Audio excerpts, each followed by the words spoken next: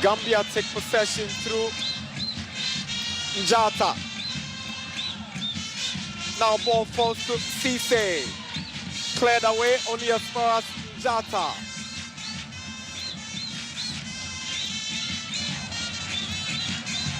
Ball straight to Ghanaian goalkeeper Said Yakubu.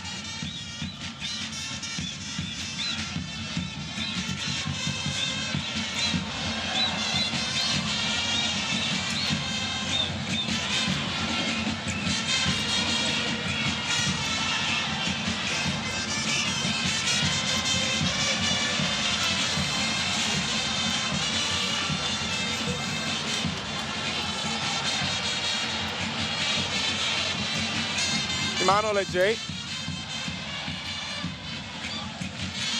Aaron Eso.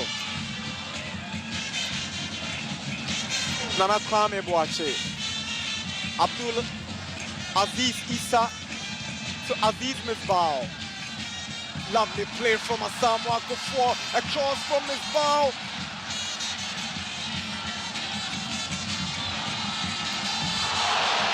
Big chance for Ghana and in the corner. Good play from Emmanuel Mensah. That was a lovely switch from McCarthy to pick out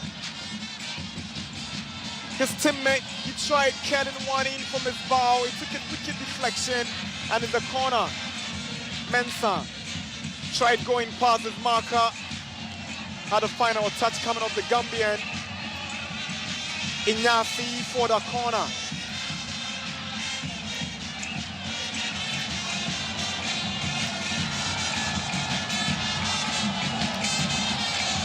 Sulemana swings one in, head away by Njanta. Here is Abdulaziz Issa. Now Asamoah swings the ball in. Aaron Eso. The Gambians defend their lines. That's a dangerous tackle on Mensah. Free kick Ghana.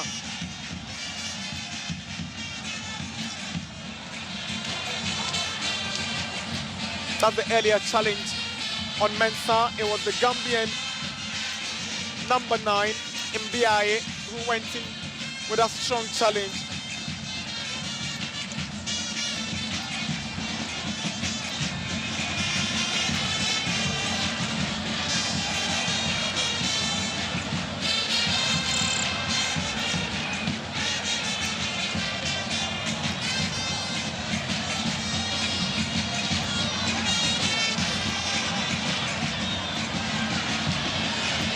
Now Ghana have a free kick. It's in a promising area and it is Sulemana Abdul Hakim to take.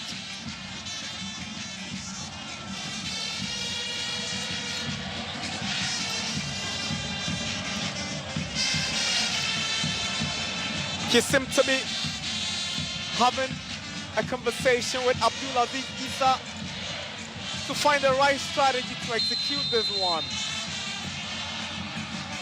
It is Sulemana who go for it. Sulemana kills one in. Away by the Gambian defense. Here is Aziz Abdul. He finds Asamoah Gofo. Gofo sends in a cross. Aaron Eso heads the ball back. Sulemana tries to win it. The Gambians take it back.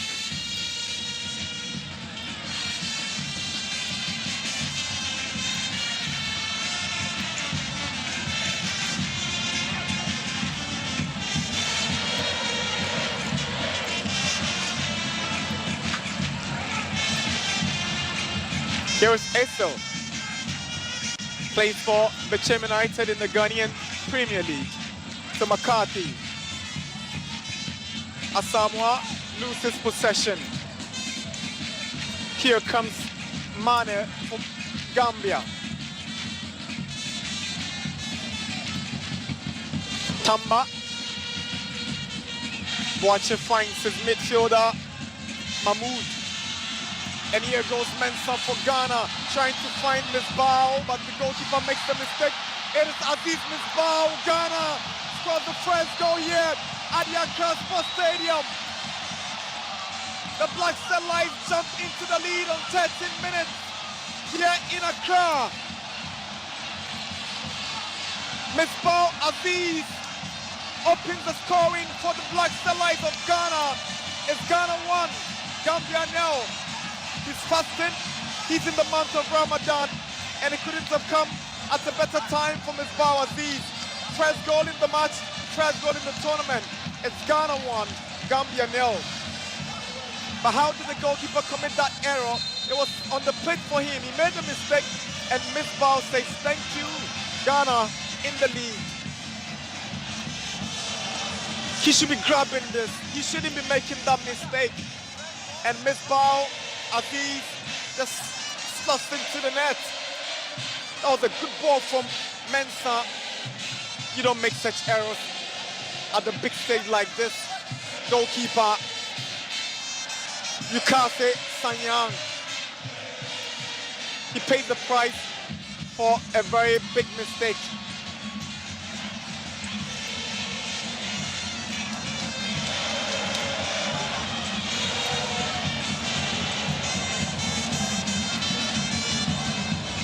The Ghanaians are playing better than they started in the previous game. The Gambians who played so well in that game against Benin from the initial stages really not doing what they did in the previous game. And now they have a corner, Gambia.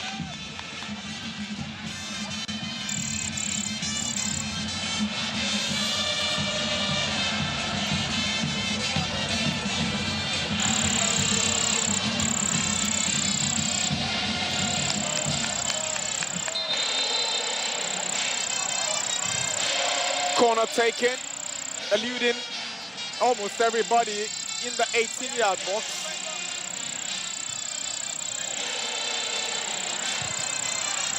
Mahmoud with a long ball controlled by Sulemana, but he's lost it. On the move is Mbiaye for Gambia. Aaron Essel with a good challenge from Essel. It's Ghana on the move again. It's Mensah. He comes up against the Gambian Njata. He wants to go past Njata. Here is Mensah. Brings the ball back to Sulemana. Sule goes through the middle and finds Mahmoud. Mahmoud is switching to his captain, Asamoah Kufuor. Here is Ofori Makati. Lovely touch from Aziz. Abdulaziz Issa brings down Gambia's danger man, Usai, for a free kick advantage, the Gambians.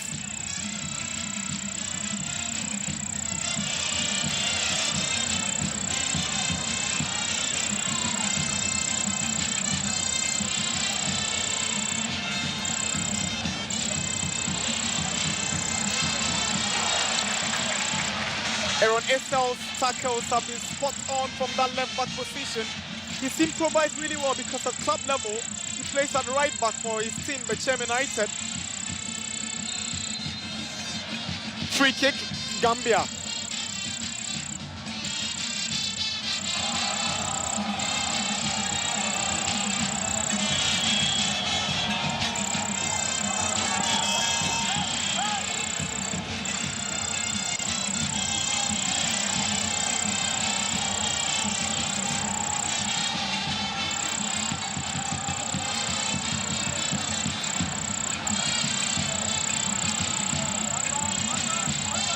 Gambia have a free kick, and it's Usaya to take.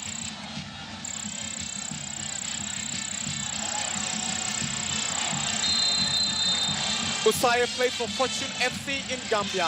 Usaya swings one in.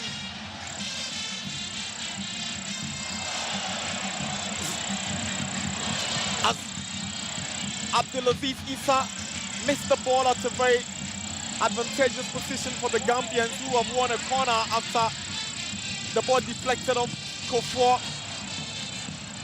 And Misbah Aziz clears the ball. His captain will tell him to do it right the next time.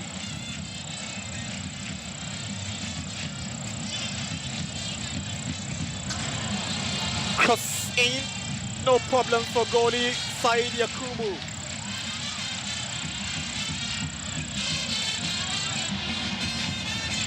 Emmanuel Ejay to his centre back, who nearly gave the ball away. Here comes the Ghana number 4, Nana Kwame Boache. Switches to Acel, back to Boache. Boache plays for Brekum City in the Ghanaian First Division. Abdul Aziz Issa, McCarthy, Boache to Acel. Acel was part of Ghana's under-23 team that played in the last edition of the Cup under-23 Championship, as well as the under-23 Championship qualifiers, I should say, and he was also part of the Black Galaxies team. Here is Gambia. Mbiaye loses possession. Now Mensah, Sulemana, he's got pace and he's got the strength to move on. It is Sulemana, lovely work, but he's been caught in between 3 Gambian players. AJ, Mahmoud. Ghana have a player down and it's the goal scorer, Misbah Aziz. Problem for Misbah. He scored 2 goals for his team. Still believe FC in the ongoing Ghanaian Division 1 League. He's played in 12 games and scored 2 goals.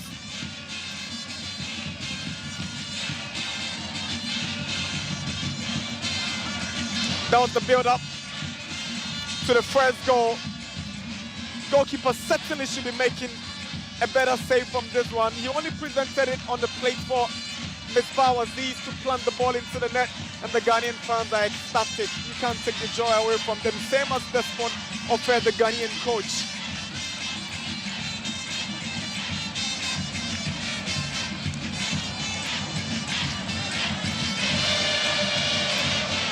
Misbah looks good to return for the Ghanaian side.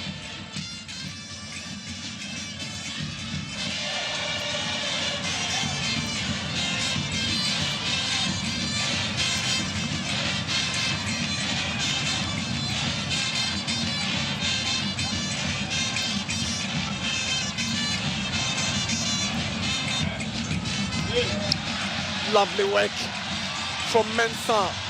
Here is Mensah. He's gone on to foul his opponent. That's Gambia's Bakari Traore.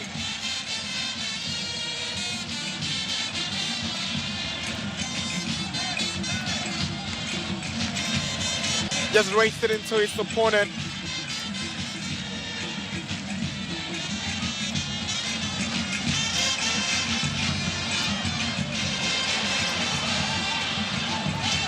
Asamoah wins the ball.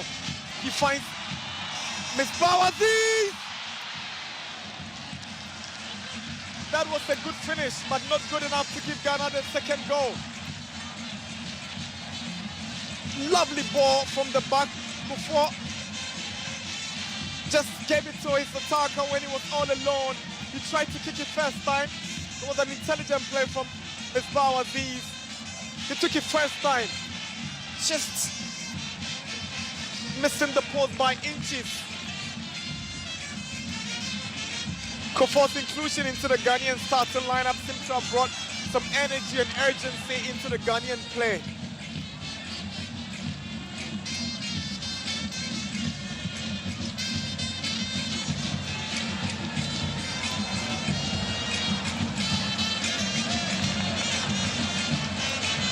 Here is Issa. Lovely play from the young star. He finds Emmanuel Ejay. Ejay moving forward. Mensah with a cross.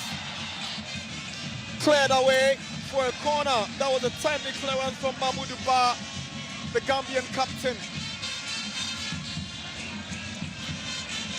Emmanuel J to Mensah, who assisted in the first goal. The captain had to be at the right place at the right time to clear that danger. It is Sulemana to take the Ghanaian corner.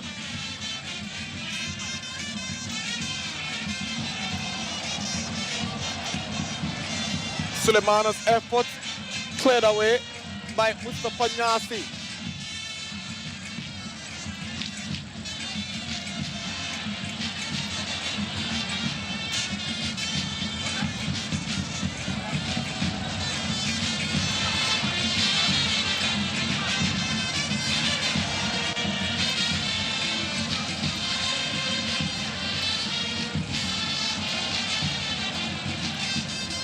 Ghana, one-time champions of the African Games soccer competition. They won that in Maputo in 2011. Here's Abdulaziz Issa. He's lost possession. Oh, beautiful play from the Gambian Touare, but Asamoah Kufuor takes it back for Ghana. Here is McCarthy. He brings his goalkeeper Said Yakubu into the picture. Now Aaron Esel.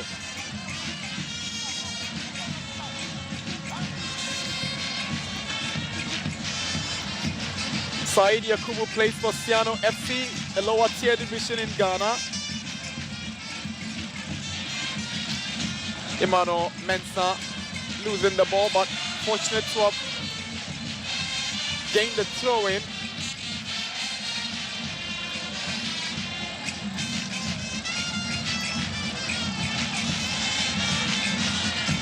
It's 25 minutes at the Accra Sports Stadium.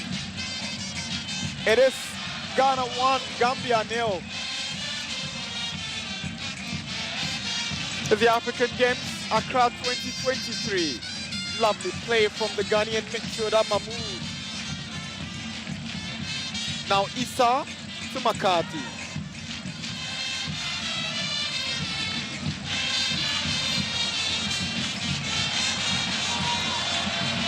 Esau's trying to find Asamoah. Here is Asamoah. He's got Misbah Aziz. Good turn from Asamoah. Misbah is trying to get to Issa, but ball is cleared. Gambia defend their lines well. Throw in Gambia. Asamoah was trying to weave his way. He fell down. Misbah didn't know he had fallen down. Was trying to get the ball back to him.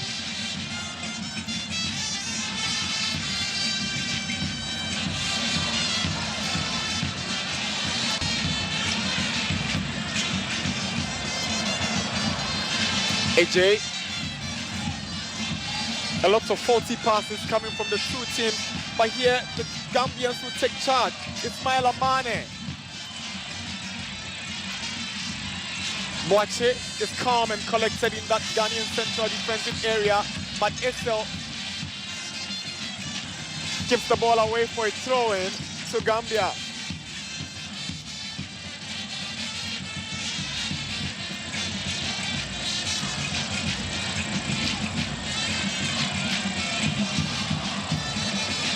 It's a goal kick, the header from Usman Cisse going out for it. Goal kick.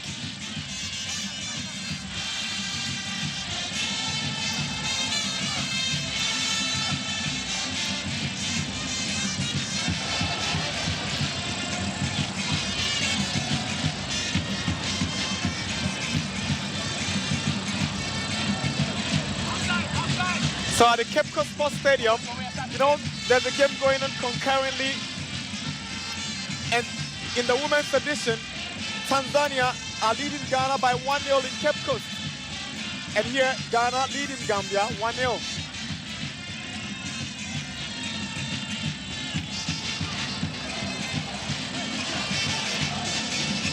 Ghana's Black Princess is trailing in Cape Coast. The Black Starlights leading in Accra. Here is Ofori McCarthy for Ghana. Mahmoud. Esel. Mensah. Sulemana makes the run, but it's AJ who picks it up.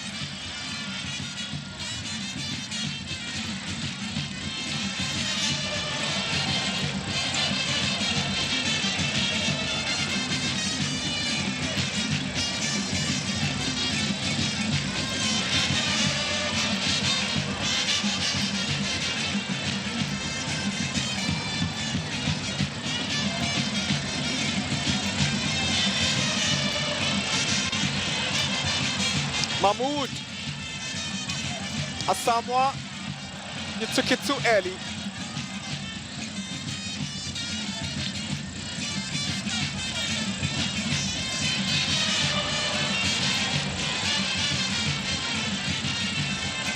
Nyasi.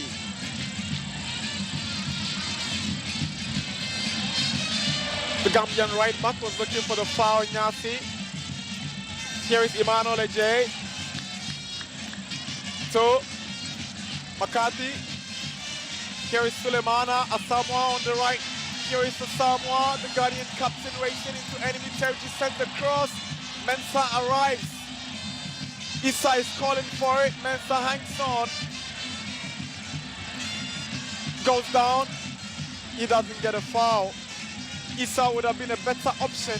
Mensah decided to hang on, and he stayed down after the tackle on him.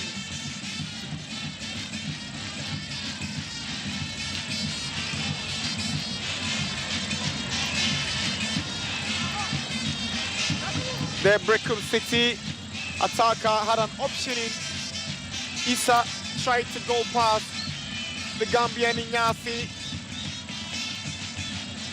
Cooling break. There's almost 30 minutes here at the Accra Sports Stadium. Ghana lead Gambia by 1-0 in the second group game of the ongoing Africa Games Accra 2023.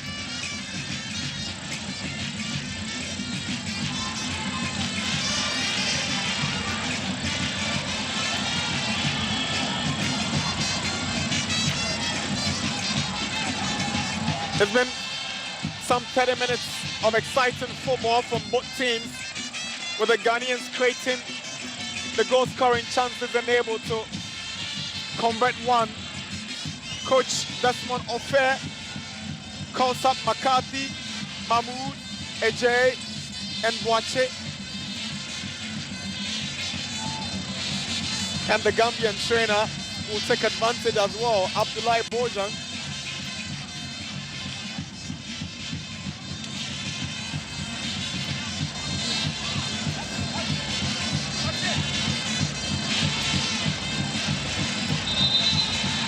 Ghana might be forced to come up with an early substitution.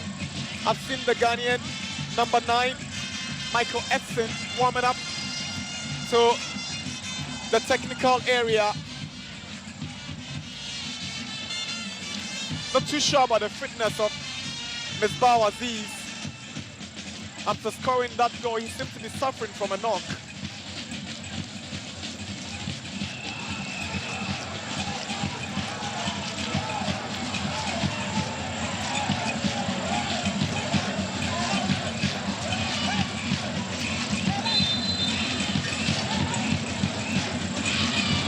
Here is captain for Gambia Bar.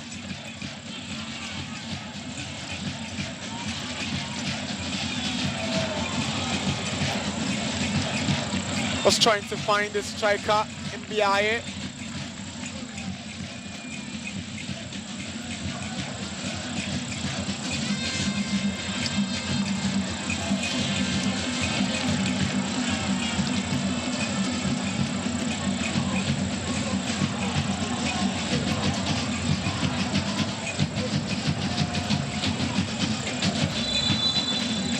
Ghana have a free kick.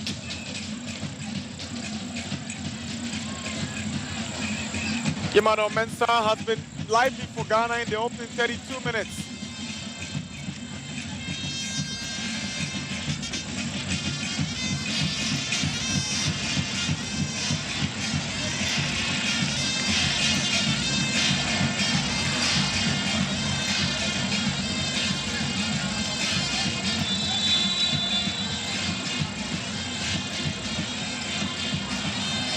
Sulemana to take the free kick for Ghana. He sends one in.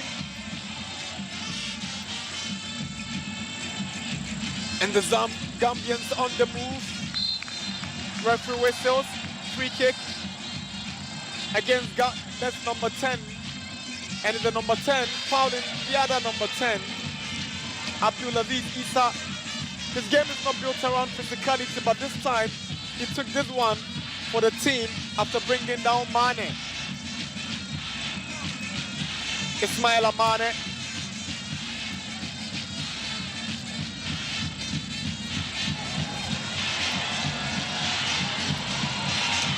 Chance for Gambia. Mane's header onto the roof of the goalpost for a goal kick. Goalkeeper Said Yakubu not troubled.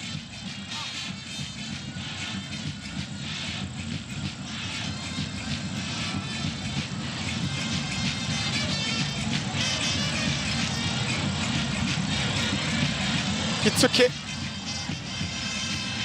right on top of the goalpost.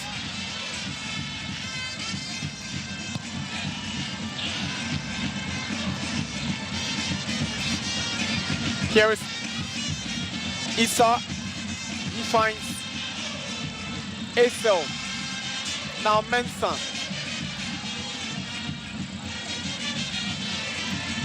Esel.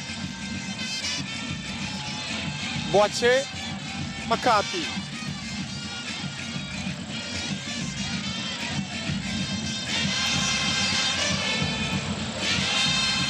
Ghana's under-20 team were world champions in 2009 after conquering West Africa and Africa. A chunk of those players went on to represent Ghana in the World Cup of 2010, where Ghana made a historic appearance into the quarterfinals.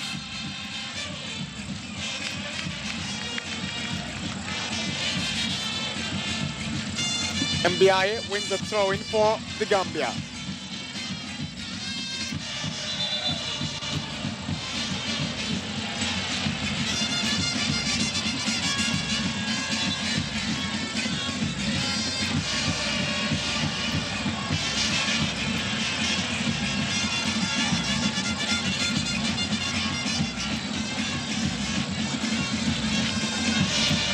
It's 35 minutes at the Accra Sports Stadium.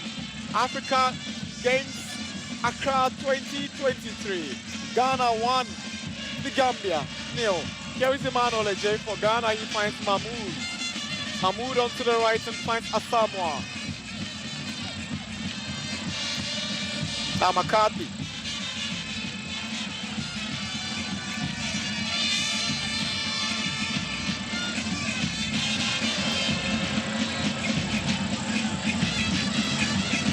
Gambia in possession. Usai switches to Inyasi, but AJ intercepts. It's Ghana on the move.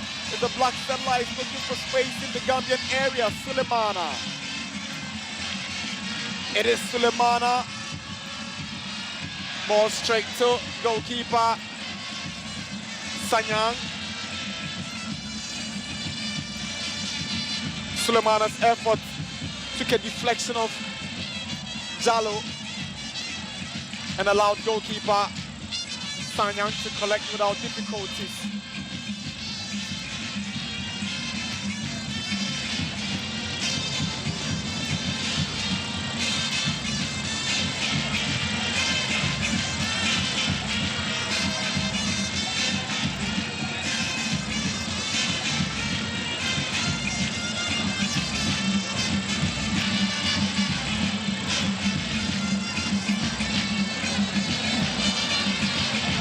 Now for McCarthy. Asamoah Kufuor, Abdulaziz Issa.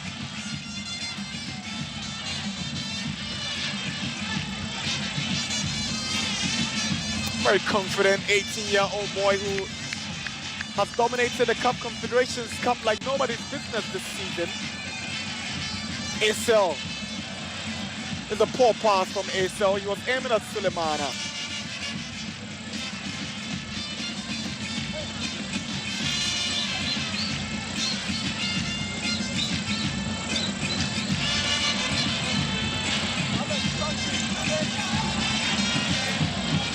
Now here is Abdulaziz Issa.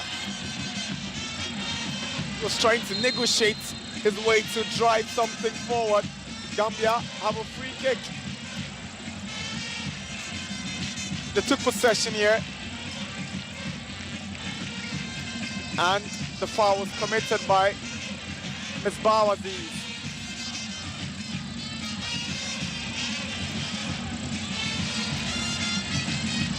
Ball in by Ba. Now Mahmoud. Ajay. Sulemana has created a space on the left for Ajay. Yes, he finds him. Sulemana cuts in well and he shoots. Delivery gone wrong. It's a goal kick. Abdul Hakim Sulemana. His work rate has been impressive. When passing Yasi, created a space, but the wrong technique applied in trying to shoot and find the goal. Lovely footwork to begin with, but the final delivery not good enough as the footwork.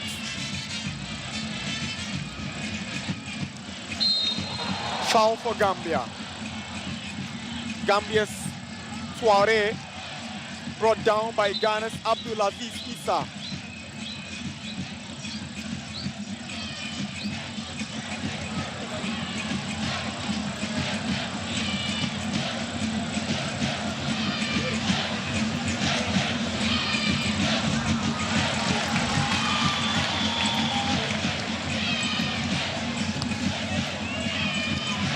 Tamba brought down.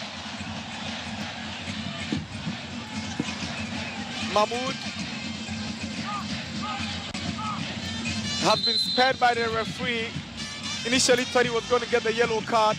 Apologized, but he's going to get it eventually. He's gotten the yellow card. Ghana's Moisin Mahmoud. I thought the referee had forgiven him, but he gets the yellow card. He plays for Thunder Hearts of Lions in the Ghanaian Premier League. Moisin Mahmoud.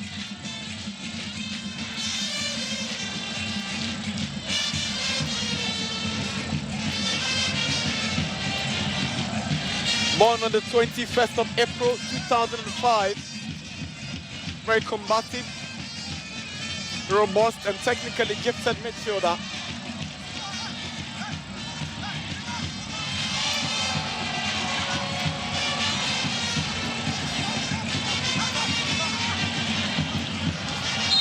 Free kick for Gambia. Usai takes it away by Esel. Headed back by Touare. Here is Sulemana. Esel. Ajay. Boache. Calm and composed passing from the Ghanaians, and the build-up is sweet from the back. Here is Mahmoud. To Asamoah. He sees the movement of Mensah. Here comes Mensah for Ghana. Asamoah is right behind him. Asamoah sends a cross. Now Ajay. Disappointing from Emmanuel Ajay. The build-up from the Ghanaians, impressive.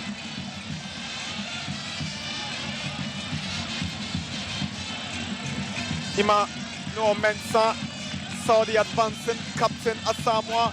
He took it to the far end, brought back calmly, but Ajay just couldn't direct his efforts well.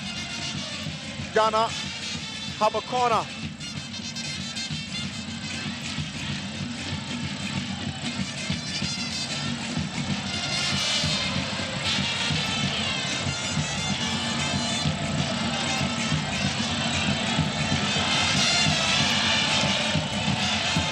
Issa swings one in.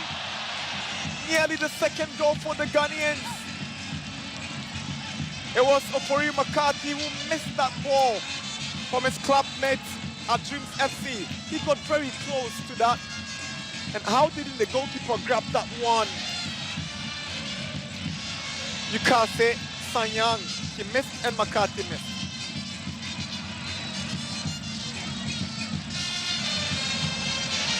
Mensah. There's a foul against Gambia. Captain of the side.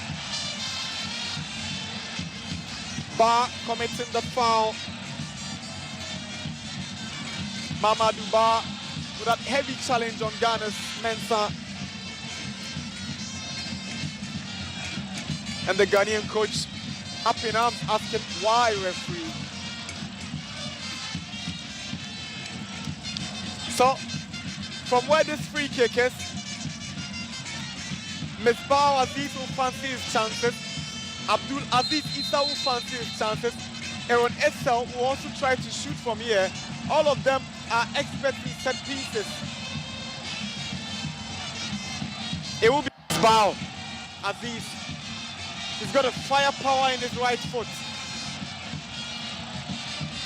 Aziz takes it low and out for a goal kick.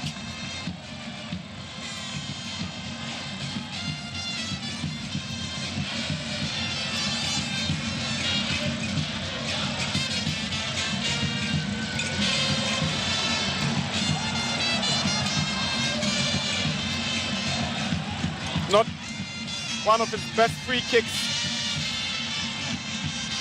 AJ looking for Sulemana.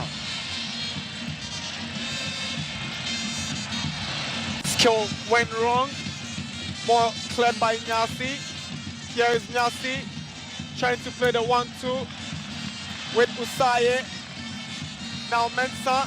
Mensah tries one.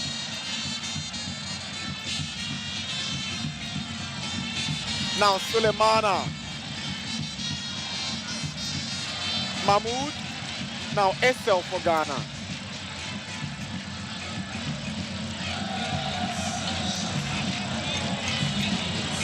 We're doing 3 additional minutes. It's already 45 minutes under the lights in the Ghanaian capital. The Ghanaian under-20 team, the Black Starlights, are leading Gambia by a lone goal.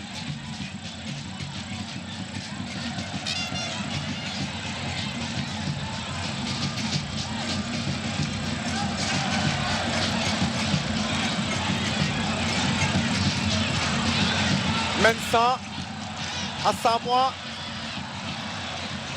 loses the ball. It's a foul against the Ghanaian captain for bringing down Gambia's Mane. So that's the push from the Ghanaian captain on the Gambian star man, Ismaila Mane.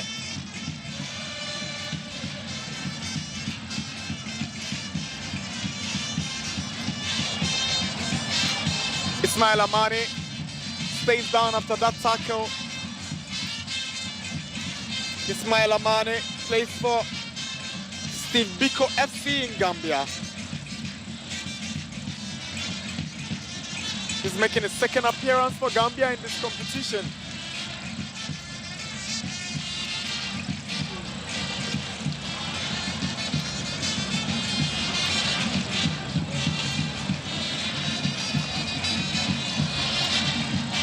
Gambia were one of Africa's representatives at the last edition of the Under-20 World Cup.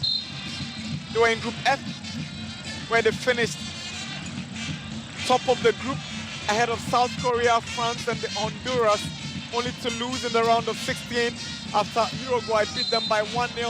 Now they have a free kick, second minute of stoppage time here in Accra.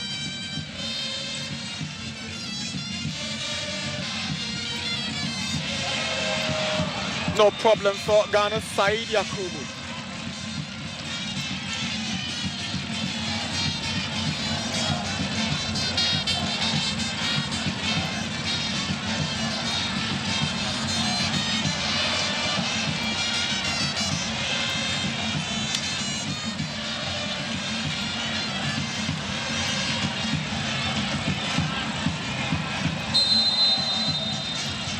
Flag up against Ghana for offside.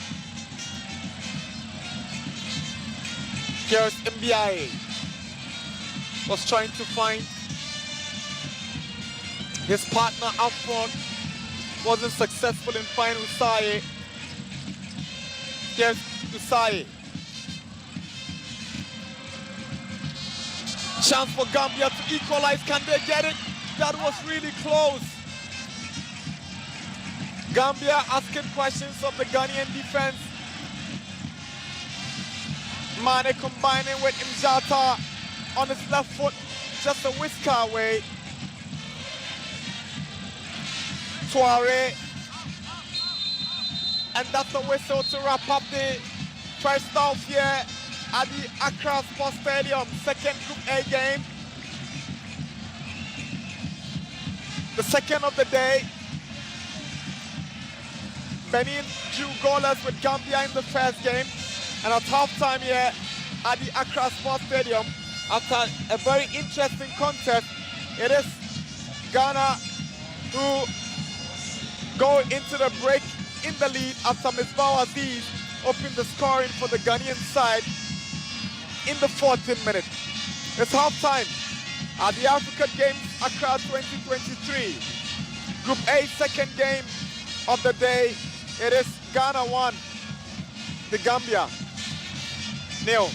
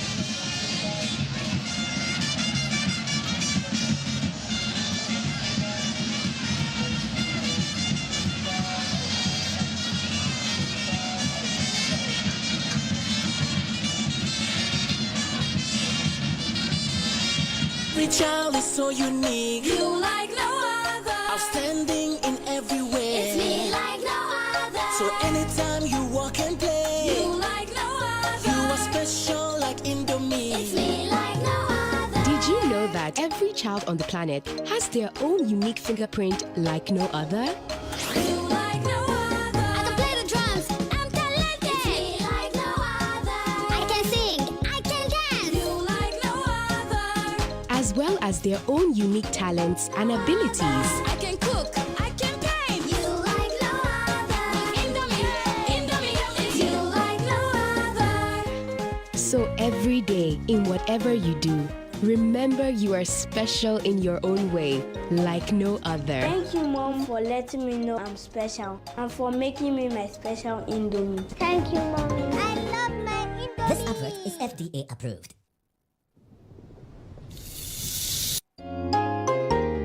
Every child is so unique. You like no other. Outstanding in every way. It's me like no other. So anytime you walk and play, You like no other. you are special like Indomie. It's me like no other. Did you know that every child on the planet has their own unique fingerprint like no other?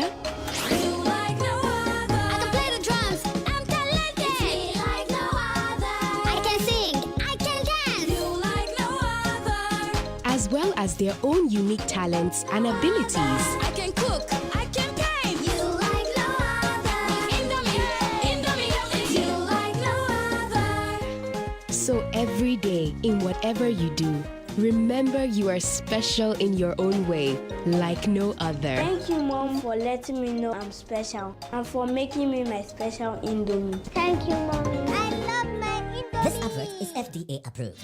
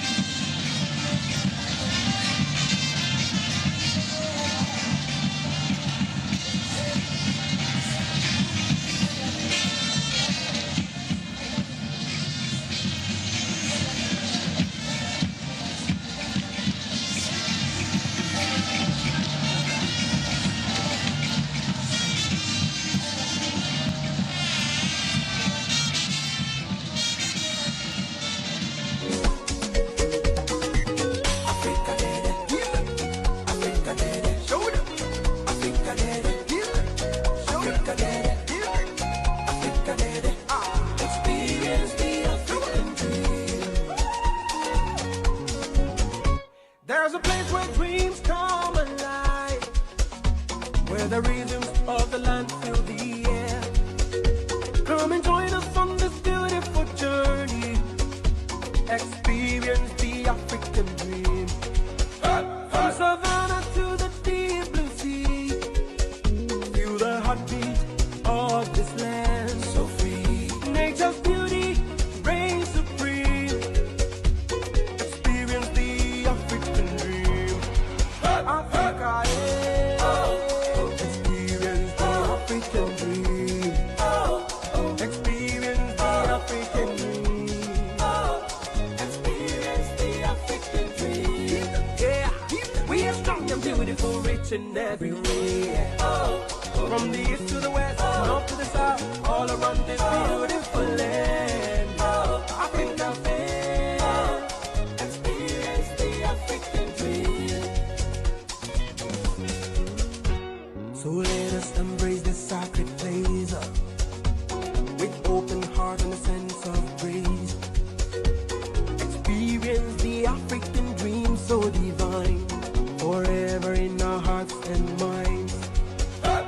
So let us embrace this sacred place, yeah, with open hearts and a sense of praise, yeah. Experience the African dream so divine, forever in our hearts and minds, oh yeah.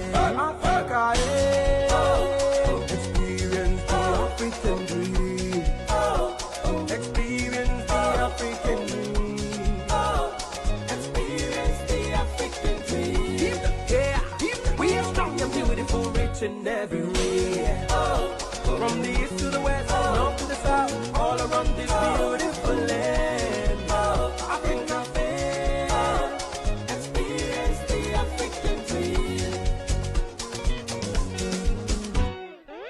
Africa did it, Africa did it, show them. Africa did it, Africa did it, Africa did it, experience the African dream. Africa did it, Africa did it, show them.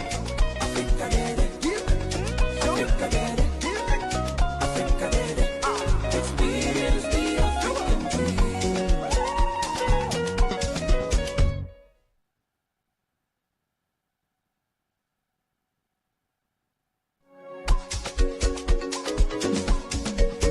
Africa did it, Africa did it, show them. Africa did it, Africa did it, Africa did it, experience the African dream. There's a place where dreams come alive, where the rhythms of the land fill the air. Come and join us on this beautiful journey. Experience the African dream. From savannah to the deep blue sea, feel the heartbeat of this land so free. Nature's beauty reigns supreme. Experience the African dream. Africa, yeah. Experience the African dream. Experience the African dream. Experience the African dream. Yeah, we are strong and beautiful, rich in every way. From the east to the west, north to the south, all around this beautiful land. Every child is so unique, You like no other. outstanding in every way. It's me like no other. So anytime you walk and play, You like no other. you are special like Indomie. It's me like no other. Did you know that every child on the planet has their own unique fingerprint like no other? You like no other. I can play the drums. I'm talented. It's me like no other. I can sing. I can dance. You like no other. As well as their own unique talents and abilities. I can cook. I can paint. You like no other. Indomie. Indomie. It's you like no other. So every day, in whatever you do, remember you are special in your own way, like no other. Thank you, Mom, for letting me know I'm special and for making me my special Indomie. Thank you, Mommy. I love my This Indomie. advert.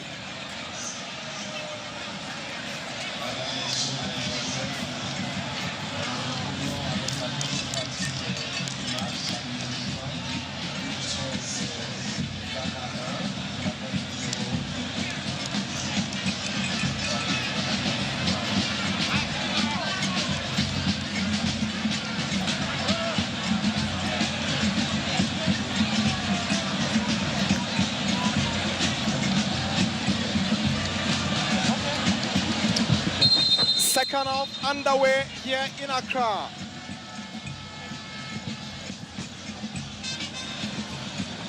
It's Ghana against the Gambia in the second Group A game of the ongoing Accra 2023 African Games. As the Gambians who get us going for second half action.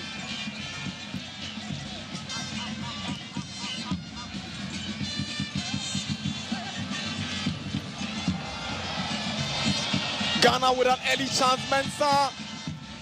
Ball cleared away by Barr.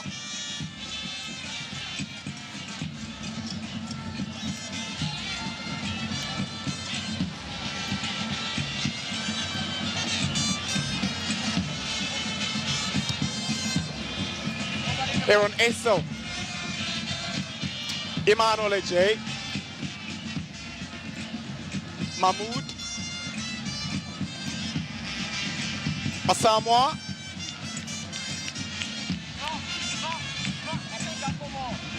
Ghana have a corner.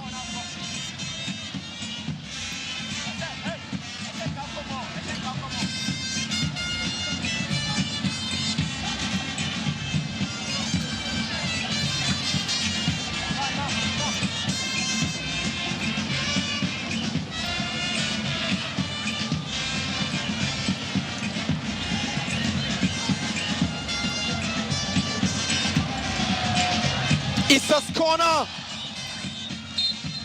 Ghana have another corner. The Gambians will protest.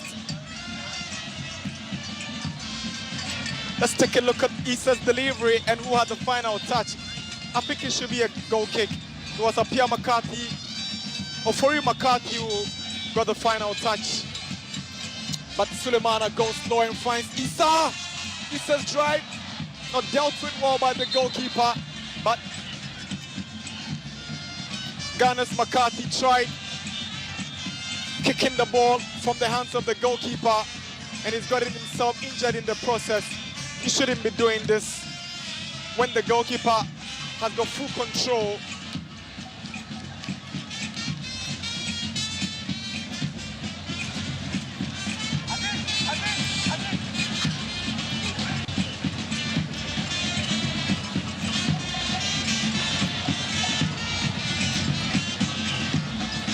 This result, if it stays the same, will leave Gambia at the bottom of the group, with Benin and Congo having 2 points apiece. The Ghanaians will move top with 4 points from 2 games.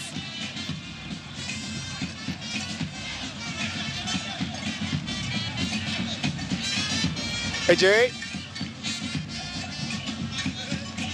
Issel. McCarthy.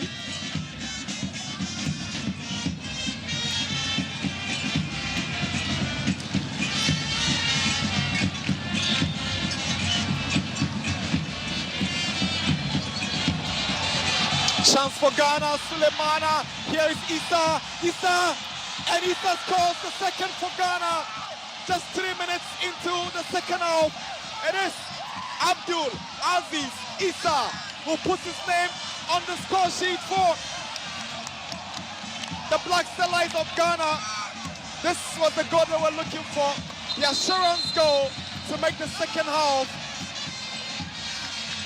less difficult for them. This is how it all began. Sulemana had a chance to score. He messed it up. Ball fell to Issa. He took it with so much power. Good ball from Misbah. Sulemana could have made it, but he took it and keeper saved it. And Aziz, not even the block from the defender, is stopping the ball from Issa. Sulemana tried to go past the goalkeeper. It didn't quite work out. Issa shoots. There was an attempted block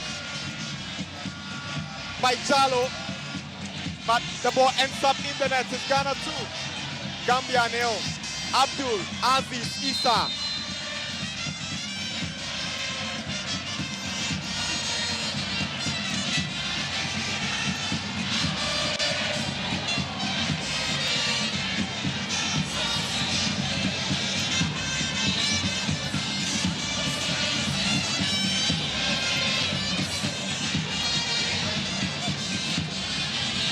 Mensah, he gives away possession.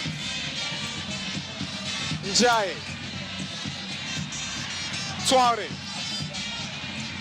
Yakubu is out for Ghana.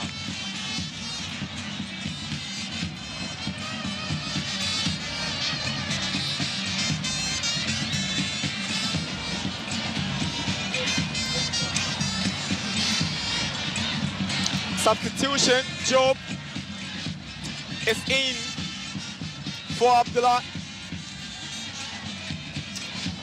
Another change in GA for Cisse.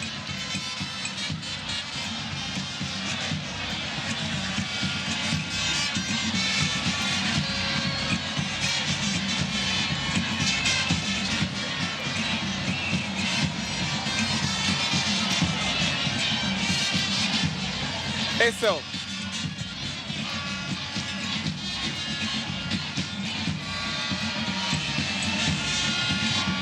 McCarthy nearly giving the ball away to Mane. Here's AJ. Issa. Good play from the Ghanaians.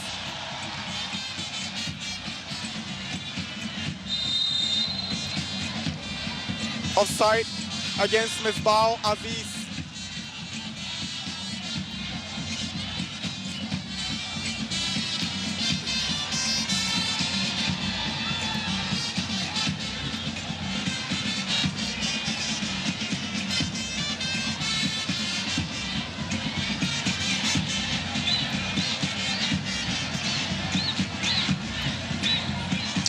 Gambians on the move.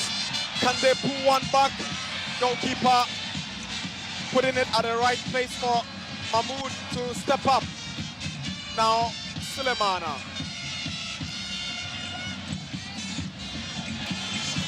He ends up bringing down Gambia's Abdul Rahman.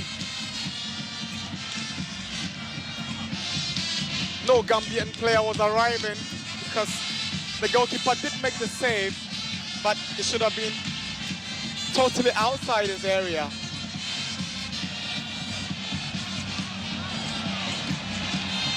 Sanyang, Asamoah, throw in for Ghana.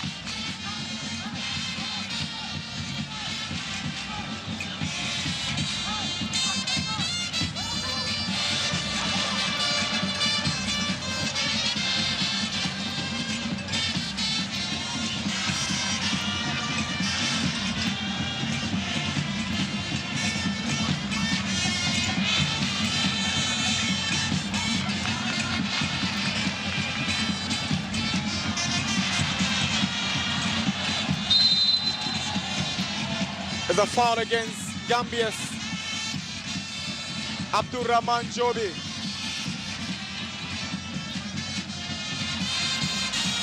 He was up against Aaron Esel, or the bad tackle from behind on the Bichem United fullback.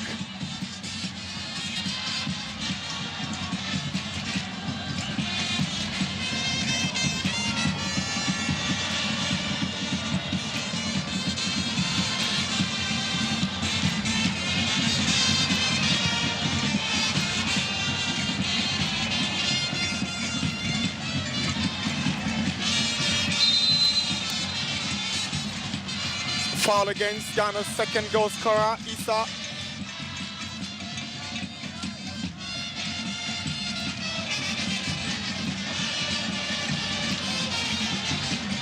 Mahmoud Uba's delivery. Down by McCarthy. Here is Asamoah for Ghana. Looking for the run of Mensah. Goalkeeper Sanyang with some good reading of the situation.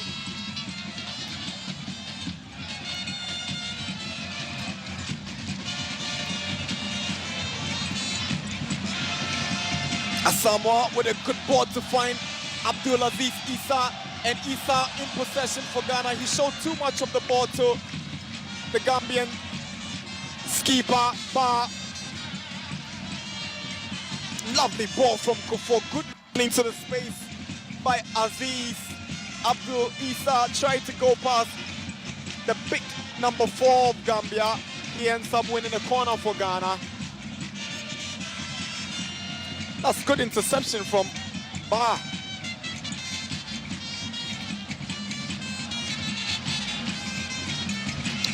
Corner, Abdulaziz Issa. Issa swings one in. Another corner for Ghana from the head of Jallo.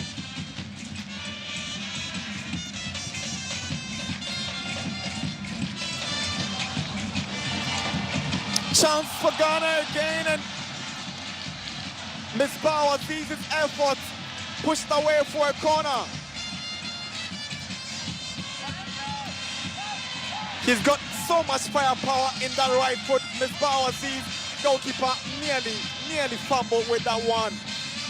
Impressive from the Ghanaians. That's the Ghanaian coach expressing his frustration. Hands on head.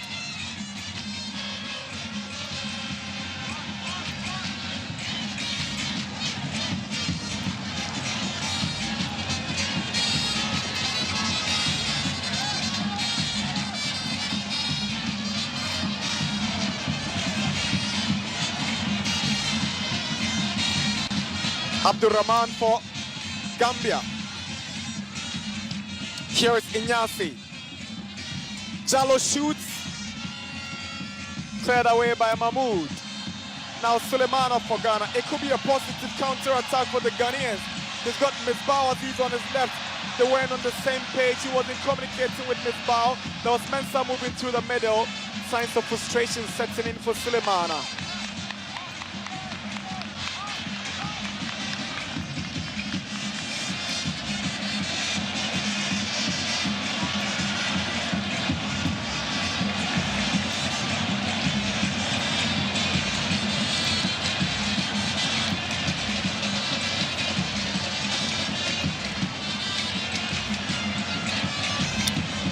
It's 2-0. Abdul Aziz Issa and Misbah. Misbah Aziz on the score sheet for the Ghanaians.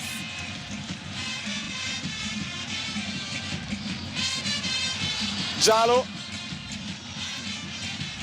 Mamadou Ba. Nyasi. Long ball in looking for Mbiaye. Foul against Gambia.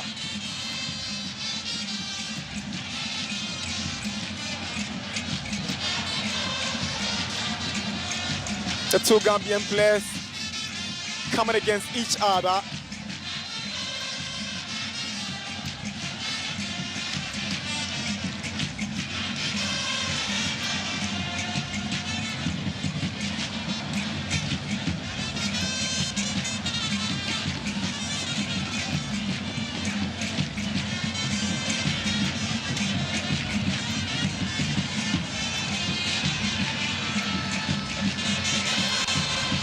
Esel. Good movement from Misbah Aziz, but he can't get to the ball. It's a goal kick.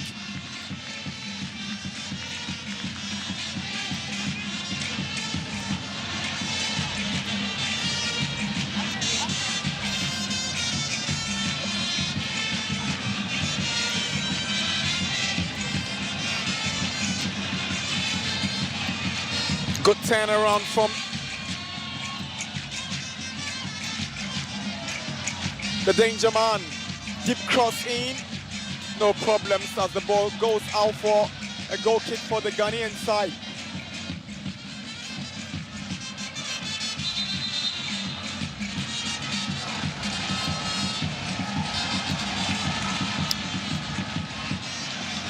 Substitution. Sulemana has made way for Jerry Efriye.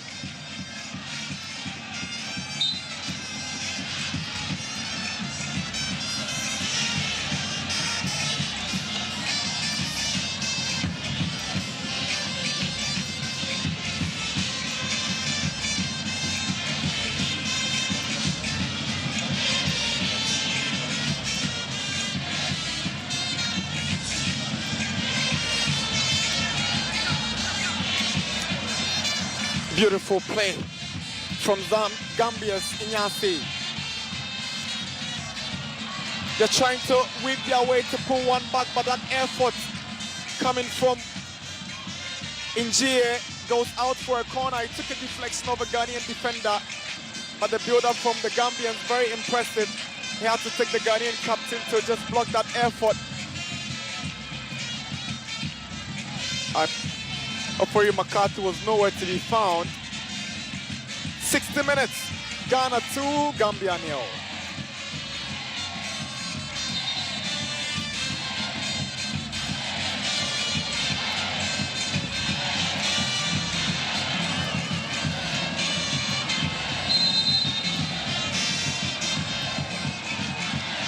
Corner taken, away by Jay. Here is Jerry Efriye, his first touch, and the substitute is making a good run into enemy territory, but his efforts have been curtailed by Tuare. Here is Jallo, lovely play, but the captain gives away possession. Here is Mensah, Ejay. Now Issa shoots, he takes the deflection, and it's a corner.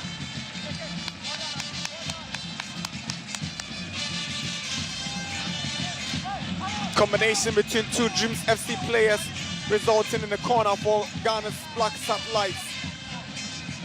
Abdulaziz Issa. He's lighted up the Cup Confederations Cup this season. He's got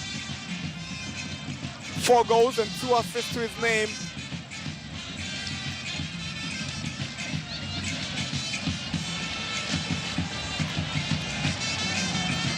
He steps up to take the corner for Ghana. Swings one in.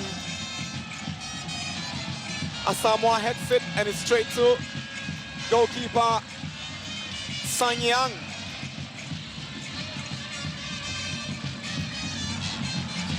Here is Mbiaye for Gambia. Mbiaye. Inyasi. Lovely player from Inyasi. He sends the cross in. No problem for the Ghanaian goalkeeper. He struggles to keep the ball and he's giving it away. Only as far as Mamadou Ba. Mamadou Ba finds Touare. This to Mensah. Emmanuel Mensah sends a cross. Stopped by the captain Mamadou and eventually cleared away by Jallo.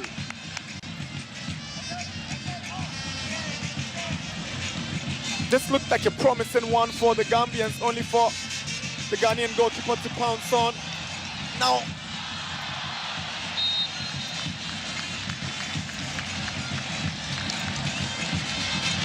it's a corner for Ghana.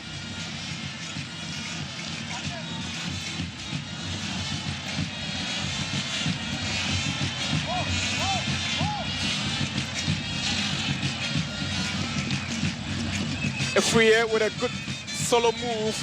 Had to take the goalkeeper to push it away for a corner.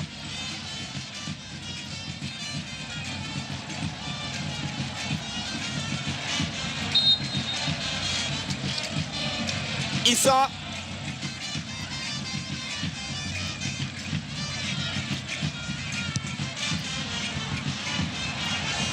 Watch it. Mahmoud. Mensah.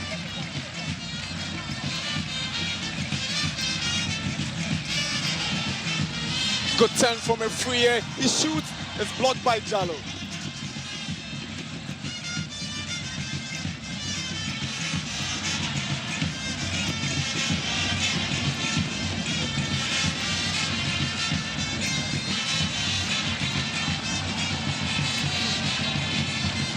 McCarthy to his goalkeeper, Said Yakubu. Now here is Boache to McCarthy.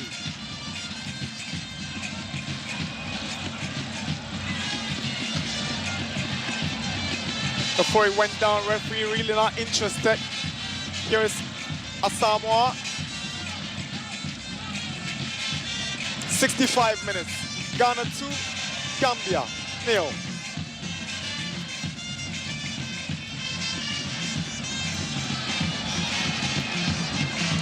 Emmanuel Ejay brought down, pushed down by Gambia's Abdurrahman. He's worked very hard in the Ghanaian midfield, Emmanuel Ejay. Also a very key figure in that Dreams FC team that qualified to the quarterfinals of the Cup Confederations Cup.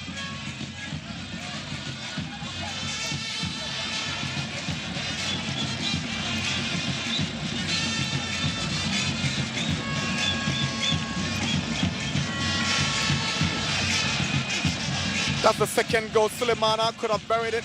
It came to Aziz, and that was a powerful drive from the Ghana number 10, Abdul Aziz Issa. First goal for the Black Starlights in a competitive fixture. One of the budding talents in Ghana football, was voted best young player in Ghana's FA Cup last season.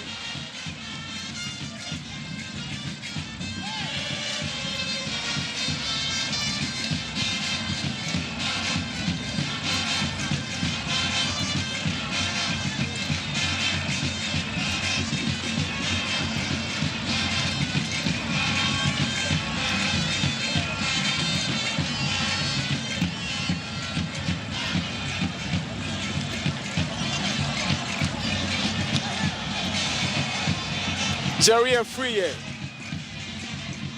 Mensah.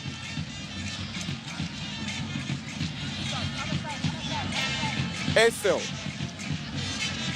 Issa. Afriye. Now Issa. Mensah. Ajay. Esel. Mahmoud. The passing game of the Ghanaians over now. There's a foul. Very harsh challenge from Esel on Usaye.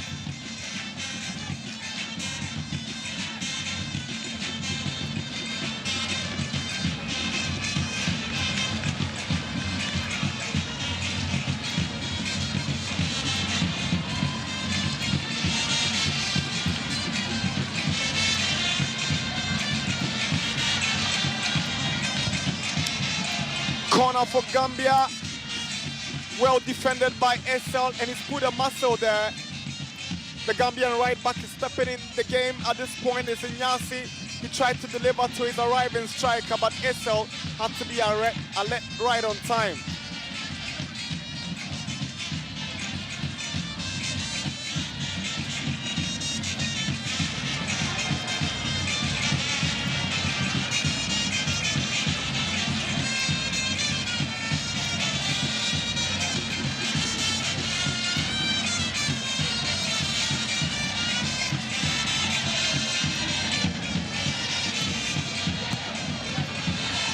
Corner taken, can they pull one back? That was close. He knows it's a big chance. He should have made it at least 2-1 in Biaye. It took a deflection off his own man. It was Jallo who arrived in that Ghanaian area, but that header wasn't going nowhere. As a matter of fact, it's a goal kick.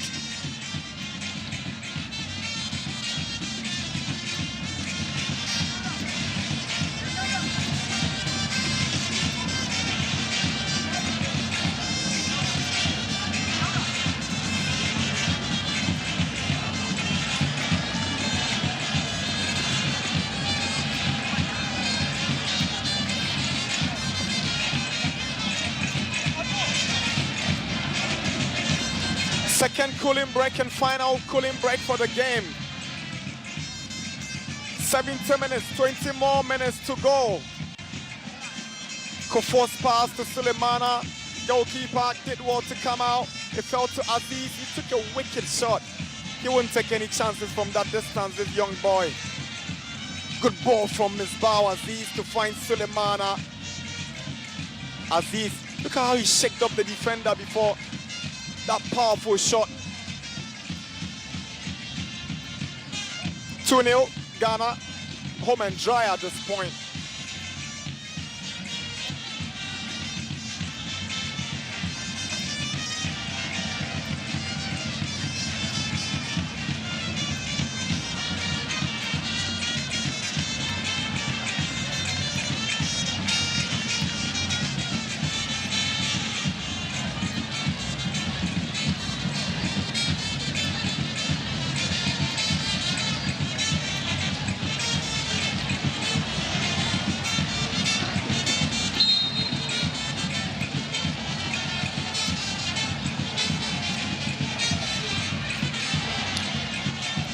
Here is Issa, goes down. Good play from Abdurrahmani. Aaron Essel seems to be struggling from a muscle strain, and there he goes down again. Usai wouldn't mind because Essel is already out of the pitch. Nyasi. Usai has given it away. Mensah. It's a handball, referee plays the advantage. Mensah is a good solo run forward. He puts one through for Afriye. And Jallo is approaching Afriye. He goes back to Mensah.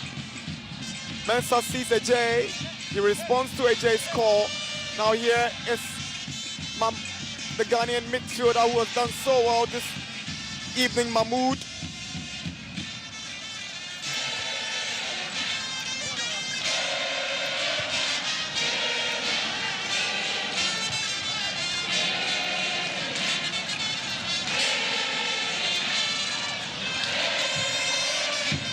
Lovely ball from Mahmoud to find Mensah. Mensah controls. He's got the defender to beat. He goes down in the penalty for Ghana.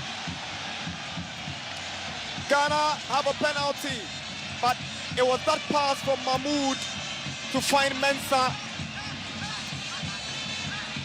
that really caught my eye. That was a beautiful pass. He scanned on the pitch and found that his winger was all alone. Then he decides to take on his marker, and the defender, Inyasi, has no option but to bring down Mensah. Ghana have a penalty. No questions about that.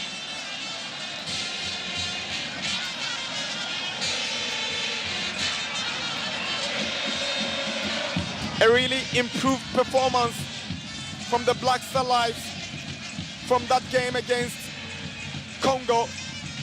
They seem to have rediscovered their form, and they are a kick away from putting the icing on the cake. It is Misbah Aziz to take it.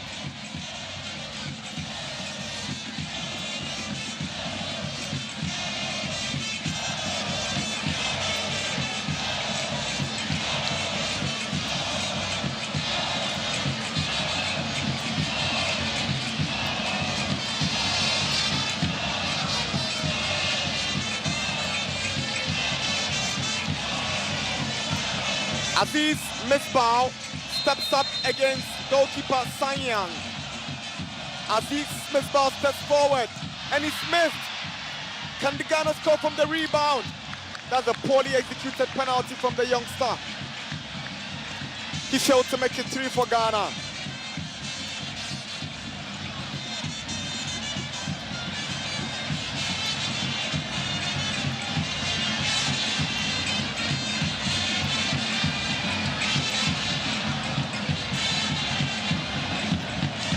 This game is so far from over.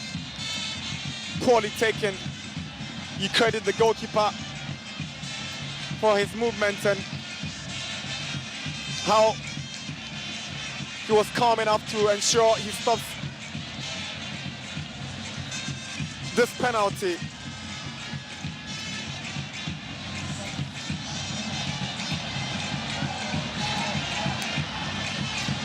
Disappointed fan.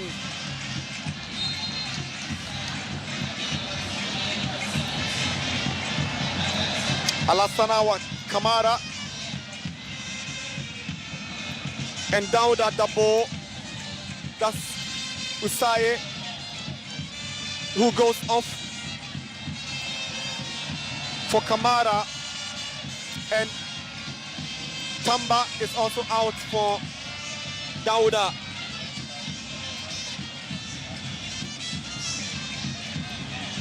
Mahmoud gives away possession.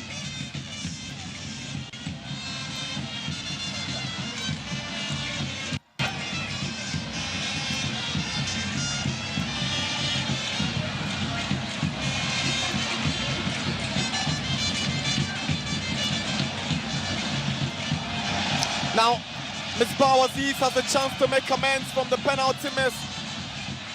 Trying to set up Issa, but well defended by Inyasi to bring his goalkeeper Sanyan into the picture.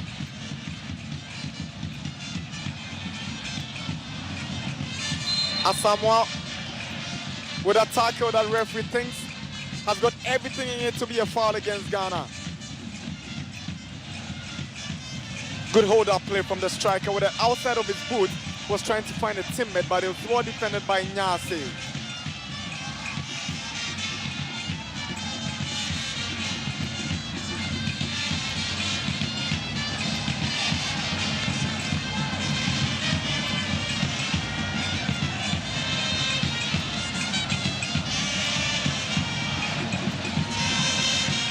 Ball goes into the area of the Gambians. Bar returns it. Here comes Dabo. Dabo shoots. Mahmoud gives the ball away. McCarthy at the right place at the right time.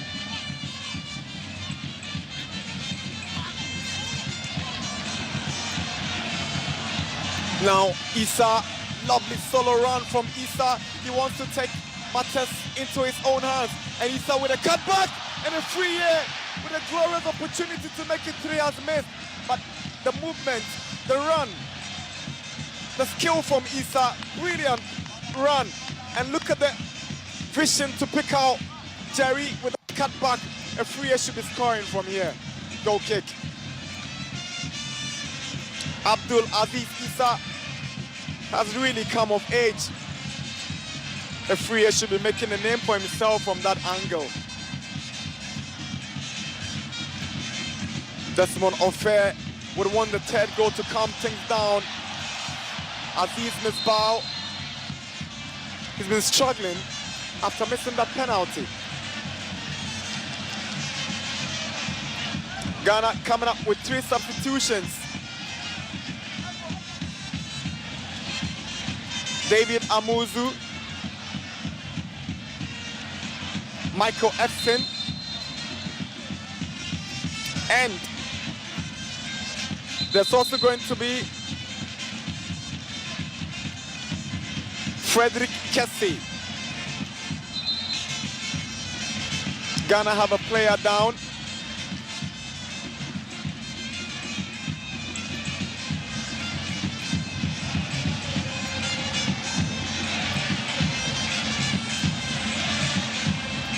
It is the captain, Asamoah. So Mensah goes off. Abdul Aziz Issa also go off. David Amuzu goes in.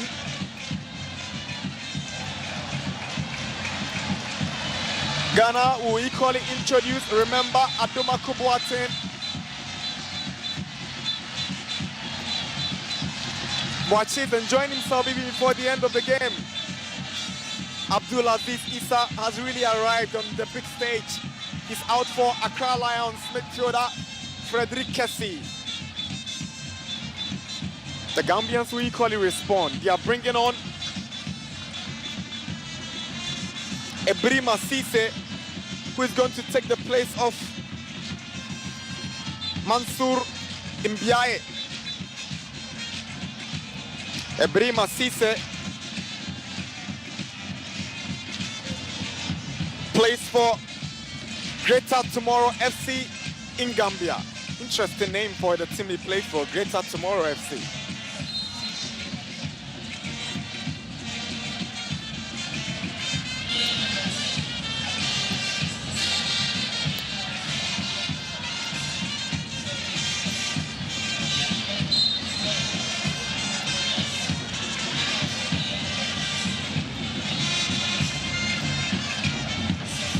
It's 80 minutes.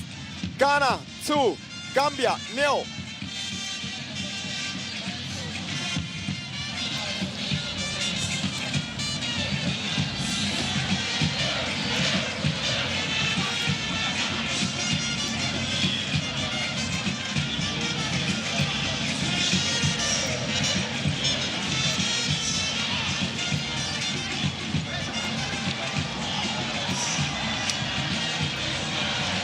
Misbah Aziz finds Jerry a free air. Here is Jerry a free air. Kudami tries to cut back. Misbah's effort is blocked. And Kessie can't keep it in.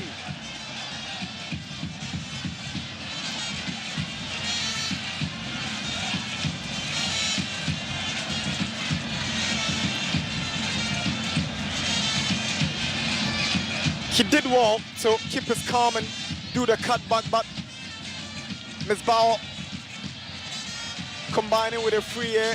That effort got blocked. Can they pull one back, Gambia? And yes, they do.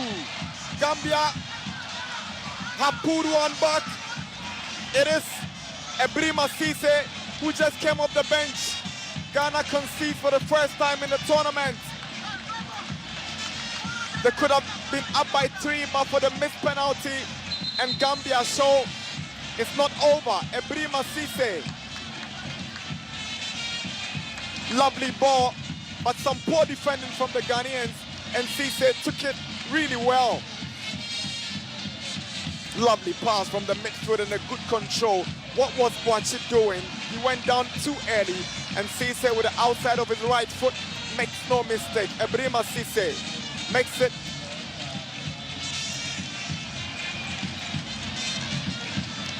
One for Gambia, two for Ghana. There's a player who is coming from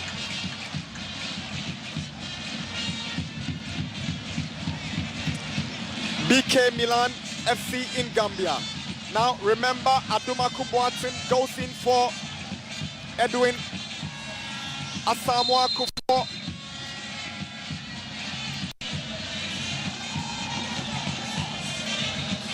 Here is Kessie. Ajay. Efriye. He's missed some good chances. Inyasi wouldn't allow him. Efriye does well, but goalkeeper Sanyang rises to the occasion. Ebrima Cisse has given the Gambians a lifeline.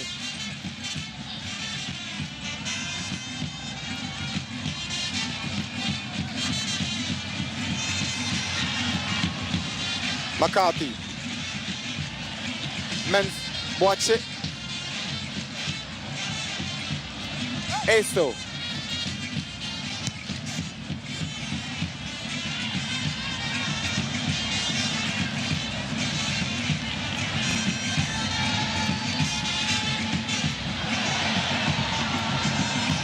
The Ghanaians under pressure after conceding that goal with some 6 more minutes to go. That's the earlier chance. Goalkeeper had to be alert to stop Efriye from causing any major problems.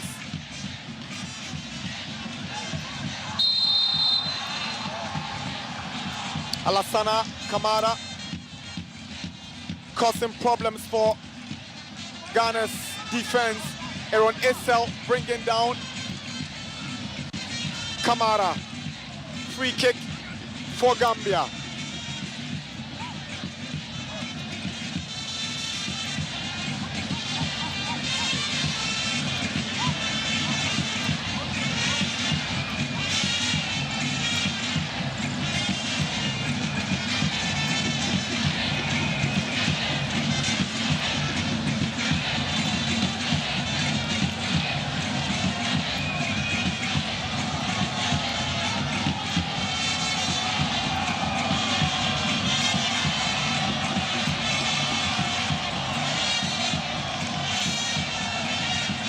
'85 minutes, Ghana 2, Gambia 1. Gambia have a free kick. Free kick swung in by Abdurrahman, and it goes out for a goal kick.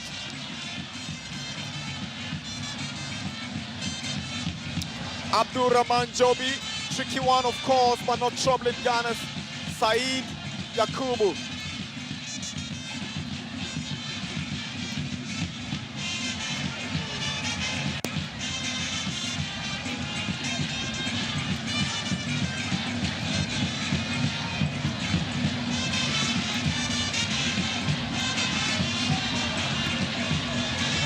Efriye hasn't really lived up to it since arriving. He's made some decent runs, but most importantly, he's failed to convert the chances that have been given. Ghana have 63% of the possession. The Gambians are playing cautiously. They've not seen too much of the ball, but very effective moving forward. A chance for Ghana to score a third. Frederick Kessie having his effort blocked for a corner.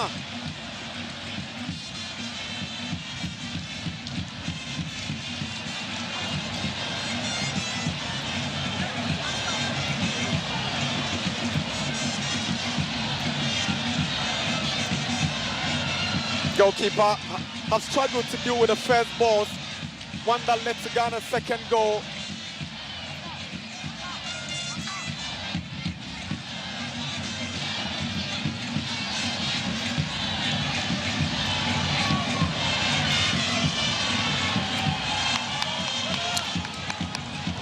Remember, Dumaku Boateng with a corner headed away.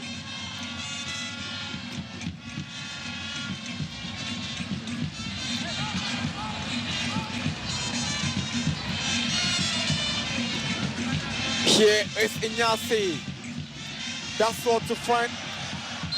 Dabo. Yellow card. David Amuzu just came in, but he's gone into the books of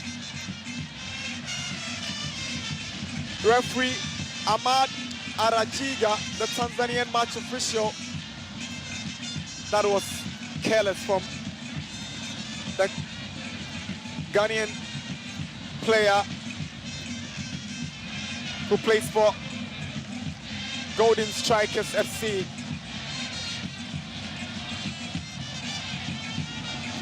A second division team based in Accra.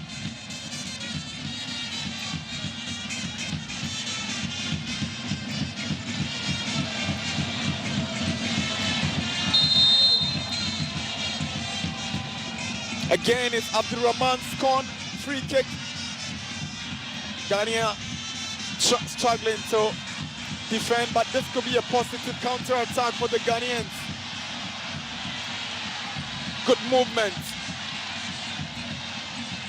Frederick Kessie. Decision in favor of Ghana.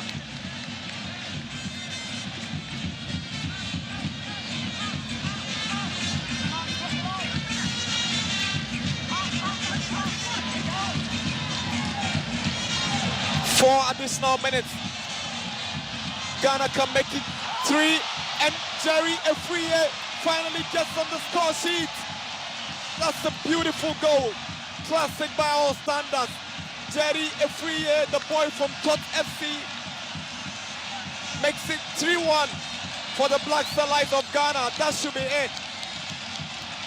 That's a celebration to match his goal. The third goal the Ghanaians were desperately looking for finally arrived, and it's come through. The boy who missed a couple of chances before this one.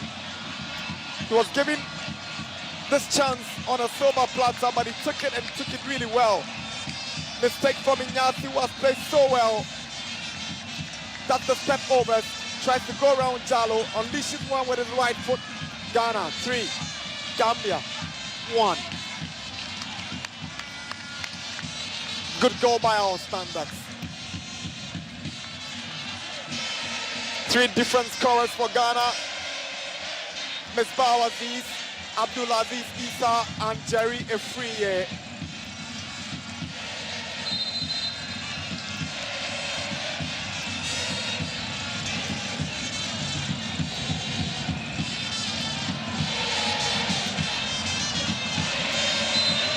There's a foul against Ghana.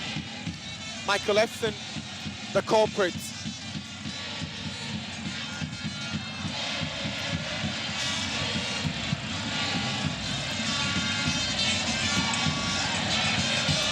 Nyasi, who committed that blunder towards Ghana's third goal. It's a corner for Gambia.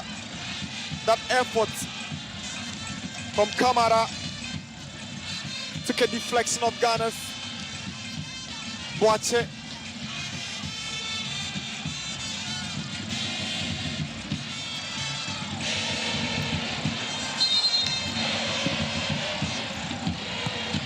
Corner taken. AJ heads it away for Ghana. It's a free once again against Inyasi, but he's not going to make that mistake a second time. It was a handball against him. Referee overlooked it.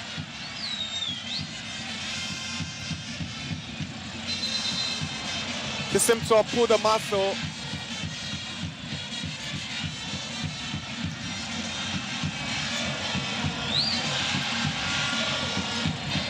He committed the mistake that led to AJ scoring the third goal, and he doesn't want to be the man making the second mistake in the night that will lead to a goal.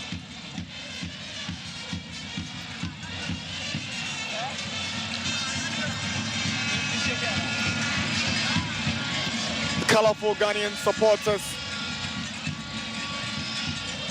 will be excited after the disappointing performance in the opening game.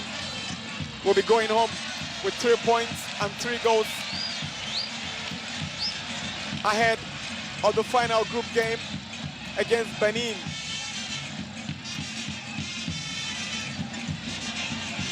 Good reaction from Saeed Yakubu.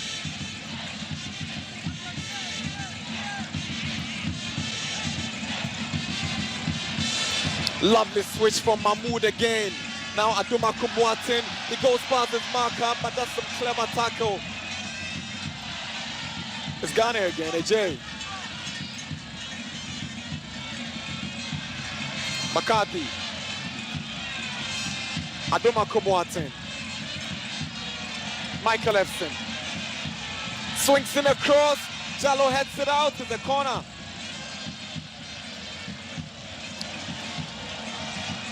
Any moment from now, the final whistle should go for the end of the game. Remember, Aduma Kumwatin urging the fans on to keep cheering.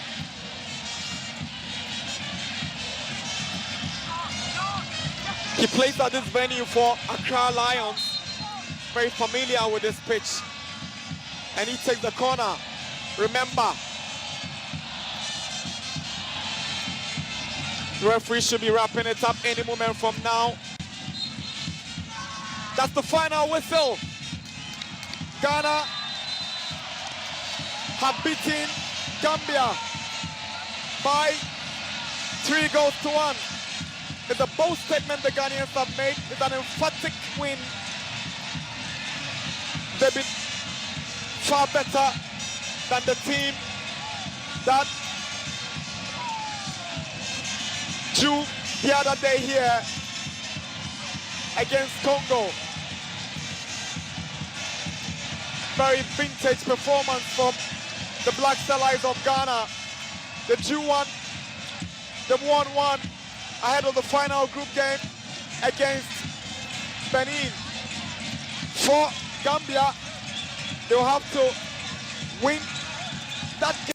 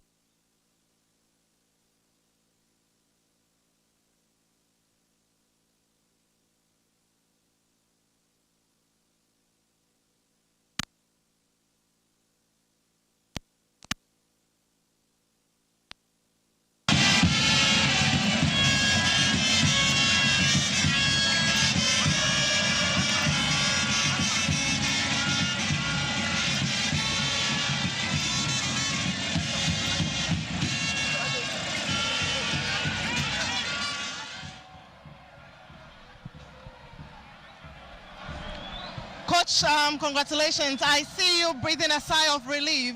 Is that the reflection of the game? Yes, yes. We know the qualities of the boys. It was up to them to show the qualities today, and they did. So we are really relieved. I think we hit a ground running, and I think the boys will take it in a stride, and we push on. We push on. What are you most impressed about the play today?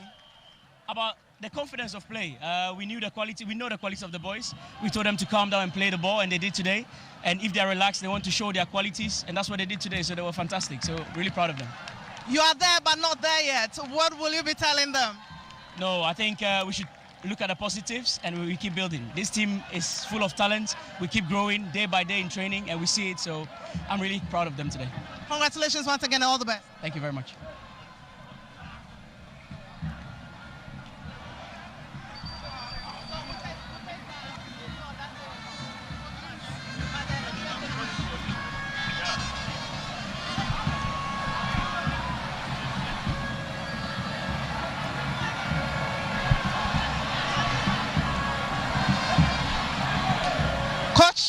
hard luck in this game. What didn't go right for your team today? Yeah, it didn't. We just give away goals. Mistakes that we could have avoided. The first and the third goals could have been avoided. Those are giveaway goals. But nonetheless, the Ghanaian team, we are a better team. What do you think? What would you be telling your guys? Because they also exhibited some qualities here tonight. Yeah, we still have a game to go. We work hard to make sure that we qualify this game. We've learned a lot from it, and we go back to the drawing board and try to improve on the game and avoid the mistakes that we made that cost us the game. And finally, you said you've learned a lot. What have you picked up from this game?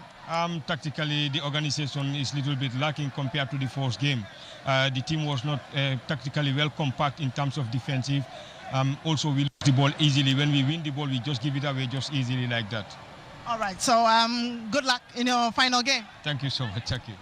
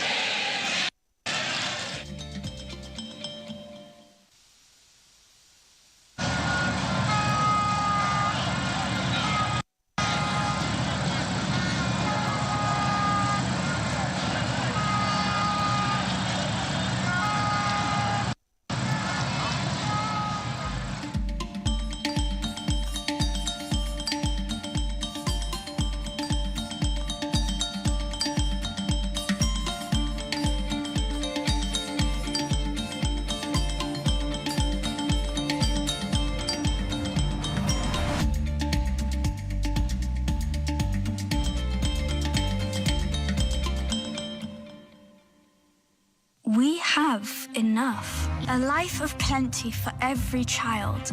We've had enough all along. There's enough choice for every child. Enough nutritious food, produced responsibly and sustainably, so children can thrive everywhere. Let's come together and stand with children to say we've had enough. Enough.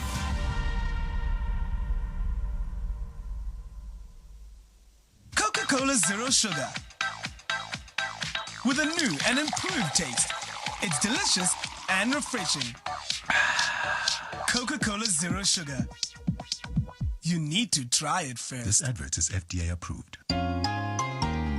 Every child is so unique. You like no other. Outstanding in every way. It's me like no other. So anytime you walk and play. You like no other. You are special like Indomie. It's me like no other. Did you know that every child on the planet has their own unique fingerprint like no other? You like no other. I can play the drums. It's me like no other. I can sing. I can dance. You like no other.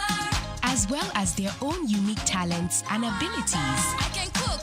I can paint. You like no other. Indomie. It's you like no other. So every day, in whatever you do, remember you are special in your own way, like no other. Thank you, Mom, for letting me know I'm special and for making me my special Indomie. Thank you, Mommy. I love my Indomie. This advert is FDA approved.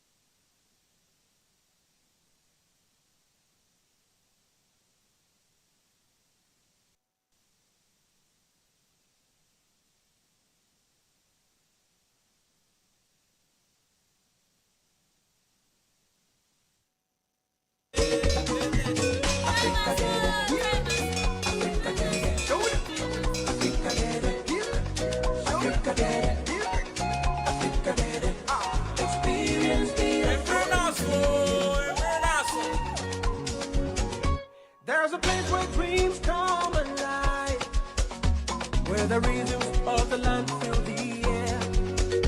Come and join us on this beautiful journey. Experience the African dream. From savannah to the deep blue sea. Feel the heartbeat. From every corner of Ghana, voices unite in a resounding call. The time is up. The African Games 2023 comes to our shores. Join us as we celebrate the unity of our continent through the power of sport. Experience the African dream.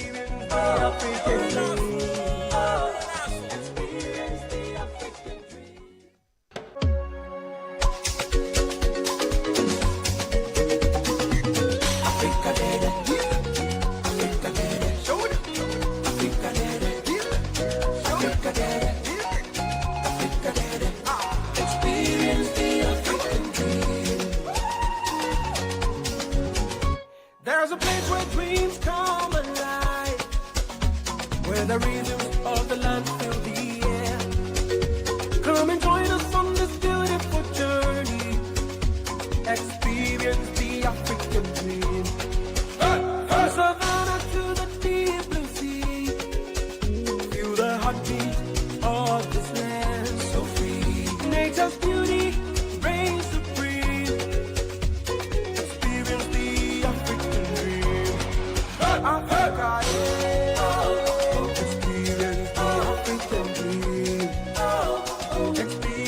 African dream. Experience the African dream. Yeah, we are strong and beautiful, rich in every way. From the east to the west, north to the south, all around this beautiful land. Africa fair. Experience the African dream. So let us embrace this sacred place. Hi, this is GBC Client Service. Hello, thank you for calling. GBC provides you the platform to amplify your brand reach. When you advertise on our 7 TV channels and 18 regional and district radio stations across the country. Please reach our sales department at sales@gbcghanaonline.com and telephone numbers 0303 959604 and 0303 959605. For all customer care issues, reach us by email care@gbcghanaonline.com and on telephone 030-3959-605 and 030-3959-606. GBC, still the most authentic voice.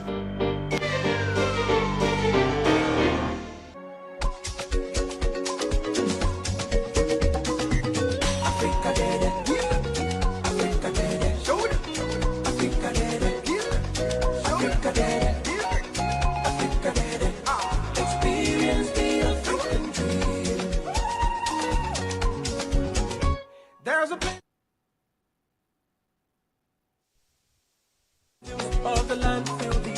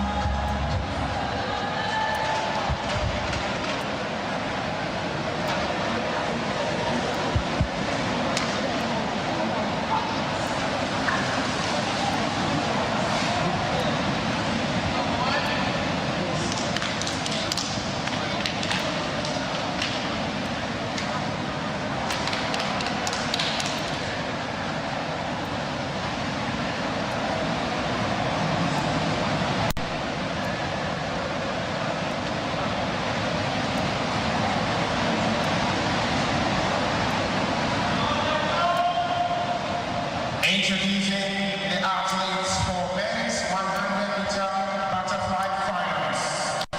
From Algeria in Lane 1, President Fares.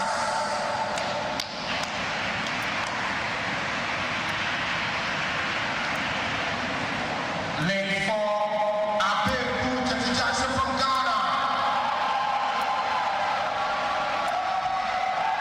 In Lane 6, from Senegal.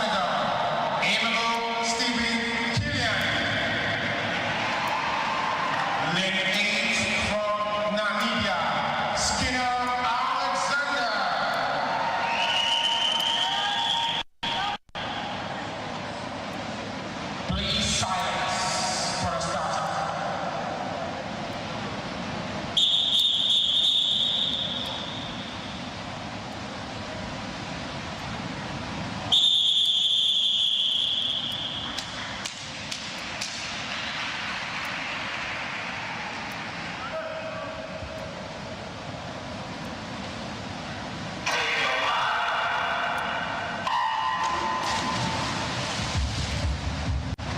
And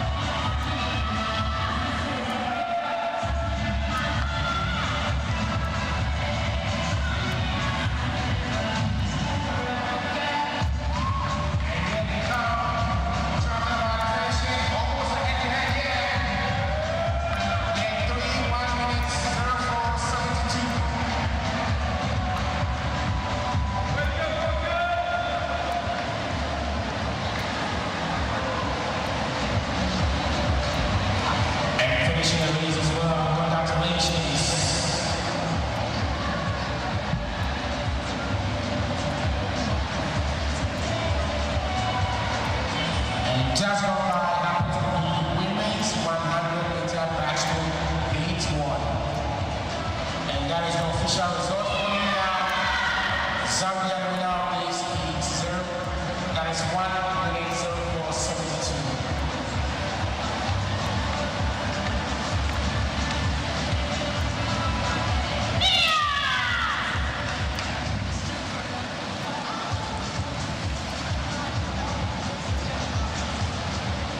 Still to come will be heat 2 of 3.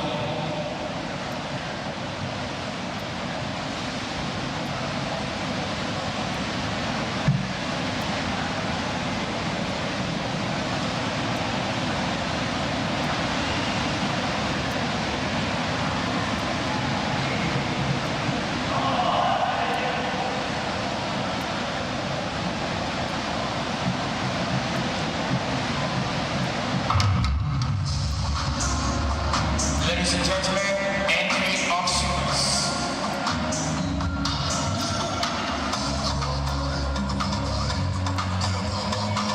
In 2 of 3, remains 100-meter backstroke.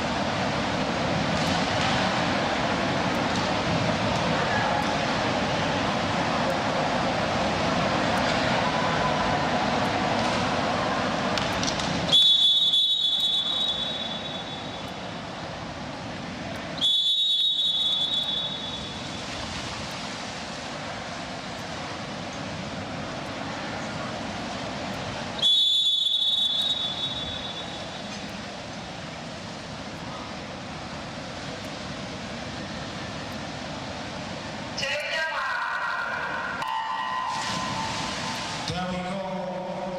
Women's 100-meter backstroke in 2.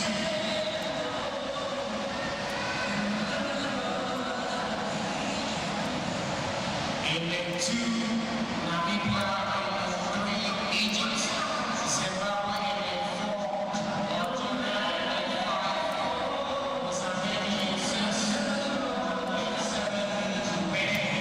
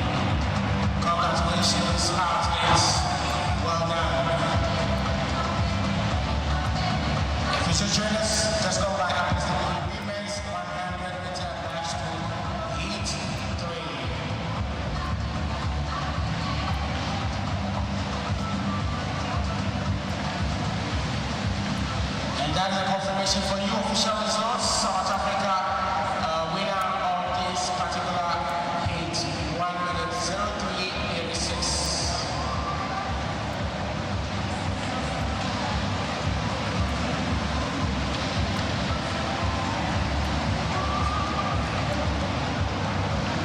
And that is the qualifications for you women's 100-meter backstroke. South Africa, Tyler Jonka. Zimbabwe, Donata Andra Sofia Kata. And Zambia, Mia Fury. Egypt, Sarah El Samani. And we have Mauritius, Alicia Telik. Namibia, Jessica Humphrey. Egypt, Bla Nanush. And Dennis Donnelly of Mozambique.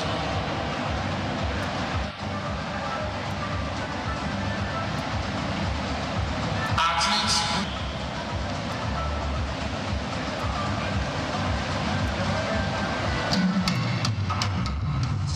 Entry of swimmers. Men's 100-meter backstroke, 8-1.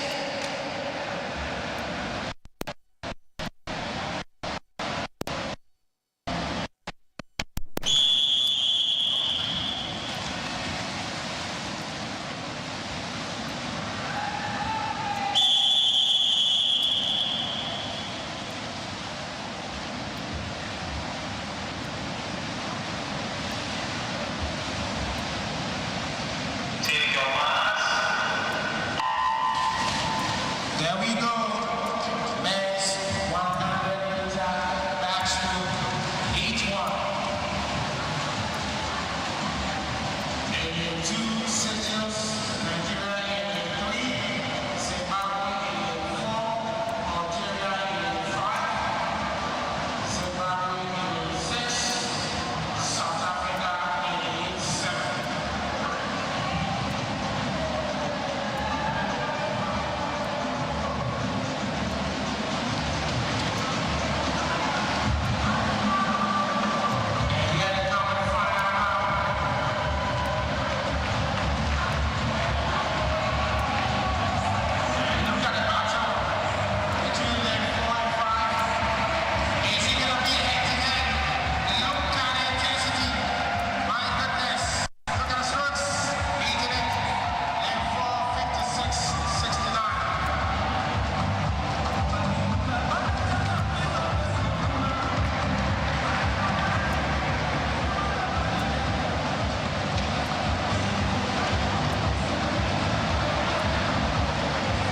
Just gone by happens to be men's 100-meter backstroke, 8-1. Official result now: Zimbabwe's Dennis Cyprus winner of this heat, 56-69.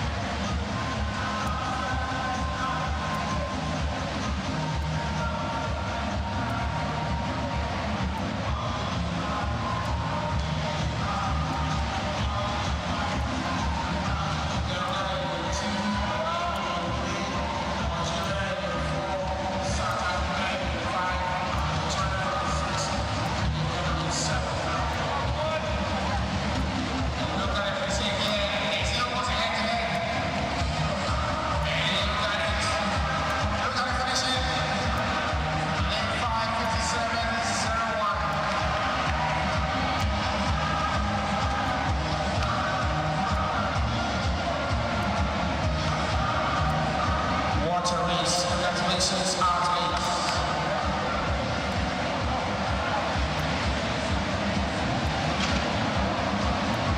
And just gone by happens to be men's 100-meter backstroke heat 3.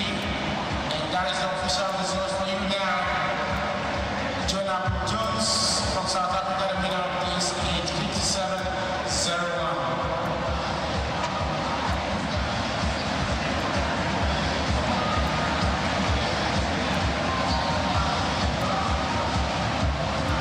Rivalry ignited here inside the Boteman Aquatic Center between these two. Be on the lookout for them later this evening in the final. Almost nothing to separate the two of them yesterday. Surely even in the heat, it's telling what they are setting up. Alexis Michel Roger Doji this time around finishing in third. Surely should sail through to the finals. We will get confirmation for you of who is made this evening's final. Surely all eyes will be on June and Jonah Poole Jones. But there will be a tight race even for the bronze medal. As we confirm for you who has qualified for this evening's final in the men's 100-meter backstroke event.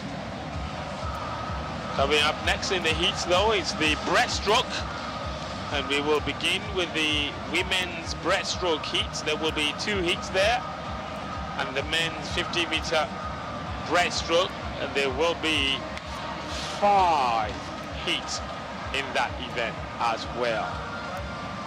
Attention please, Uganda's Ambara Ituha Ndola, and in 2 will have to swim a time trial at the end of the competition to get into the finals.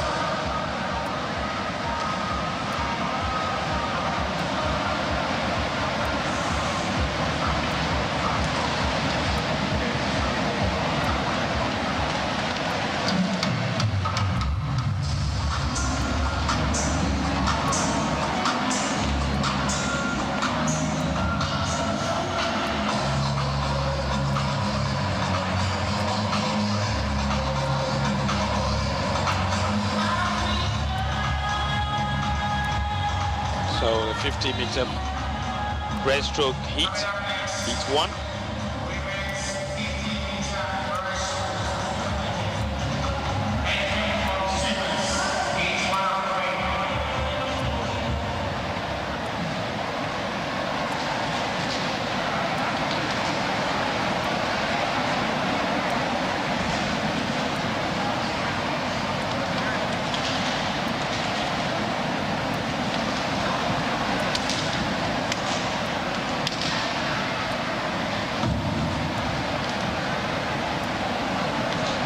So Mariama Lamara Toure is in lane, she's from Guinea, she's in lane 2. Sali van der Westhuizing of Zimbabwe, lane 3. Granat Suleiman, lane 4 of Egypt. Algeria's Nizri Mejahed in lane 5. Ghana's Unilester in lane 6. And Ethiopia's Mulegeta in lane 7. And they're going into the water already. Very strong swim from the Egyptians. Ghanat Suleiman, but is out in lane 3 where Van der Westhuizing is swimming strongly. Also in lane 3 is Westhuizing, and she's taking the first position. Van der Westhuizing of Zimbabwe is claimed the victory in heat 1 of the women's 50-meter backstroke. It's a really quick event, so you don't take care before you blink. It's over. The record, and that's at 33.87, is more than a full second outside of the game's record, 32.20, set by South Africa's Colbert in 2019.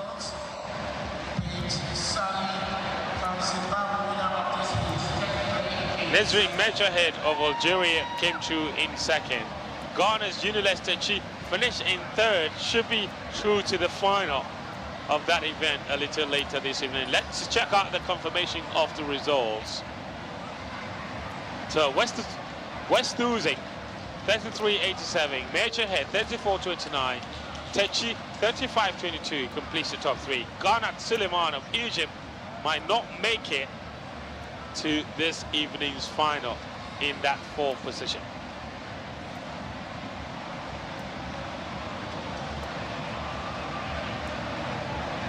Heat 2, Trisha Mutumbulua of Namibia, Renan Nafsi of Algeria, South Africa's Kate Gilmire, Egypt's Nadine Abdallah in lane 5, Josel Menza of Ghana in lane 6, and Amari Barney Demeke of Ethiopia in lane 7. Heat 2 of the women's 50-meter backstroke.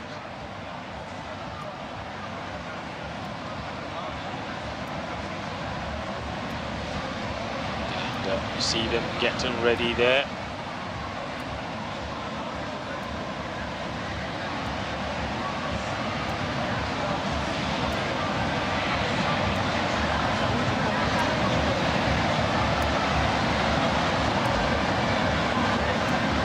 Abdallah Nadine of Egypt, it's only 18 years of age. Kate Gilmire of South Africa will turn 20 later this month. Ghana's Giselle Menza will turn 21 in September, so she's just 20. The record in the women's 50-meter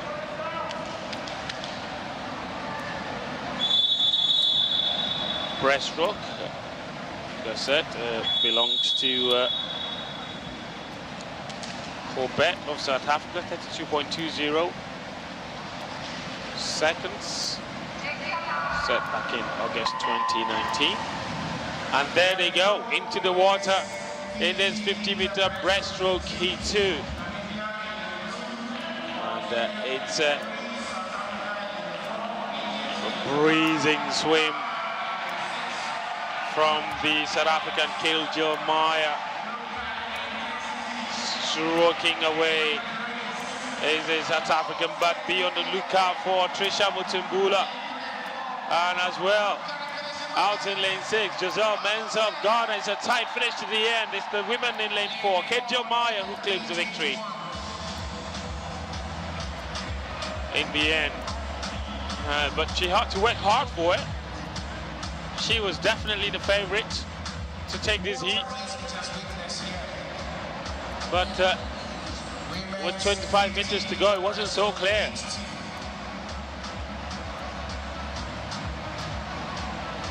But in the end, it happened for her. Kate Gilmire, 33.21. Coming in second position is Rania Nefsi of Algeria, Mida, 33.41. And Egypt's Nadine Abdallah, 33.57, is full 57 seconds behind. Ghana's Giselle Menza finished in 4th, but most likely will not make it through to this evening's final. Here's the confirmation of that heat 2. Gilmire, Rania Nefsi, Nadine Abdallah, Giselle Menza, Mutumbulu Trisha, Amar Bandemeke in that order. Now we go to heat 3. There's 3 hits in the women's 50-meter breaststroke, and for the men there are as many as 5 different heats.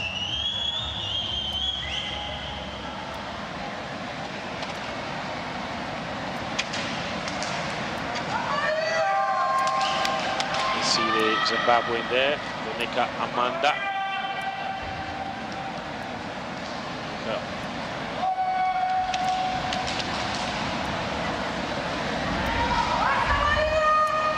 Amanda, who is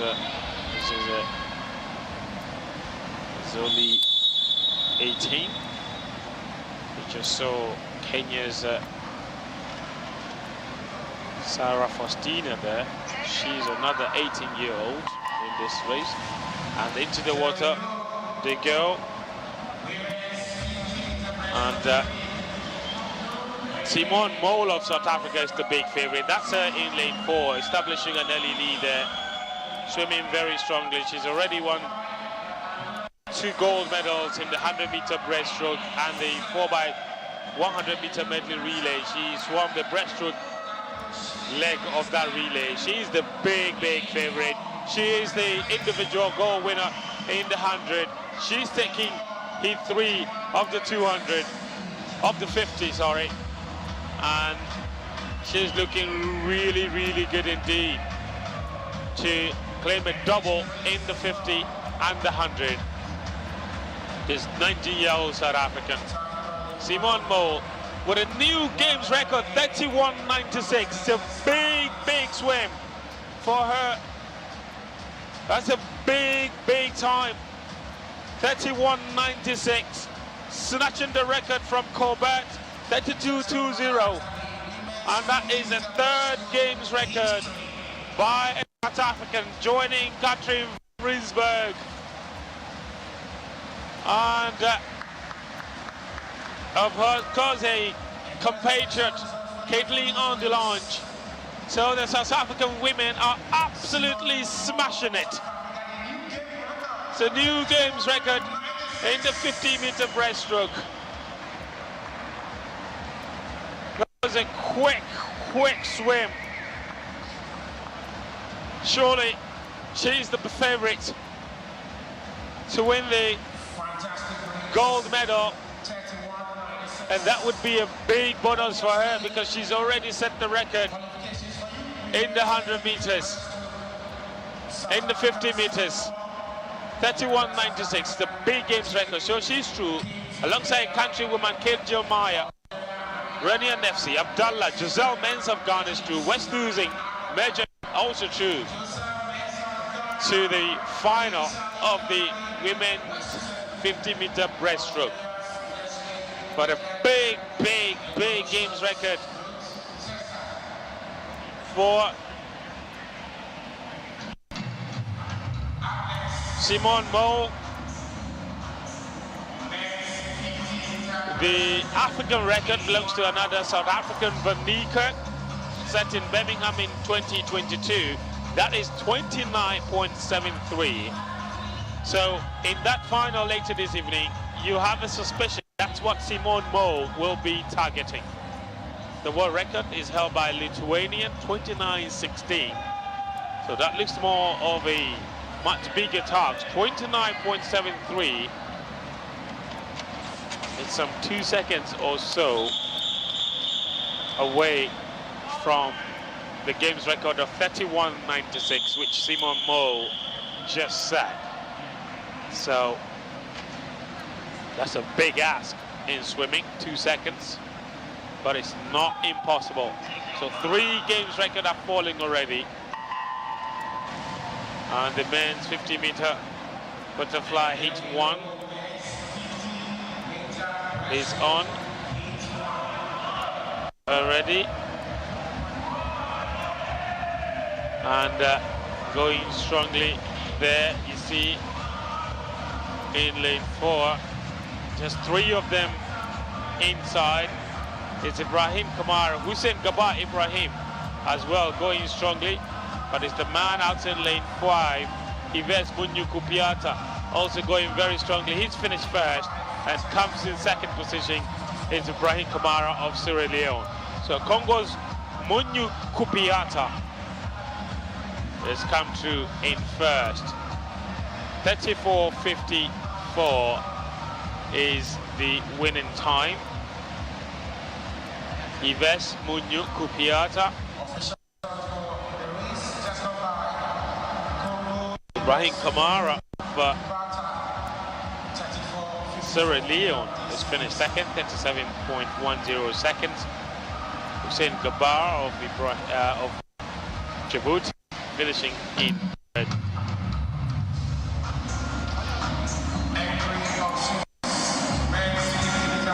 Remember, the fastest 8 qualified to the final to be contested this evening. The men's record is 27.18 seconds. The men's 50-meter games record, 50-meter breaststroke games record is 27.18 seconds by Vandenberg of South Africa, set in 2015 at the games in Brazzaville.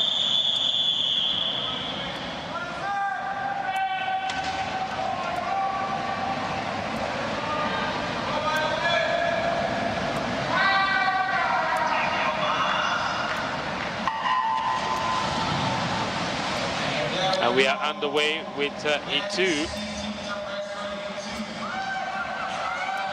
of the men's 50-meter breaststroke. Nathan Jason Anthony Nagaping of Seychelles is swimming strongly. Just beside him is a Ghanaian, Evan Snowding, as well. But it's Jason Anthony Nagaping who will take the win out in lane 5. Benin's Emmanuel Chabel Jeffers Ponu. He's come to with the victory and he is full of smiles.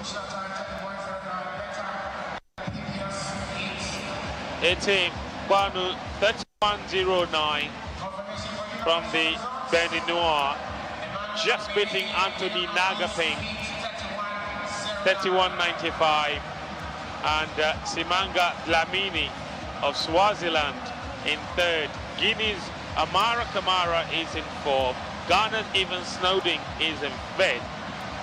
Jose Kochofel is in 6th position. Swale Talib Swale is in lane 7th. Well, he finished 7th. And Yusuf Ibrahim Sami of Sudan finishing in 8th position. That's the confirmation for you of how he too unfolded in the men's 50-meter breaststroke.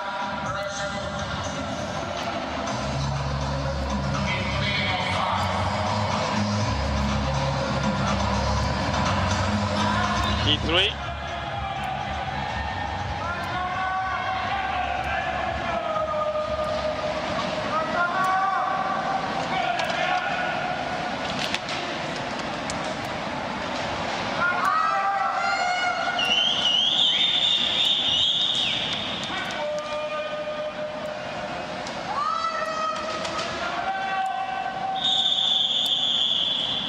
That's Yud Jawad again. Yud Jawad is you see him in lane 4. He is a gold winner in the men's 200-meter breaststroke. And in the 50-meter breaststroke, surely he is favorite to claim the gold again. But it's going to be a really tight one. He's struggling to establish an early lead. He's have to claw from behind if he's going to win this one. But there he is. Joa Siyud is just clawing away. He's reclaiming that lead from the man in lane 5, Toby Sijuade of Nigeria. But it's Siyud and Chodi coming to us.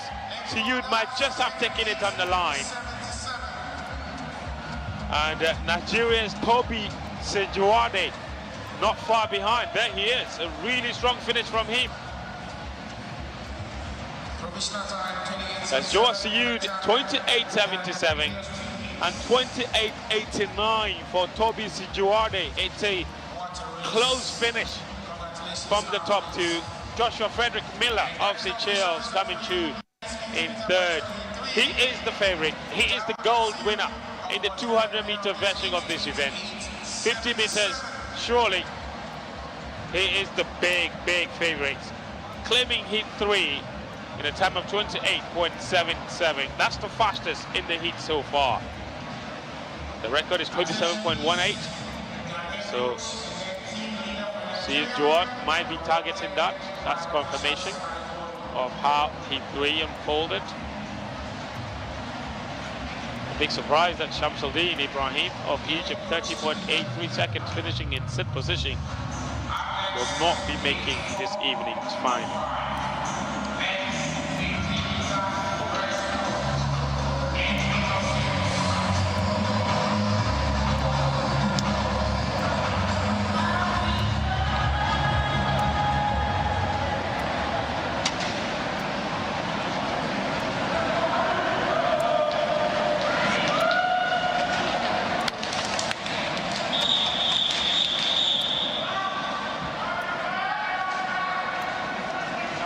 So then we head to the penultimate heat of the men's 50-meter breaststroke.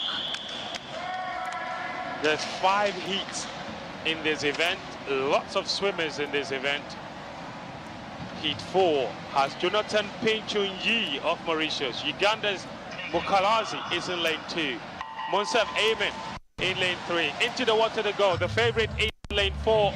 Ronan Wantana of Namibia won the gold medal yesterday, and there he is, streaking away early on. It's a very short finish to the end. Alongside South Africa's Petrus Trotter, those two in 4 and 5, establishing an early lead. And you can see them side by side, one stroke at a time. But it's going to be Wantana slightly ahead to take this, and Trotter in second, and just beside him is Ayman Belmani of Algeria coming through in third.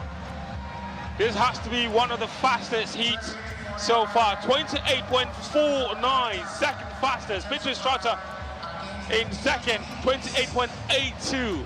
Really tight on Algeria's Ayman Belmani, 28.95. So all 3 top finishers finishing inside 29 seconds.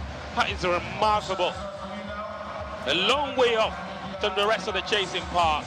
Uganda's Tendo Mukalazi in 4th with 30.22 seconds.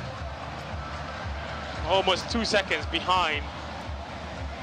1.73 seconds to be precise behind the top 3. That's the confirmation. 28.49, 28.82 and 28.95. Really competitive finish to the end. Wantana in particular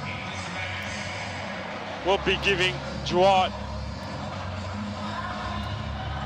of Algeria a tight competition for that gold medal come later this evening.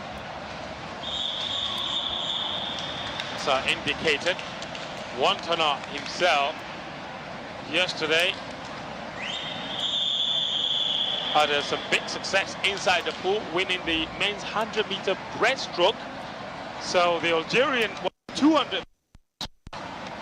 The Namibian won the 100-meter breaststroke, and the 50 meters will be all to swim for come later this evening. But this is the final heat of the men's 50-meter backstroke.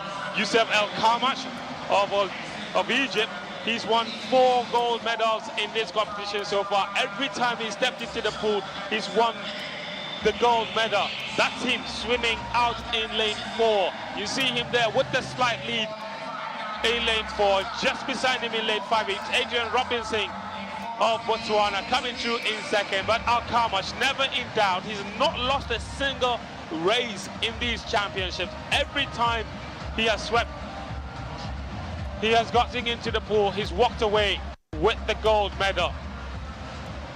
Marwan Al Kamash, he's the man to beat for sure.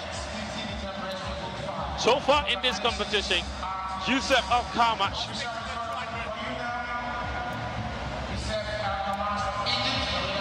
well, he's got to, well, you're gonna have to forgive me for the confusion. This is his brother on the other hand, I beg your pardon. This is Youssef Al Kamash. He's got a silver medal in the men's 4x100 meter medley relay. His brother Marwan Al Kamash is the one I spoke very highly about. I'm not sure his brother would be complaining that I gave him all the plaudits. But yeah, the older Al Kamash is the unbeatable one. Youssef Al Kamash on the other hand, 28.28, 28.38 for Adrian Robinson, and Matthew Lawrence, 29.07, completing the top 3. We will have confirmation of this evening's final. Youssef Al Kamash fastest time in qualifying. Robinson, Watana, Siyud, Trata, Sijuade and Balmani, as well as Marty Lawrence, completing those 8 places for the final later this evening. It will be a very, very tight race indeed. The favorites for that final would be between Trata, Siyud, Watana, and now Al-Kamat, showing that he can be fast indeed. The final of the men's 50-meter breaststroke is a little later this evening from 17 hours GMT. So that concludes the heat events for the men's 50-meter breaststroke. There are 2 more heats to run, both in the men, and that would be the 4x100-meter freestyle relay. For men, heats 1 and 2. The women will go straight into a final because they've not been enough countries fielding athletes for that, and so the final will happen this evening straight away. No heats for the women.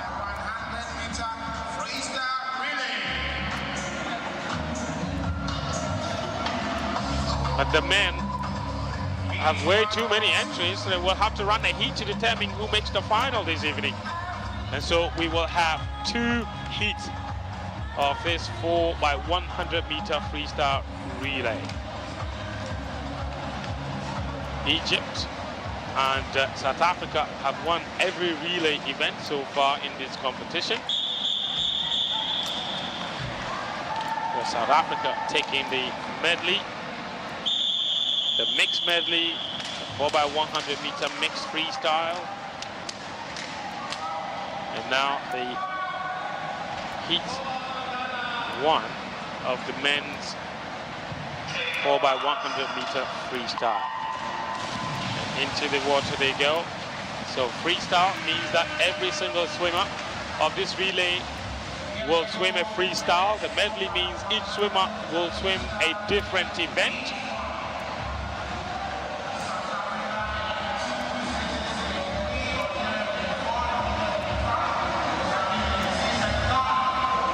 So we'll just go through the countries very shortly. It's South Africa in lane 2, and they are going strong. But the middle lane there in lane 4, you see lane 5, Alexander Skinner is going strong for Namibia. So is South Africa's Jordan Eating out in lane 2. Inside lane 4 is Yusuf Bazoa of Algeria going strong. Ghana is in there out in lane 7, and they're 7th at the moment. Back into the water, South Africa. The Namibians are in the lead slightly. 50.26 seconds was the split from Skinner in that first 100 meters. And look at that majestic swim from the Namibians, going strongly, but the South Africans are also coming. And the competition right now in lane 4 and 5, you see there, is between Namibia and Algeria at the moment. Alexander Skinner is trying to swim and finish strongly, but he's been overtaken. It's Amin Amar who is snatched the lead for Algeria, and now they've got the lead slightly ahead of Namibia. Jose Kanjulo, who was overtaken. South Africa are back in 3rd. They will have to claw their way back into this race as we go through the 3rd leg. This 4x100-meter heat, the freestyle event.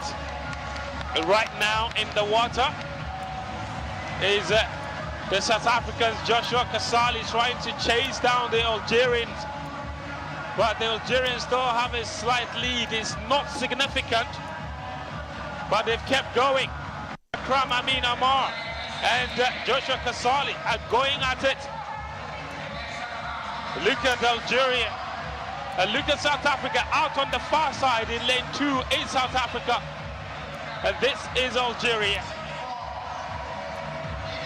The Algerians and the South Africans. Liam Baby against Eamon Belmad. But it's Algeria who have the slight lead in this final leg. The South Africans are swimming strongly to out in lane 2. This is going to be tight. It's going to be between South Africa and Algeria. The chasing pack will have to settle for a place in third position. But surely, it's between Algeria and South Africa. Algeria in the green cup, South Africa in the green cup, Algeria in the white. Algerians have a slight lead at the moment. It's Ememba Amadi. He's going very strongly. Jonah Poole-Jones, remember him, a gold medalist yesterday. He is chasing strongly. It's going to be a photo finish to the end, but Algerian Fares Benzadoun is holding his own, and he's just come across ahead of Jonah Poole-Jones. That was a thoroughly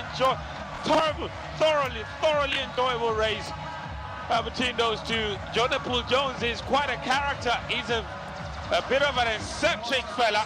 He would be absolutely beating himself up that he didn't quite chase down Fares Benzadoun. But this is exactly what you would expect in the final a little later this evening. South Africa finish in second. Algeria take the win, 329-63. It's nowhere near the game's record of 319-42 set back in Maputo in 2011 by South Africa. But surely that was a thoroughly enjoyable swim. And a bit of a wry smile. He knows it was competitive. Meanwhile, Namibia finished third and Ghana finished in fourth. Mozambique finished in fifth and Seychelles finished in sixth. The fastest qualifiers will make it through to this evening's final. We wait to see whether Ghana will make it. The time 3:38.10 is rather slow. There's the confirmation. Algeria, South Africa, Namibia, Ghana, Mozambique, and Seychelles in that order.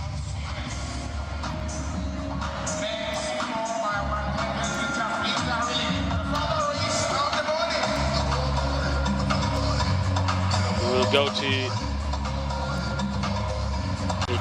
heat 2 of the by 100-meter freestyle relay. Ethiopia is in lane 1, Zimbabwe Ethiopia is in lane 2, lane 1 is free, Zimbabwe in lane 3, Egypt in lane 4, Senegal in lane 5, Nigeria in lane 6, Benin in lane 7. Egypt are the overwhelming favorites for this particular heat.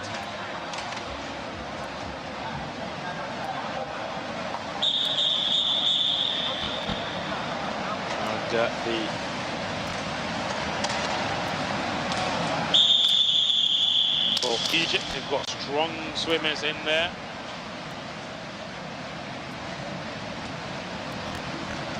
They already have 3 medals from the relays. They got a gold in the men's 4x200-meter freestyle relay. And then 2 silver medals in the medley relay mixed 4x1 and the 4x1 free relay mixed. Now they will be hoping this will be good news for them. Into the water they go. The Egyptians in the water now is Mohamed Salah for Egypt, swimming the first leg. The Senegalese are also going strong. Mounting Osman Sane with the colorful yellow cup. You can see him there. He's going very strongly for Senegal indeed.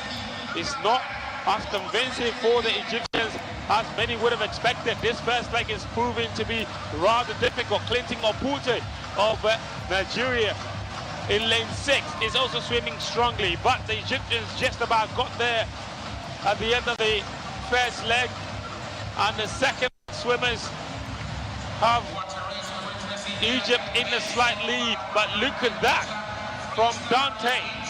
Senegal are swimming really strongly, but Egypt in the white cap in lane 5. Going strong as well. In lane 4, Mohamed Dabala is in the pool. Usman Seye of Nigeria. And look at that finish at the end of the third leg. It's really anybody's race now, but it's going to be the bar of Nigeria, who has finished the second leg with Nigeria in the lead.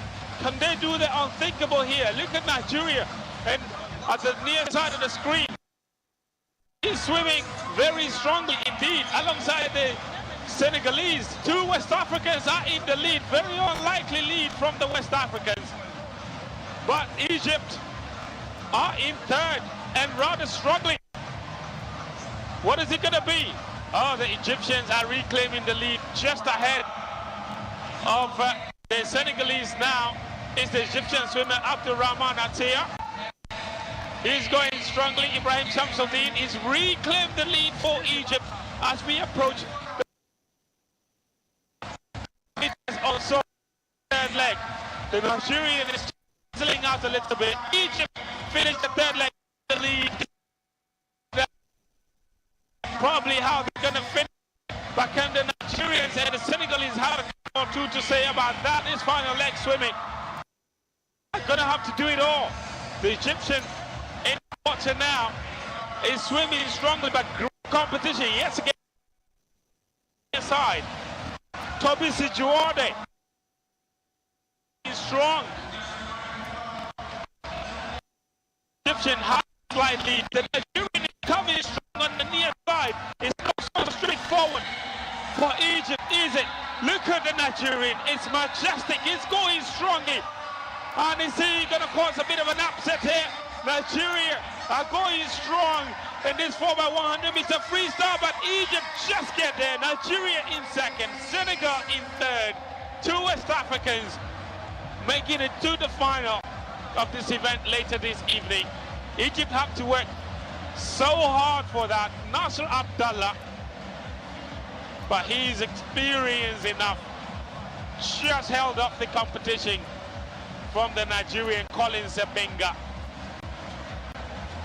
And Egypt come to winning heat 2 of the 4x1 freestyle. 3:28.74 is the winning time in this heat. Nigeria in second, 3:29.13, and Senegal in third, 3:30.82. Still in the pool. They will all have to wait for the last Ethiopian swimmer to come through before they can exit, and that's exactly what's happening right now. The rest of them cannot exit the pool. Come to a long way off. A mighty 53.9 seconds is the best place. The race. Almost a full 1 minute since Abdallah crossed or touched the board in the finish line. Our swimmer come across. Ladies and gentlemen, that will be the last event of this morning's session.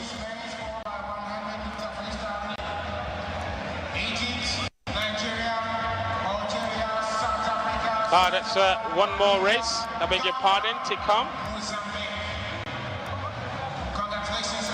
That will be heat 2 of the men's 100-meter backstroke. We're just being told that there was an incident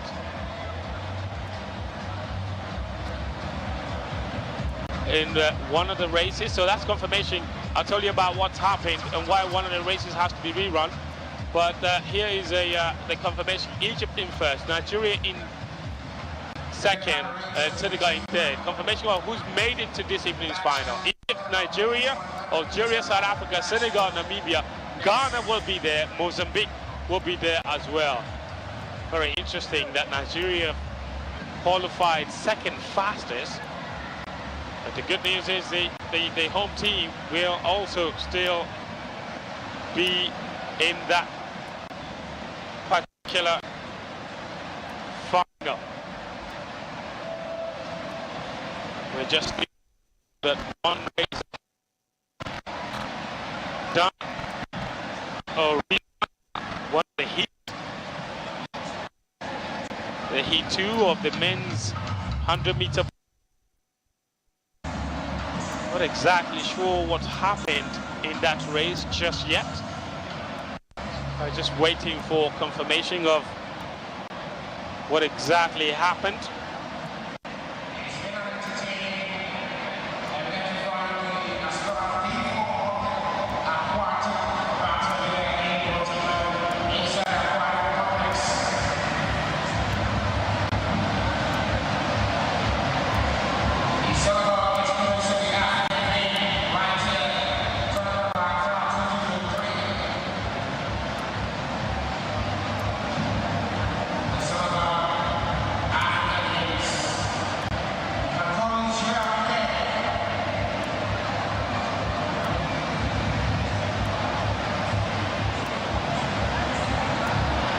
So, just waiting for confirmation of what exactly is happening. This was supposed to be the last event of this morning, but we've just been told that there's one more race that has to be run that's not on the schedule, perhaps. So there's the men's 100-meter backstroke heat 2 that has to be redone. Apparently there was a protest.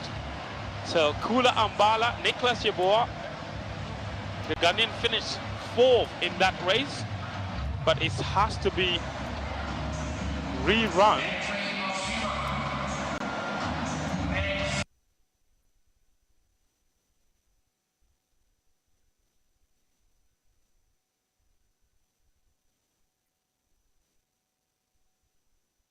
Idris Mohamed Dibala finished 2nd. Senegal's Ahmad finished 3rd. Ghana's Nicholas Yeboah finished 4th. Uganda's Ambala finished 5th. And Ahmed Hussein Barakat finished 6th. That's how the first race concluded. And that race was swum earlier this morning, but I'm not sure who filed the protest, but well, it's going to be one athlete to redo the race.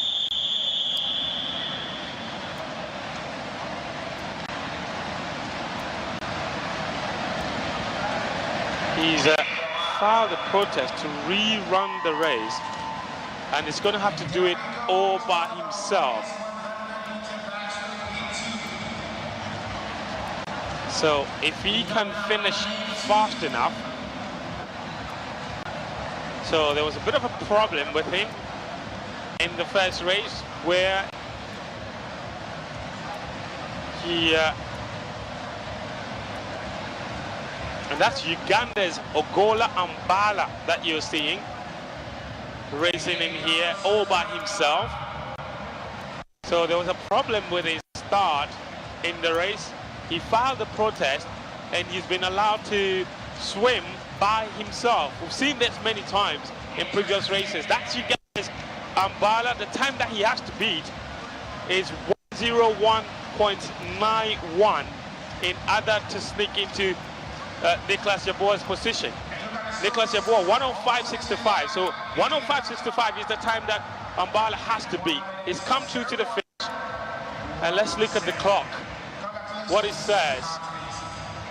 Because if his time is faster than Nicholas Yeboah's time, he will replace the Ghanaian in the final. So Uganda's Ogola Ambala just waiting to see where his time ranks.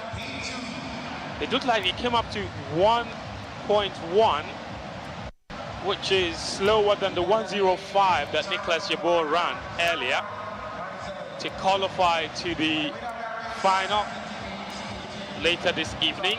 Just waiting for confirmation of his time. And my word, his time is 1:01, and it's gone above two swimmers, above Senegal's Ahmad and Nicholas Yeboah as well. So what he's done is basically shifted and kicked out Nicholas Yeboah in that final. Drama. Drama. The Ghanaians would not love this. And look at that. Nicholas Yeboah is out of the final. Bala himself has not even made it. It's a rather dramatic. Just outside those who made it to the quarterfinals. So confirmation Sopranos, Paul Jones, Nicholas Jabor is now shifted all the way down to 15th. So the Ghanaian will not be in this evening's final. A long way up from this evening's final. Just falling short on Bala, but it's time swimming alone. Every child is so unique. You like no other. Outstanding in every way. It's me like no other. So anytime you walk and play. You like no other. So yeah, it's silver and it's gold for South Africa, and that is what matters. But at times when you're competing with your country person, how do you train together most of the time? All of you want to be successful, but at that point you need to be a bit selfish and try to win gold, right? Well, I think it's more stressful to compete against your own country because you compete against each other quite often. So it's more stressful because you know each other's strengths and your low points. So for them, I think they just did really well. All right, so that is it on swimming. That's what happened this morning. Now let's shift our attention to why my guests are here. It's badminton. Let's start off with the usual, Anita. You are back-to-back African Games, single women's gold medalist. You did it the last time, and here you are doing it again. What has been your... I was going to say, I'm not going to ask you what your secret is, otherwise you're giving too much away. But what has been that carries you through the momentum and the whole focus and what gets you to keep winning? So for me, there's a bigger picture as well. This tournament is not just for my country, but it's also for trying to qualify for the Olympics for my country. So at that point, I was just like, it's now everything or nothing. So that kind of driven me to just do better. And for you then, I mean, you train together every time. I'll come to you, but what about her? It's special. What about her motivates every other person in badminton? Because to do it back to back and to be amongst now as it stands qualifying to Olympics, we'll talk about how she gets there, but what is it special about her that keeps her going? Well, I think it's like a drive, a motivation, a determination, everything. Like, yeah, it's like so encouraging to see. Like, she is really, truly, proudly South African athlete. So, yeah. Yeah. So in your semi-final there, you did beat Fidelia Simkarafi, and throughout the period, from your round 32 to the final, you dropped only one set. Yes. That's quite special. Yes. Beating everybody 2-0, 2-0, 2-0. It was in the final though that you dropped the one. Correctly, it tells everybody how dominant you've been when you've played in the badminton special. Thank you, thank you. Yeah. Now let's talk about the doubles then, because then the two of you paired in the mixed doubles. Listen, when you train together as a team, I'm sure that the aim is to win gold. You fell short a couple of medals in one bronze. It's still very commendable. But what is it for the two of you, starting with you, when you train together and team up to play in badminton? Well, I think it's like for us, our main event is singles actually. So we play mixed doubles for fun, and I think sports is also, well, sports is actually about fun. So enjoying the sport, doing very well, and like for us, even a bronze medal, it means.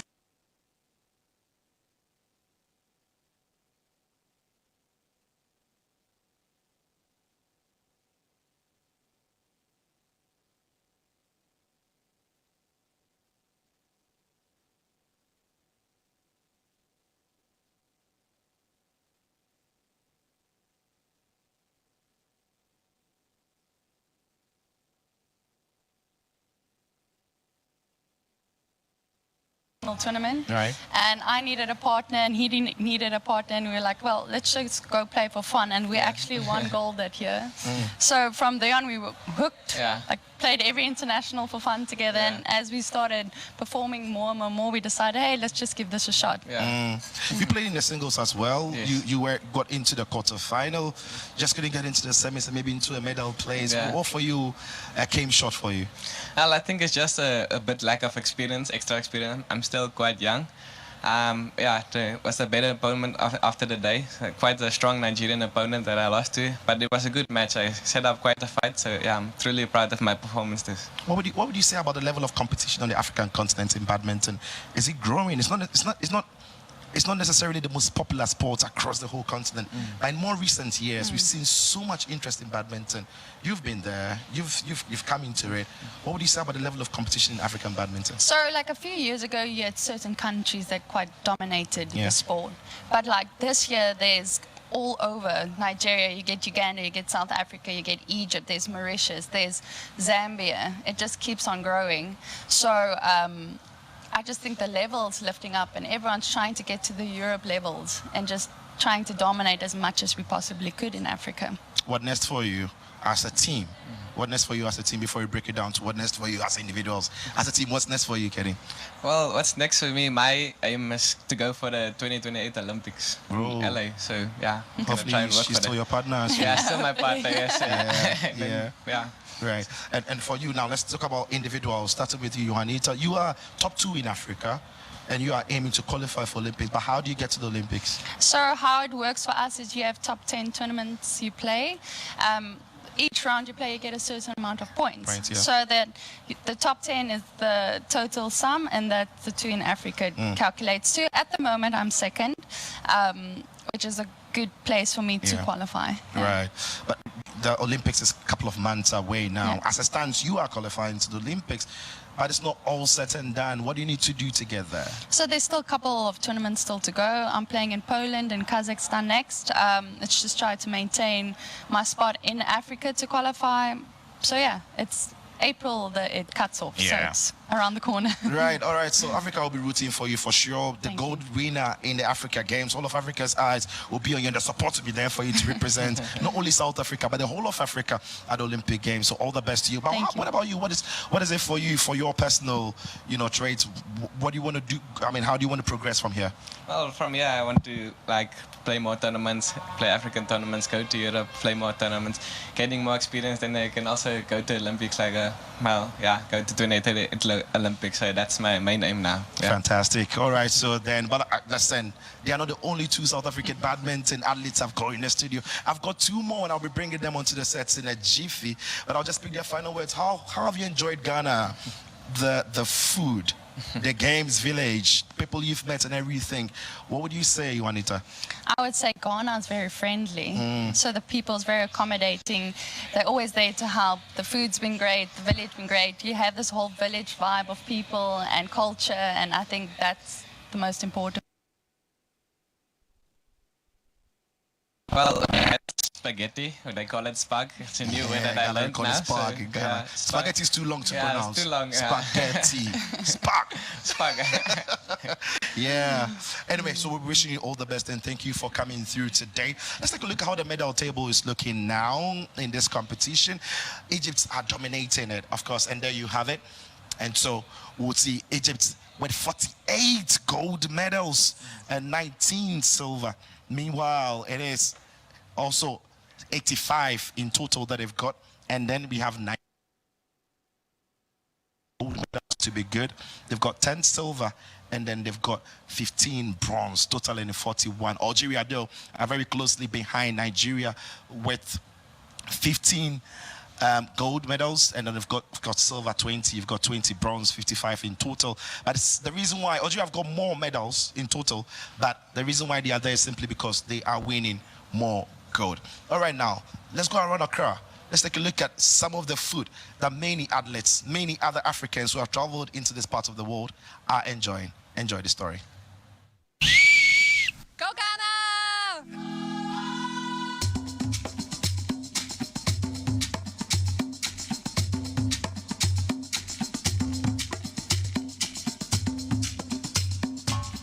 I'm very excited to be here. I love it.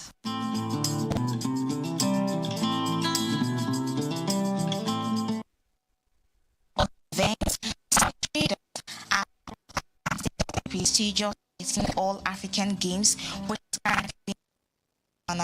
the games, which have attracted athletes and spectators from across the African continent, have provided to make some good sales from visitors.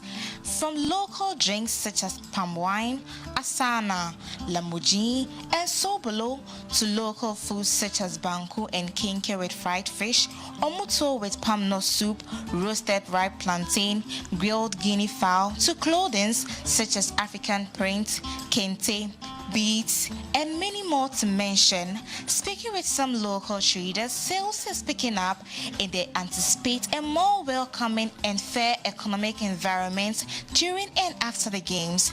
As the match is going on like this, when they come, they used to buy the Ghana jersey and the other stuffs like the T-shirts, banner, you know, the Ghana flag, the necklace, the bracelets, and other things. Yeah, so it helps us to make money.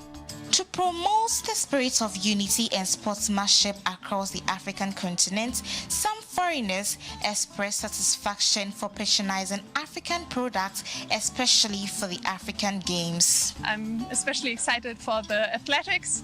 That's a sport I enjoy watching, and so I bought this jersey to take back home, but also, of course, to cheer on Ghana in the African Games.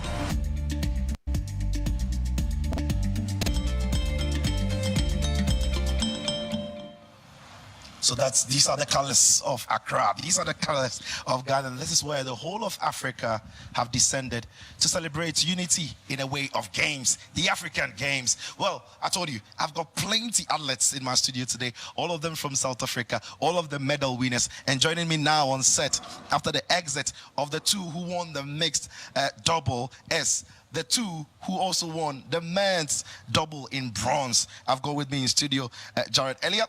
And of course, we've got Robert Summers. Gentlemen, welcome. How are you doing? No, very good. Thanks, and yourself? Oh, how are you pumped? Sorry, man. I thought it matters what the orders now. We do no, really well. Forget about the orders. Feel free. Let's do this. We're a bit sad. It's our last day in Ghana. So we're leaving back to South Africa today. But otherwise, no, we're good. Yeah, it's a shame you're leaving too early. Should stay to enjoy some more of Ghana. But I can understand there's more competition to be had. So you have to go prepare yourself. But gentlemen, congratulations to begin with your bronze medal. Not many athletes have won the medals. And you lost to a very strong group, South Africa. They were in Tokyo last time. But what has the experience been for the two of you? Jared? It's been very interesting. We've had some challenges with regards to the badminton and some of the competition we've faced. But the pair we played against, we lost against, I mean, they are very good. They're well known, their world rankings very, very high. They've been to the Olympics before, Tokyo Olympics, for men's doubles. So, but the game itself was good. We lost 2 sets, but it was 21-19 first set and 21-16 second set. So, good game overall. There's something I like about not many athletes are gracious in defeats.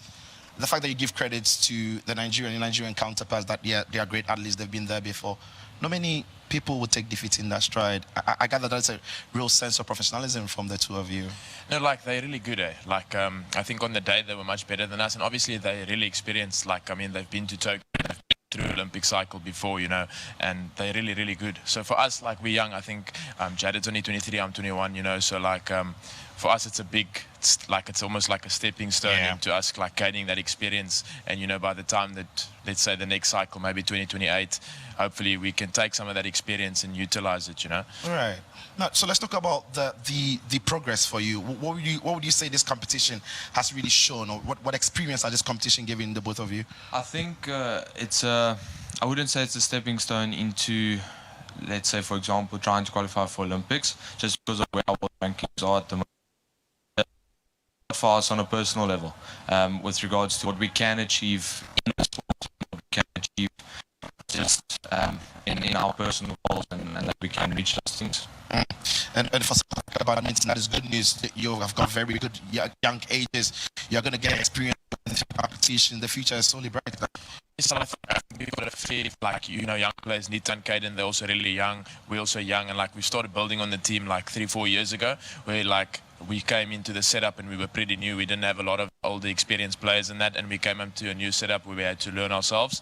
So now I think, you know, we built a strong young team that can take the country forward in a sense, and hopefully, like, we can, when there's new juniors coming into the team, we can help them and try and educate them and show them, you know, the ropes a bit in a sense. Yeah, that means your path has been quite difficult. As you said, you didn't necessarily have the more experienced guys to learn from. You've had to learn on your own now, and it's really good to hear that you are eager to pass on your knowledge to the next generation. Beautiful. Yeah, I think it makes a big difference when you have that just kind of a guardian or a teacher that can show you the ropes and things like that. But we were fortunate to have a good coach, one or two coaches, and they taught us as much as they could. But there's also things that you need to learn from ex-players or being in the same team as players, and then they can teach you things off on court, wherever, and then you can keep learning, gaining experience, and perform. Have you set goals for yourself when you want to be in the Olympics and what you want to be winning in the next 5 years, in the next 6 years, in the next 8 years? Have you really set those targets for yourselves now? I think both of us really want to qualify for Olympics. I think Olympics is like, it's the pinnacle, you know, for any athlete, especially a badminton player from Africa. It's the biggest thing to do. So I think for us, both of us, that is still there. The 2028 Olympics, we've qualified for Commonwealth Games before, 2022. So we'd like to attend another one, 2026, and qualify for a few another World Championships, and you know, obviously try and win another African title. You know, I think last year we won All Africa in South Africa, so it was on home territory, which meant quite a lot. But that kind of tells us that you definitely can do it. So our goal is to do it a couple more times, and Yeah, I asked your colleagues earlier about the level of competition in badminton in Africa and what they made of it. What do you two make of the level of quality in African badminton these years, in these more recent years? I think it's really improved. Like, it's the level of badminton in Africa has really picked up over the last few years. Like, there's many good players that are on the same level, you know, so it's strong and it's good competition. So it's picked up a lot, and I think it's good for the sport overall, because it's driving everyone to get better and get better. So I think, yeah, it's you know, it's good. Yeah, from what you see against or from your opponents, it's like people try to gain as much international exposure as possible. So then they see the level of the game, or what the highest level of the game can be played at. And then everyone starts picking up on that, and you kind of it becomes a dogfight. Yeah, it's the best thing to happen to the continent. If the level of competition is high, then the quality of play is high, which means athletes now would also have to step it up, and that is good for Africa, because in the end, when you qualify to the Olympics, it's not only for South Africa or Nigeria or Algeria, Egypt. It's for all your of Africa is going to be behind you, and that's why we're enjoying all African games. But for you, which other sports then? Just drop badminton for a second. Which other sports have you followed? Which other ones have you enjoyed that you're thinking, I love that, I like to see that? Well, I've seen like South Africa enjoying in the pool and winning some medals there. I'm not sure if you followed or not. No, we've been following, obviously. I think the swimmers have done exceptionally well. Like, they've been bringing in a lot of medals for the team. And I think with the athletics coming over today, I think there'll be many more medals bringing in for South Africa, you know, with them coming over. So, yeah. Yeah, badminton table tennis is quite we one of the first sports to compete. Yeah. So it's really at the start of the tournament. So now things are starting to get interesting, where I think the medal count will be a lot closer, and the race will be tougher. And yeah, hockey's coming in today from South Africa as well. So I think it's going to get very, very competitive. Undoubtedly, South Africa are favourites to win cricket. South Africa ladies are already in the cricket final. Yeah. They've been performing well as well. So we'll be rooting for them all the way. Absolutely. So, all right. So then we've been having a conversation with the bronze winners from the men's doubles, Gerald Elliott and Robert Summers. The two of them winning bronze in the men's category. We've gone around the Africa Games, what this badminton competition means for them, and what is the way up for them. But let's ask them about the other social things. The African Games is not only about the sport. It's about Africa uniting, Africa, you know, teaming up to learn from each other. For you, how have you enjoyed the city Accra, which hosts all of Africa in the games? I think it's our first time. It's our first time in Ghana, you know, so I always enjoy traveling in Africa, you know, seeing different parts, and, you know, coming from South Africa, coming to Central Africa and seeing how things work here. And so it's different, you know, the people here, it's really nice, yeah. As your other colleagues, if they've had Ghanaian food yet, have you tried anything from Ghana? Not outside of the village yet. I mean, besides competing and stuff, I mean, you compete, then you rest, and you kind of do the same thing again and again. But for me, from what we have had, the spice in Ghana. Oh, you love it. I love it. It's beautiful. I love it. It's good. The chicken, The only time I'm jealous of athletes is when you are winning the medals. I'm like, yeah, winning the medals, nice. But when I think about, you know, you're in Accra, but you have to compete, rest. If I come to the game as a fan, I'm all over the place. I'm seeing all of Accra, and I'm enjoying it. But of course, that is why we like to travel around with athletes, because you are the ones who bring the color to the event. So big congrats to you.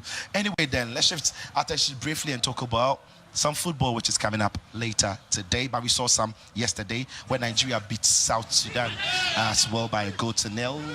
These are the highlights coming your way. Nigeria missed plenty of chances. They created a ton of them, but they missed all tons of the chances that they created. In the end, the scoreline was 1-0. Soccer fans?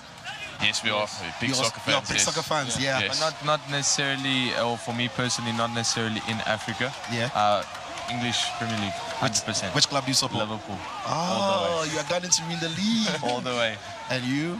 Man United. So we don't talk about that. Yeah, we don't talk about that. Let's not talk about that. I'll save you the embarrassment. Anyway, these are the results coming through for the women's, though. Nigeria won against Senegal by 4-0, which means Nigeria have got 6 points to be good.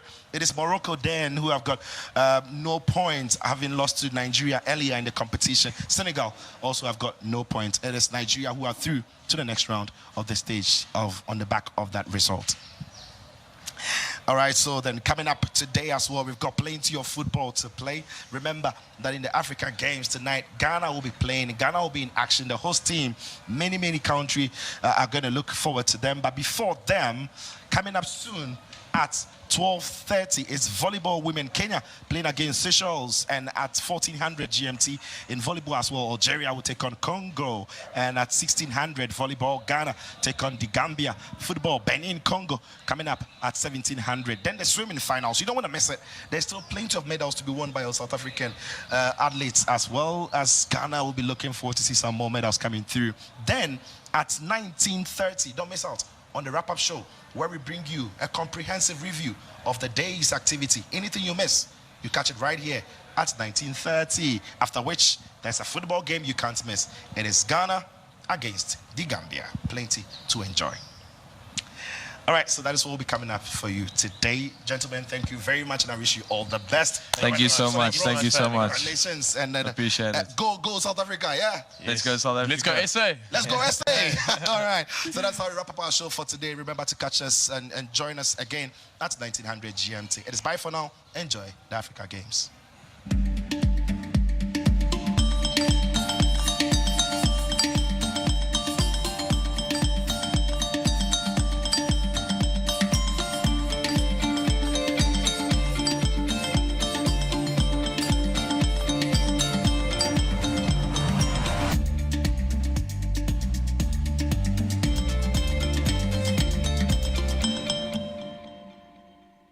We have enough. A life of plenty for every child. We've had enough all along. There's enough choice for every child. Enough nutritious food, produced responsibly and sustainably, so children can thrive everywhere. Let's come together and stand with children to say we've had enough. Enough.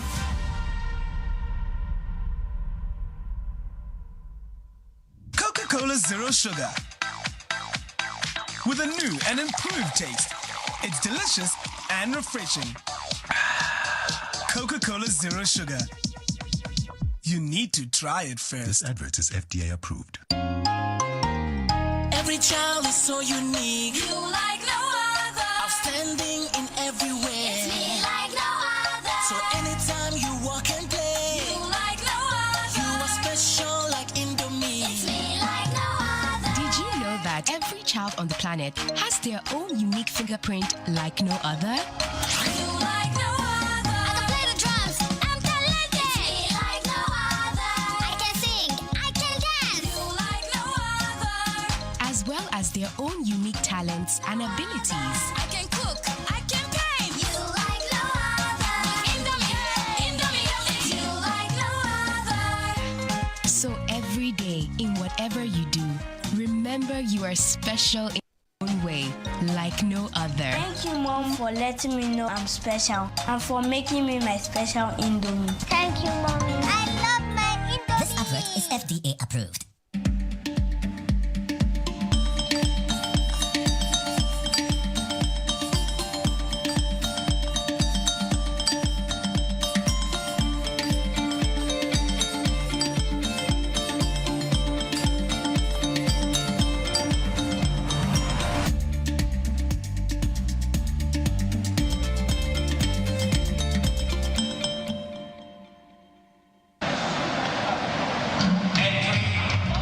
Good morning. It's are in Senegal, that is GMT -1. If you are in Ghana and Togo, it is good afternoon, as it's way after midday. If you're in Nigeria, that's GMT +1.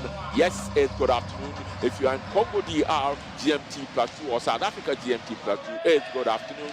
If you are in Kenya, GMT +3, it's still good afternoon.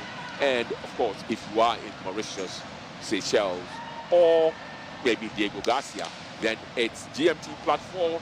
It's fast approaching good evening, but it's still good afternoon. Welcome to the coverage for the swimming. Now, these events took place in the morning. We are waiting to have the volleyball, which will start. Was supposed to start anyway right now, but there's been a bit of a delay, so we're going to be showing you some swimming. And as you know, it's been the Egyptians, then the South Africans who virtually dominated in the pool. This clearly is the backstroke. And we will be looking out for, throughout the whole session, we'll be looking out for South Africans, we'll be looking out for Egyptians, we'll be looking out for Namibians as well, who are more or less the major power brokers as far as swimming is concerned on the continent. But the Egyptians have really stormed away with the most gold, not the most silver, and not the most bronze, but such is the medal total that it's 85, 49, 48 of them being gold, 19 being silver, and of course 18 being bronze. And this was the 100 meters backstroke. And once again, Egypt won. But the heats, remember, these are the morning sessions, and so they are not the finals as we expected. The finals will be later on this evening in terms of Ghana time. And Mia Firi from Zambia, well, they say she won, but the camera is focusing on the Egyptian. And we'll wait to get the official.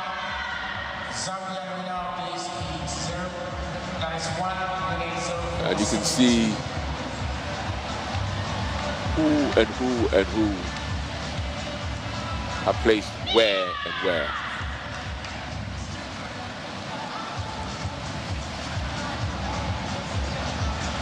Some of the major power brokers haven't made a pitch yet, but the most populous country on the continent, Nigeria, certainly yesterday was an absolutely fabulous day. They moved from the 10th position or so. That's it. So it's Firi who qualifies for the fastest time, followed by El Saman of Egypt and Jessica Humphrey of Namibia. And as I was saying, watch out for the Zimbabwe Donata in late fall.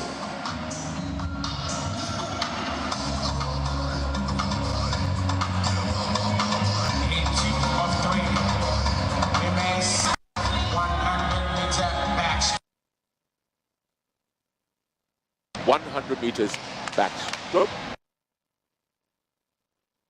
Trying to make a pitch into the medal zone.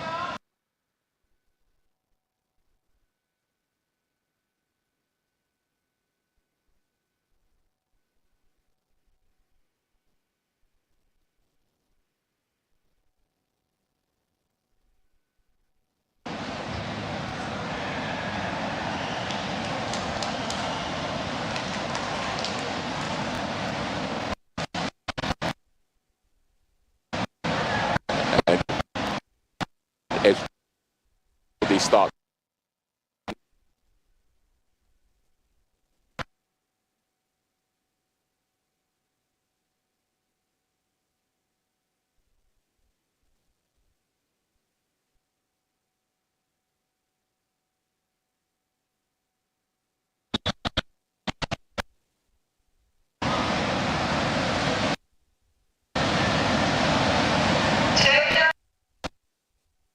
Away we go. There we go.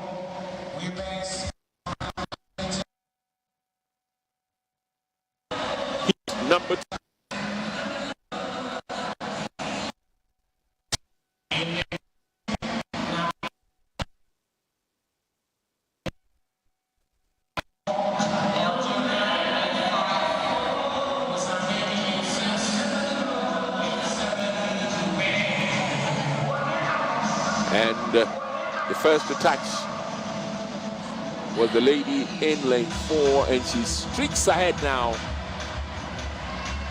Bar any calamitous happenings at these 4 heat 2, she should take it, and take it with a canter, or at a canter as they say. 56, 57, 58, 59, and it's 1 minute and 3-point-something seconds. But we control that as being probably 1.04, but we're yet to see it officially. Well, it's the lady 104 from Zimbabwe, Donata, as I said at the beginning, 104.21 seconds. Remember, folks, this is only the heat, so it's not a case of how far but it's making sure you are safe to the next stage. So, sure you can hear what the announcer is saying. 104.21. And this is the last heat that is coming up. These are the results, official results, more than 4 seconds between 1 and 2 from Zimbabwe and Egypt. And all the rest were left in her wake. Donata, Andra, Sophia Katai. This is lane 4. Leigh McMorron, Ghana Studia Ajay, Taylor Jonker of South Africa amongst them. This is heat 3 of 3 coming up for the women's 100 meters backstroke.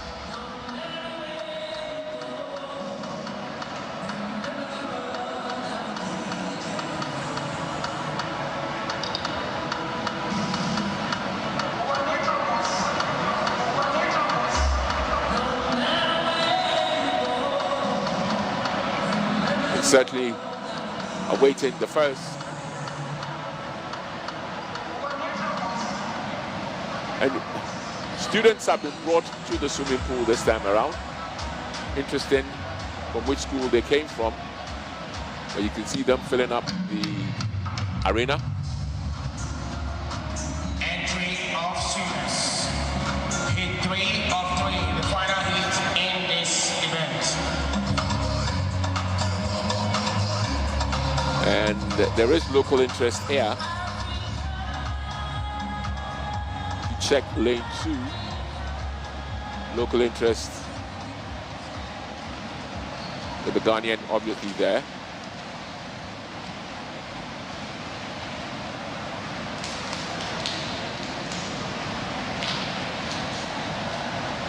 So you can see that lane 1 and 2 occupied, but lane 3 is not.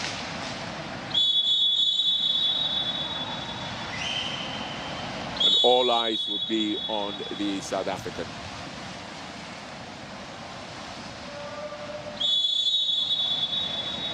So folks, 3 of 3 coming up. Women's 100 meters butterfly. Backstroke. Beg your pardon.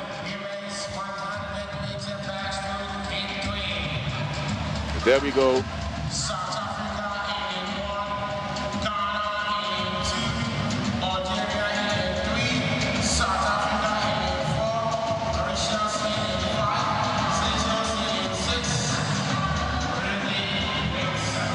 And you can see in lane 4, the lady is clearly in the lead as she turns now.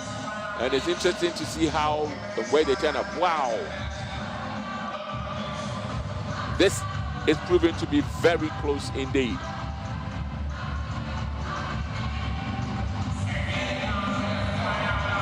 This is proving to be very, very close indeed. But then she's beginning to pull away the South African lady.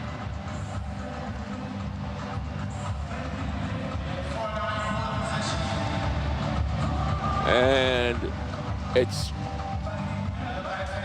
lane 4, lane 5. And here they come now. It's lane 6. So yes, the favorite goes through. Congratulations, athletes.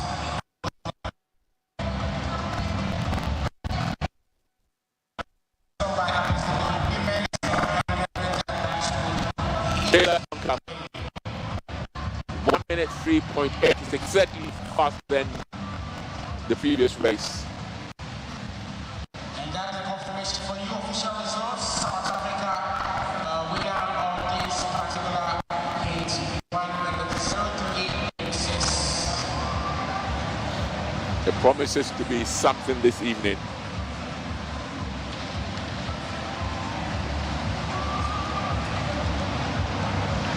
And that is the qualifications for you women's 100-meter backstroke. So there you are, Nubia Ajay out of it, Taylor Jonker and Anishta Tilak from Mauritius definitely going through. And Aliyah Palestrini will have to wait and see whether she makes it.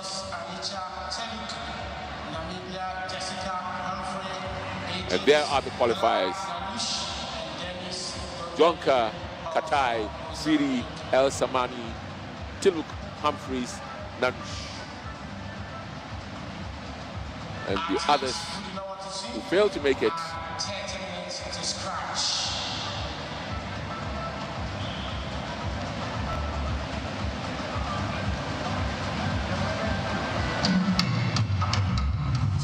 Entry of Siemens. So now the men stroke heat 1. Adam Abdul Jabbar is the one we need to watch out for, as well as Caden from South Africa. That promise to be a very, very, very tight race.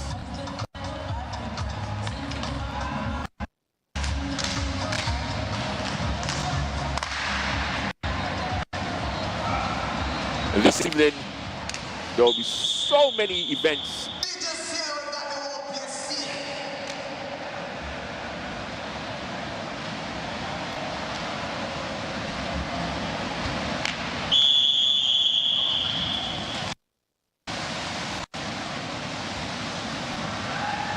Today, don't forget, it's part of the schedule.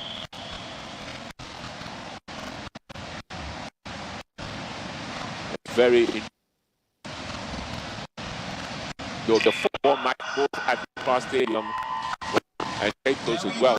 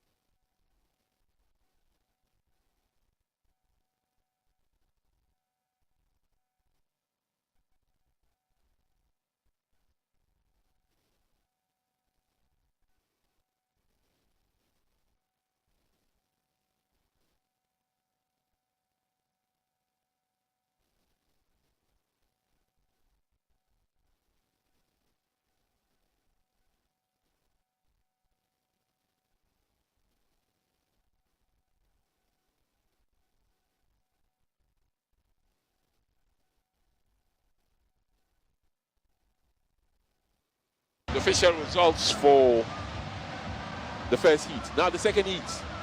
Ghana's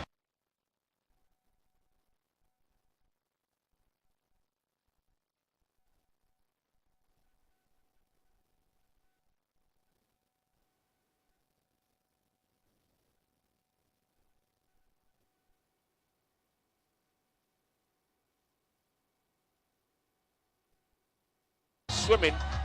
There will be 12 medals for weightlifting, and there will be 6 medals available for wrestling.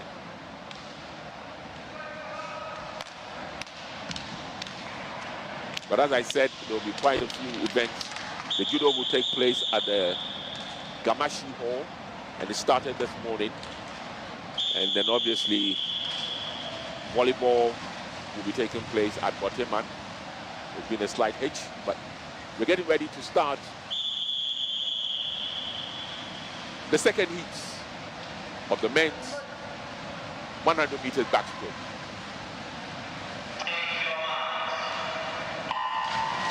And there we go.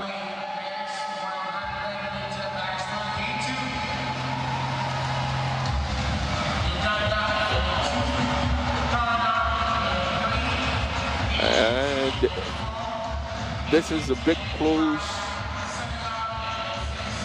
maybe too close for comfort.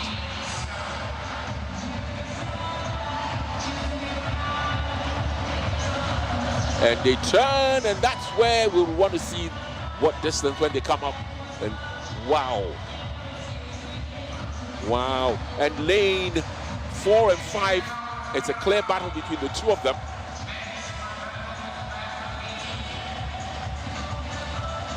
But lane 4 seems to be having the edge slightly, and he's going away. Or is he? Or is he? They are coming back at him. Coming back at him. Can he? Just barely makes it. Lane 4 and lane 5 take the first and second automatic position.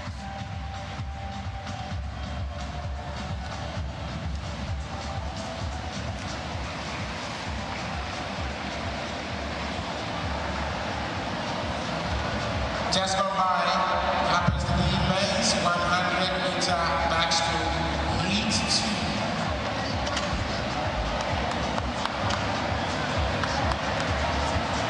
2. And so, folks, that's heat 2 out of the way, and we wait with bated breath the official results.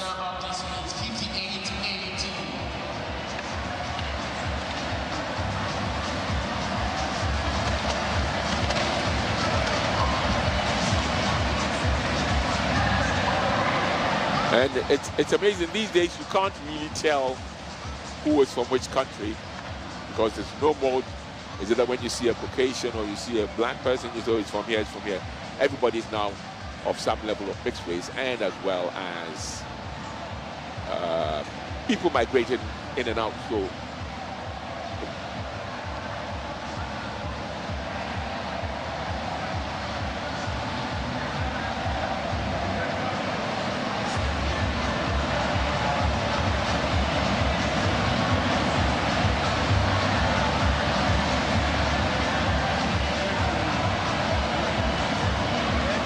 and so here it is. Official heat 2, and Atia, as I said, was the one to watch out for, and has proved it right. Heat 3, backstroke 100 meters. Take a look out for Paul Jones of South Africa. Take a look out for him. Paul Jones of South Africa. He's the one to watch out for.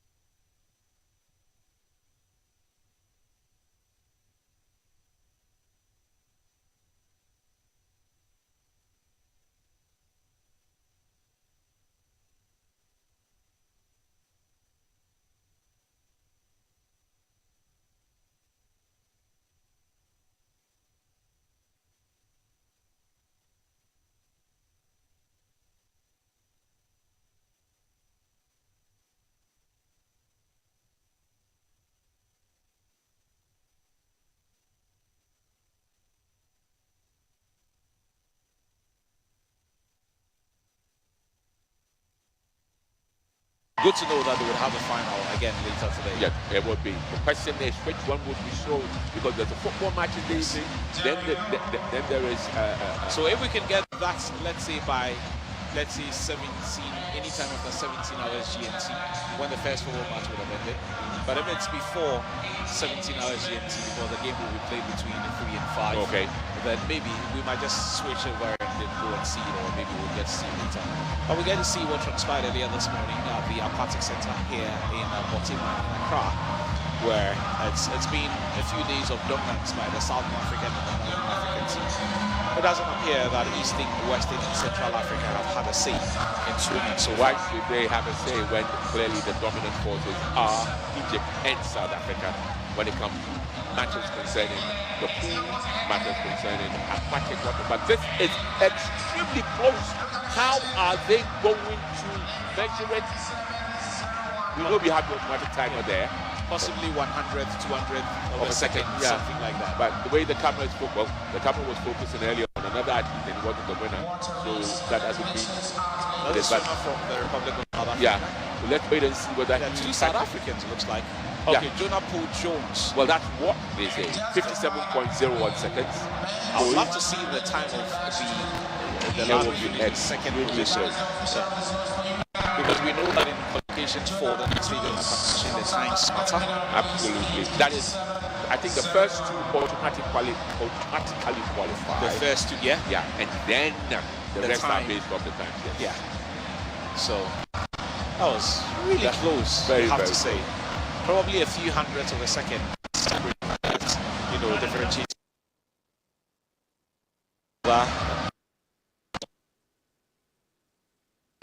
So there we are. Look at it. 1/1200th of a second, something like well, 1100th of a second between the Algerian Adoudoun and the Paul Jones who were given the nod.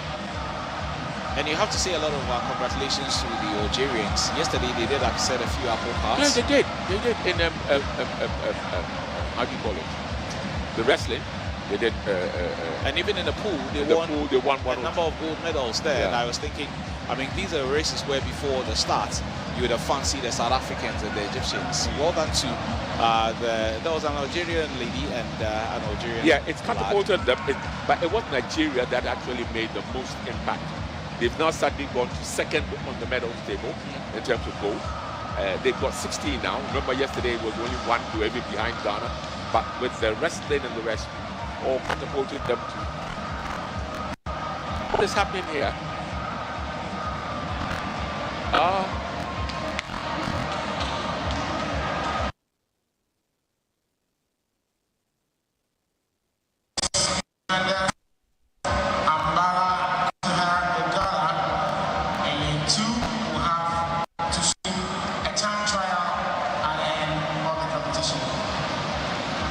A bit of a tete-a-tete going on.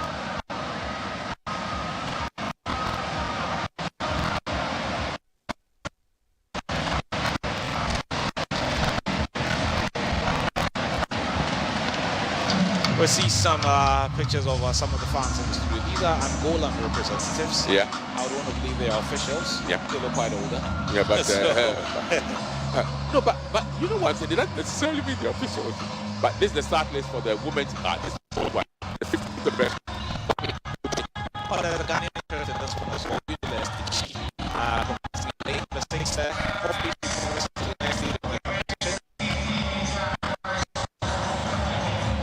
And that's University competing in the 50 meters backstroke there.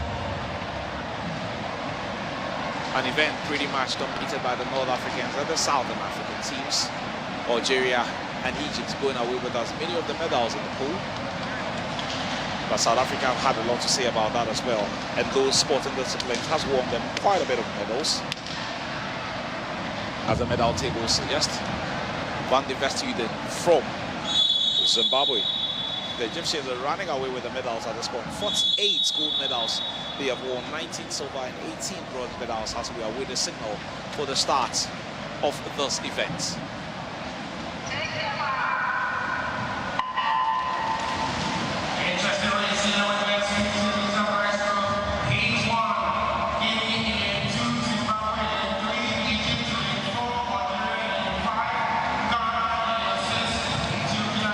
Well, we are underway now at the Aquatic Center. And just to make you understand the relevance and maybe like significance of the Aquatic Center with respect to the Olympic Games in Paris later this year. Swimming is one of the sports where if you get to excel, you get to compete in Paris. A number of these sports are disciplines. But these are the athletes, so you bet they're going to go in a bit slowly. But once they get to the final, you bet it's going to be a lot competitive. We have a winner in this one. The lady from Zimbabwe, Van de Vestuzen, winning this. Paige Sally Van de Vestuzen, winning this in the breaststroke heat. Number 1 in 33.87 seconds.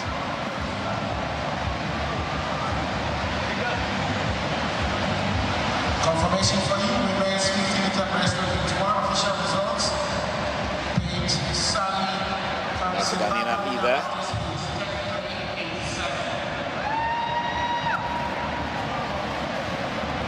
We get to see replays of what transpired a short while ago, where the lady from Zim emerged tops in the pool. So here we go. That's how it finished. Zimbabwe, Algeria, Ghana, Egypt, Guinea, and Ethiopia. Just hoping that the time set by the Ghanaian university will be enough to see her progress to the final, having finished in 3rd position.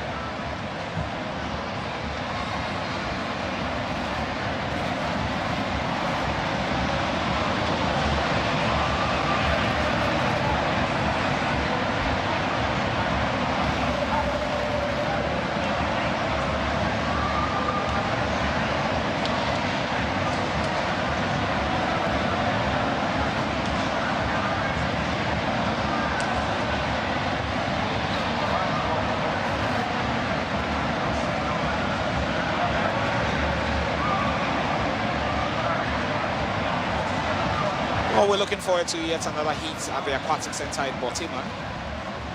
Ghanaian representation there. That should excite a number of our viewers here in Accra, Kumasi, Takoradi, Tamale, or anywhere they might be watching our coverage of the African Games, and some kids as well. I'm not too sure where exactly they've come from, but once they are there, Aquatic Center. Well, they are actually students. You can see that they are wearing their school uniforms. So clearly they should love swimming. Yeah. And it's one of the ways you can get them in there to enjoy. Yeah. Whose idea that was? I think it's fabulous. I do. We'll probably get to see another heat again. And remember, these all took place earlier this morning. The finals will probably be after 17 hours from the schedule we do have. There's a lot of football today. 3-5. And then 20 hours GMT. I can't wait for Monday. When track and field. Absolutely, Kwame. There's going to be a lot of bars around where we are. That one I can guarantee you. And every time I've gone past the, not just the Olympic Village, but the training center just outside the main arena. Yeah, you see the lads preparing themselves. Here we go. Ghanaian interest in this one as well. It's number 2. And this is the breaststroke for the ladies. 50 meters heat number 2. And normally when it's that short at distance, you bet it's going to be very, very competitive from the onset. And that's the Ghanaian. Well, appears to be the lead at this point. No, she's actually 4th. She's actually 4th as it stands. At this point, can't she just edge it? Can't she just edge it? Well, she might just place 3rd or 4th. I think she's 4th. Yeah, 3rd or 4th. But with the pace of those heats, she may have set a good enough time to qualify for the final. Good. She may just have about set a good enough time. Let's get to see how the results would go. And that would give us an idea of the time she has made. Hopefully it's a good enough time. Kate Jill Meyer of the Republic of South Africa winning in a time of 33.21 seconds. And automatically that qualifies her to the final of this event. Hopefully the Ghanaian would make it through as well.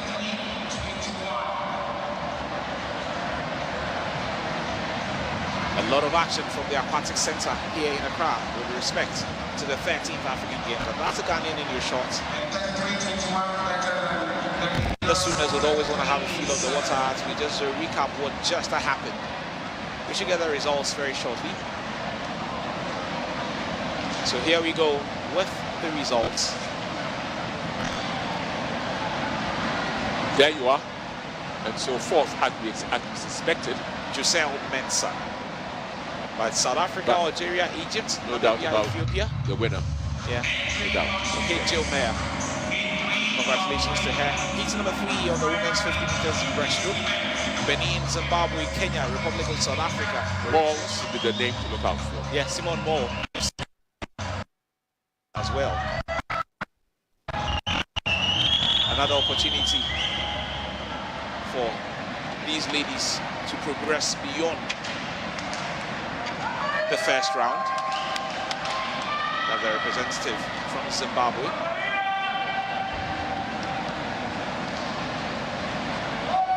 That must be the rep from South Africa. All set. Heat number 3, 50 meters breaststroke. And for those of you who might be confused or just a little confused about all of these different swimming disciplines, we have the freestyle or the crawl, and then we have the backstroke. You're obviously going with your back, and then you have the breaststroke, obviously going with your front, and then you have the butterfly, which is a bit interesting. And that's where we did win a silver medal in men's 50 meters from Beku Jackson. Well, off they go, and already we have a leader. Appears to be lane number 4. Just tearing away now. He would. Have a look at the clock. Will it be faster than the previous?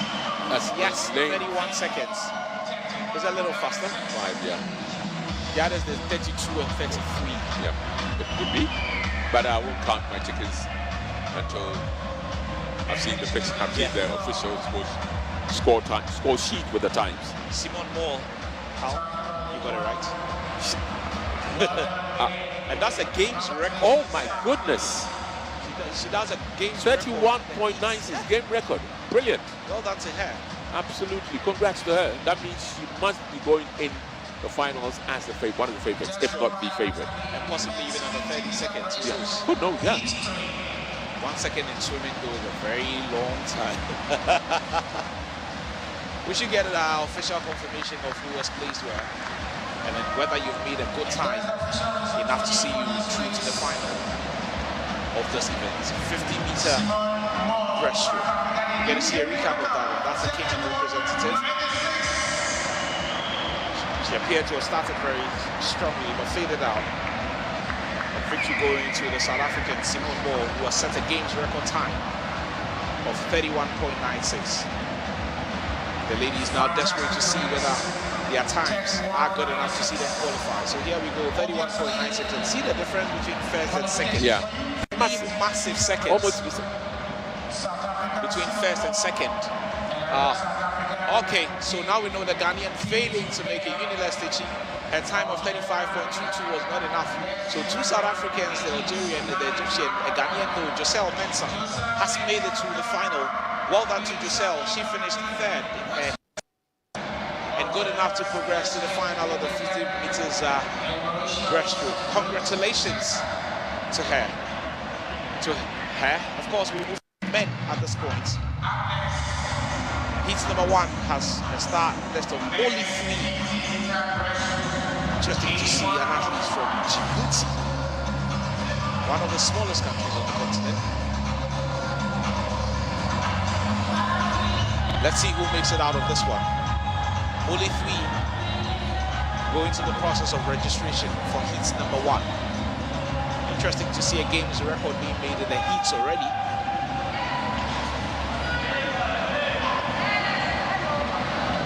We should get to see official confirmation of who is making the start list.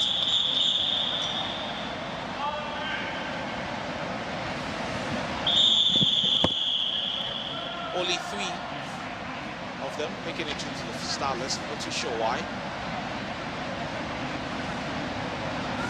The swim is waiting for the signal. And off they go.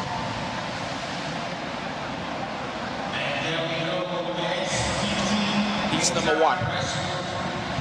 Only 3 representatives.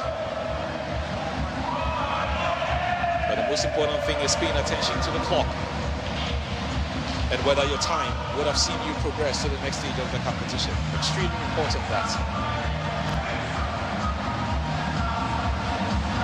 This appears to be quite slow for the standards of the men.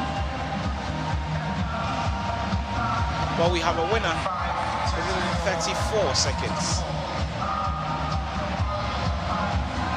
We have a winner from heat number 1. Only 3 representations in the pool. Clearly happy.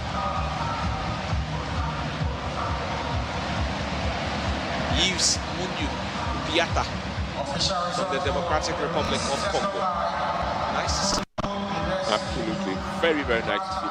And sometimes when you do have a new name, a new face, a new country. Refreshing. Yeah, absolutely. You don't know what it always to be monotonous and always. Yeah. Especially from the perspective of the neutrals. You would want to see someone from nowhere coming to win this. But I doubt whether anybody will talk about it being monotonous if it's your nation that is winning. If your nation is winning the medals, you probably are not bothered. You wish they won everything anyway. Only 3 partaking in this one. We should get to see the results very shortly. Here we go. Yves Munyu Biata of Congo in a time of 34.54. And then Ibrahima Kamara from Sierra Leone. And then Hussein Ma from Djibouti. We get a start list for heats number 2 for the 50 meters at breaststroke. Swaziland, Kenya. There's Ghanaian interest in this one. Ivan Snowden. Let's see how he goes, Ivan. Hopefully he progresses to the next stage of the competition from lane 3. Awaiting the signal to get into the pool. On your marks. And we go. And already lane number 4 and lane number 5 giving the others a run for their money. Well, lane number 5 appears to be in the lead with this one. Halfway through the pool. Who wins this? You've got to get a technique right and possibly make a good time as well. A little faster than this, 31 seconds. Official confirmation of who is where very shortly. A bit of smile on the faces of the swimmer. Clearly happy to have won this. And that's an athlete from Benin, I think. Yes, that's an athlete from Benin. Again, the neutrals may be happy with this. Loads of smiles on the face of the Beninois. We're going to see how he did that. Winning in lane number 5. We should get official confirmation of all the other athletes and their positions.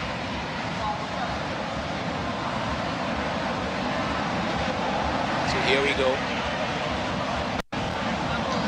That's Benin. Winning in a time of 31.09. Snowden was in 5th. The Ghanaian finishing 5th. Now we'll see whether his time will be good enough to progress. It's a bit slow, 33 points. Start list for heat number 3. 2 Zambians in there. Algeria, Egypt, Nigeria, Zimbabwe, Seychelles in that order. In the full house. 8 competitors are going to be going hard at each other on one stretch.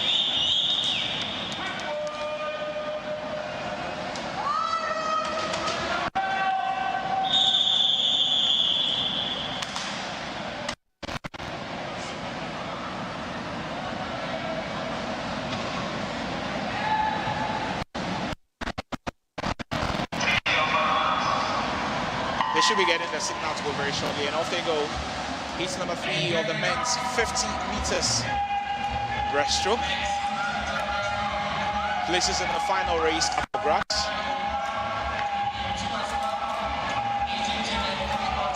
Who gets to win this? There'll be only one winner, and the others will be hoping to make a good time to progress to the next stage of the competition.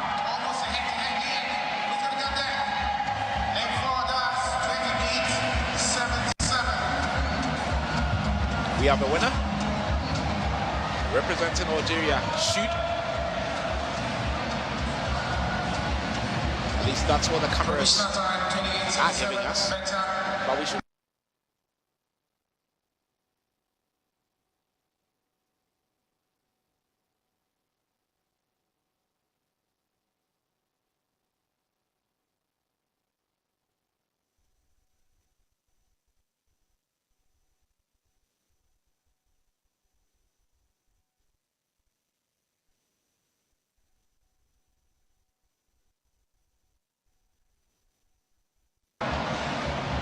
As we recall what Sud did in the pool.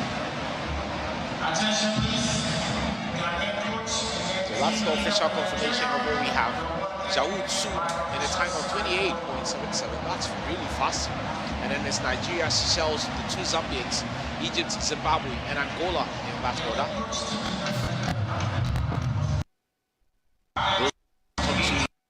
Their times are good enough to see them. 50 meters breaststroke. With Mauritius, Uganda, Algeria, Namibia, and a few other nations, including South Africa.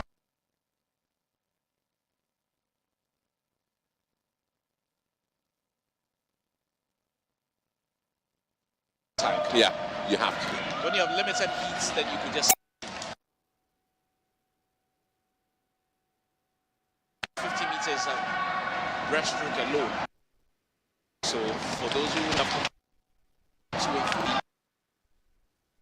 Can be thinking, how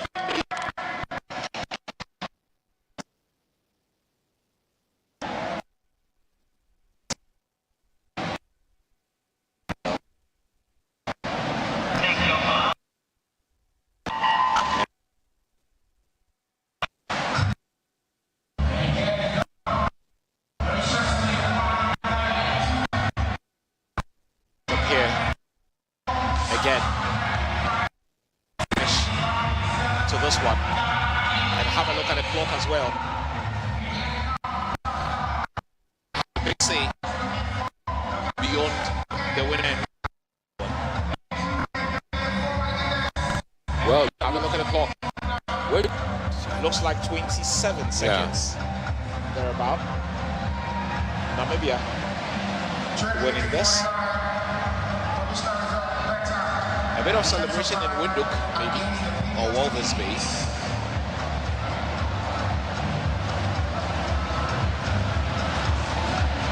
Ronan Wantana winning in a time of 28.49.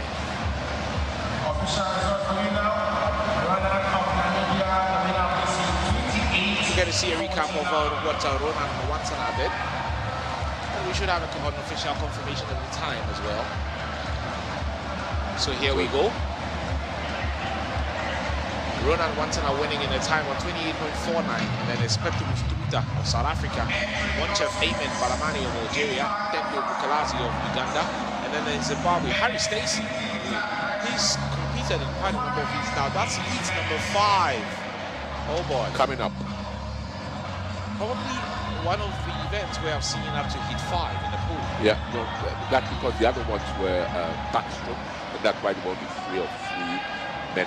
But it depends on the popularity of the particular discipline and how many people may have made the required qualifying time and so therefore would be invited. But this is a name, El Kamash. It looks like he's competing the Egyptian, in everything. Absolutely. I've lost count of the number of times I've seen him in the pool in the last 48 hours. Robinson representing Botswana.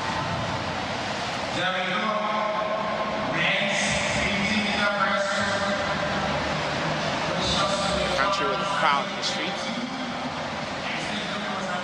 Sereti Kamas, Botswana. These days, it appears they are investing a lot into sports. From the days of Amantla Manshu, in the last 10 years, Nigel Amos and co. El Kamash, as expected. As expected. He appears to be competing in practically every event in the pool. Yeah. The first time his name did come up was in the 100 meters. I'd love to be in their sitting room or study or whatever it is, their trophy room. Medals galore. All over the place. And you have a feeling that by close of today, they might possibly be hitting 100 medals. There's a chance. Yeah, there is, because as we speak now, they've actually got 85. 15 away from 100. Egypt, what a nation. And to think that only yesterday they were on 66. In 24 hours, they've added 90 medals. And a number of them gold. Yeah. Because as of yesterday, they had won 36 gold medals. 8 gold medals. 12 additional gold medals in the last 24 hours. Well done. They'll be taking... Nigeria moved from 1 to 16 gold. The weight level, wrestling and the other events that day. Looks like they've swept almost all the gold medals in the wrestling category. They are now at the close of yesterday. So can we get confirmation of their lads who qualified in the final? If your time was not good enough, sorry. There's one South African who's in there, but Kamash with the faster time. No surprise in that at all. There were 2 Ghanaians who competed in the heats, none of them making it. So Yusuf El Kamash, Adrian Robinson, Rowan Wantana, Zhao Tsu, Petri Streeter, Toby Juadi, together with 2 other athletes making it to the final of the men's 50 meters breaststroke. The South Africans there in the stands to offer some bit of support. The medals are just being picked up by Egypt, Nigeria, Algeria, and South Africa. You know, I was looking at the list, Kwame, and it's South Africa has 50. Carl, this should be interesting. 4 by 100? Really? Oh, and Ghana is in there. if I had my money on anything, I'd link you. Seychelles? South Africa. Or South Africa. Link. Okay. Remember, this is 4 by 100. Entry of sweepers. You need a good team to win. Yeah, you do. You're a very good team. This is not the medley. This is freestyle.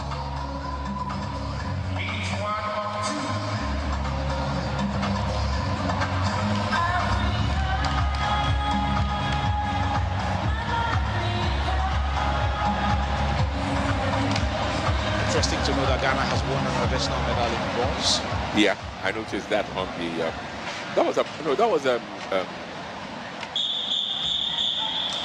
We had already won. Intermission had won 2. That was 1 gold and 2 silver. And Abeku Jackson got 1. So the Ghana bronzes were. Okay, from what I see here, Abeku Jackson has won a bronze in the men's 100 meters butterfly. And then won the silver in the 50 meters event. Well, here they go. And remember, there's a relay. And that's a freestyle, so you bet you're going to go hard from the onset. Each person will do a length of 100 meters. That's twice the pool. If it's 4 by 100, as I suspect it is. And at a very high level, like the African Games, you bet it's going to be fast.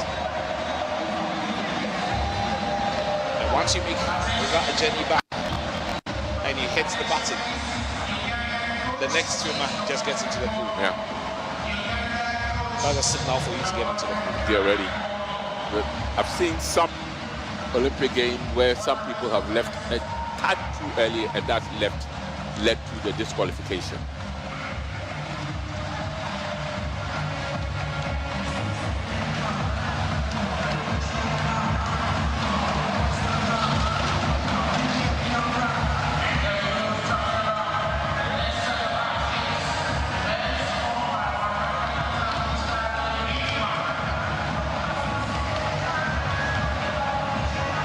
Still get to see the 100 meters of freestyle relay. Should be interesting who's in the lead at this point. Hopefully we get some close shots. Yeah. And then you see the flag on the headgear. Yeah. So that gives you an idea who is in the lead.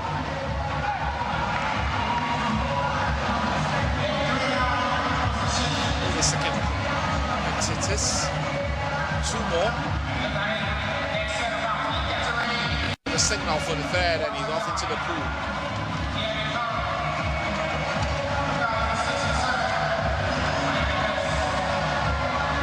Really going for it. Really going for it. Very powerful upper body strength being exhibited there. Of course, you need your legs to carry you along. You would need your legs to carry along, absolutely. You need to paddle along faster.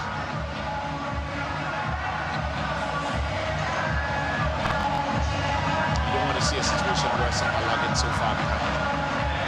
Or you don't want to see a situation where some end up getting lumped.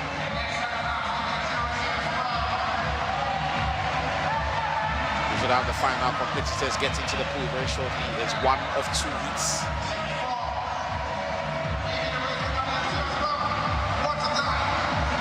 The Namibian athlete gets into the pool.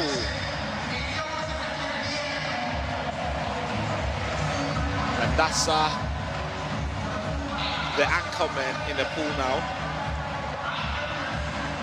Looks like Namibia is in the lead. Probably between Namibia, South Africa and the Egyptians. Namibia have brought a good crack of swimmers. Yeah, they have. To this year's African Games, both the men and the women.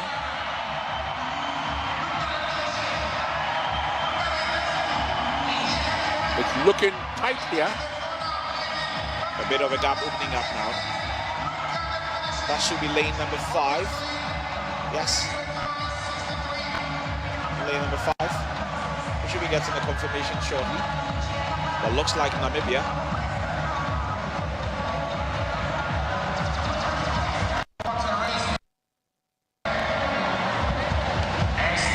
The cameras are focused on the winner at this point.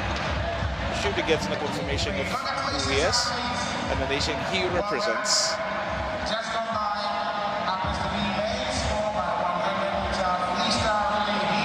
Is the men's 4x100 freestyle relay heat number 1. Second heat coming up shortly.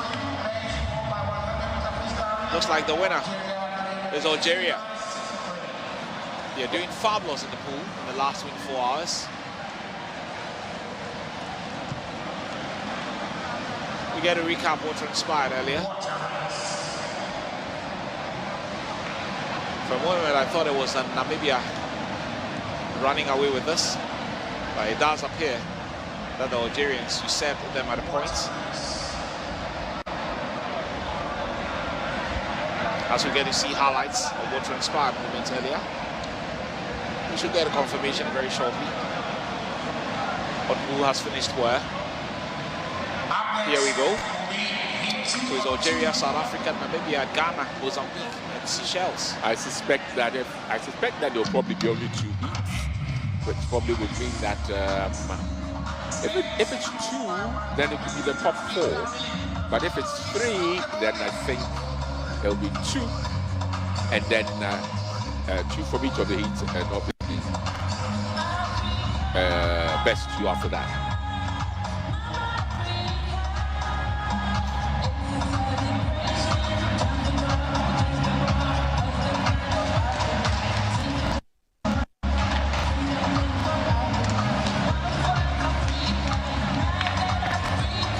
We're getting ready for heat number 2.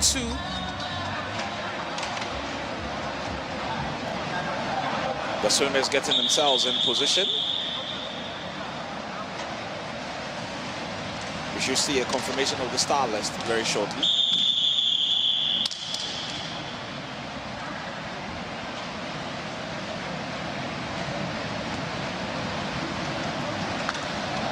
We should see a confirmation. There are 6 teams in this.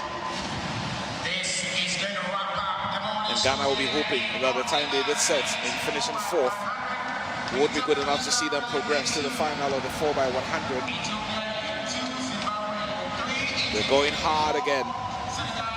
They know that every single time is going to matter if they have to progress to Paris. The Olympics is once in 4 years. So when you get a chance, you take it.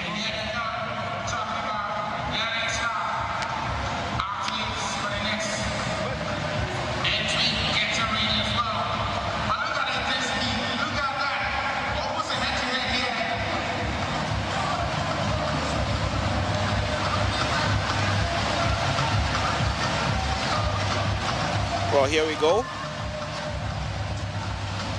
The second team members getting into the pool, and they are giving it everything because they would have seen the times that have been set by the guys from each one. That's the one advantage that sometimes you have when you go later. Yeah, they would have seen the times and they would know that even if they don't get to win their heats and they put in a good time, they progress to the final.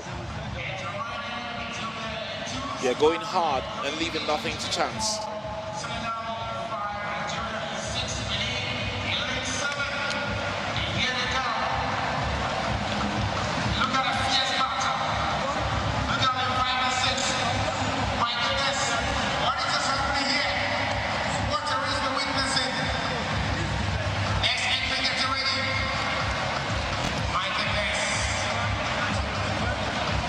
The third team members hitting the pool now.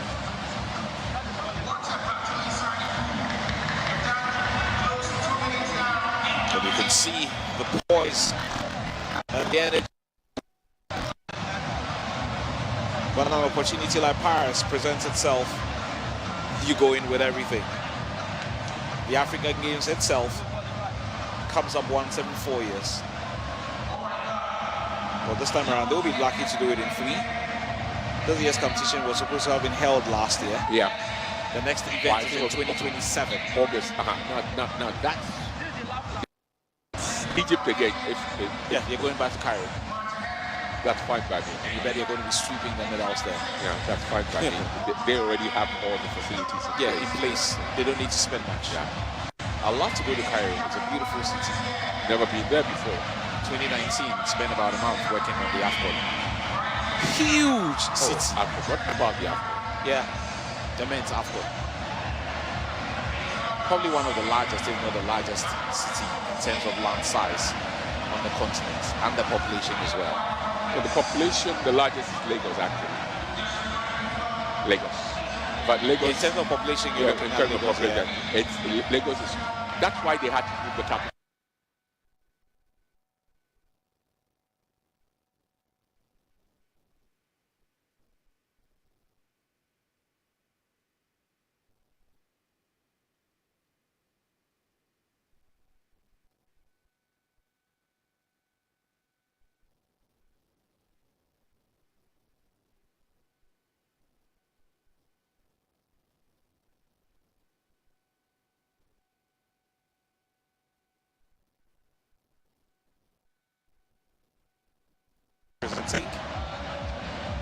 We'll get an official list of the results very shortly, and of course get to see the teams that have progressed to the final. Only 2 heats in the men's 4x100 meters freestyle. A lot of action at the Aquatic Center in Accra, specifically Botiman, a suburb of Accra. That's where all the action is from the pool. Official confirmation in a jiff.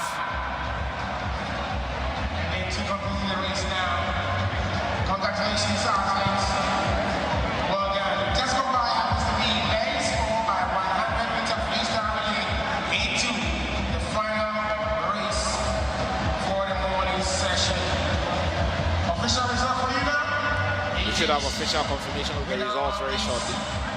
And then these guys will know whether they've been able to lead in their teams to at least the final of the men's 4x100 meters freestyle. As we get to recover some highlights of what transpired a short while ago. Very keenly contested. And hopefully Team Ghana mixing a place in the final. Confirmation coming up shortly.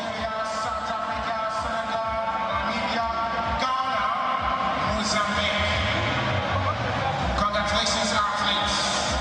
The official list should be in the jiff. So here we go. These are the results of heat number 2. Egypt, Nigeria, Senegal, Zimbabwe, Benin, and Ethiopia. But take a look at the time and whether they have made a time good enough to qualify to the final. We should be getting a confirmation of that right about now. So here we go. Egypt, Nigeria, Algeria, South Africa, Senegal, Namibia, Ghana, only just making it in 7th, and Mozambique making up the final 8 teams will be competing in the men's 4x100 meters freestyle relay. Well, it simply means that they took the top 4 in the 2 heats. Yeah, that's all. Finished 4th. Simple, yeah. In And heat Ghana 1. was 4th in heat 1. Yeah, probably that was good enough. Absolutely. Yeah, that was good enough. And that's why I prefer it sometimes, because I sometimes ask myself, look, this business of 3 semi-finals, and then the two fastest, and then the 2 fastest losers, irrespective of which. Why don't you go for 2 straight semi-finals? It needs to be like so. And then the fastest 4. That's all. Well, anyway. Well, these days, the rules appear to be changing with practically every sport. They do every... all right. Let me keep quiet here. What I would want to say, though, is that I'm not sure we want to see a blue card in football. Well, I'd love to see it. I'd love to see it. I wouldn't mind seeing a blue card. I'm one of those really in favor of it. I think for those in the football space, they're okay with the red and yellow. Pretty much okay. But there are some offenses that I think are not the second yellow card that leads to red. So you get a simping. Yeah, that sort of thing, yeah. And then team introduced by a number for 10, 15 minutes. Yeah, yes. So that you think twice next time. But, you know, sometimes, you and I know, you watch them, you say, this yellow is a bit harsh. Especially when there's a second. That's what I'm saying. Okay, let's see what FIFA will come out with. The fans are in there in the numbers as well. Well, that's a good thing.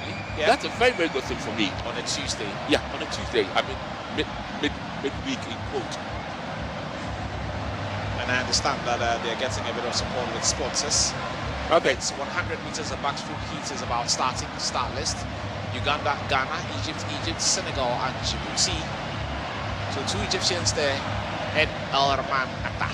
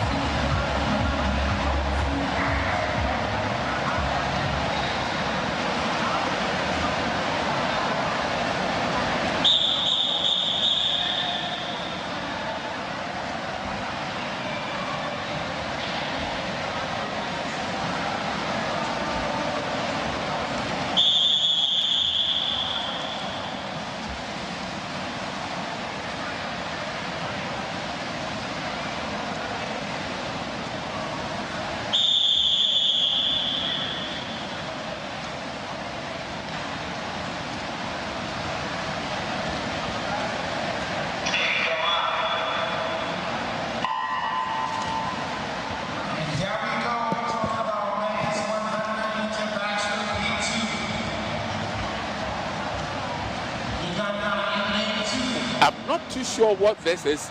Did somebody come late? Was somebody disqualified and then was reinstated, or what?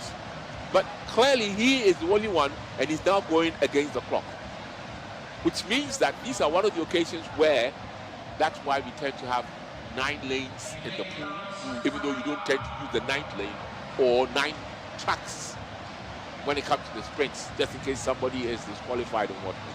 So there you can see he's going on his own. I just wonder. But is that one of the relay races? No, probably the individual backstroke. You know, we had the backstroke earlier. It must be weird when you're the only one in the pool. Well, it helped. I remember even at the World Athletics Championship, one lady had to run. But the problem is this.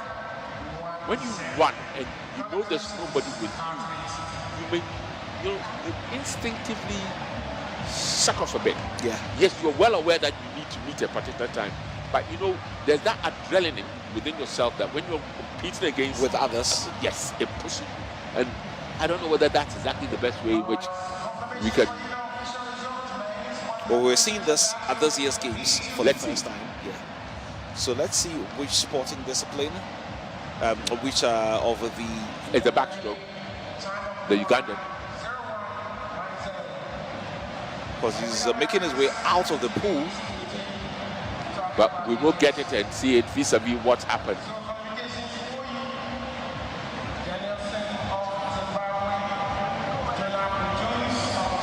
And well, he's got in, hasn't he? There he is, 1-0-1. So he's made it, and it's pushed. Nicholas Yeboah further down, yeah, who was fourth, now to fifth.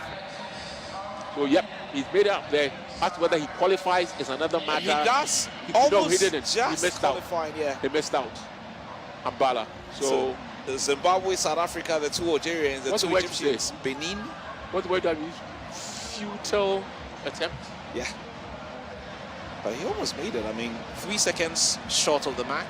In the pool, 3 seconds is like a mile. Exactly. At least he was given an opportunity to compete. Yeah. That's the good thing. Nicholas Yeboah only good enough to finish in 15th position. That will be a learning curve for all of these guys. It should qualify. Yeah. I mean, they should. If they don't, if it's not a learning curve, then I don't see why so. Okay.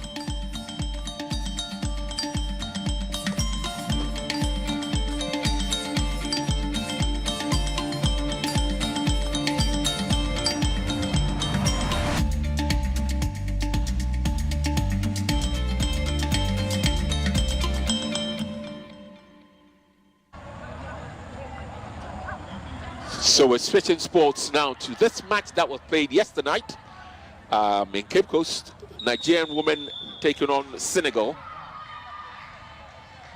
And of course, we know when it comes to female football on the continent, the major powerhouse is Nigeria. We cannot run away from that fact. Without a doubt, of course. And Senegal have been a nation. Eaglets. So the Nigerians always go with Eagles. Super Falcon or something like that. Okay, that's for the national team. The female national. So this is under 20. Yeah. Because Ghana is being represented by the U20s or the Black Princesses. But it's also fair to say that a number of nations have caught up with women's football on the continent. Oh yeah. It used to be Nigeria and everyone else. But now the Moroccans, the Senegalese, the Equatorial Guineans, they're doing by Cameroon as well.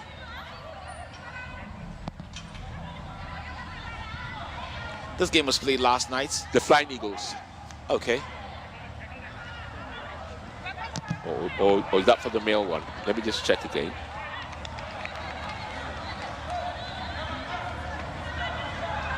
We're just bringing you highlights of what transpired in Cape Coast yesterday when Nigeria encountered Senegal. The Falconets, that's the name. Ah, okay. The Falconets.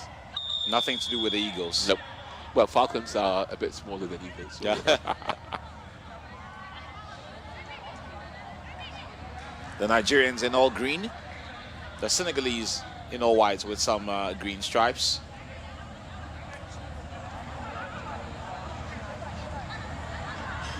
And the Senegalese are called Lionesses de le Teranga. In French, I guess. Absolutely.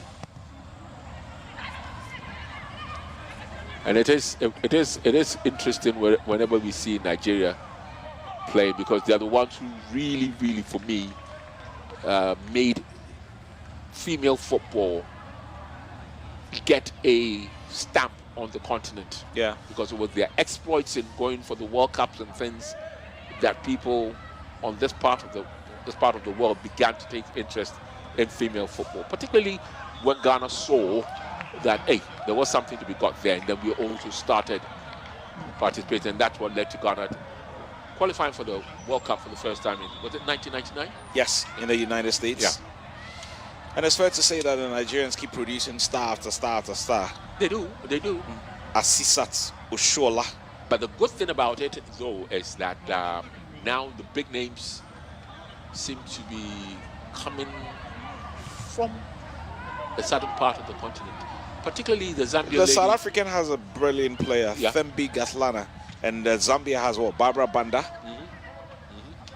whose goals knocked Ghana out of the qualifiers for the Olympics. How sad. But for now, though, we bring you what transpired from the Kipku Stadium last night. Nigeria in the all-green outfit, the Senegalese in the all-white outfit with those green stripes. A throwing in favor of the Senegalese at this point. Headed on, but well dealt with by the Nigerians. Even from the earlier minutes that we've seen so far, they're clearly the dominant team, dominating proceedings. Good enough possession as well.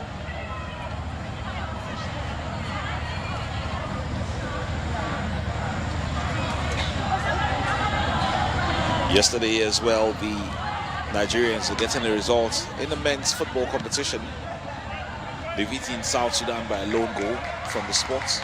Yeah, the penalty kick was this. A very controversial one. Very South Sudanese were livid while the match official gave that pen. It looked a bit soft. There was contact though. Ball booted into Nigerian territory, but cleared to touch for a throw-in favor of the Senegalese.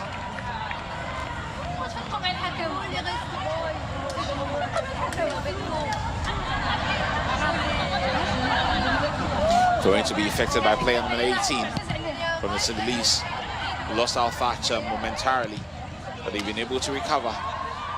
That is, the Nigerians are pressing and hoping to get the first goal of the game.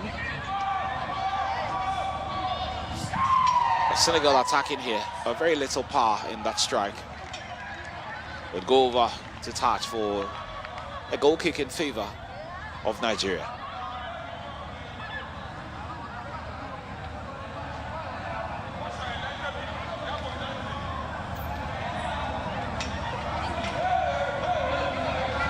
This game is coming in from the Cape Coast Sports Stadium. Remember, there are two facilities that are being used for the African Games with respect to football. The Accra Sports Stadium for the men, and then the Cape Coast Sports Stadium for the ladies. And this is the Cape Coast Sports Stadium.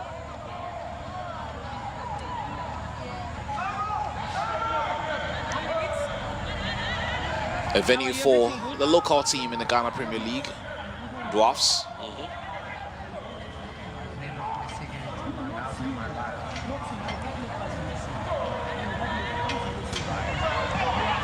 It's good to see one or two locals make it to go see the games. A free kick in favor of the Senegalese.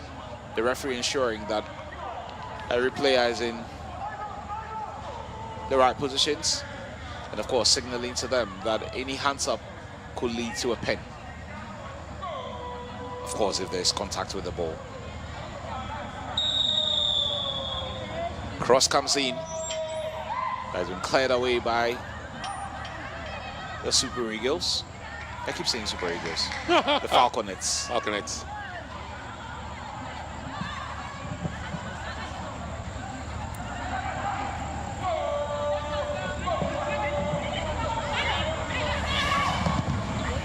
Six minutes of action already.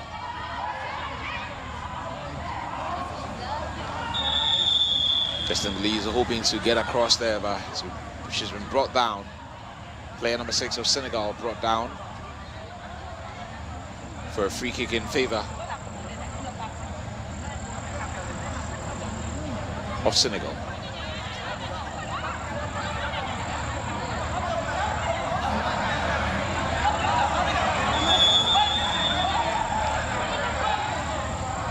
Will be a long one from inside their own half, Senegal.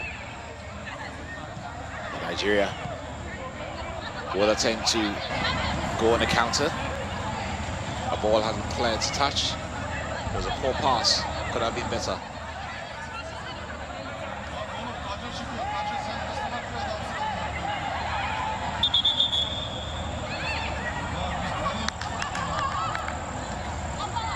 The referee whistling for something. I'm not too sure what exactly happened.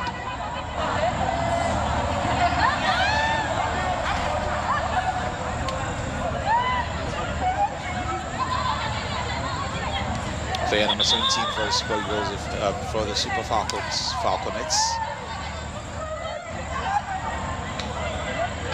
restarts for her side. Thought that was handball.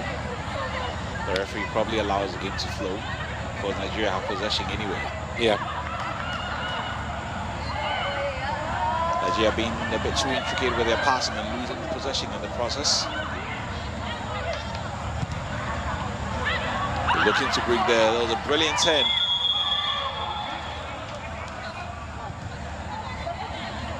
That was a brilliant 10 on the part of the Nigerian player, Ezekiel.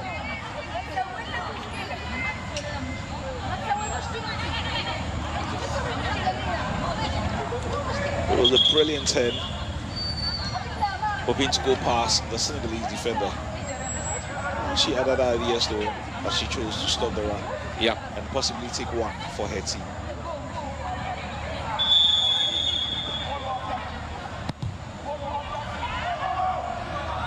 So, here we go.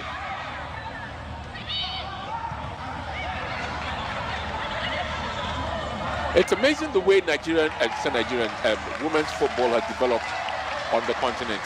And the fans here seem to be rooting for Senegal.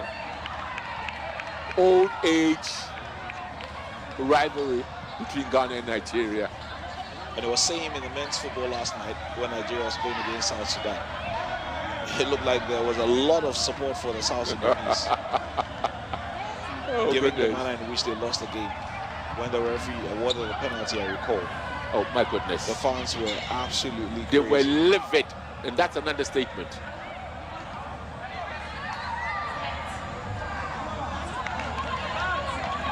And they had to be even escorted to the dressing room. Yeah.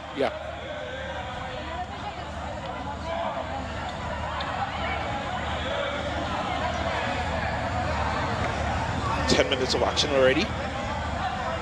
Remember, this was a game that was played last night. Yeah. It's not a live game. Played last night between Nigeria and Senegal.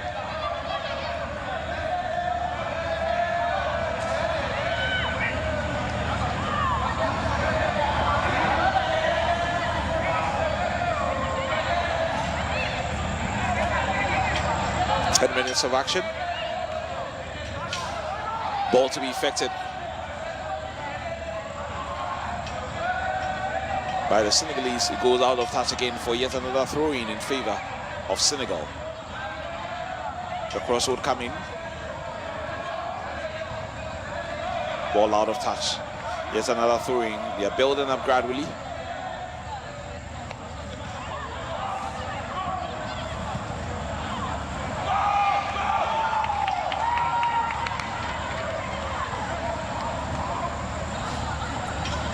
The Nigerian goalkeeper would be happy to deal with that threat.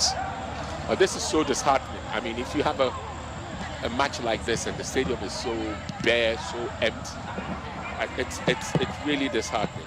Extremely disheartening. Maybe both teams do not have support in the beautiful city of Cape Coast. I guess if it was in Accra, you bet that there will be quite a number of the Nigerian brothers who would show up. Especially if they're aware that their teams are playing. They always show up. Yeah, they will. And they always show some love.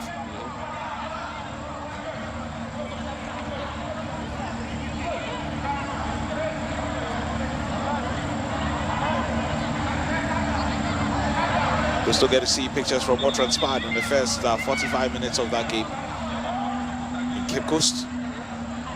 Remember, it's our coverage of the 13th edition of the African Games. A long one, but it's been headed to touch again by the Senegalese.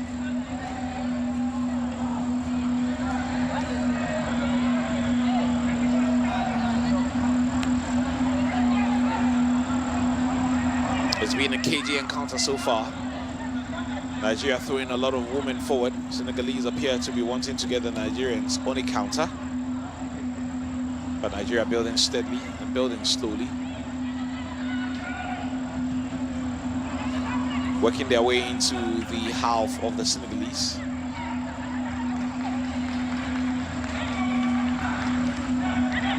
Ball almost going to touch, but it's been quickly recovered does appear that the whole circumference of the ball didn't go out initially, but it's gone out now. Yeah, it has.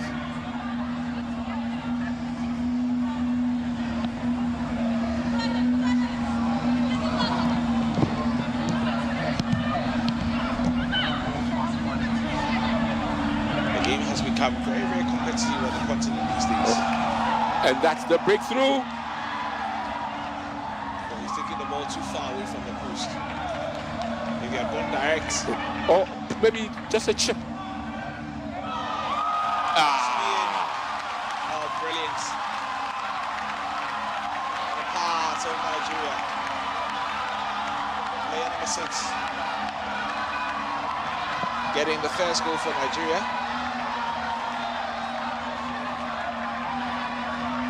Loveth. Ide or Ede? Ede would do. Ede.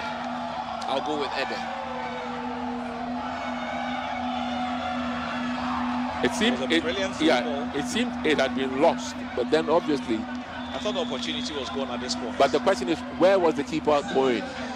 Where was the keeper going? And where was the marking? I bet you.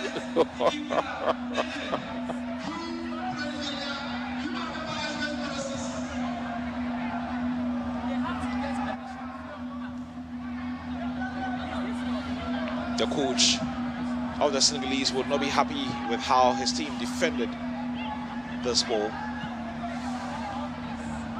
Even brilliance holding the Nigerians all of this while. And sometimes when you concede some of these goals in the fashion in which they have, they get a bit disappointing. Absolutely. Loveth Ide scoring after 14 minutes.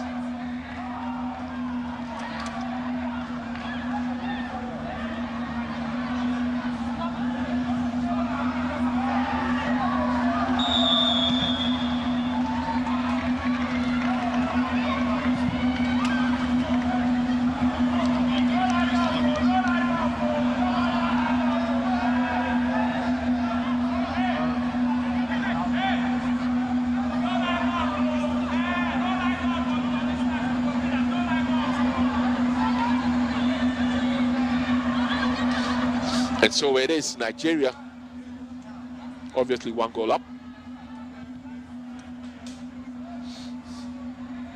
One of the major powerhouses in African football, no doubt about it. The most successful by a country mile.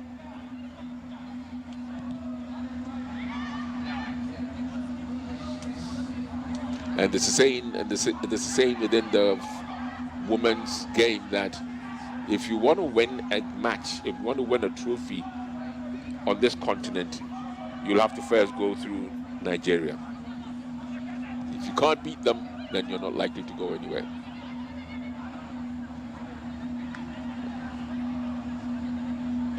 They're so good at what they do. Well, that's a mistake.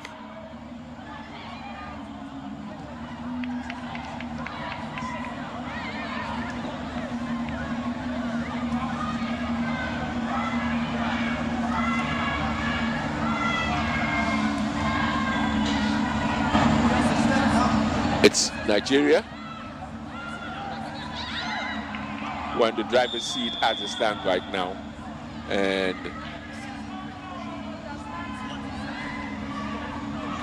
the game is looking very interesting. There is some injury to the Senegalese lady.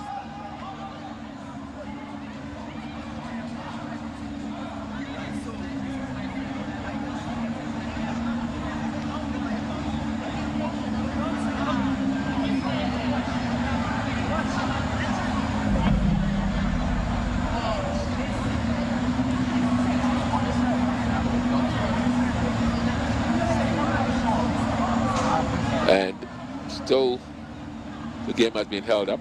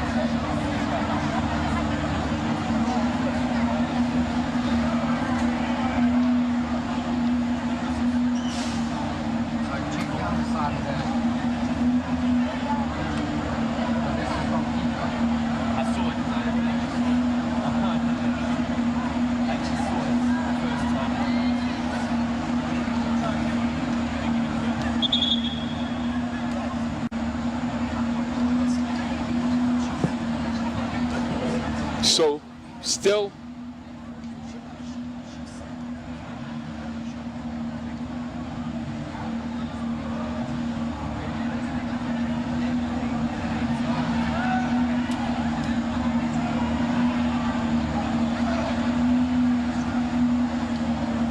so we're back. The game can now resume. Injury has been taken care of. The lady has been taken off. Will play no more part in the game.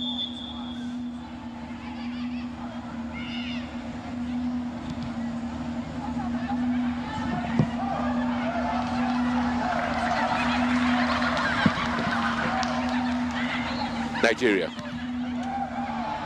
Offside.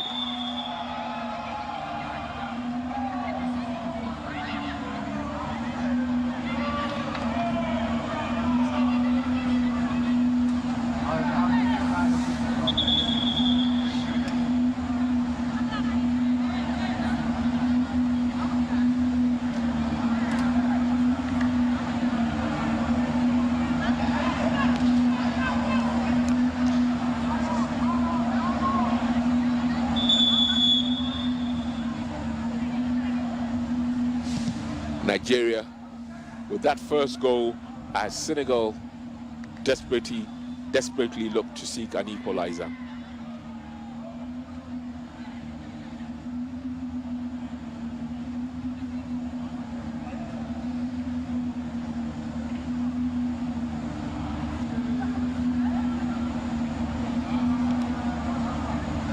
Just in case you're just joining us, is Nigeria in the all green outfits and Senegal all white outfits with those open stripes. Nigeria with the lead in the 14th minute from Eden. And don't forget that a large chunk of this match, about 4 minutes, was taken up by the injury to the Senegalese lady, for which she was taken off on a stretcher.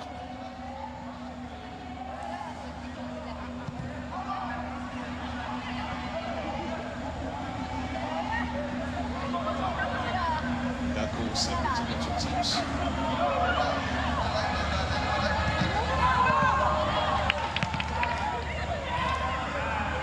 Senegal looking to get a lot more women on the Nigerian half of the pitch. Absolutely looking to do that. Hoping to possibly force their way to get to that equalizer before they end the first 45 minutes. But we know they are up against it. They are having a very experienced side. So we've got to get their tactics right. Maybe have to get a result in this game. Or possibly points for us. Maybe for some of the goal just around the center circle. Nigeria will be happy to keep possession to keep a few passes together.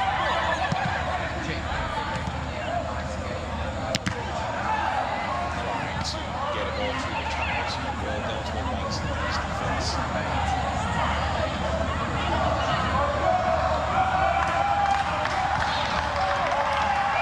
Every time Nigeria go on offense, you just have a feeling that their quality will probably get them into scoring a second or a third goal for the 90 minutes. Such as the experience that they have at this level, this generation of Nigerian players will really continue with that tradition.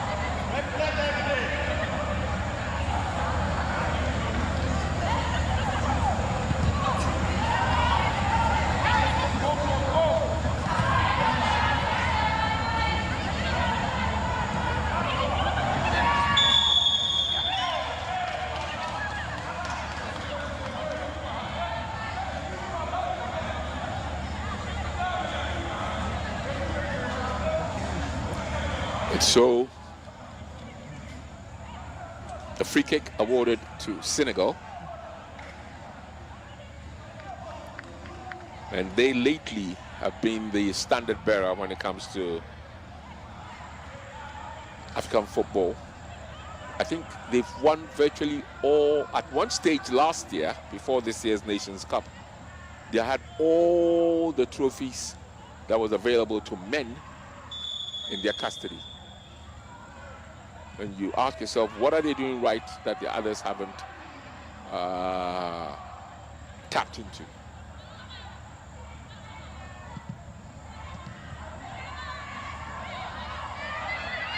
Trip. Is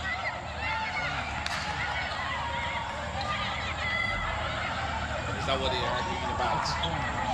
Or they're arguing about a possible deflection of a Nigerian player? The ball ends up out of touch, and Nigeria will quickly restart this one. And these days, you virtually have every team that is in the division looking to build from the back. Not just banging the ball into the opponent's half and hoping that it gets to your player. So these days, goal kicks are literally like starting at a time from Yeah. And that's all due to one particular individual, a certain Mr. Joseph Guardiola. Come to think about it, I think he's the one who even not introduced but popularized the false number 9 position when he got Messi moving from the wing into the middle. He tries too many things. You've had opportunities where players will play for you for the years, sometimes it makes simple things complicated. Yeah. But if it works, all good. No, but it's too complicated. Yeah, if it works, all good, I guess. I mean, centre back, and then the centre back is supposed to be a midfielder now. That's what he's been doing. Something. What? My goodness. Move them around. That's why you have the codes. Oh, please. So probably the Senegalese will want to apply something. So the Nigerians will want to apply something like that. And play in the same fashion. There's a Senegalese player in the shirts, Bar, playing number 18, clearly on the pitch. You probably would have to be carried out on the pitch and get some medical attention. The referee calling for the player to be attended to.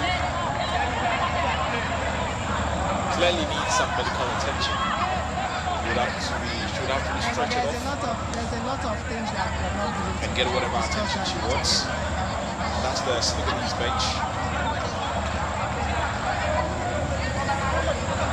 Bar clearly in pain and would need some attention. So that's the Super Falcons. Super Falcons. Cassie. Yes, I'll work on that. Take this throwing from Senegal. That should be a foul. The referee allows play to continue as Nigeria look to break on this one. Another foul of 5 minutes. Will that be a booking as well? It would. The referee It will. has a card in her pocket, so that should be a booking for player number 3. Remember in the first instance, the Nigerian player was hacked down. And we told you we're going to ask the broadcast yesterday. Where? No, we said usually we give. Clearly the ref was just about the way the Senegalese they fouled the player. The Senegalese forced a substitution. Player number 8 is off. Player number 18. Aisha to place the player number 2. Player number 2, Aisha Palace.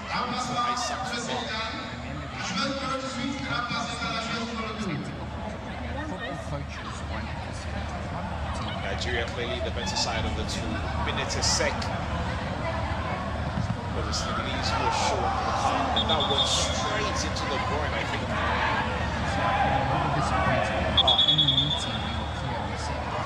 That would be painful. It would be painful. It certainly would be painful. Straight away calling for help for the Senegalese player. That would be painful.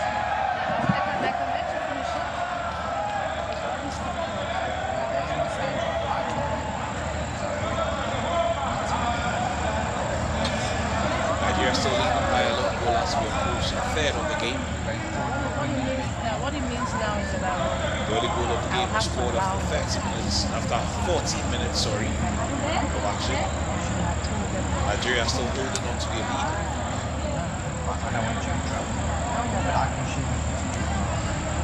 28-20, fast approaching 29 minutes.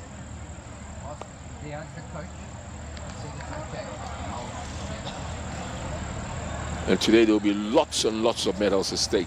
Yeah. Lots of medals. A lot of football matches still to come today. Mm-hmm. Both black princesses, black starlights are all in action. Ghanaian interest in that. I'm sure the fans will be making their way to the various stadiums to cheer them on. The black satellites are going to be playing in Accra. And then the black princesses will be playing at this venue. And it would certainly be good to see the crowd in here at the Legon Arena.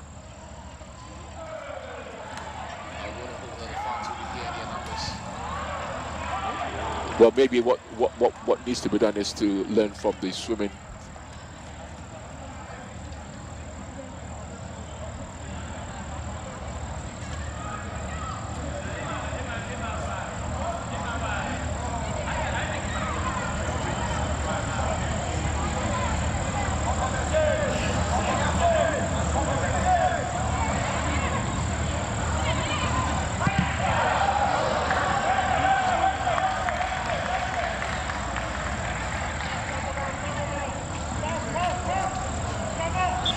Done the third of the game in Cape Coast. Remember, the game was played last night. Yeah, 90 minutes, 30 minutes gone, so 1 more hour. And these days, after 30 minutes, you get a chance of a water break. Yep. Because it's a bit warm. But at this time of the day, then this was in the evening. Should be a bit cooler at the time. Yeah, so that's I'm wondering. Maybe it was a bit warm in Cape Coast.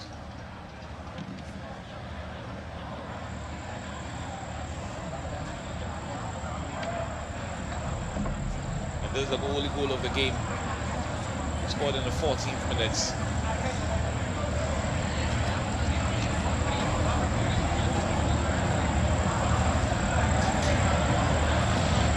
The only goal of the game after 14 minutes of action in Cape Coast.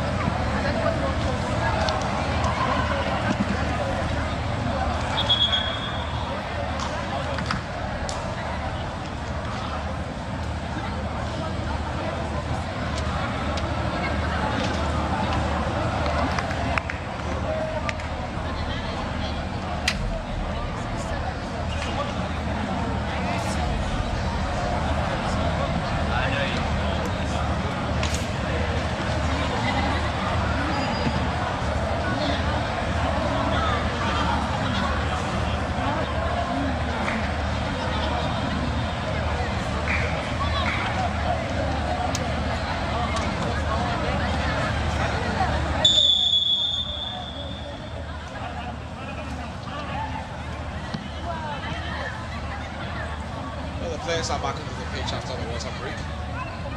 So we go straight into action.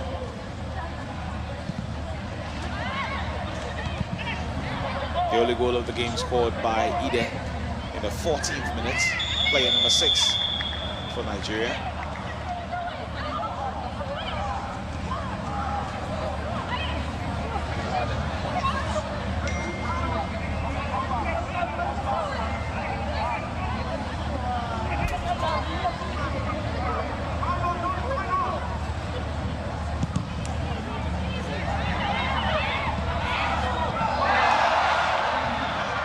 The Senegalese almost getting themselves back into this game.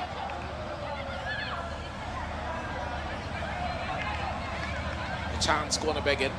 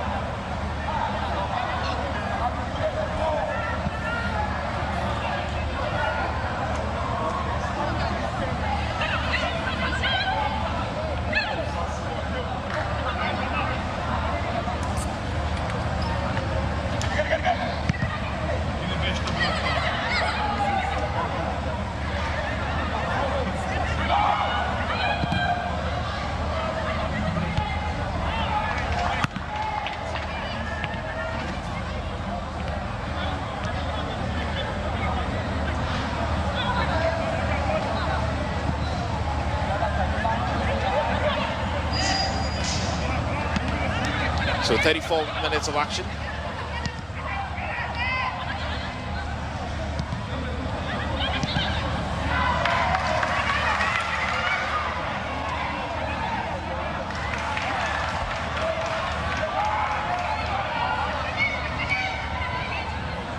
So it's still Nigeria with the lead after 35 minutes of action. The Senegalese with a chance to equalize, but missing that opportunity.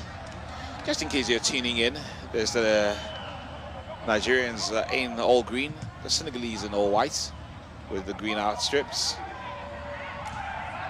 Oh, the brilliant pass there. Could it be number 2? And Ide, how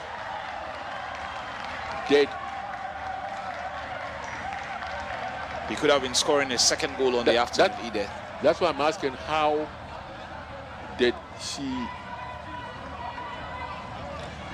My goodness. How did she miss it? Well, we've seen worse ones, haven't we? Even Erling Haaland. Yeah, we've seen worse ones, haven't we? You know, these things happen, they say. You pick your spots, you hit the ball. If it goes in, you're celebrating. I've heard footballers say that when such things happen, like they miss such a blatant, obvious chance, they wish the ground just opened up and swallow them. A temporary halt to the game. Another Senegalese player down on the turf. Player number 19, Ndiaye, appears to need some medical attention.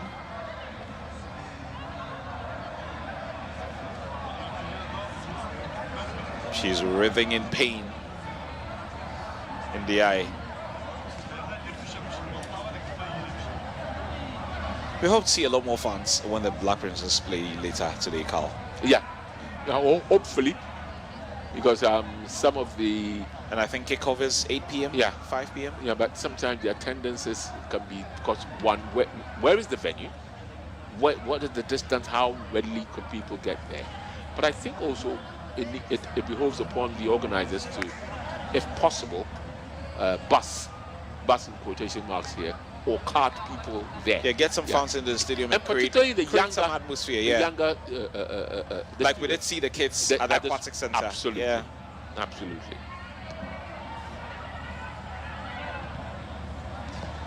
Get some of the kids from the junior high school, the senior high schools. Go create an atmosphere there if it's possible. Or even the students in the tertiary institutions. Let's go create some atmosphere there if it's possible.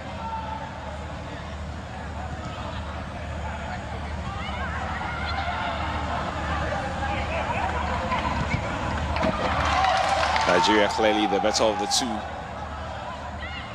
But Senegal holding on.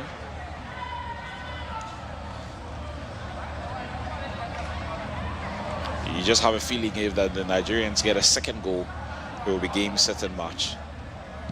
So the Senegalese would want to keep themselves in this game for as long as possible and avoid conceding a second goal. That would deflate them.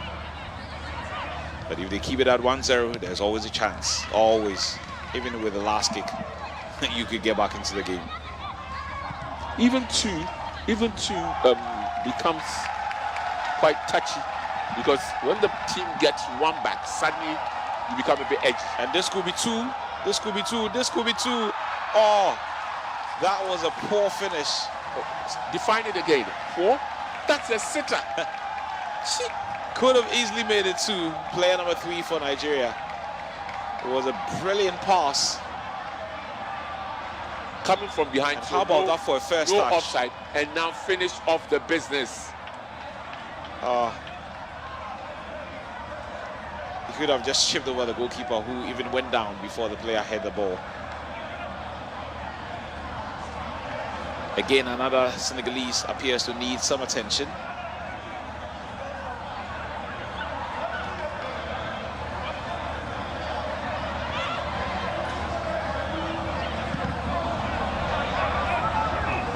A long one in to Nigerian territory that has been dealt with by the Nigerian team. The Senegalese regain possession. They will have to press very hard if they have to get anything from this. Kenwa.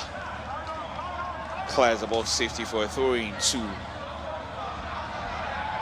the team in white, Senegal. Kais to effect this throw-in. Sends one in, but again the Nigerians have massed up in numbers in defense. When you do have possession of the ball, they do mass up brilliantly in defense, and of course when you do have possession of the ball, they put the numbers together for an attack. Almost always a player available when they are in offense. 40 minutes, 5 minutes and time added on to go.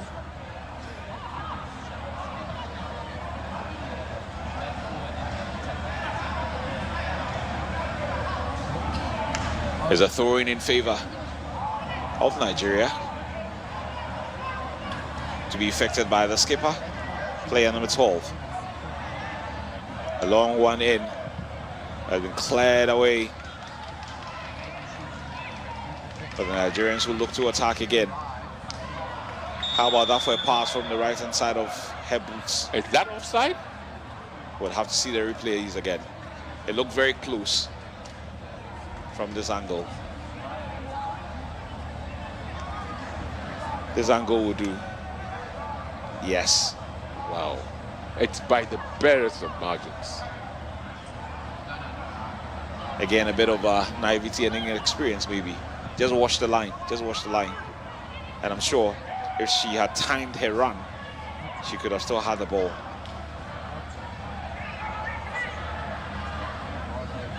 Okay. Delay a few precious seconds. And frustrate the opponents. Keep the ball and frustrate the opponents. Particularly when it's fast approaching halftime, you wouldn't want to concede a goal at this time. No team would want to concede a goal at this time. Ide, the lone goal scorer for the day, looking for a 1-2. But very physical Senegalese defense, getting the ball out of touch for a throwing in favor of Nigeria. Mendy, a huge, towering centre back.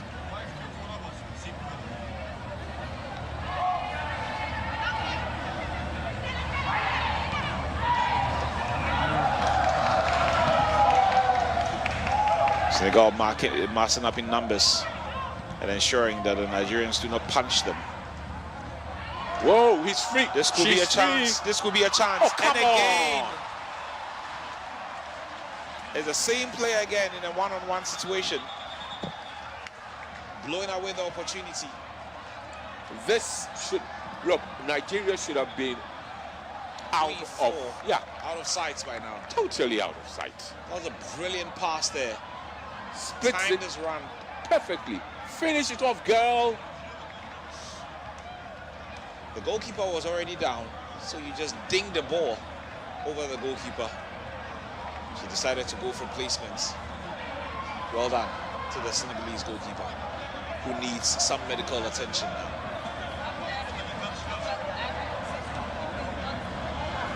The goalkeeper, of course, can be treated on the pitch for up to 10 minutes, unless she's not in a position to continue, and then a substitution would have to be made.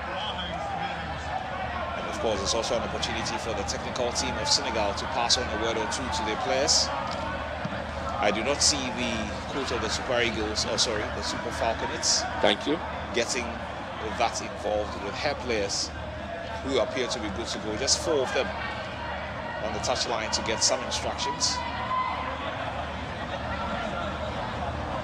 Now you can clearly see the coach of Senegal passing an instruction or two as their goalkeeper is being attended to.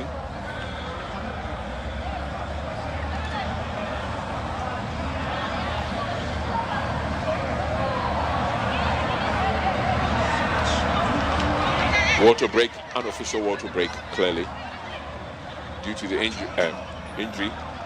To the goalkeeper, of course.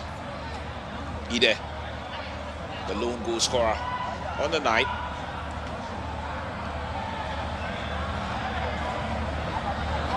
It looks like the goalkeeper is okay and good to go, so the game would restart.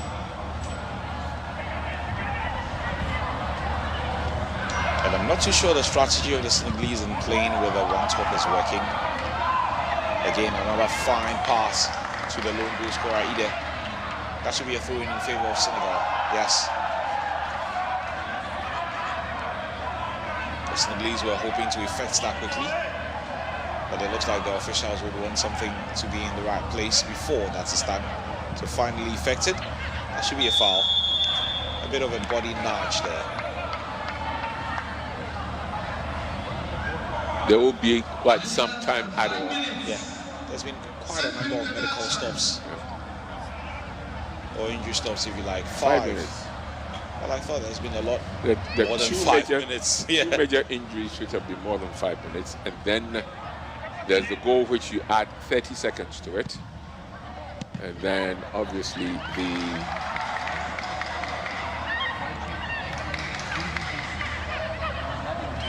And every time Nigeria does have possession of the ball, you have a feeling they're going to create something, but this ball lost.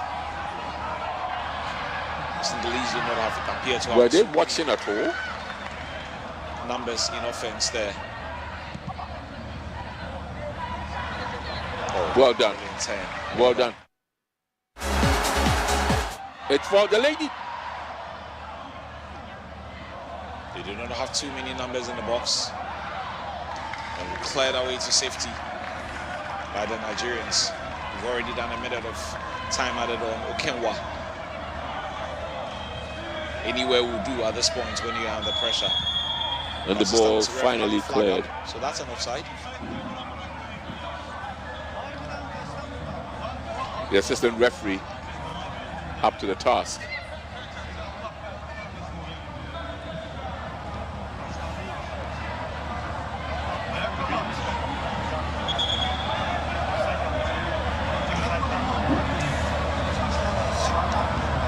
Well, they didn't. It wasn't an offside. They actually blew for a foul. And that's why the referee has come all the way to ensure that the instructions get to the players. A long one. This is the first time I've seen one of these set pieces go long like this. Yeah, these days in football, they virtually abandoned that type of play.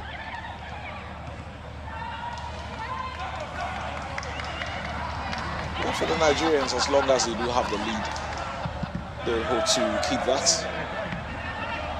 Especially we didn't want to concede in the last 2 or 3 minutes of time ahead on. That would change their halftime team talk. The two managers may be preparing their notes right about now. Ide went down a bit too easily. Probably reason why the referee did not give her an advantage of a foul.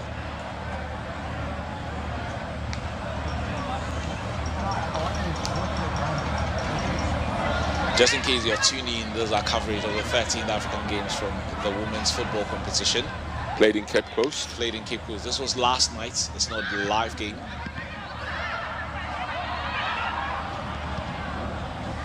Again, the Nigerians hoping to throw the ball through, but the Senegalese defense dealing with that.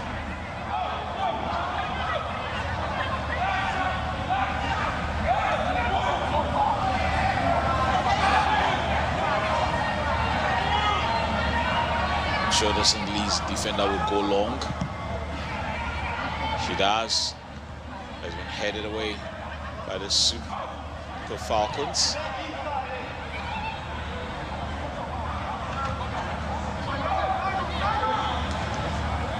They have some great touches, but it's what they do with the ball in the final third that matters, both teams. That's the key thing as far as the game is concerned. When they get to the final third, both teams appear to run out of thoughts and ideas. Regardless of what it is, the essence is to get the ball in the back of the net. Simple. That's the most important thing. That's the most important thing. Was that a foul? I thought she went down a bit easily there. Very little challenge, but a very great opportunity for them to get back on level pegging before the end of the first 45 minutes. If only she can pick up a player or two in the box. If only they had a look at the clock and had more than the 5 players that they have in the box. I mean, this could be the last chance. Give it everything. Gets 8, 9, 10 players in the box. Everybody in the box. Yeah, because this could possibly be the last kick. Oh, that should be a foul. The ball was just way high up for the Senegalese to connect with her legs. So free kick advantage, Nigeria.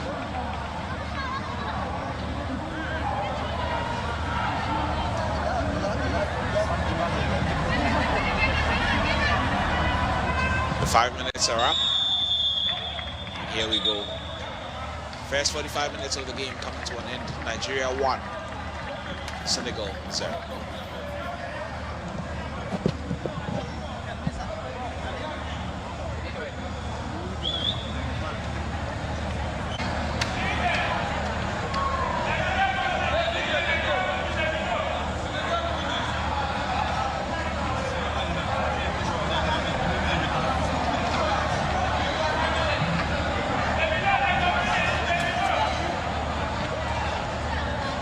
And so Nigeria have had the majority.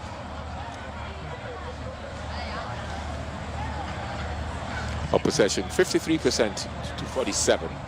Had more shots at goal and had more shots on target. And as to why they are not 3-4 up, only God knows. So the second half starts. 45 more minutes for Senegal to redeem themselves, if not totally go ahead, or for Nigeria to enhance their reputation with a much more emphatic win.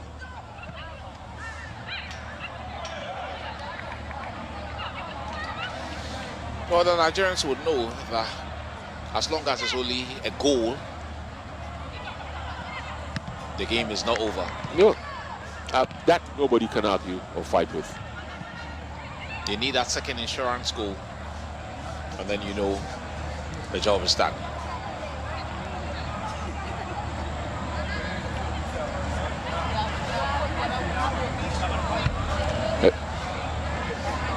As long as it stays 1-0, anything can happen. You know your opponent always has a chance.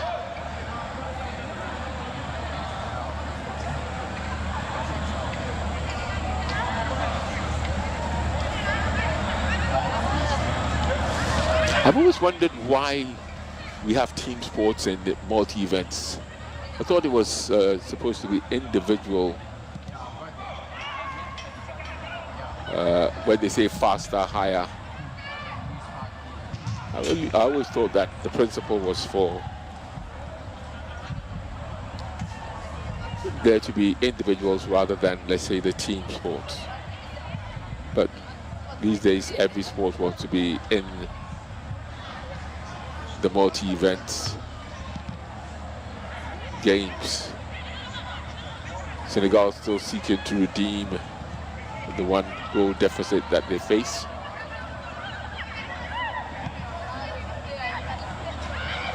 And the Nigerian, well, that ball should have gone much, much earlier, and it was too close to the Senegalese goalkeeper.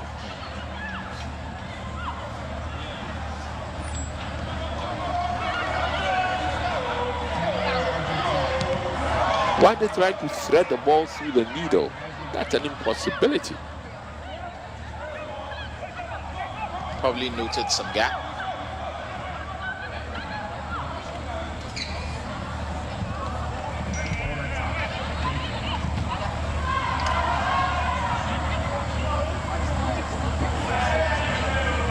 The powerhouse Nigeria 1, Senegal 0. Remember, this match was played yesterday at the Cape Coast Football Arena.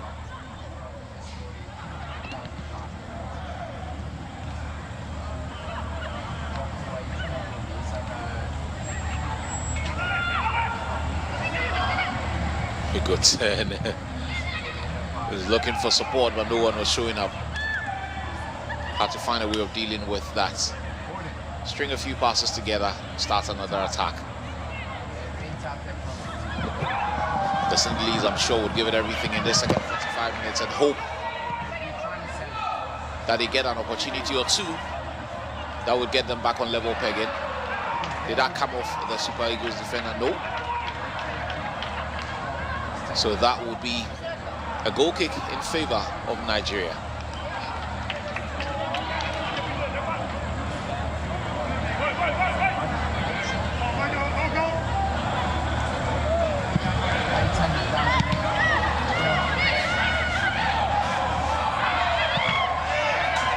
The Senegalese wanted a free kick, but that was not awarded.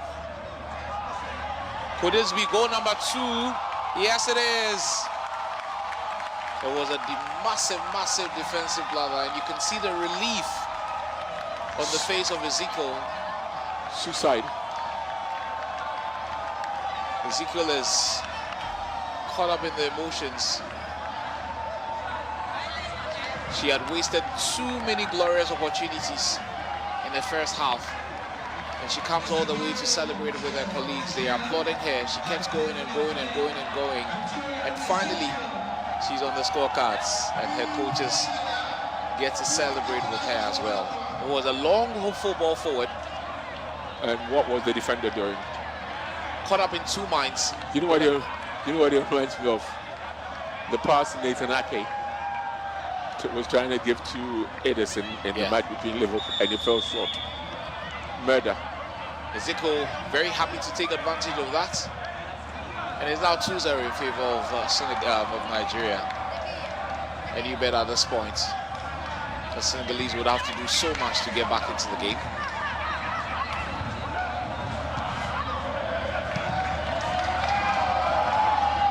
And once that second goal goes in, brilliant! That's goal. A fantastic own goal. A world-class own goal. Oh, this is demoralizing. Conceding 2 goals in just about 2 minutes. At least he's got the fans on their feet.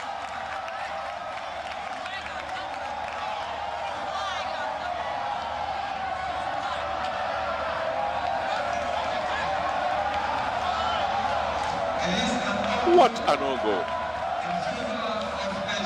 I mean, any striker, and I'm talking about striker in the men's game, would have been proud of this header. Mommy, just take a look at the game.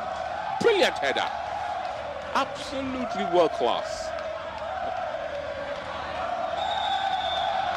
Yet again, my goodness.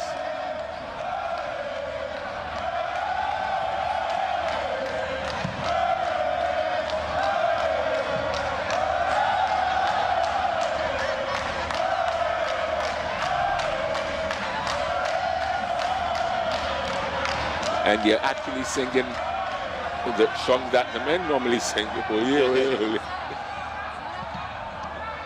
Well, at this point, the Nigerians know that they are running away with it. 2 quick-fire goals in the first few minutes at the start of the second half, and it could be more. It could be more. The Senegalese will be deflated at this point. And then the Senegalese play on the turf again. They suffered a number of injuries in the first 45 minutes. And now that they are 3 goals down, you bet a number of these players are already deflated on the pitch.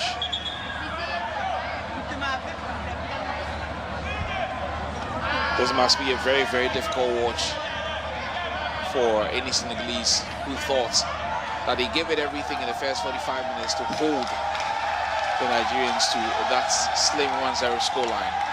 But to concede 2 goals in the manner in which they have in the first 5 minutes of the second half must be very disappointing indeed.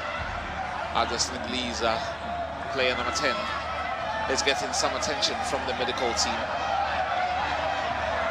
There was a lot of stops in the first half, 45 minutes to attend to Senegalese players. There's a physical battle out there. And player number 10 clearly needs some attention. They've got to find a way to get her back onto the pitch very quickly, because at this point Nigeria will be playing with a man advantage, and that puts the Senegalese under a bit more pressure.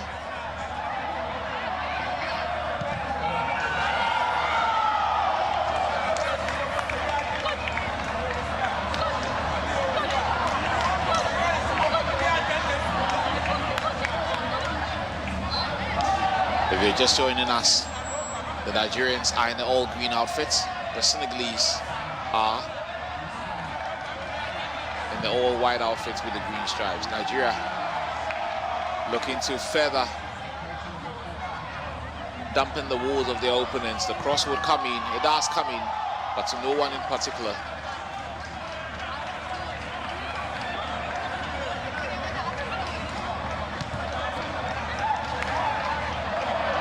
Some heads may be down in that Senegalese team at this point. They will be down. They did so well to hold Nigeria to a solitary strike in the first 45 minutes, but you conceded 2 quick goals in the first few minutes of the second half, who would naturally deflate any player in a losing team.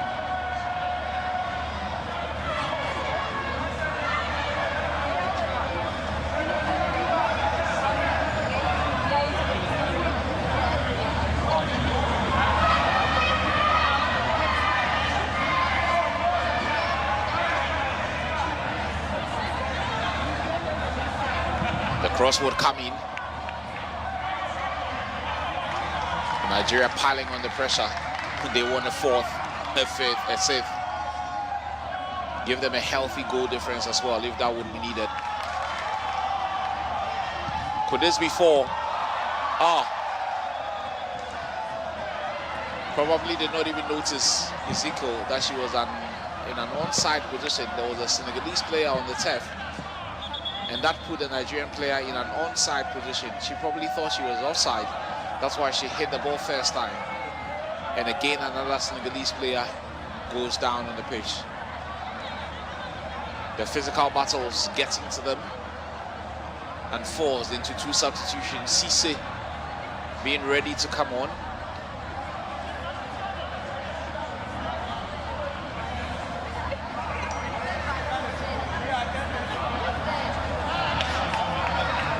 Another Senegalese player needing medical attention.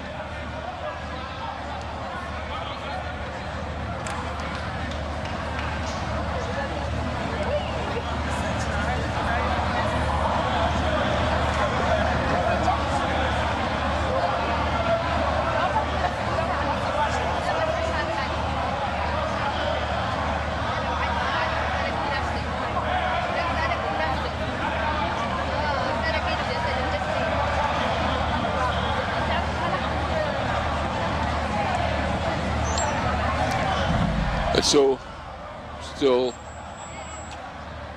awaiting for the Senegalese ladies to get onto their feet for the game to continue.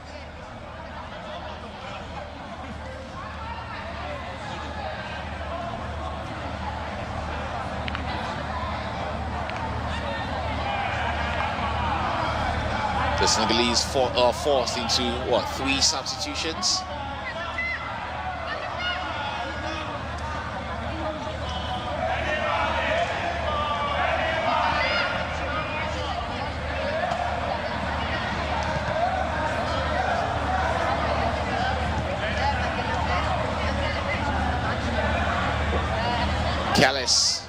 An own goal on 52 minutes, Ezekiel on 50, and Ide on 14, giving Nigerians the 3-0 lead.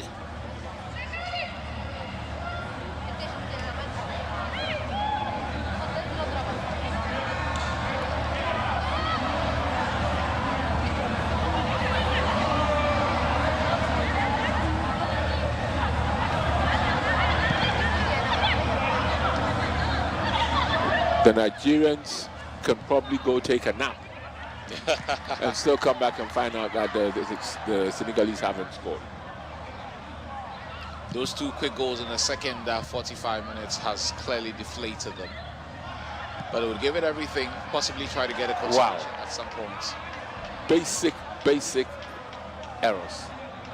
Yeah, that's what happens when you're down. Nothing seems to work for you. When you appear to have the lead, or when you're leading in a football game, everything seems to work. That's true. Ezekiel. She's looking to take on the entire Senegalese defense there, but she's brought down. And And it will be a free kick advantage, Nigeria. A strong challenge. Lunging into Ezekiel there. Player number 3 on the part of Senegal. A very, very strong challenge.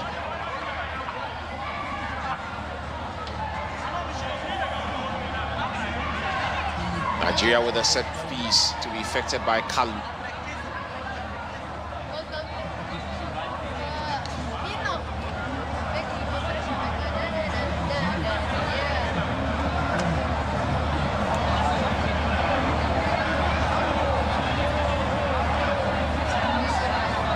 The Senegalese organizing that defense. Nigeria themselves are looking for a fourth, aren't they? They're looking for a fourth to seal it beyond any doubt whatsoever. The referee to the rescue there, whistling for something. I'm not too sure what exactly. I've seen teams come back from 3 goals down, but I've never heard of a team that's come back from. It was. I was going to say I never heard of a team that's come back from 4 goals down, but I think, do you remember the late Sheikh Chiote, Newcastle against, Arsenal. 4-0. But we'll see whether the Senegalese can get something from this one. They're making 2 very quick substitutions. Player number 3 coming out for player number 13, Cisse. Finally, that substitution will be made. He's been on the sidelines for some time. And the goalkeeper is off. She did nothing wrong. She couldn't be blamed for any of the goals.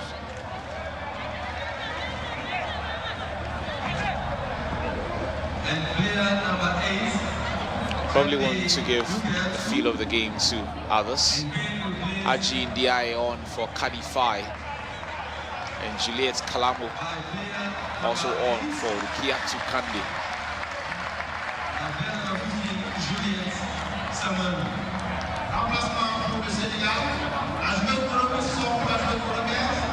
The manager of the Senegalese team opting to give some of the bench players an opportunity, especially in games like this where you have nothing to lose. I guess.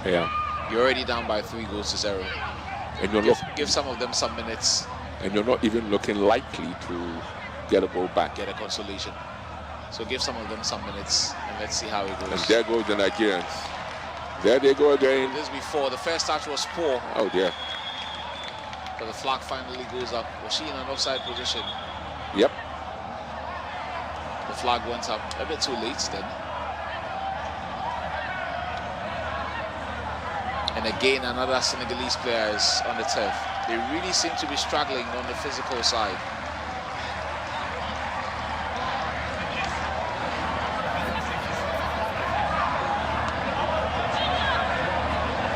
It's been a tough night at the office for them. So you can understand. They should have expected a very physical game against Nigeria. Okay. Player number 7 coming on for player number 2.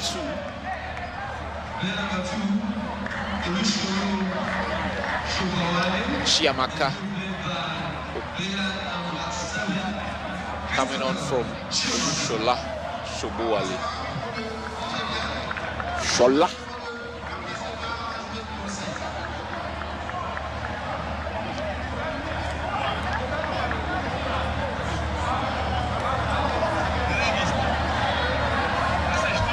The players at least get an opportunity to have a feel of the games. Yeah, that's these days up to what, 5 substitutions. Yeah. And then obviously then there's also the new innovation of the water break.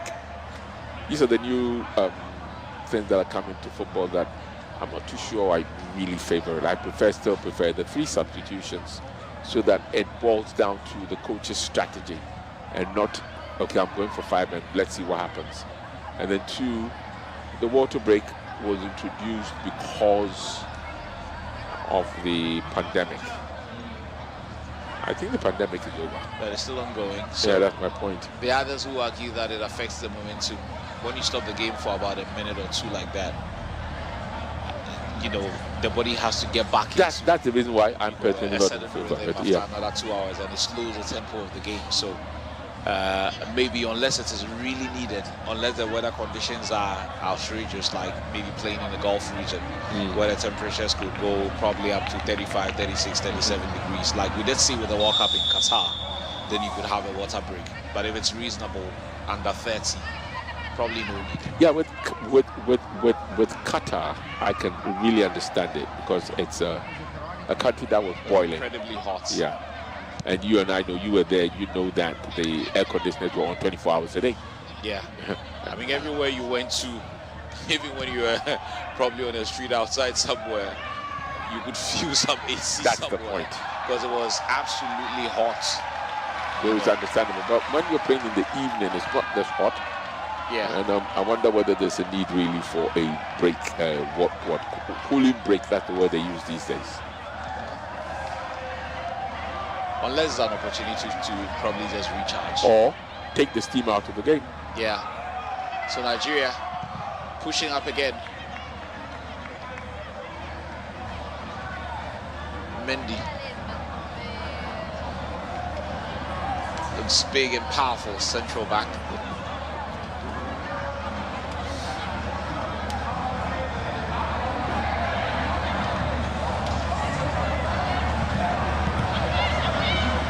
Nigeria will be happy to keep possession and round down the clock.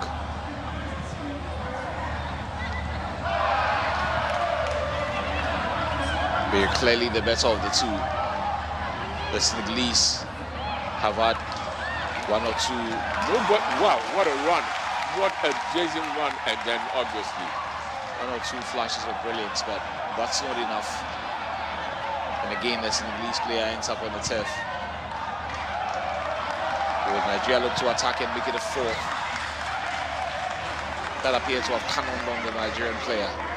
Well, but the referee thinks otherwise. That calls for attention for the Senegalese player on the turf. The physicality of the game is getting to them.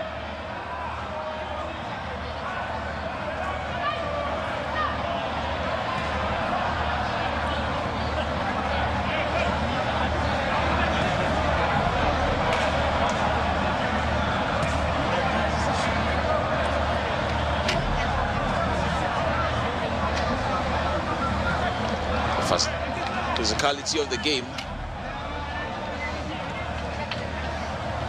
At this level, it can get very physical. It can. And the magic, those days used to call it magic sponge.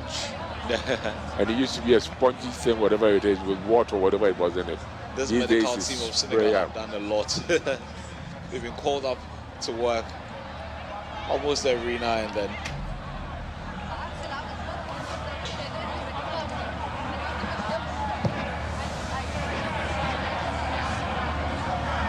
Three goals the Nigerians have this afternoon. One of them an own goal, a giveaway if you like.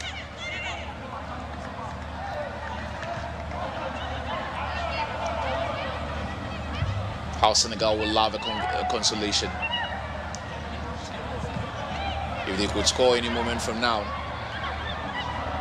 and possibly add a second at some point, then that will be a grandstand finish. The longer the game goes on, you just have a feeling that all 3 points. I don't have a feeling. All 3 points are going to Nigeria. Absolutely.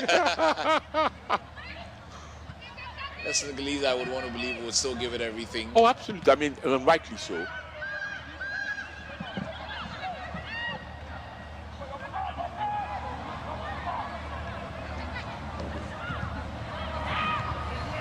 But it's clear that Nigeria, who are one of the major power brokers in African football, female African football, men not necessarily so. It was only recently that they got to the finals of the Nations Cup. Yeah.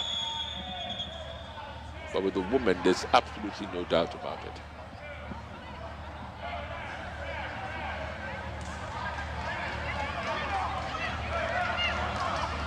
A yellow card flashed to Gina Adu. Oh, Adu.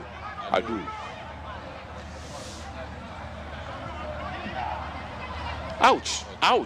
Ouch. Well, Now strong that challenge. is a strong challenge. And it's understandable. It was well spotted by the referee because I was wondering what had gone wrong there.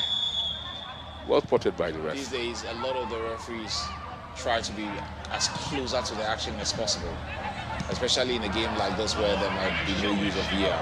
Yeah. You want to be as close as you can to the action. When you know that there's a VAR somewhere, you know you can. You know, people talk a lot about the VAR. I wonder why people don't talk much about the VLT. GLT, sorry. Which one's that? The goal line technology. Yeah. Because that appears to be working without very little controversy. Yeah, but once the entire circumference of the ball goes off. But we've seen it happen twice now. Do you remember the match between Japan and Germany? Oh, I'm sure you remember Qatar. Okay, Nigeria. Here they go. Almost through with goal number 4. And she's been brought down. The ball was away. Now the referee has a decision to make. Is it a red card? A red card and a penalty. And a penalty? Or A yellow was card. it offside? Let's see. I think she was a tad offside. I think she was offside. Yeah, I think she was a tad offside. Yes, the flag went up. So that's what saved the goalkeeper. Or else that would have been possible. Oh, that would have been a red card. Yeah. But going back, I'm talking about not the GLT, Kwame, in the box, in the goal, but the one on the corner line. Did it cross before did the whole circumference of the ball cross before it was sent back in? We don't have it there, and so assistant referees and referees have to guess, and maybe they can then bring a new technology to make it across the whole line. I guess for many out there, I mean, too much technology in the game also takes a lot away. No, but that one would hurt. That one would hurt me if if a goal was scored that way against my team. Okay. So let's see how the authorities. Yeah, so I prefer to have it right across there, GLT right across that line. GLT right across has to be consumed by these players as we. Well, that's the water break, isn't it? 1 minute, yeah, the water break for the second 45 minutes, I think. Yeah, a bit of water going around. Hmm.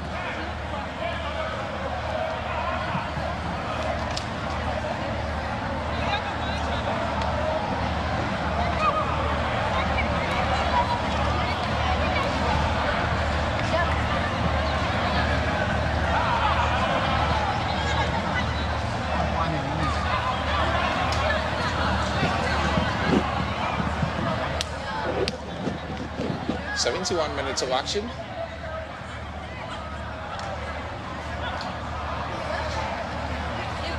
(3-0) in favor of Nigeria. At this point, the Senegalese are going for broke. They have nothing to lose. Just give it everything for the final 20 minutes and time out of it. But upon all they're doing, the key thing here is that they've not tested the Nigerian goalkeeper. Not at all.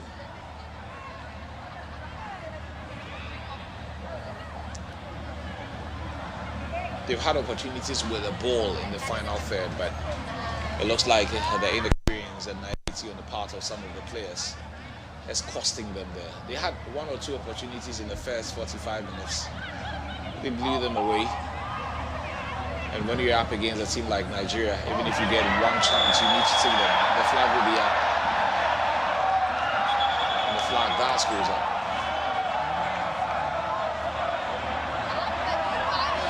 A yellow card will go to a Senegalese player. The flag had gone up, and she still went ahead to kick that ball. And that's what has incensed the referee to show the yellow card to Kassé Ndeye from Senegal.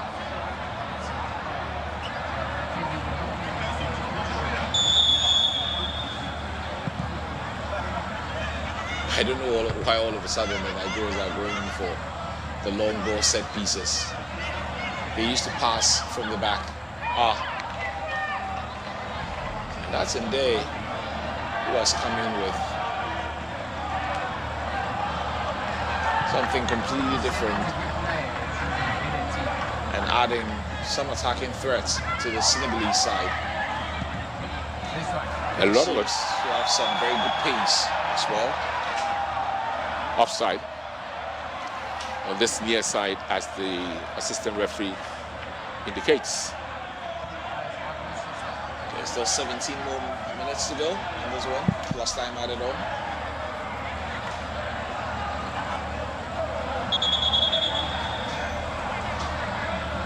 Looks close.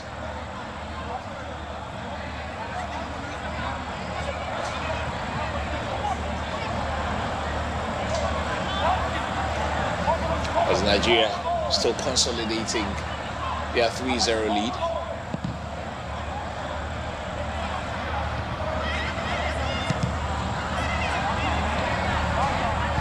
And this is the thing with the Senegalese, when they've had possession of the ball, what to do with the ball has become a challenge for them. Decision making is not of the highest order. Would that be a consolation? No. The defense of Nigeria holding very firm there. Okemwa.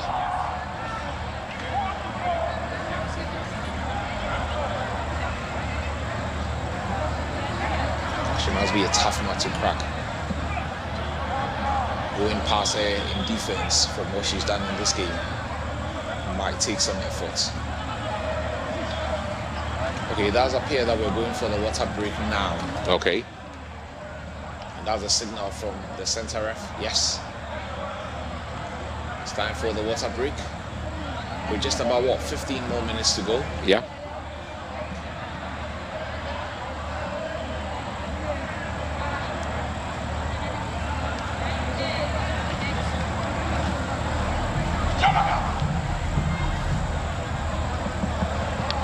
Minutes more to go.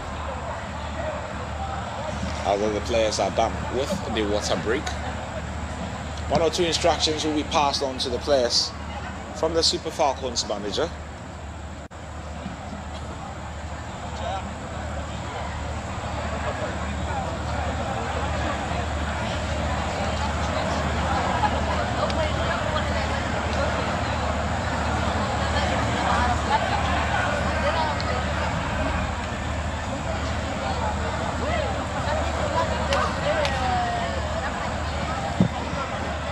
Opportunity to share a word or two with the players. The Nigerian goalkeeper has had very little to do, to be honest. If they're giving out winning bonuses, I wouldn't expect her to get one. Because she's done nothing. And it's no fault of hers that she's done nothing. Her team has simply... The have not been great, and then maybe her defense have also been fantastic. Her team has been super. I mean, you've got to give it to them. The Nigerians have not given them any opportunity whatsoever.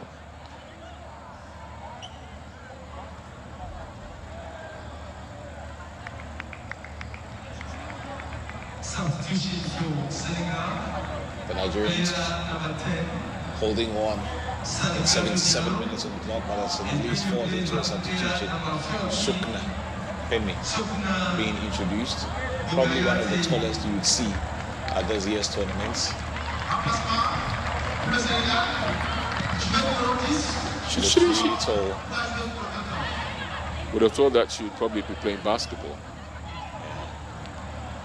The Senegalese are tall. Yeah. They're very tall race. It is very common to be walking on the streets of Dakar and meeting so many guys. That's why when you see the likes of, that's what I'm saying. That's why when you see the likes of Sadio Mane, you ask yourself, are you sure he's a Senegalese? Yeah. Because you look at even his colleagues, Koulibaly, Nicola Jackson, and they're all 6'3", 6'4", going here. Mendy is 6'6", the goalkeeper. Absolutely. Khalidou Koulibaly, I think, is 6'4". He's 6'4". Yeah.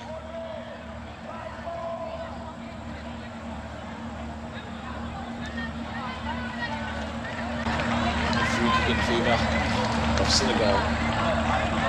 She's going to be shooting from distance. That's probably in excess of 30 yards. And let's see whether she'll be able to hit target from this distance. 1, 2, good strike from distance. Here's a roll. ball comes back to the Senegalese player number 6. There's a poor pass. Very poor pass from Mendy. And she moves it. But the pass could have been better. It could and should have been better.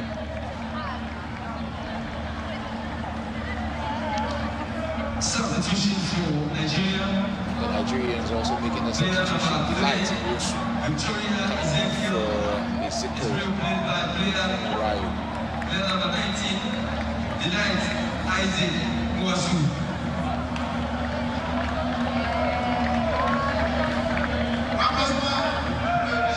So probably just a short. There's where he goes.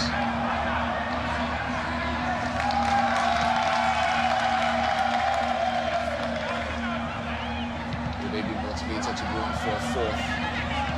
Well, hopefully. I'm saying hopefully just because to make it be very professional. And if I'm right, I think there are only three nations in this group. If I can remember very well. Instead of 4. Yeah. So Nigeria be going in for goal number 4. So it should be more than enough.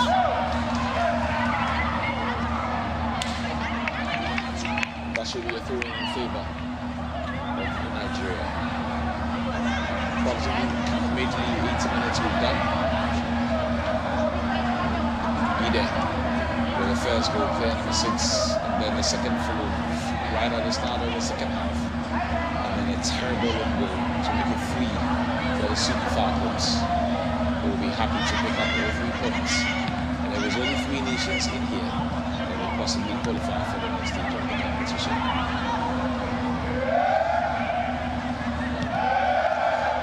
They started. The chanting. Every kick of the Nigerians. That's the thing I love about Nigerian fans. They're so innovative. I'm sure there are quite a number of them. Oh, they're quite. No, but there are lots of Nigerians in the country in any case, and then many of them who are in Takrade. Could this be goal number 4? Could this be goal number 4? Could this be number 5? Yes, it is goal number 4.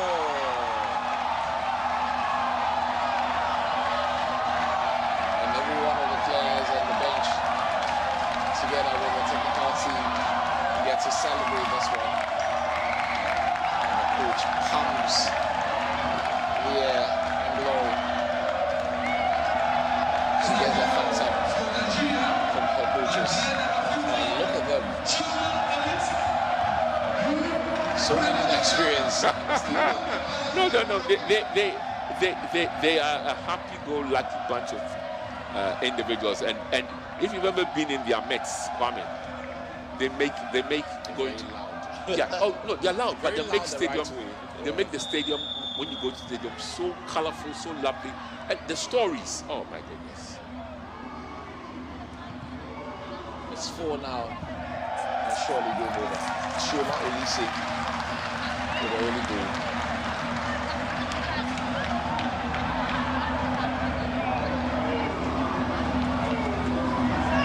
The Senegalese will be pushing in for a consolation at this point. There's all 3 points in the bag for Nigeria without a doubt.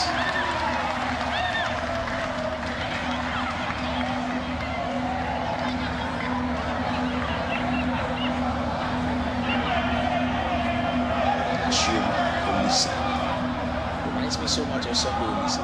It reminds me rather of Chuma Ajunwa, the long jumper who won gold at the 1996 Atlanta Olympics. First name James. Amazing. And there they go again. Are they going to get 5? Are they going to get 5? Surely that's a foul.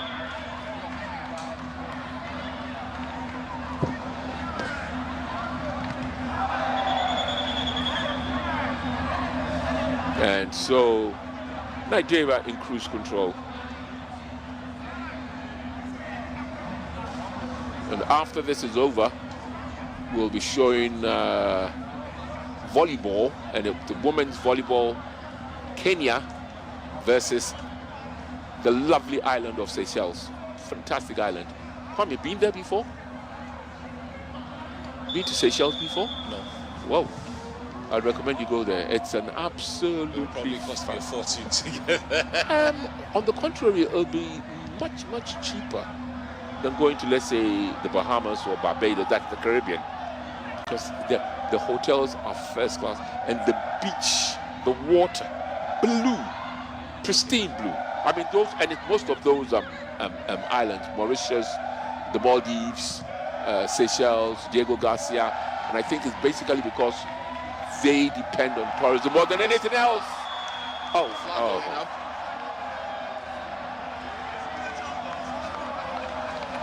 That looks close. The Nigerians are loving every moment of this.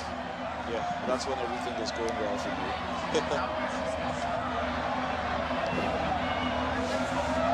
This is a bit deflated, and we'll be hoping that the game ends sooner than later.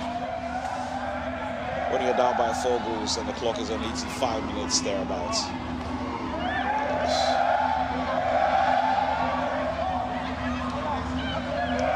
Every cheer of the Falcons, every player of the Falcons being cheered by the Nigerian fans at the Cape Coast Stadium.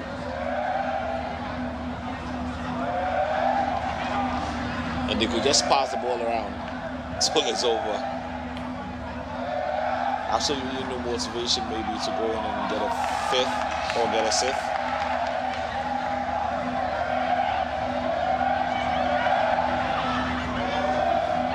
They're happy to pass the ball around, but the Senegalese probably may have other ideas. They would have other ideas.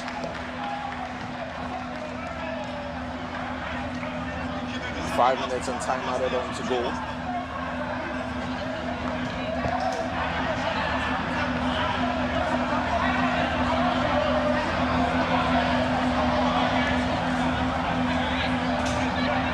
Will the Senegalese be able to get a consolation in this one?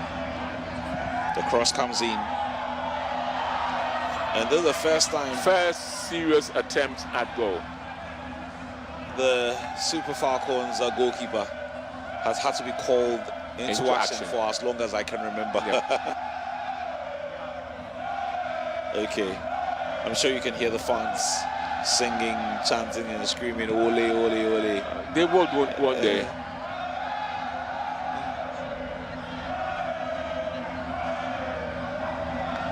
The throw-in in favor of Nigeria.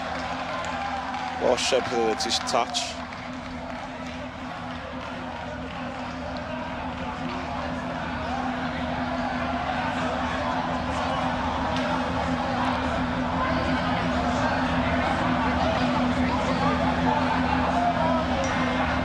Throw-in favor of Nigeria as we approach the 90th minute mark.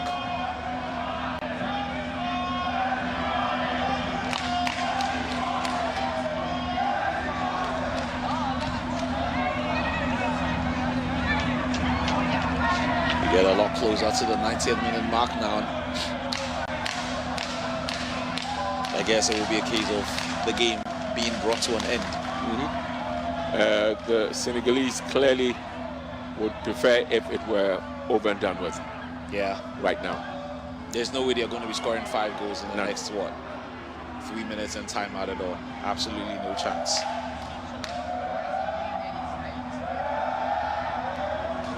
Ball goes out of touch. Is that a throw-in favor of Nigeria? Yes.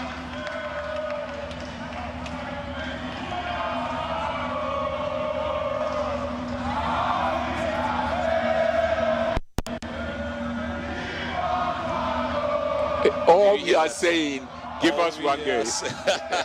Give us one goal. Give us one more, one goal. Are they taunting the Senegalese? Maybe. Oh, well, let's see if they would oblige.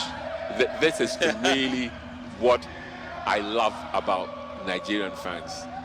They're so innovative. So innovative. We've got 2 minutes and time added on.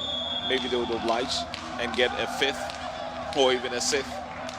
Either who started the onslaught.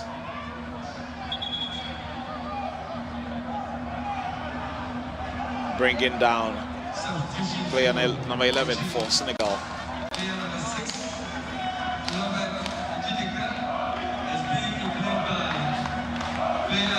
And Nigeria to make 3 substitutes. Yeah, that's interesting. Yeah, at this late hour, I'm wondering what it wouldn't affect the outcome of the game. There's no doubt about that. So, an opportunity to rest some limbs and give others who otherwise may not have had an opportunity to play. Laveth Ide, who got the opening goal of this game, out, and then Chidima Oguchi also coming on for Jumoke Alami. I like the way you pronounce the names. I've got a few Nigerian friends.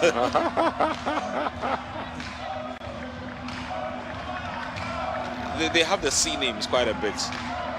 Chiamaka, Chinyere, Chioma, a number of them. Like I said, Chioma, like I said, the first name that when you said Chioma, that came to my mind. When you said Chioma Olize, the first thing that, Chioma Junior, the sprinter stroke long jumper. And just like you have in some parts of the world, especially here in Africa, they can give the same name to male and female. Yeah. So you could have a lady Chioma and a man Chioma as well. Yeah.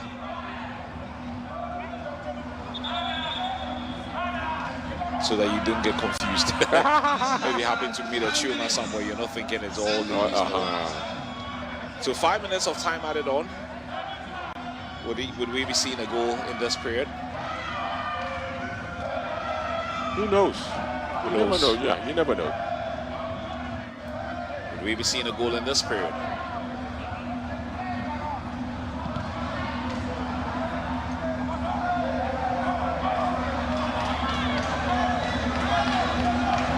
The cross comes in. Could this be 5? Well defended. Should have been 5. Having 5. It should have been 5. That could have easily been 5.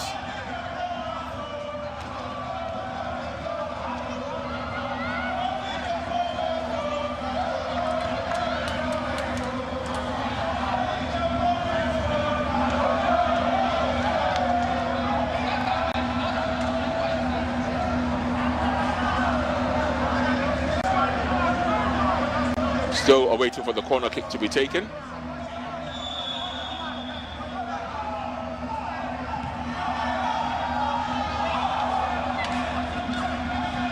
Anywhere will do for the Senegalese.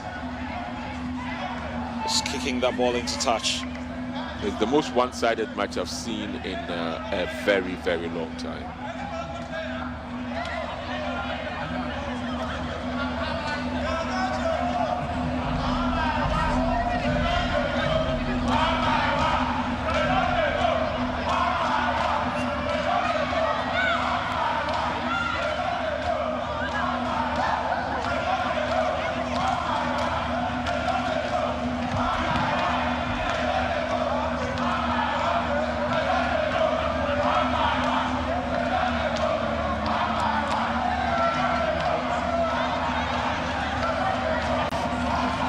Minutes exhausted already.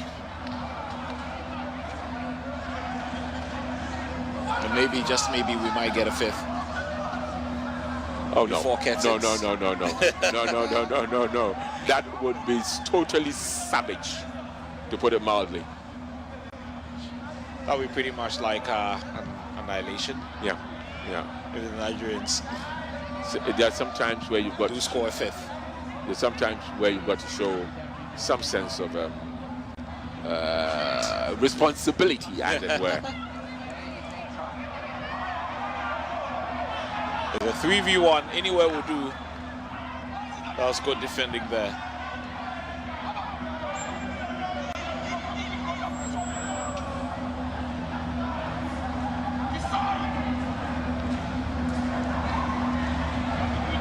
The referee having a look at the watch. There's still up to about 2 minutes more to go.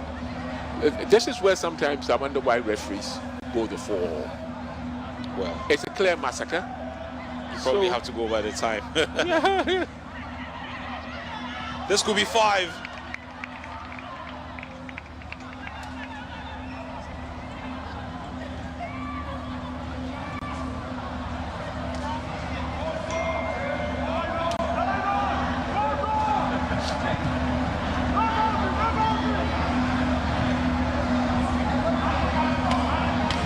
One of those days, bad days at the office for Senegal, I guess. Yeah. Probably would love that the scoreline was a bit more respectable. If wishes were horses, exactly, beggars would ride. They would have wished that the scoreline was maybe 2-0, maybe even 1-0.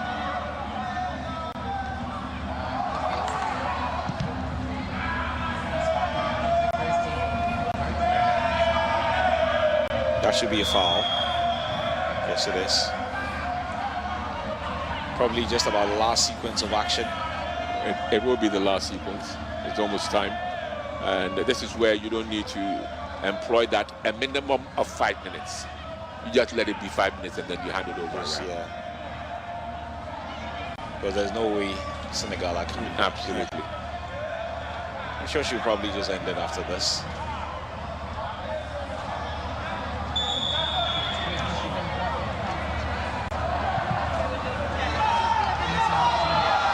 Almost a fifth there. Well, that's just about it, I guess. There's a flag up from the assistant ref. Well, the 5 minutes are up. Maybe we can all just go home. Yeah, but that's sometimes they've got to be a bit more caring, for want of better words. And after this, we'll be going to volleyball. We'll be looking at Kenya taking on Seychelles.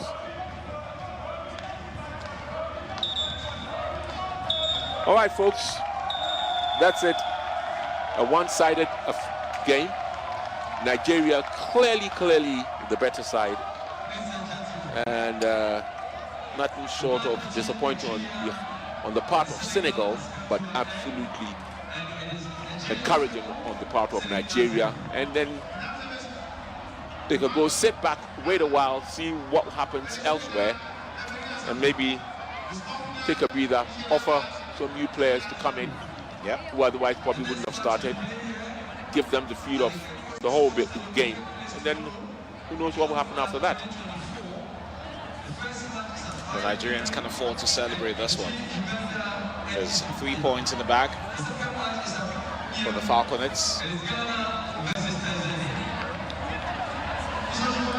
Making their way back to the pitch. I'm not too sure whether they're going to be applauding their fans for coming in to support them.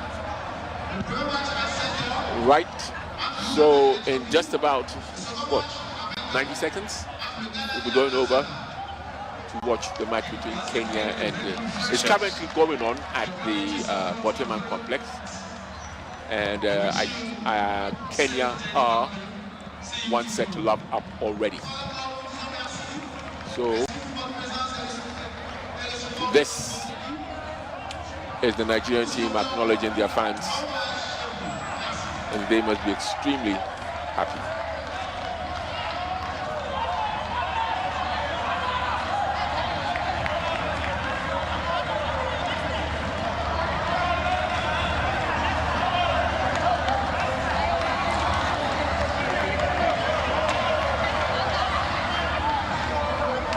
The Nigerians making their way out of the pitch, celebrating a 4-0 result.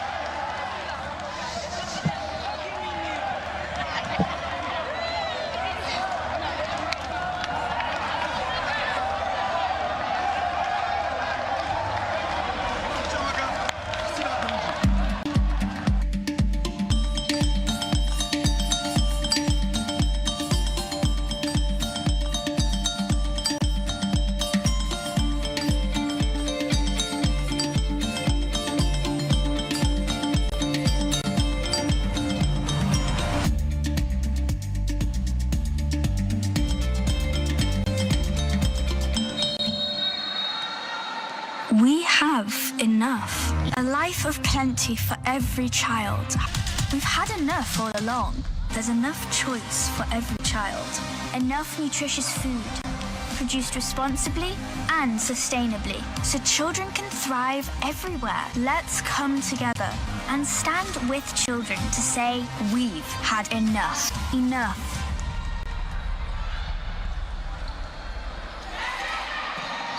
What happened to snacking? Delicious is being denied. Munching has become mindless. To that we say, not on our watch.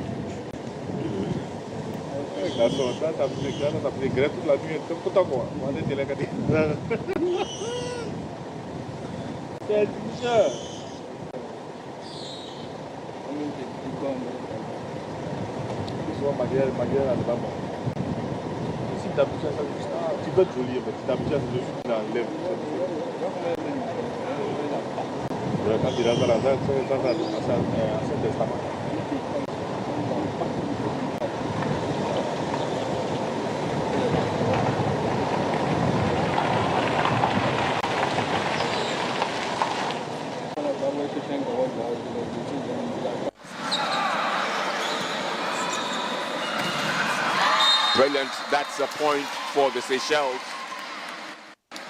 And so how many points do we have here now?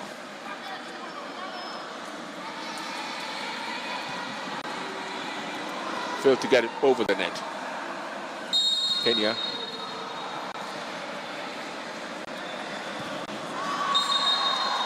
And that's another point.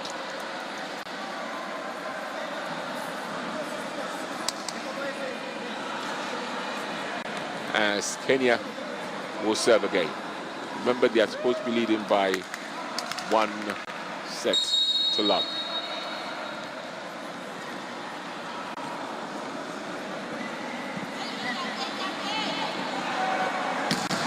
This must be the prelims. Yeah. That's a good one. Well spiked. It's a very, very strong one coming in from the Kenyans. Bang. Absolutely no chance for Seychelles for this.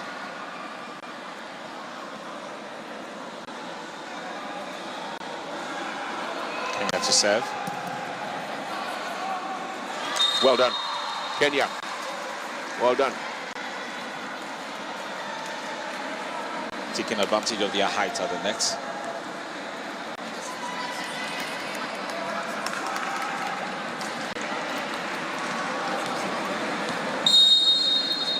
And this is the women's volleyball.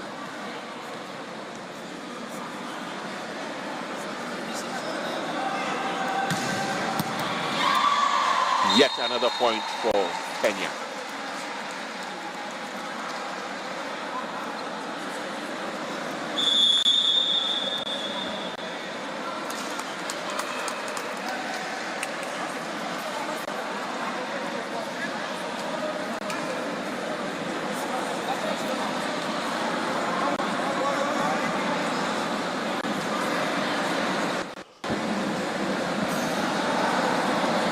So the Seychelles are really in a spot of bother. 13-5 for Kenya. Kenya already have the first set.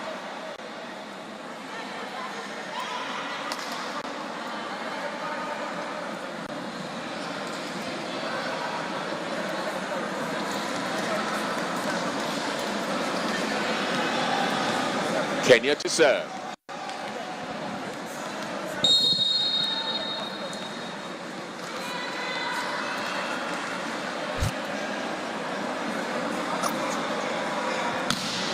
Right. Well blocked. Fantastic. 14-5 to Kenya. Well blocked brilliantly. We're running away with a 14-5 to Kenya. And our second set. Yep, they won the first set, Kenya.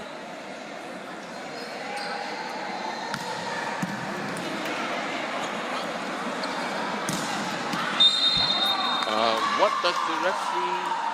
Well, it's There point was- for yeah, some contact with the net. Yeah, so 15. 55. And the contact with the net goes against. Yeah, it does. She serves so powerfully. Yes, she does. She does. She does so well.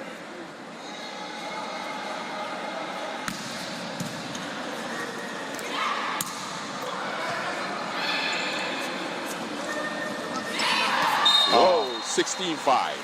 Miscommunication there. Well, it's turning out to be a rout, isn't it? Yeah. So first to hit 21. 21 points. Yeah.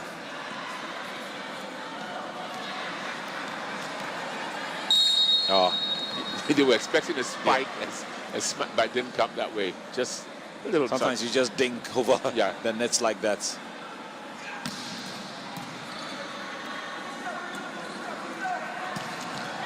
Whoa! Did that go in? That I- appear to have gone out. It does. Yeah. Let's see. Does appear to have gone Let's out. see that. Have a look at the blue line. Yeah. Yes. Yeah, Out. 75, 17-5.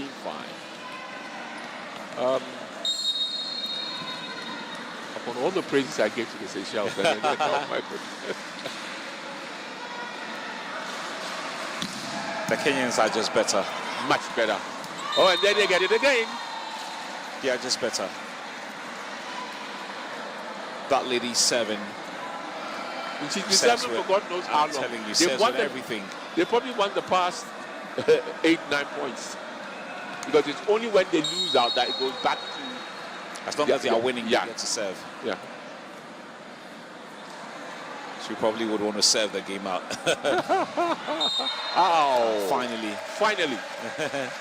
So 18-6, and then the ball will go back to the... Now go to Seychelles.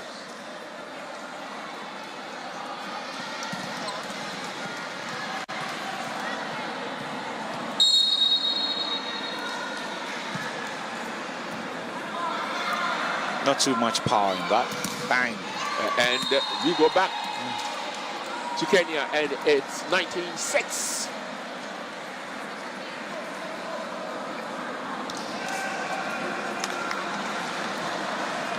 Two points away.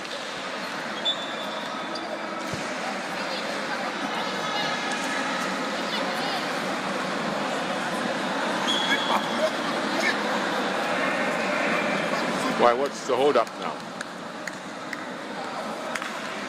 Is it timeout on the half of on the Seychelles, or is it timeout on the part of the Kenya? Well, looks like the game is going ahead. And they've blocked it yet again.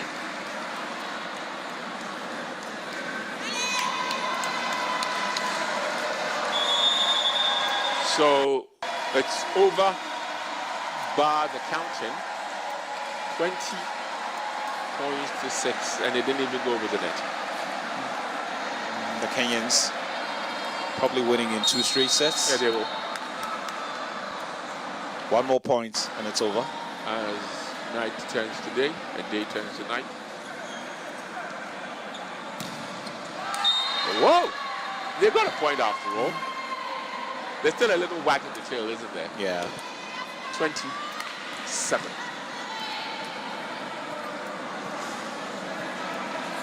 That's a good spike. Yeah.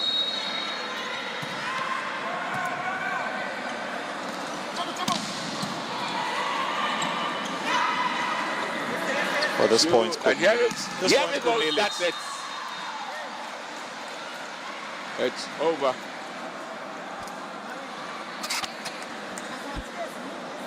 That's the replay. With some power. Bang. Absolutely no chance. What? Are they still playing? Or did we miss something? Or did that one go out?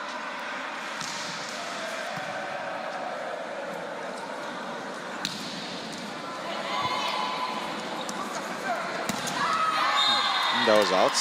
Surely. Surely. Why do when people are supposed to finish off teams, You kind of slow down a bit. Yeah. You know, when you know you're within touching distance of getting a victory in anything, you just kind of slow down a bit. Now I'm a wee bit confused. But the Kenyans are just superior. They are just superior. In terms of the scoreline, because we saw the score at 13-5 and we started from there, and the game still seems to be going on. Oh, wow. How do they call it in tennis? Unforced error. Many of these things are unforced. The Kenyans are just rough riding it over.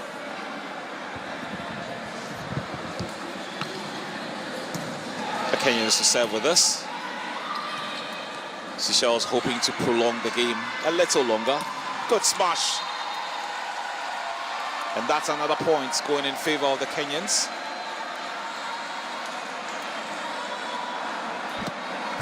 Setting it up brilliantly. And absolutely nothing Seychelles could do about this. Bang.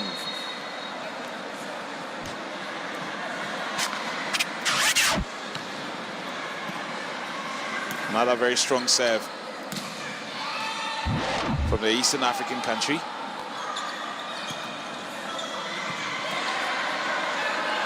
Moving the ball around the courts.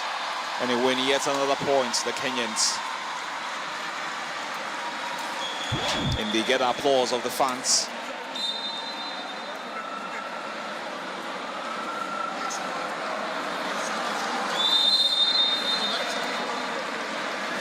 Bang.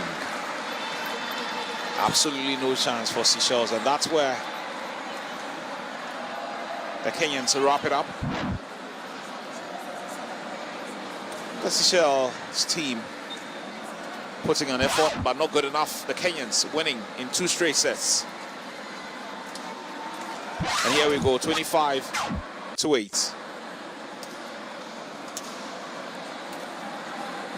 We get to see early highlights of what transpired that got the Kenyans running away with us.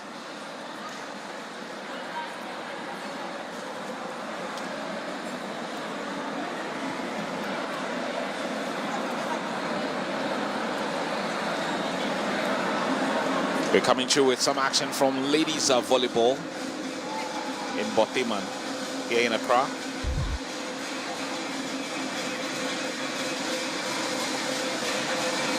And they were spiking the ball all over like that. Very little chance for Seychelles to get back into this. Winning a lot of their points from their service games. An advantage of having a fair bit of height at the nets also plays to your advantage.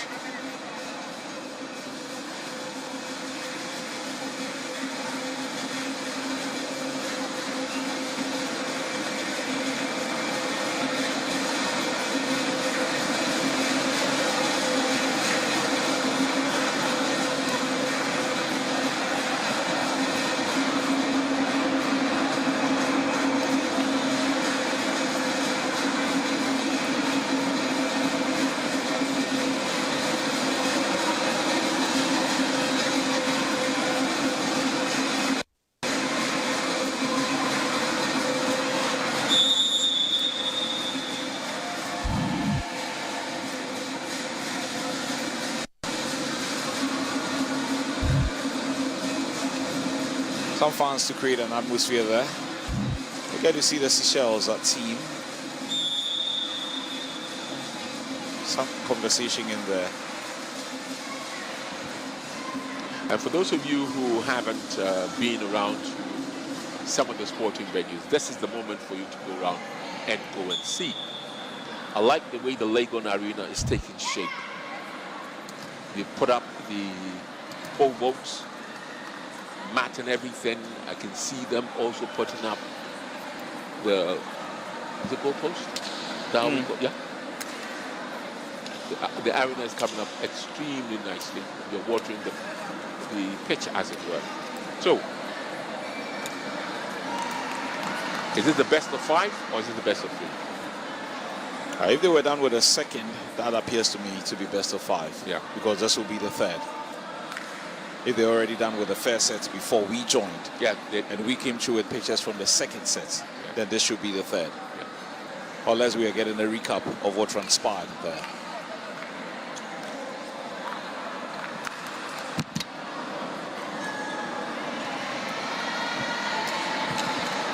And so it's Kenya to start to serve.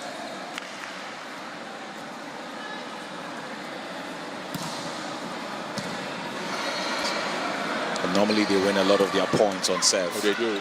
Oh, they do.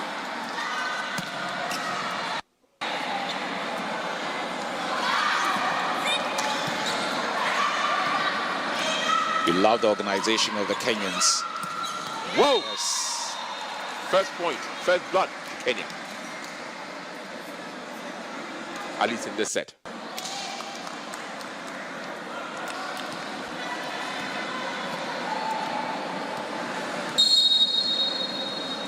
So that makes it 1-0.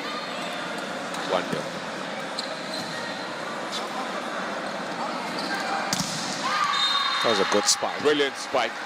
1-1.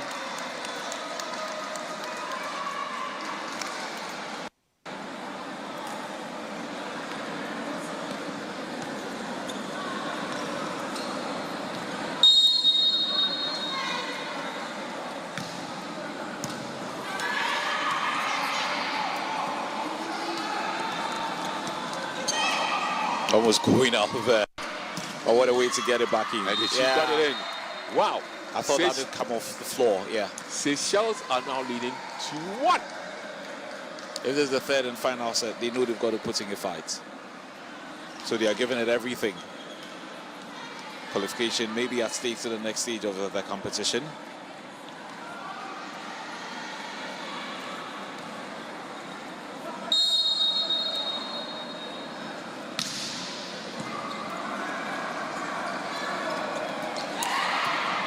I thought she was going to go in for the spike. Well, she's definitely going for the spike, and she's got it again. 3-1, folks. Is this the coming back of the Seychelles? Possibly. I guess they will be delighted if they do make a headway in the set. Yeah, it would make it interesting if they got one set back.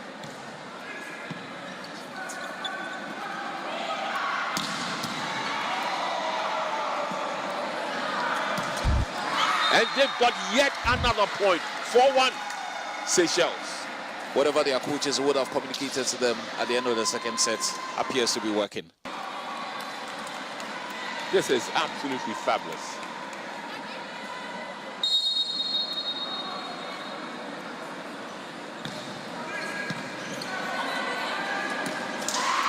Okay. Oh, brilliant. That was clever. Well thought of. Well thought of. That was clever. 4-2 Seychelles. Or should I say 2-4. Kenya will be serving. She appeared she was going to be spiking the ball. Then she just dinged it over her opponent. That's it again. What's happening here?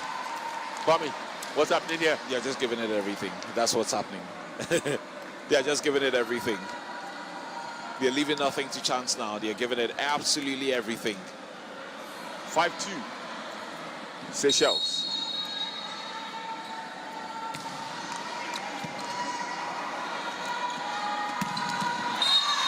(5-3) Seychelles. Kenya got this point.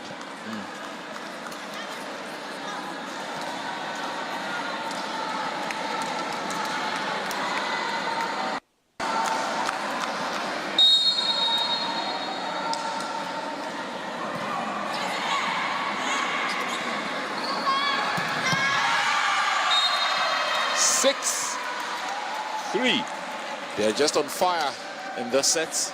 They are. If the Kenyans had any thought that we're just going to, ride it over them, well, they'll be thinking again. They would have to revise the strategy now.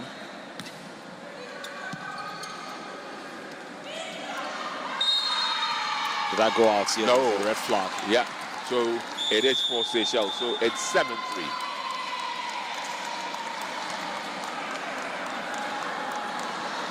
You're giving the Kenyans a game now. Yes, they are. It's changed. The whole game is changed on its head.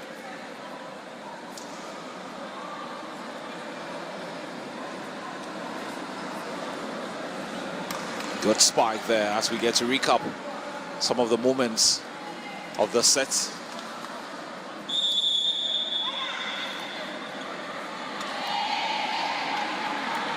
For a moment, I thought that momentum was with the Kenyans when they won the last set.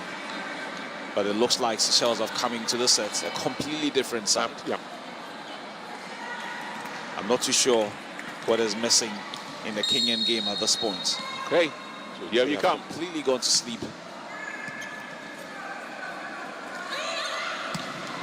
Yes. 7-4. Do the simple things. Set your teammate up. Spike the ball as hard as you can. And let's see whether we can win some points.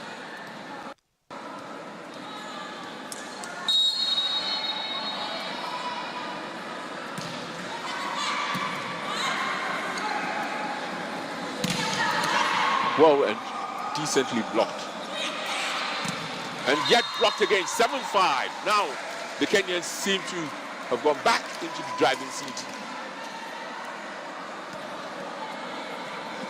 That's what getting a point in the previous play can do. Absolutely. Getting you to believe again. Would they try to win 3 points on the bounce? And that gets it back to 8-5. For the Advantage, Seychelles. Seychelles, yes.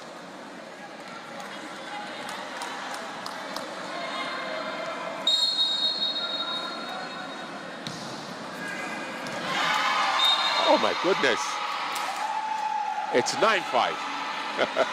This bit of is miscommunication there. It's going left and it's going right. Yeah, here. They were not too sure who was to return the favor.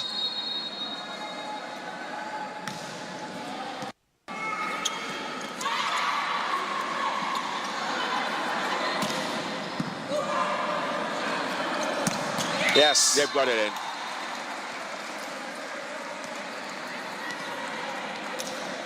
Player number 19 for the Kenyans. Coming good with a spike. Absolutely no chance for Seychelles. There. Right in the court.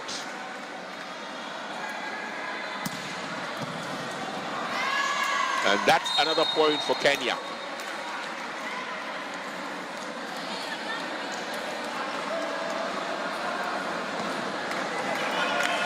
And that was the lady with a powerful serve in the earlier sets. She was just racking up the points for Kenya. Yeah. And she gets to do this again.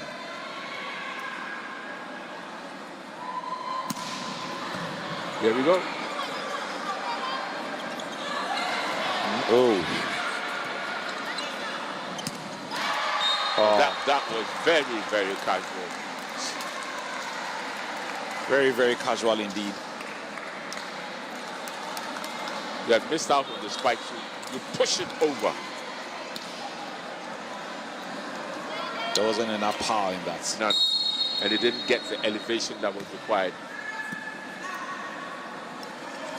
Brilliant spike. Making it simple. Brilliant spike. Set your teammate up and hits that ball hard. And the points, Kobe Hours, Weezer.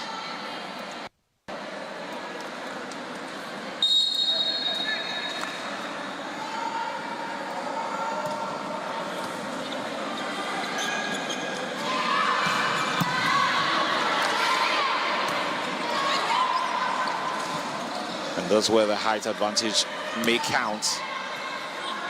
Whoa. Whoa. What were they doing? Just getting into each other's path. And the Seychelles eventually take that point. It's 10-8, now 11-8. A strong spike.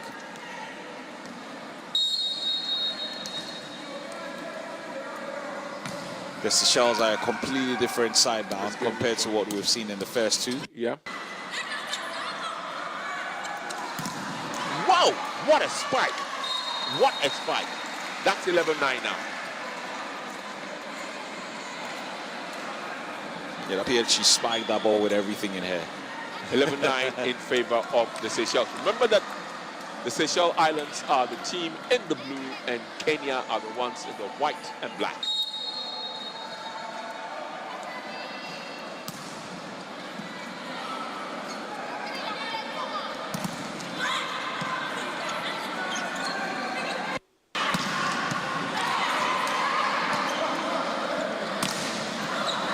That go out?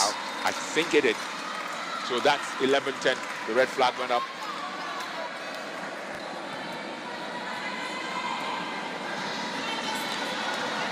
Oh. I wish they'd make the blue mark a bit more visible for TV because the pitch or the surface is quite greenish. Well defended and well blocked, and they got the point. That makes it 11-11 now. They pulled the level.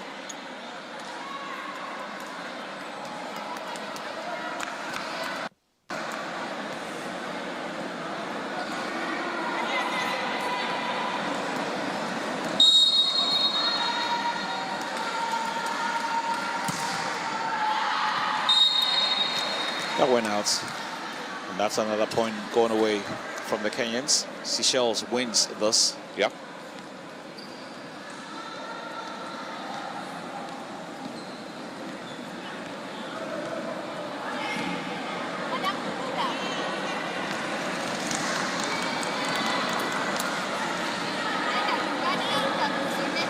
Seychelles to serve. They lead 12-11.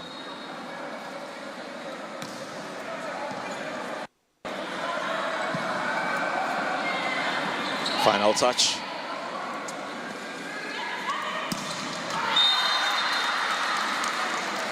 The lady in the number 14 for Seychelles has had a great game so far. She's been spiking the ball brilliantly with that left hand. Bam. And you can feel she hits the ball so hard, it's almost impossible to retain that.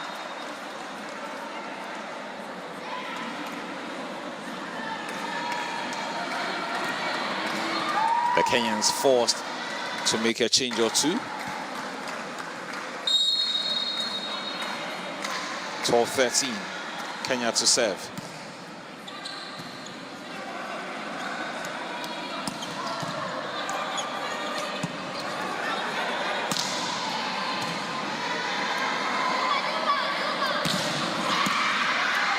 Oh, 14-12, advantage Seychelles.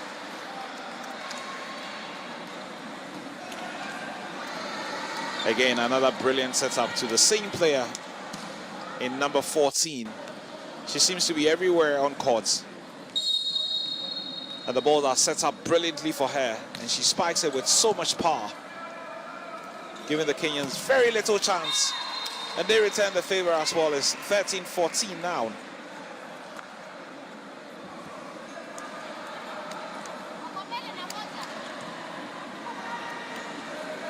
That was some power spike.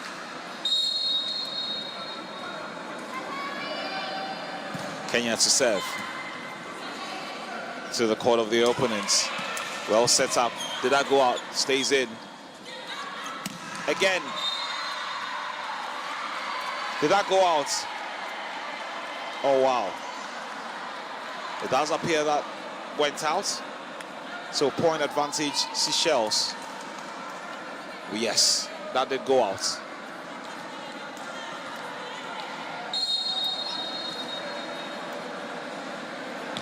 (15-13). Advantage Seychelles, the tiny. That's out. So Kenya still 7. 15-14. So close in this set compared to the first two.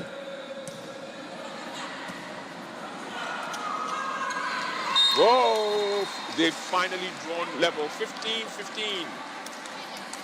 But it's been more of a fight. That's the key thing we take there. This third set, I think, has been a lot more competitive. 15-15. Kenya 2 sets.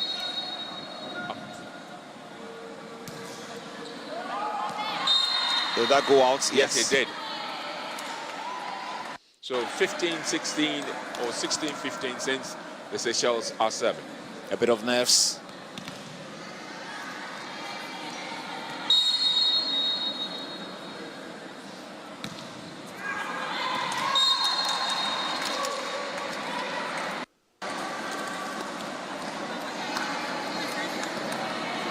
Is a Kenya to serve.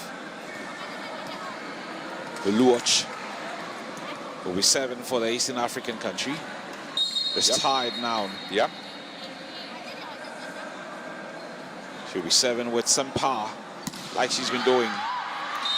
That went out. So it's 16-17 advantage Kenya. Advantage Seychelles, sorry. This has been more of a fight. They're giving it everything, Seychelles. They don't want to be swept.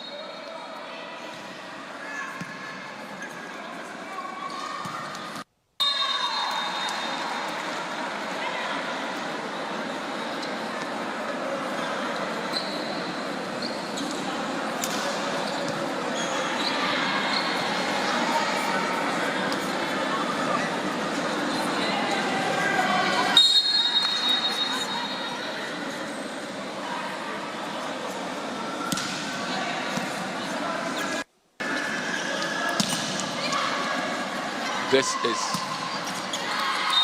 and they've got it. Looking very, very, it's a very, very different game this time around.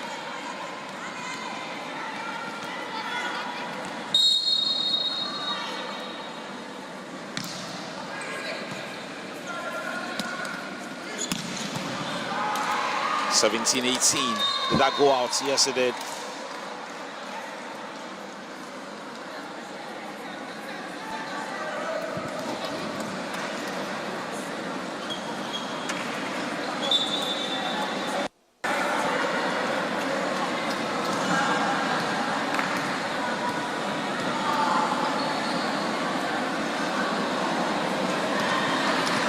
It's tied again, 18-18. Kenya to serve.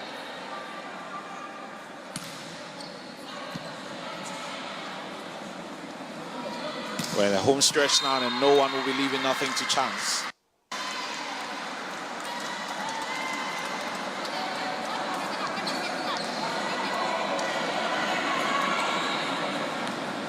Kenya will be hoping to win again and possibly progress to the next stage of the competition. Yeah. That's a strong one. Got it in. 19-19. Well and truly done.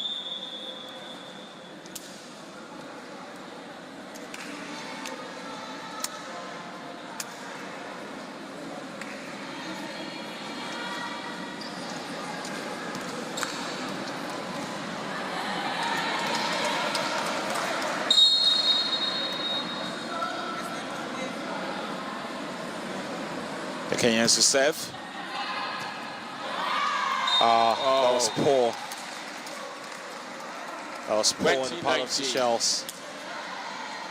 First one to get to 25 will take this set. But this has been much, much more of a battle.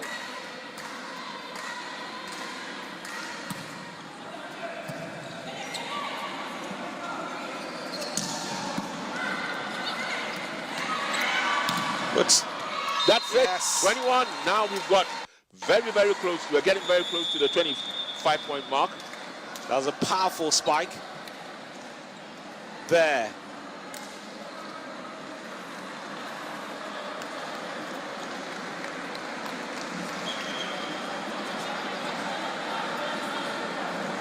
A bit of a break.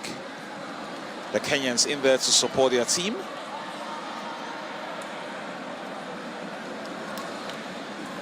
19-21 advantage Kenya.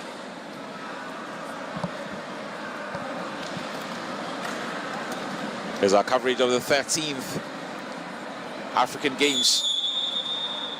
These are some of the highlights so far of this third set.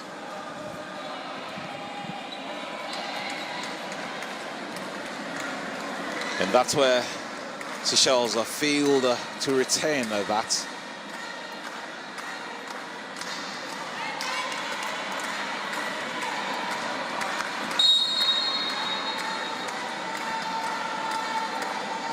Will the Kenyans look to take advantage of this with that 2-point lead? Out. 22-19.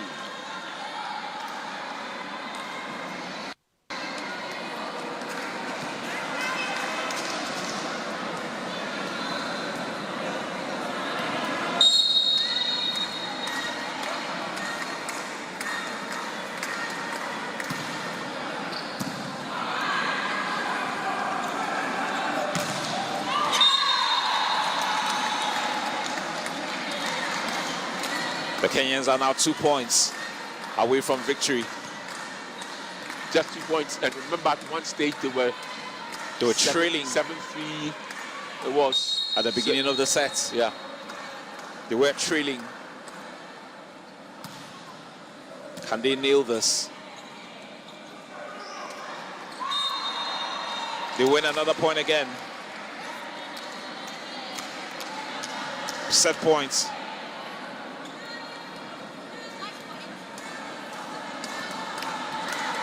(24-19) advantage Kenya. One more point and it will be over by 3 sets to love. That's gone in. 24-20. That was a good one to keep them in it.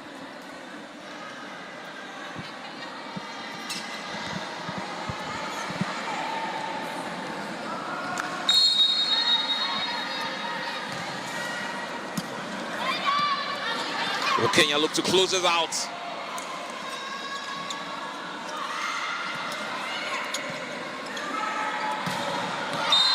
That was out, surely.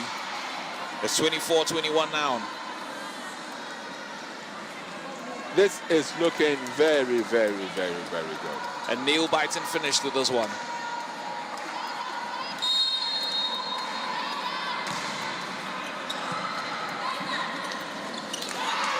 That should be it. Over and done with, folks. That should be it. 25-21.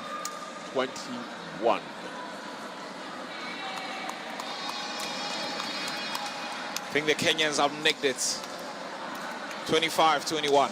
And that means it's 3 sets to nothing. This has been quite intriguing. Compared to the first 2, yes. Yeah. Much closer, much more enjoyable for the viewers. And I'm sure for anyone who will be watching anywhere on the continent, this was a lot more fun. The first 2 appear to have gone by very quickly. But Seychelles giving us something to cheer about in the final set and taking the Kenyans all the way. All the way. But a lot more fun for the Kenyans. Of course. Of course. Of course. This third set was a bit more exciting compared to the first 2. And the Kenyans get to celebrate this one with their coaching staff.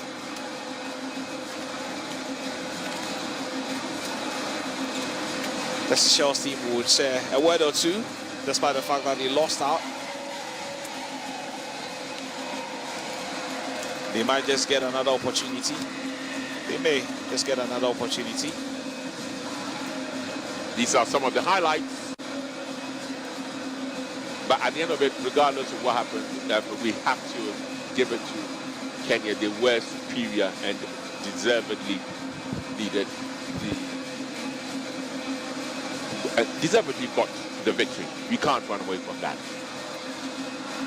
But it was so good to see the third set being a bit more closer and a bit more tighter to keep the excitement going rather than with one nation running away with it. As happened in the second set. So this is live from Boteman, the African Games 2023.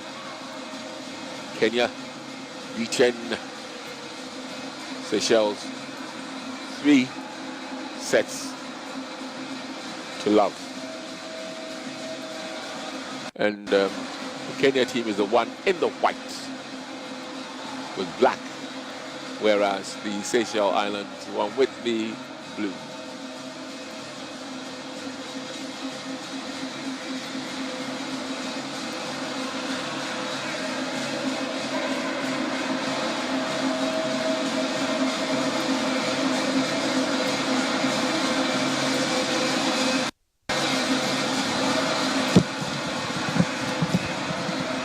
Certainly a lot.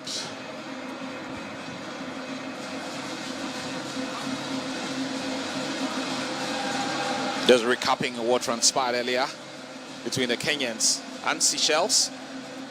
Kenya in the black and white, Seychelles in the blue outfit. Kenya winning in 3 straight sets.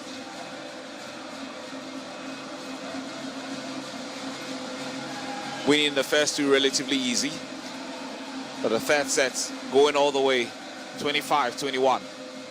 Well done, Kenya.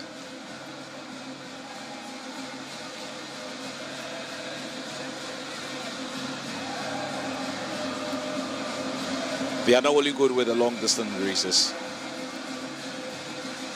Probably looking at other areas where it can be a bit more competitive. Yeah, that's the key thing though.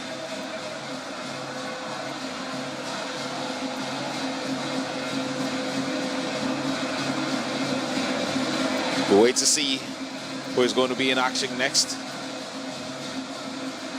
These are the highlights of the game between Seychelles and Kenya. Kenya winning this one.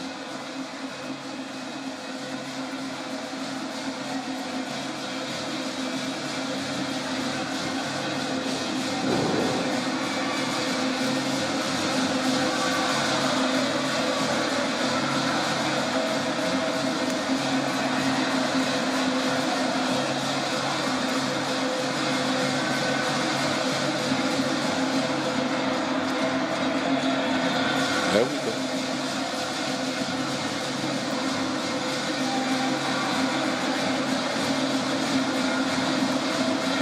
Get to see a bit more extensive highlights of all 3 sets played in the last few minutes.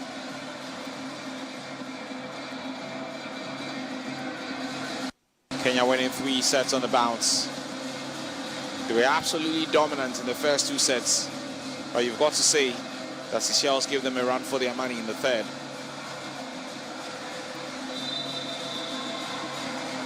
Bang! There was one-way traffic in the first 2,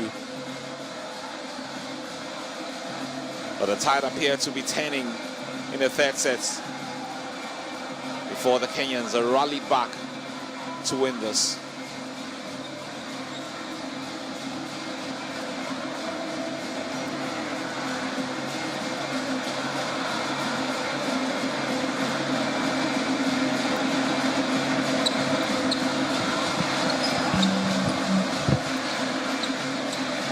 So we are seeing extended highlights of what we just watched. For those who watched it live, I'm sure you must have absolutely been enamored by it.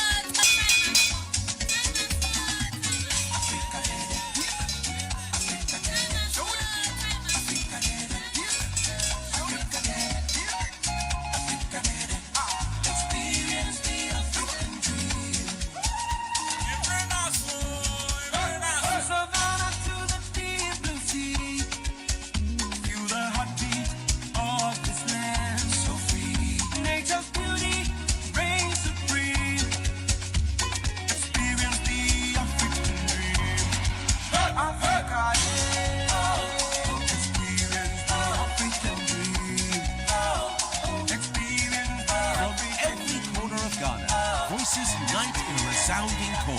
The time is up. The African Games 2023 comes to our shores.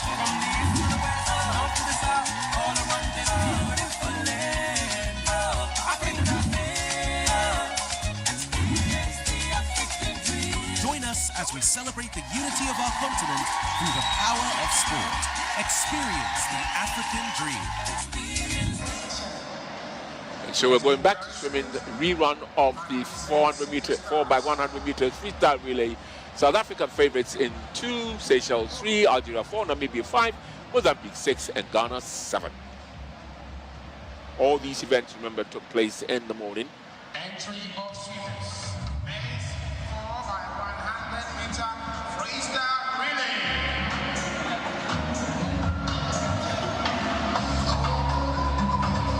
Each one of 2.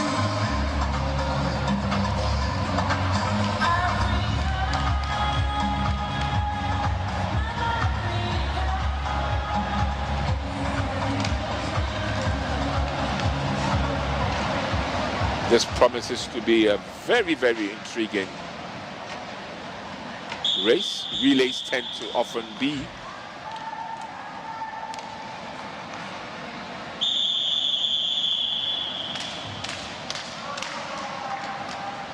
So let's get ready for the start of the 4x100 meters relay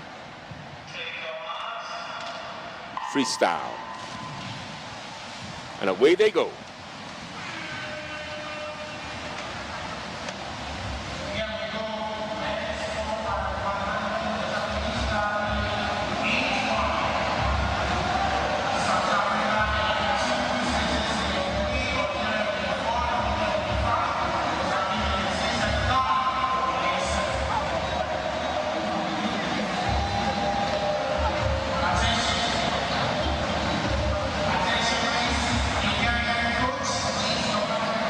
South Africa and Egypt, as we have been saying all along, have been really dominating at the aquatic center.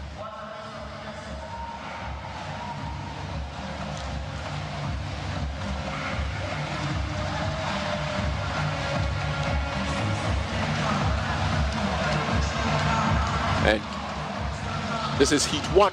Remember, this took place in the morning.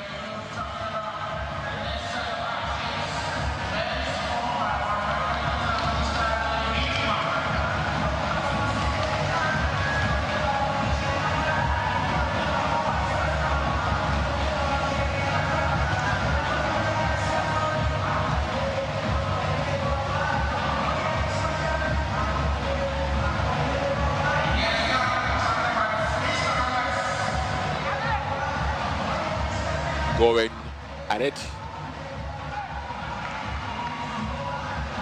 for the next change off.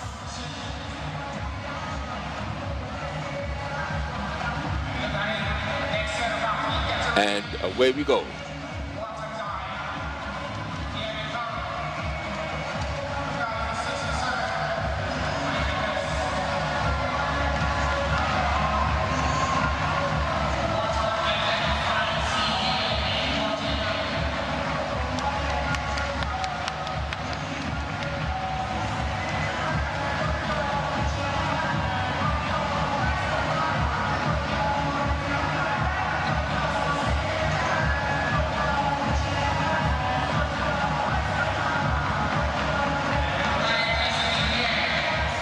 And still quite a close race as we wait for the final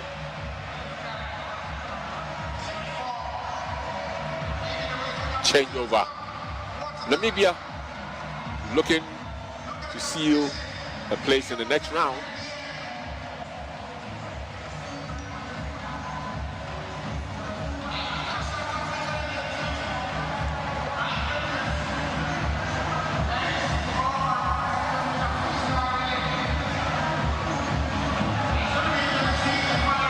And it's not as easy as they thought it would be.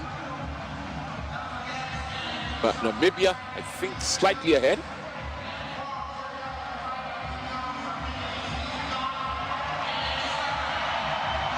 Slightly ahead of maybe South Africa, but can't say for a fact. This is looking extremely close. And there we are.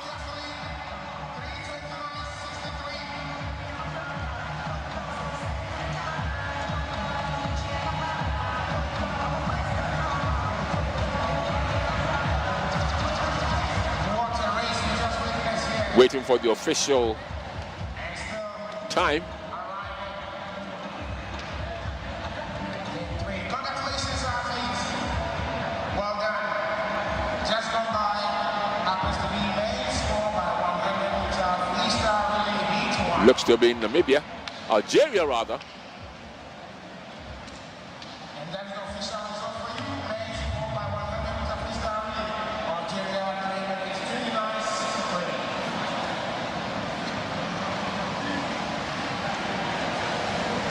That should bring a smile to his face.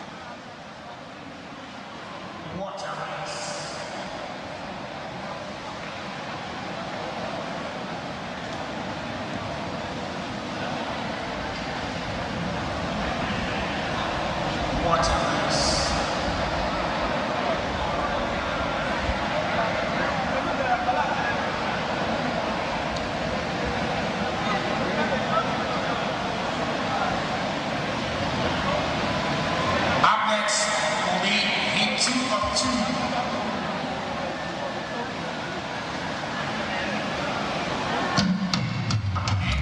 And so the official result, as you can see.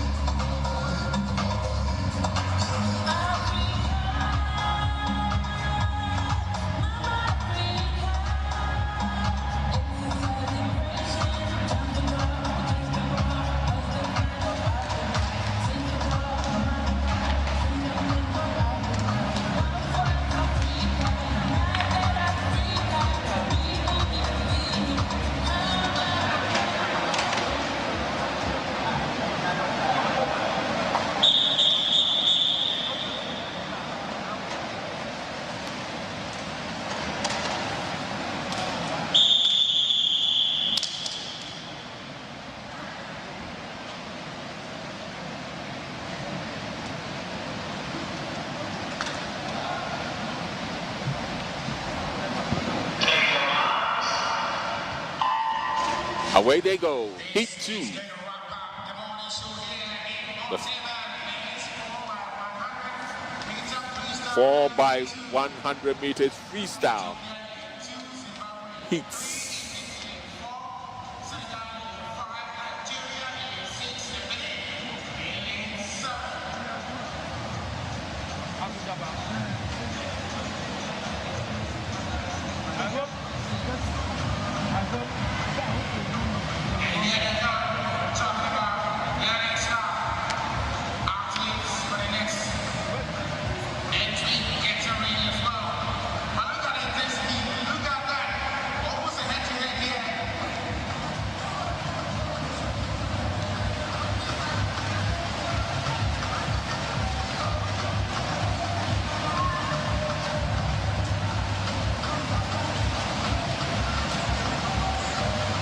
We're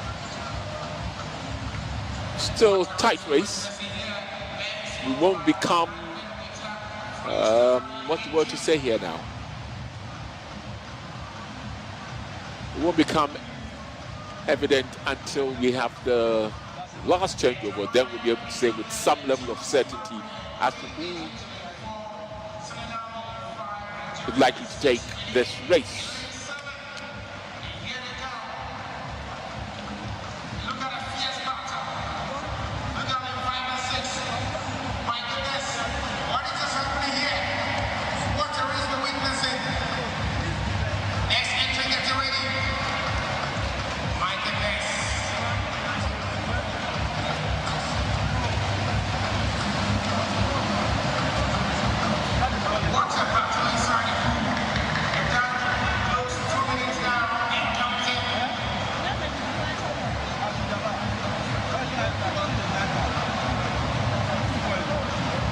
Three nations battling out for this title.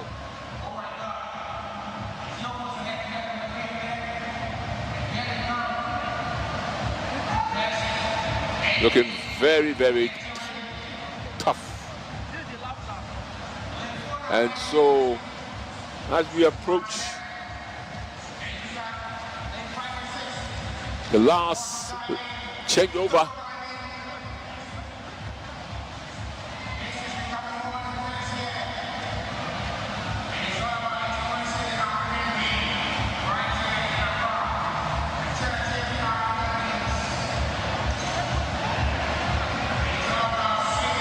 certainly not exactly what we bargained for.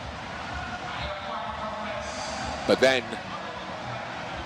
here we go for the final, still 3 nations in it, the final 50 meters.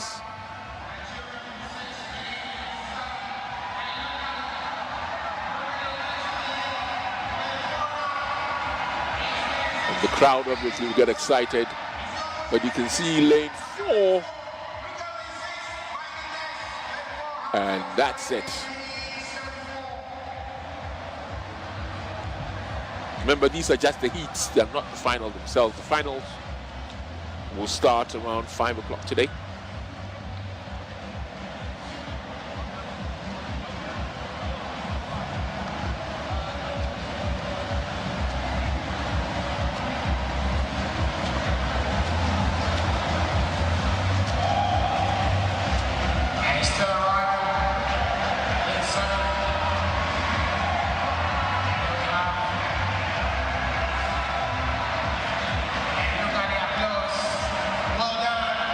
And here comes the last swimmer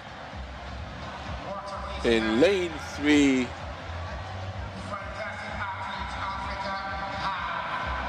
That's it. Congratulations, athletes. Well done. Just go by Mr. B. Lane score by 100 meter freestyle relay. A2, the final race for the morning session.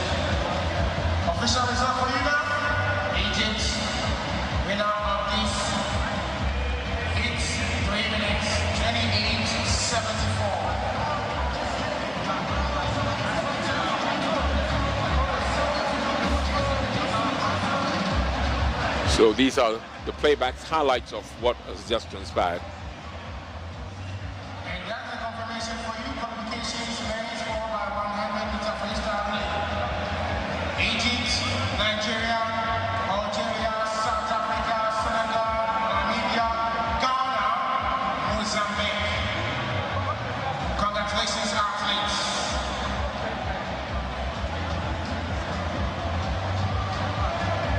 Well done. So Egypt, Nigeria, Senegal, Zimbabwe, Benin, and Ethiopia.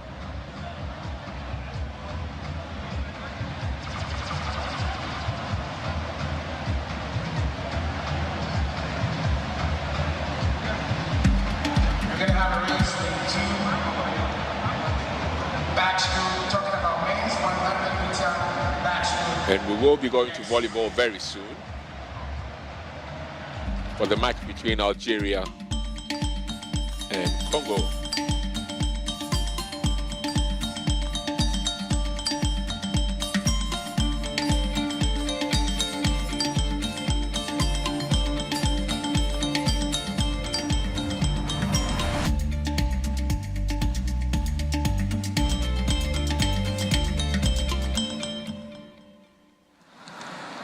So this is the women's between the Democratic Republic of Congo,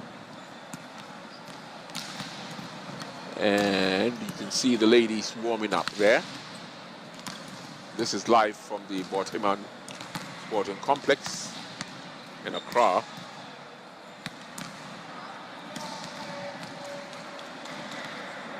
And they are due to be playing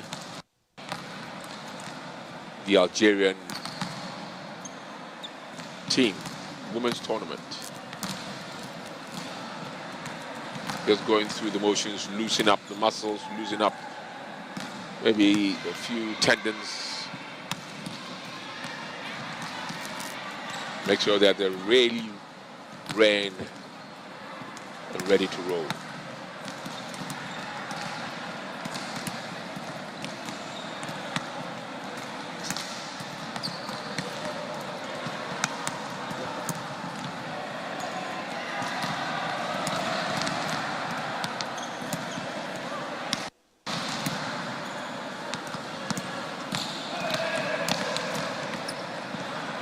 Algeria are the nation on the other side with the red tops and the black leggies. But obviously the game hasn't started up, so they're just warming themselves up for what is due to come. Remember that this is women's volleyball.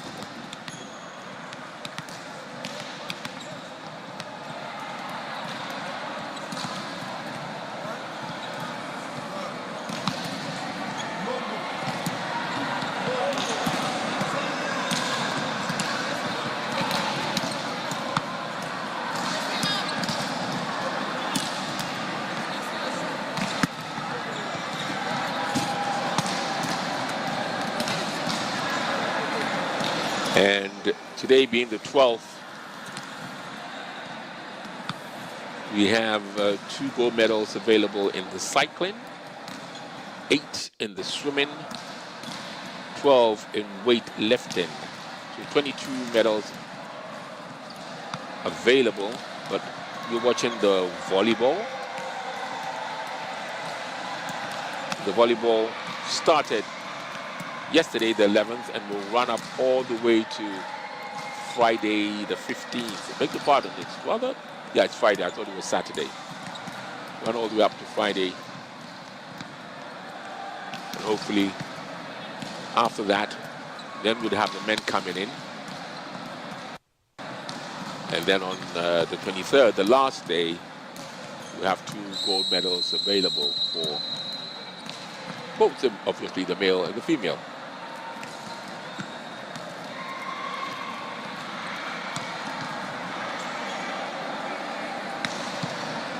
And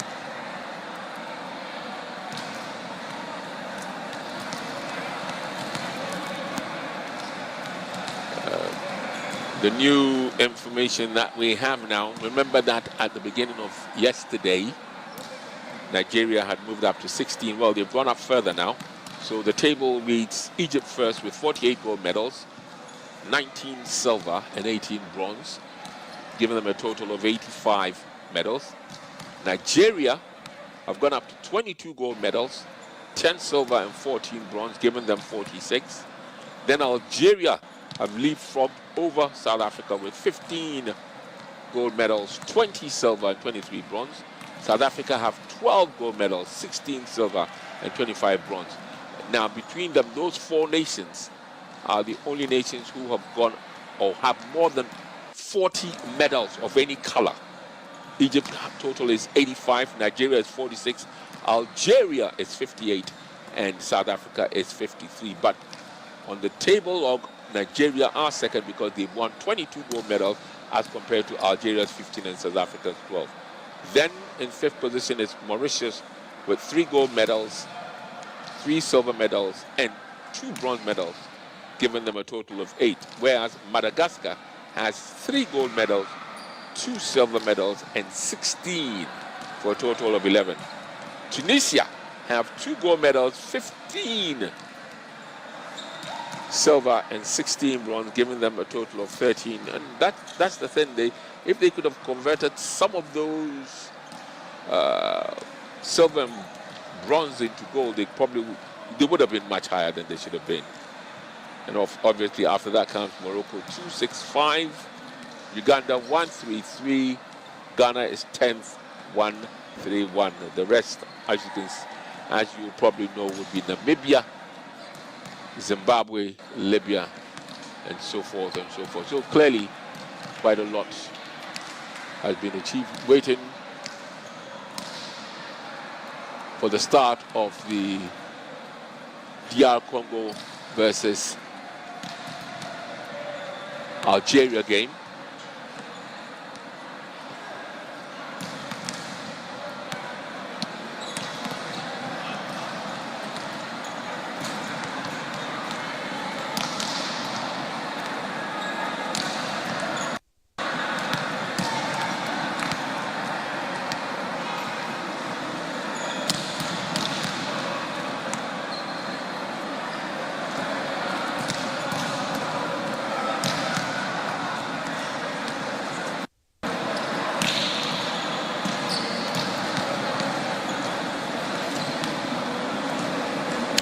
We're still awaiting the next match of action as part of our coverage of the African Games.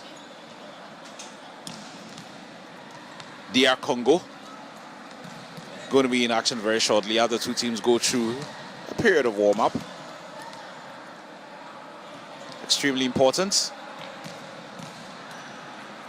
Earlier on, we brought you live action in the game involving Kenya and Seychelles. The Kenyans winning in 3 straight sets. We've got a lot more action coming up later in the day. There will be some football as well to look forward to, and I'm sure you'll be looking forward to those games. And many have been asking what's happening on the medal table and who is winning what. Well, the medal table is changing all the time, but the Egyptians appear to be running away with it. As of now, they top the standings with 48 gold medals, 19 silver and 18 bronze to make a total of 85. Nigeria in second position now with 22 gold medals, 10 silver and 14 bronze, making a total of 46 medals. Algeria lie third on 15 gold, 20 silver and 23 bronze. You would notice that the Algerians have won more medals in total, 58 in total, but the difference between Nigeria and Algeria in second and third position is that Nigeria has a lot more gold. They have 7 more gold than Algeria. That is why they are second on the medal standing. South Africa now have 53 medals. Out of that, 12 is gold, 16 is silver and 25 is bronze. And then there's Mauritius. Well done to them. Tiny Indian Ocean island with 8 medals, 3 gold, 3 silver and 2 bronze. And then there's Madagascar, who have 3 gold medals, 2 silver and 6 bronze medals. Tunisia also have racked up a lot of silver and bronze, 2 gold, 15 silver and 16 bronze. And then there's Morocco with 2 gold, 6 silver and 5 bronze medals. Uganda is up there, and Ghana still in 10th position with 1 gold, 3 silver and 1 bronze. Abeku Jackson earlier today winning bronze. In addition to the silver he won in the 50 meters butterfly, this time around he won a bronze medal in the 100 meters butterfly, and gets to be win at least 2 of the 5 medals won by Ghana. Winifred Ntumi winning the other 3 medals for Ghana, a gold and 2 silver. But there are a lot more events that are coming up in the next 13 days. So hopefully the host nation will rack up some medals. But for now, we get to see live pictures from the Botiman Sports Complex here in Accra as we head into the women's volleyball division. Algeria preparing to play against DR Congo. The Algerians have been brilliant at these games. 58 medals they've picked so far, Carl. Absolutely 58 medals, and it's got them up the table, I think, into 3rd position. They've actually got more medals than Nigeria, but Nigeria have got more gold medals, and so that's why they're up there. They are above them. But the Algerians have had an absolutely fruitful tournament. Nobody can deny them that.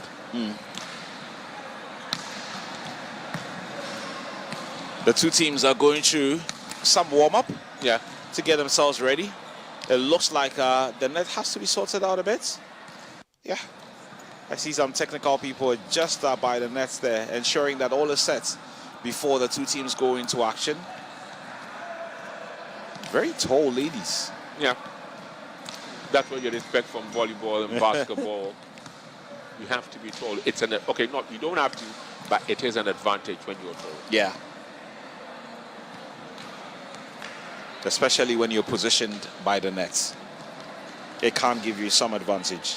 Ironically, are you aware that the former president of the Ghana Athletics Association, then as it was called, but now Ghana Athletics, Professor Francis Dodu, he was a world-class volleyball player. Oh, I see. He had no option. I heard he played hockey as well. He played hockey for the national team. Okay. He was brilliant. He was on all. Ironically, Kwame, he wasn't exactly an athlete. No, the best of footballers. But when he had a good height. Yeah, but he couldn't. But his hockey, his cricket, his volleyball, and all of these he played for the national team. And then, till this day, he still holds the games record for the triple jump, which is set in 78. 1987. 87 in Kenya, rather. Yes. Well done to him. Yeah.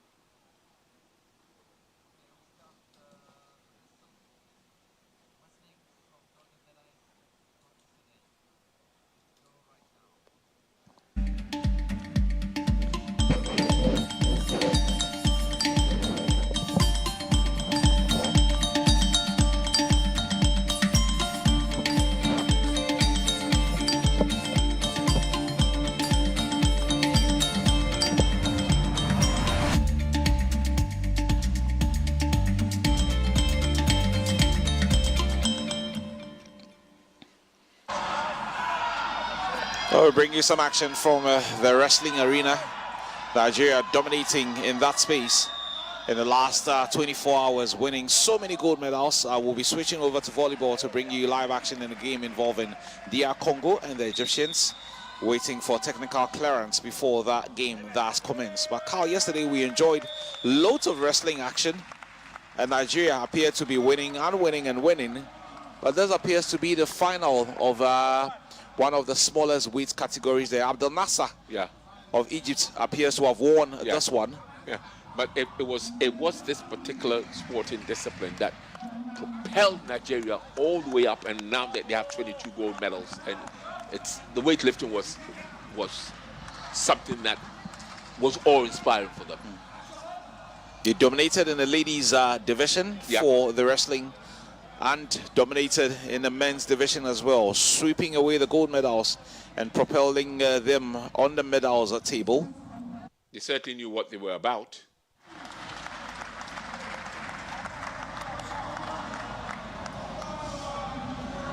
These are highlights of what transpired yesterday.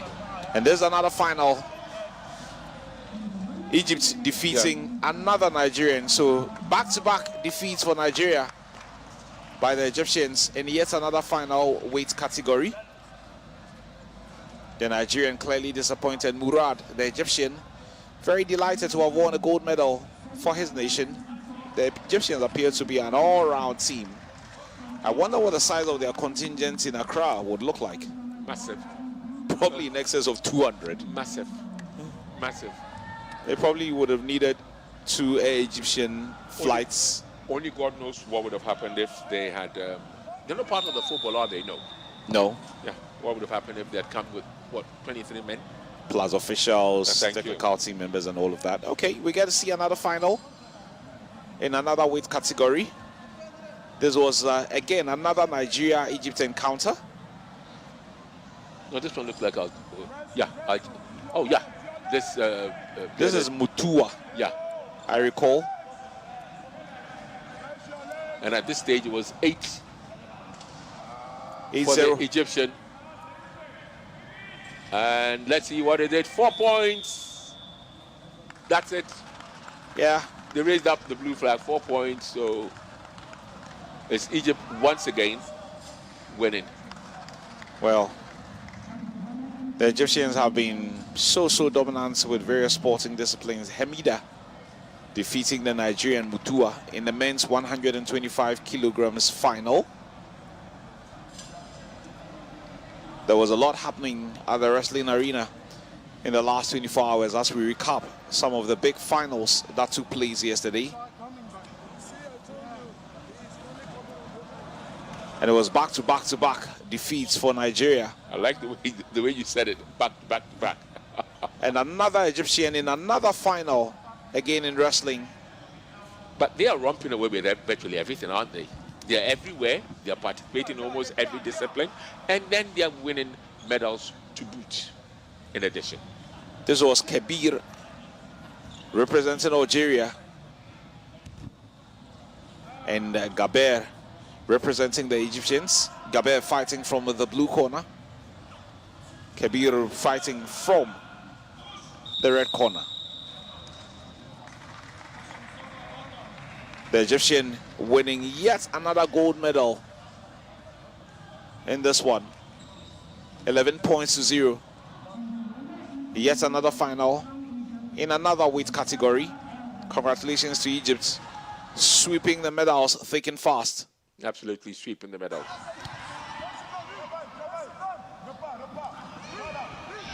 This was another final between Cameroon and Egypt.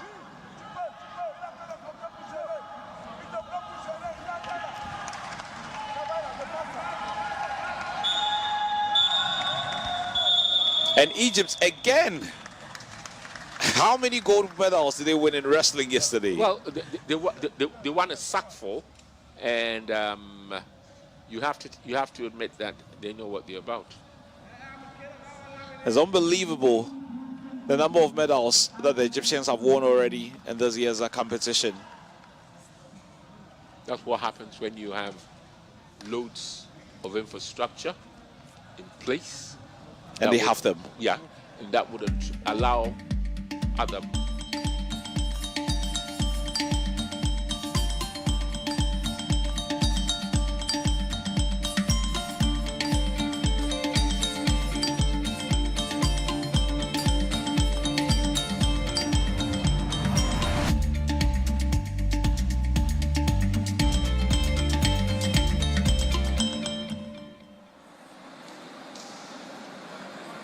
And so, ready for the volleyball action.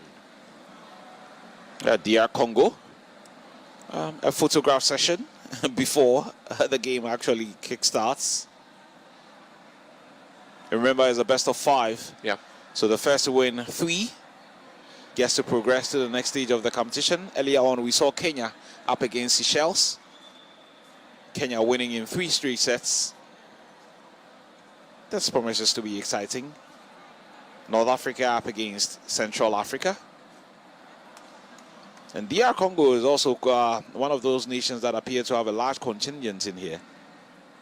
Yeah, loads of them.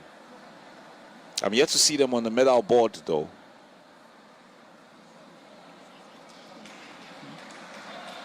The Egyptians would have their photo session before we get into action.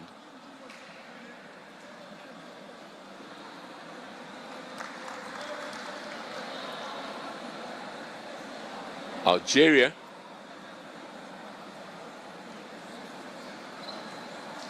finished with all the necessary formalities. Now the most important thing is the coming onto the court of the people who matter most. Invariably, the athletes and the stars as to who have made us sit by our TV sets and watch. Let it rock and roll, boys.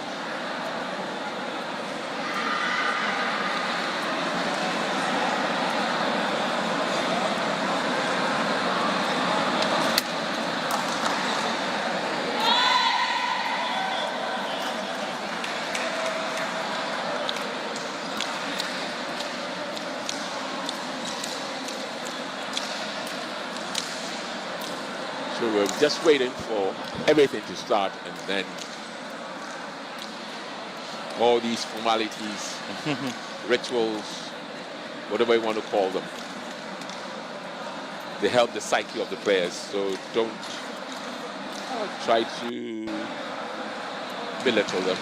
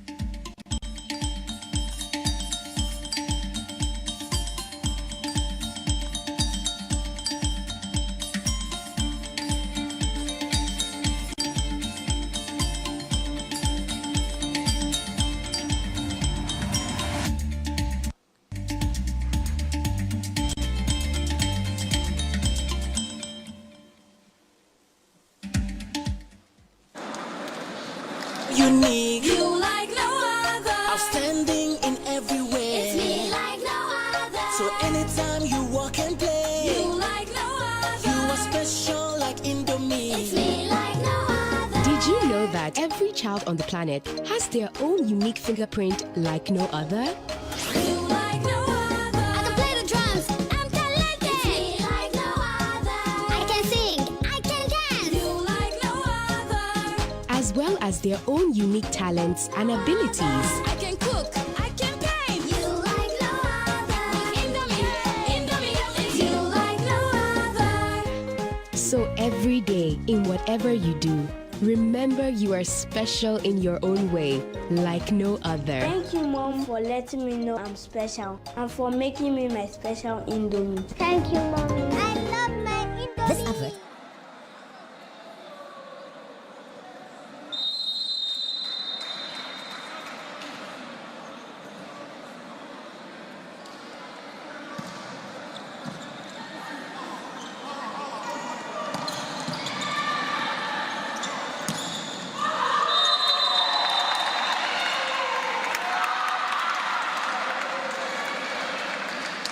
It's 2-0 advantage, DR Congo.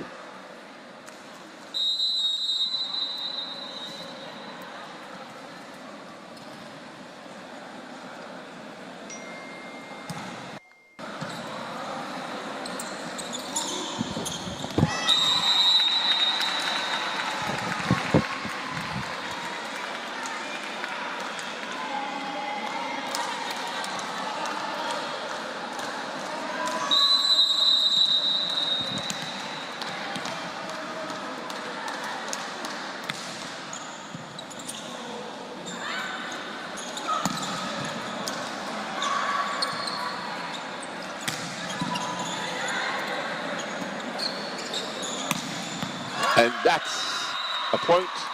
They go 3-1 up. DRC.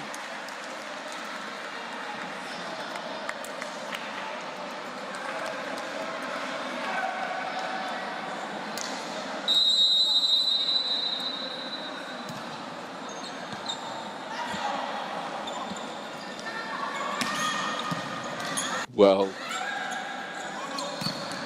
yes, they got another point. 4-1. DR Congo.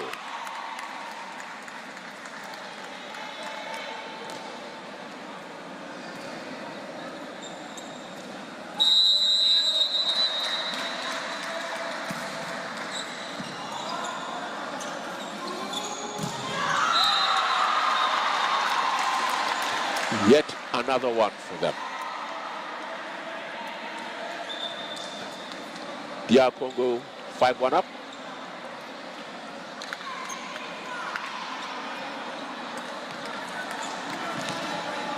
Or is it rather?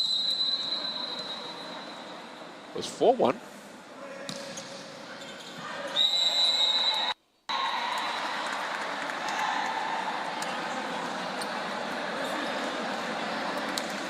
The Central African Republic nation taking on the North African nation.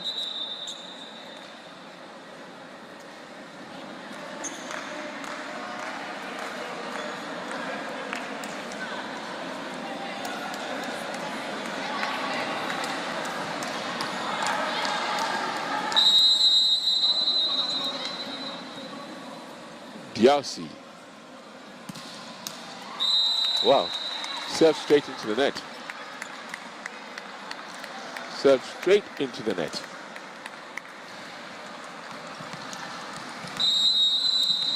And so it's Algeria to serve.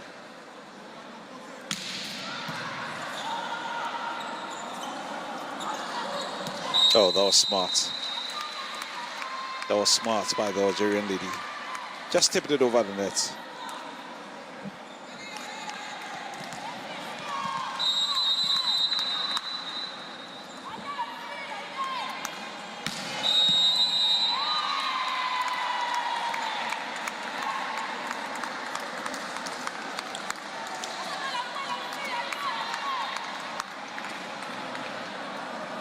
So it's DR Congo to serve.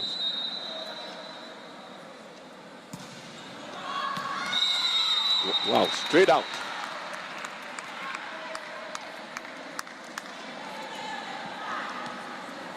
Is the occasion getting the better of them? Maybe.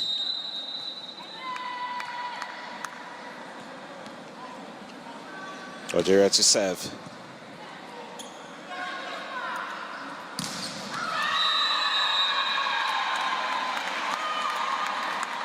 Point won by DRC. Wish we could have a look at the scoreboard.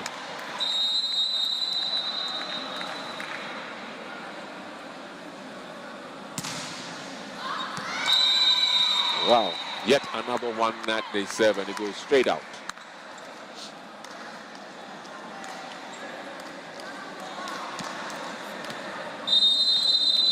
So it's Algeria to serve.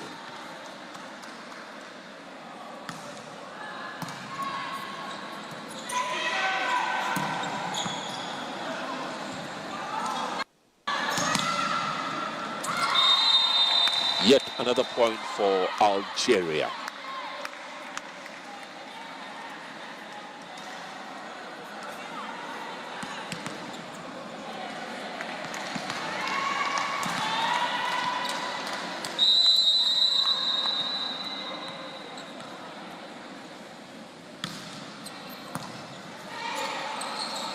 Yet another point for Algeria.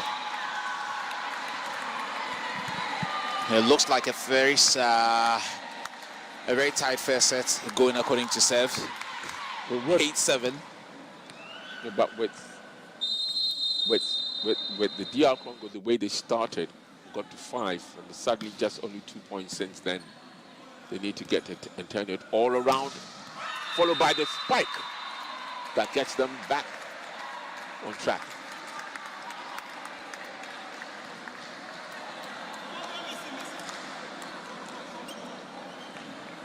Eight. The Congolese to serve. And there's already an early substitution. Number 1 withdrawn for number 5. That must be tactical. He's probably the tallest on the court at the moment. You can see the two coaches.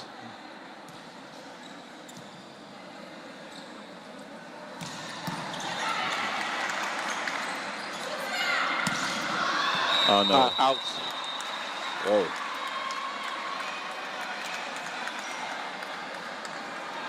That should be 8-9 advantage Algeria. This is set 1. Women's volleyball. Algeria in the red and DR Congo in the blue.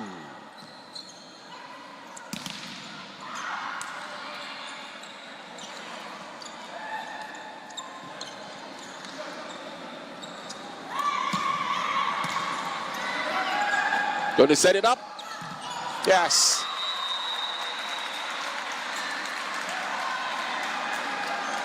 Nine-all. And once it is set up, you just know it's going to be one of those powerful spikes. 9-all. DR Congo to serve.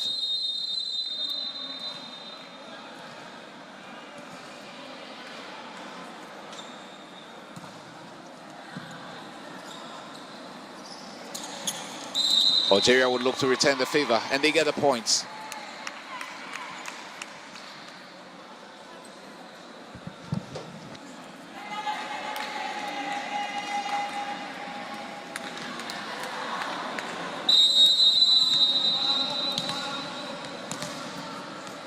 So it is that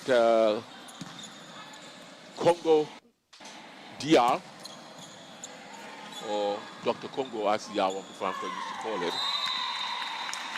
And it's very, very clear that these two nations know a thing or two about volleyball. I'm not too sure about the score, so I'll just wait and see the official. And now, DR Congo, I've noticed, anytime they serve, more often than not, the ball tends to go out straight away.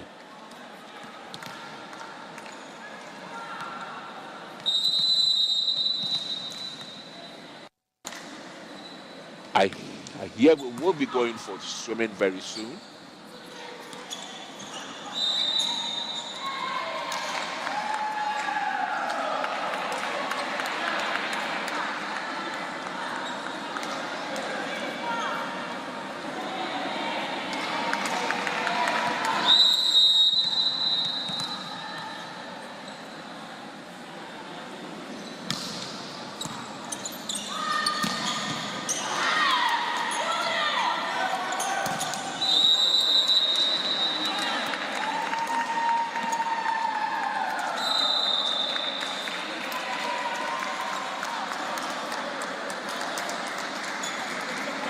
And the Algerians are clearly riding on a crest of a wave.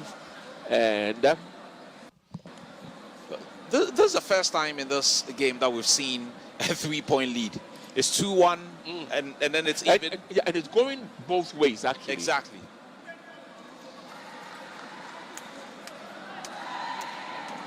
And sometimes it's the little things, not a 7 volley.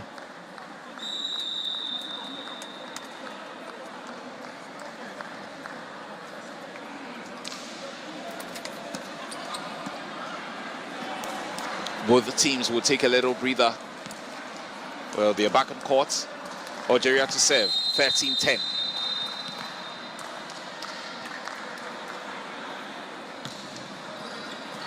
They've gone out. That's the first time I've seen them do that. I've seen the Congolese do that a bit. And very soon we will be switching over to the aquatic center where the swimming finals will take place. And I suspect that Fent will be here. Yeah. With all the action from the aquatic center. It appears that most of the final races in the aquatic center start from 17 hours. Yeah, it does, yeah. And that's just about 2 minutes. Well away. And truly blocked nicely by the Congo. So they got yet another point.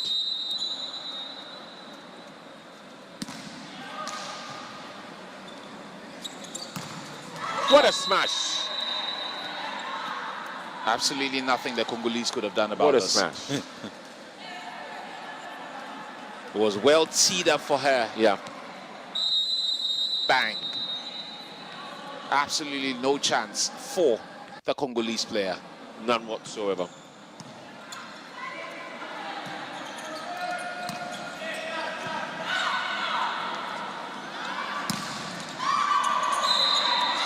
Was that a point advantage, the Algerians? Yes. 16-12.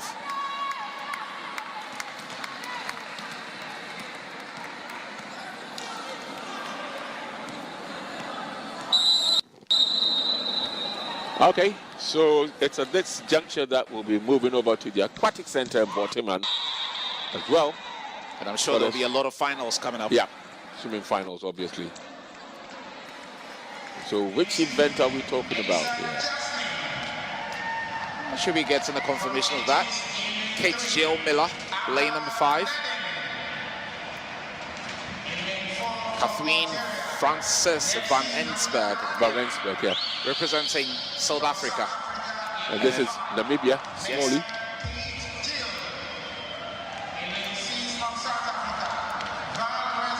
Yes. This is the final.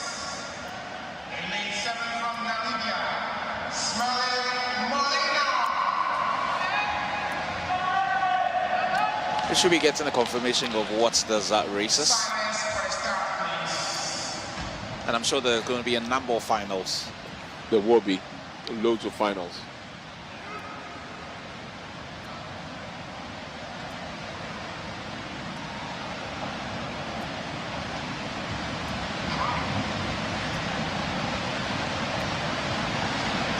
We have one of many finals coming up later this evening from the Aquatic Center here in Accra. The North Africans and the Southern African teams have been the dominant teams at the pool. Who gets to win this one? We should know very shortly. All set.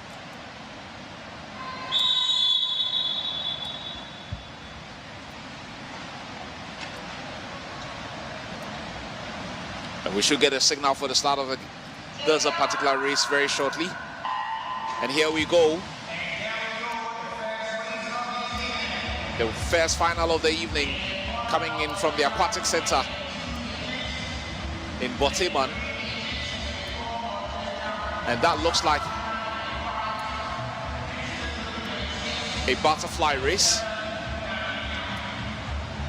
Not too sure what exactly, 50 meters, 100 meters, 200 meters. But we should get a confirmation of that very shortly. It appears they're going to do a turn So obviously that is more than 50. And who leads this one?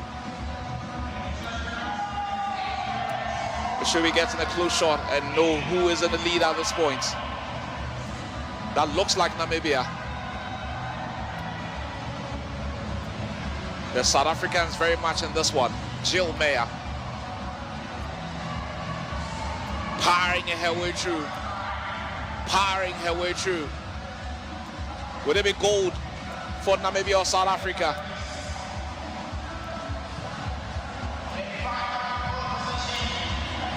So 100 meters done.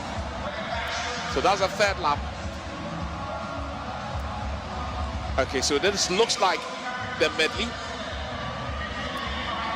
We started with a butterfly, and now they're doing a backstroke.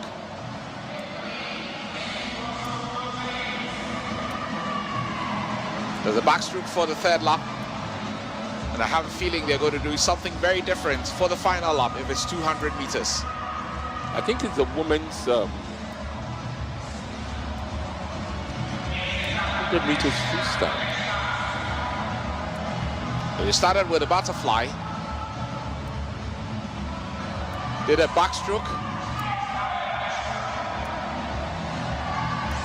This looks like the individual medley, where they are doing a combination of freestyle, butterfly, backstroke, possibly breaststroke as well. It's the 400 meters women's individual medley. That's right. So that's 100 meters of every one of them. Yeah. So they've done 200 meters of butterfly and backstroke. Yeah, individual medley. So there's the 250. So this is breaststroke now, and then they'll probably wrap it up with a freestyle. Yeah. So they started with a butterfly and switched to a backstroke. They are doing a breaststroke at this point, and we'll wrap it up with a freestyle.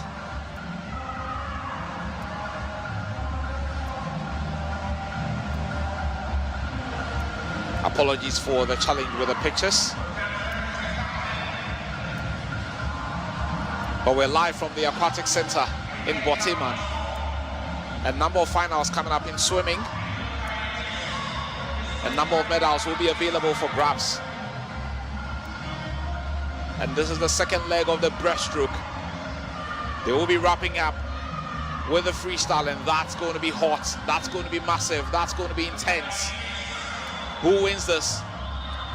Will it be one of 4 North African teams? Morocco, Algeria, Egypt, Tunisia, or is it going to be one of those South African states in the final? South Africa and Namibia. And now 2. And now that's the freestyle. That's the final leg. And that's where it gets absolutely crazy. These athletes will be giving it everything, with a place in Paris up for grabs as well. You win your races, you're on a plane to Paris. It's as simple as that. The swimming being one of the qualifiers for the Olympics. It looks like Jill Meyer. Is that lane 5? Looks pretty much like lane that. 5, Jill Meyer. Kate Jill Meyer of South Africa. Looks to be leading. Can she hold on? That's the problem. Can she hold on? They're probably about 50 meters through. Can she hold on? Have a look at the clock. We should be getting confirmation of who has won and who has the silver and who has the bronze. There we go, we have a winner. We should be getting confirmation of the winner very shortly. We surely have a winner. One of the athletes finishing up in lane number 2. Lane number 2 is Jasmine Asa from Egypt. But this one looks to be lane 5. It looks to be Jill Kate Jill Meyer from South Africa. Yep. Okay, so that's it. We've got a confirmation of that. South Africa going away with the gold. Congratulations again. We'll get the confirmation of the time she made it to win this.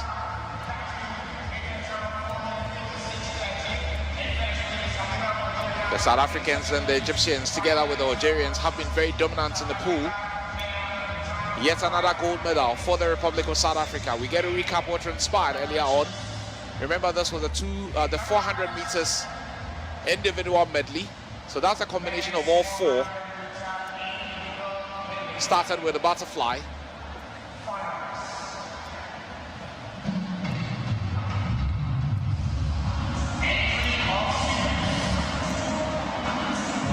So probably end up going for football, where there may have to be some, but let's just wait and see what happens here now.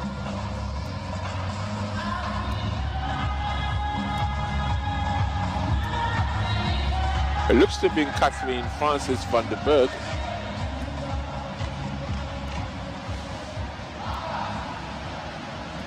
Now we have the men.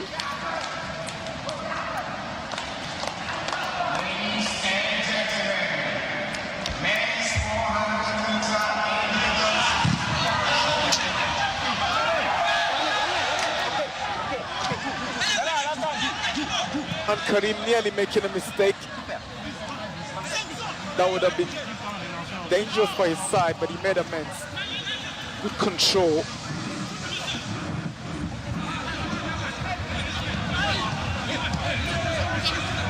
Needed to have 2 touches before having a firm grip on the ball.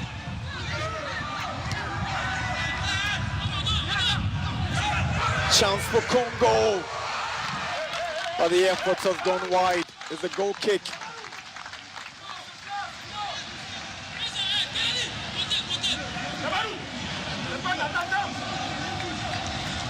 Mongo with that effort from that distance.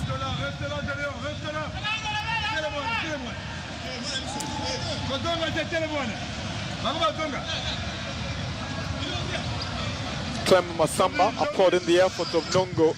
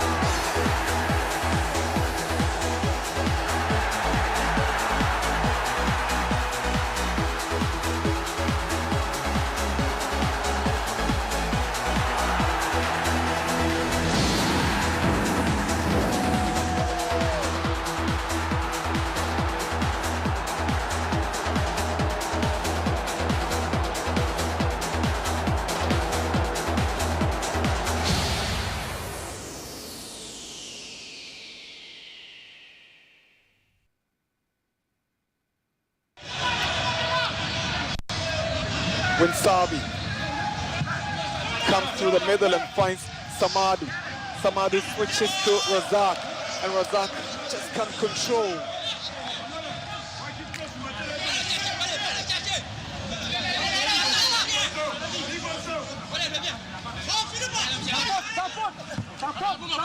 Itoa.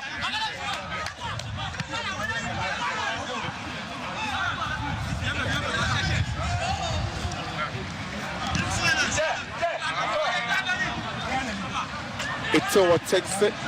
Another throw in for the Congolese. They seem to be on top in the opening 10 minutes or so.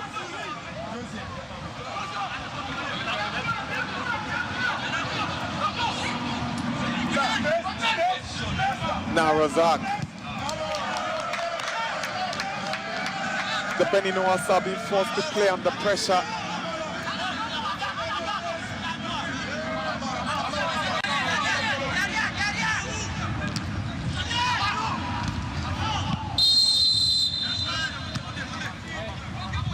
It's 10 minutes at the Accra Sports Stadium. It's the 13th African Games, Accra 2023, second group games.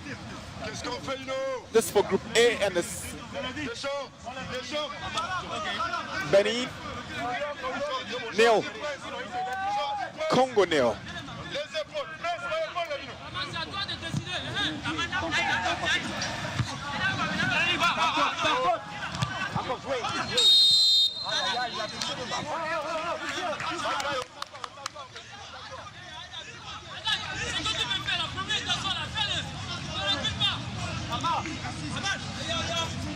Sometimes it gets very physical at the point when the referee will need to stamp his authority.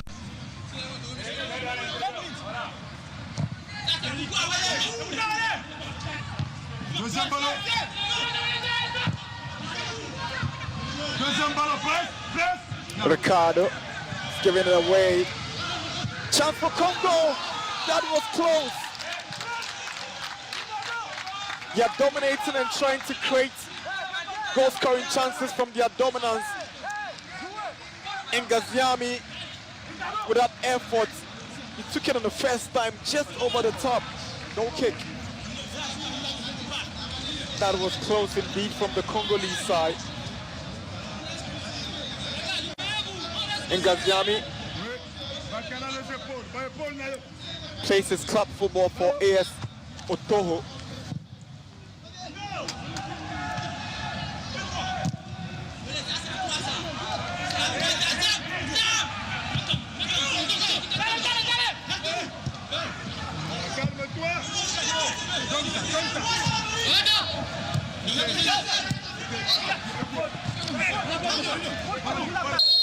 There's a foul against Benin.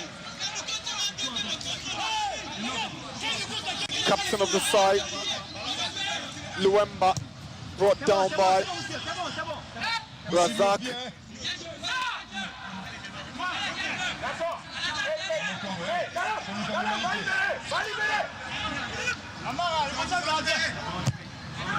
Free kick taken. There's a foul against Congo. Benin have two players on the turf. Referee is quickly calling for the medical team to attend to them.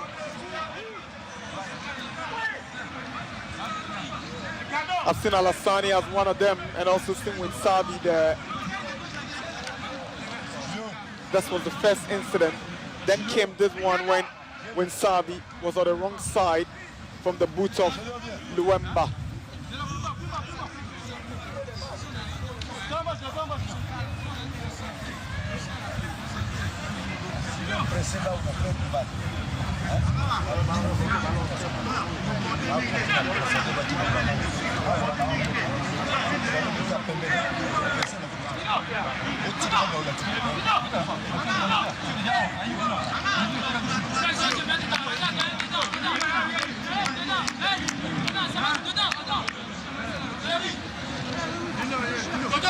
When Savi is good to go now, he's up on his feet.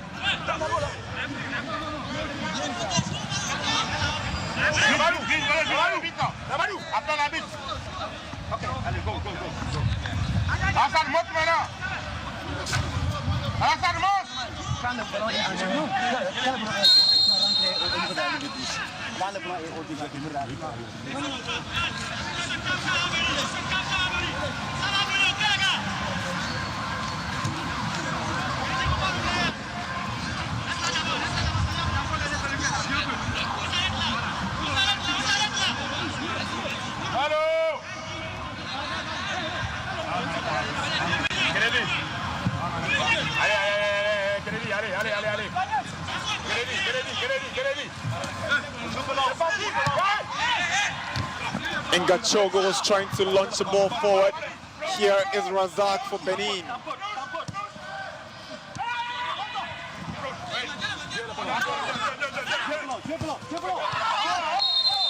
That's a nasty challenge. It's a very bad tackle from Ngaziami. He needs to be careful. Referee has a caution for him. harsh challenge on Benin's Samadu. It's 15 minutes at the Accra Stadium in Accra 2023 African Games. Second Group A games. Yesterday, we had games in Group B, and Uganda became the first team to qualify into the semi-finals of the competition after shocking Nigeria by beating them 1-0 here, 2-1 here. That's the incident resulting in that foul. Goalkeeper clearly obstructed.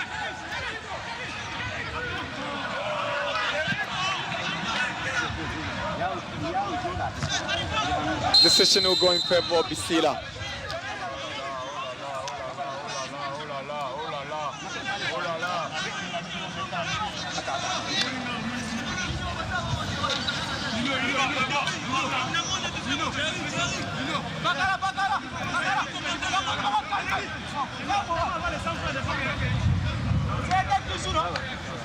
Referee spot on with the decision.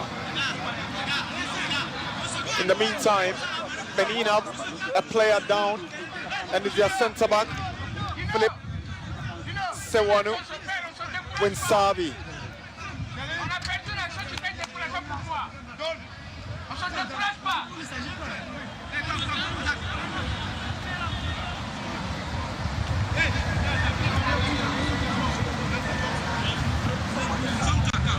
So currently in Group B, Uganda top the group with 6 points. Nigeria on second with 3 points. Senegal also have 3 points. And South Sudan have no point.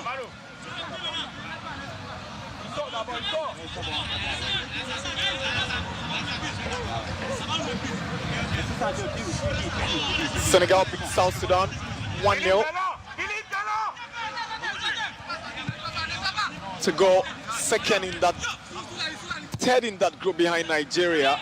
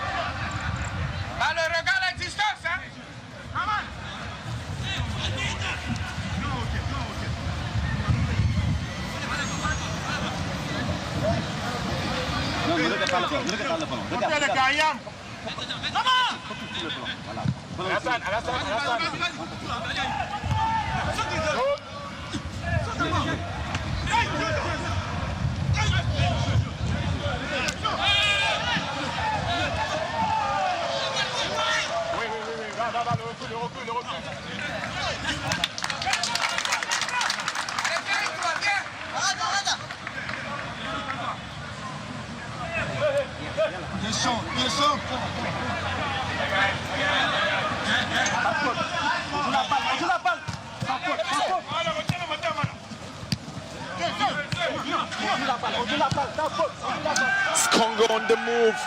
Here is Koto. Again, it's good defending from Winsabi. He had to be there at the right time. Philip Winsabi.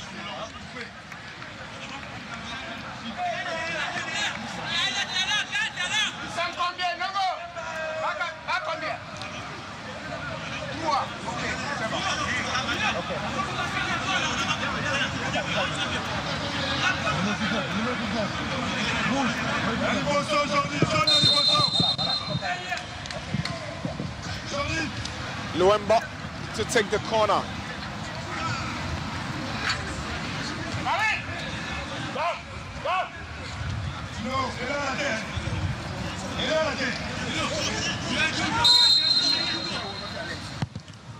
Luemba takes it. Well defended by Benin. Ball is cleared away. Samba. No problems for Karim.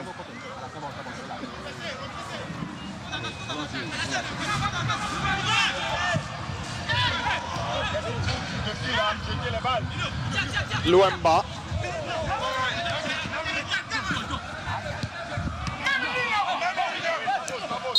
The foul.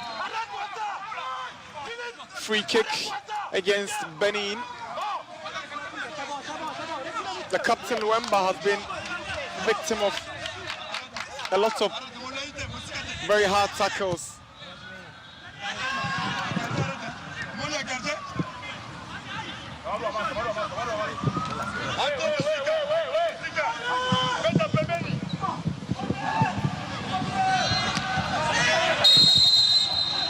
Flag has already gone up, it's offside. That's the Benin striker. He's very familiar in Ghana. He plays for Ghana's Confederations Cup representatives, Dreams FC, Gael Abosibo.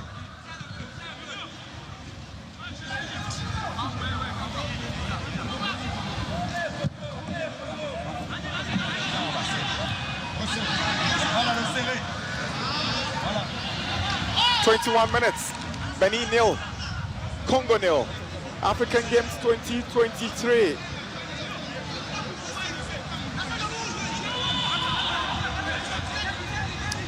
Here is Congo trying to weave their way into the Benin territory. He ends up as a goal kick.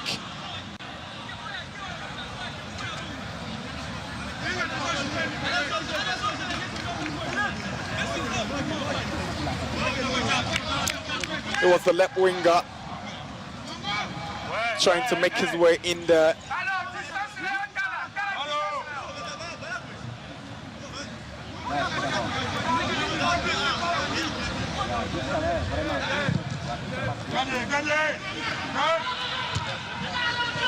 Here is Bakala. He's up against Winsavi. Good defending from Winsavi.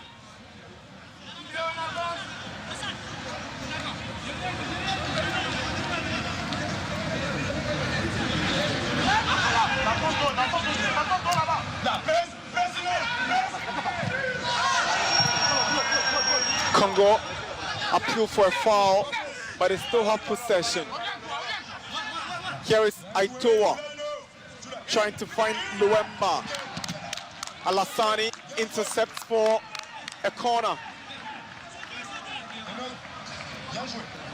He's a midfielder, but he's oftentimes come back to defend to help the two centre backs. Alassani.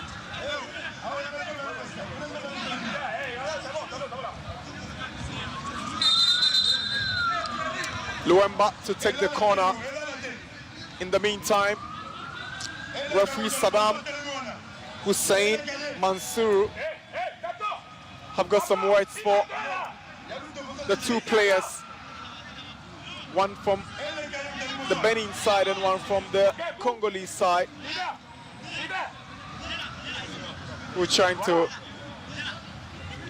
be overly physical on themselves as they await the corner by the captain.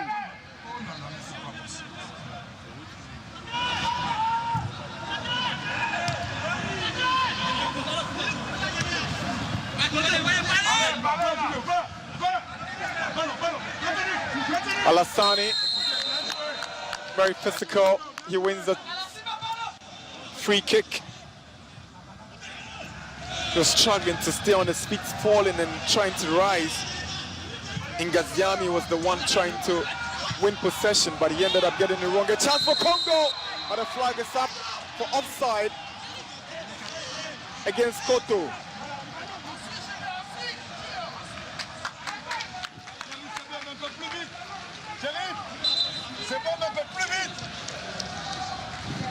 It was a lovely through ball, but he didn't time his run. He was right ahead of those two defenders of the Benin side.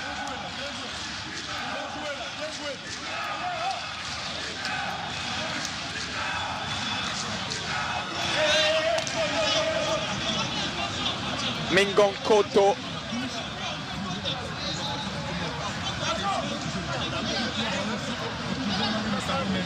Problem for Benin goalkeeper Abdulaziz Rahman Karim.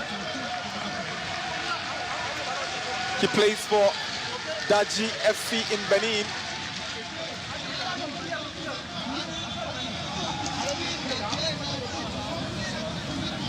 Seemed to be suffering from a knock he picked up earlier in the game.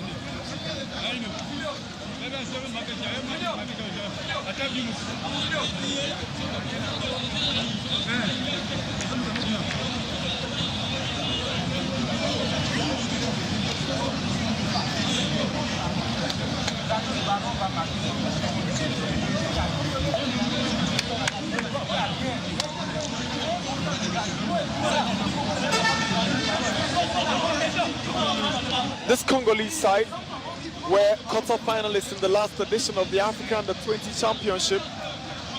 They were in Group B alongside Uganda, South Africa, and the Central African Republic.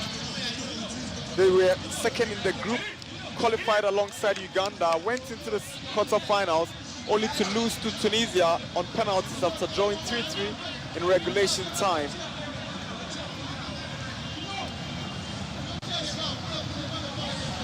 They began the group games by beating South Sudan by 2-1, drew 2-2 with Uganda, and drew goalless with the Central African Republic, only for them to lose to Tunisia in the quarterfinals of the competition, and subsequently failed to qualify for the FIFA World Cup.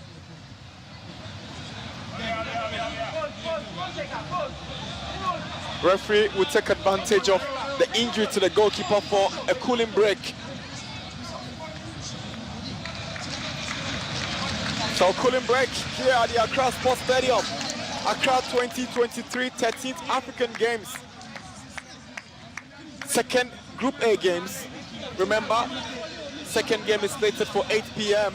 and it's Ghana in a must-win game later this evening. They are up against Gambia, a team that represented Africa in the last FIFA Under-20 World Cup.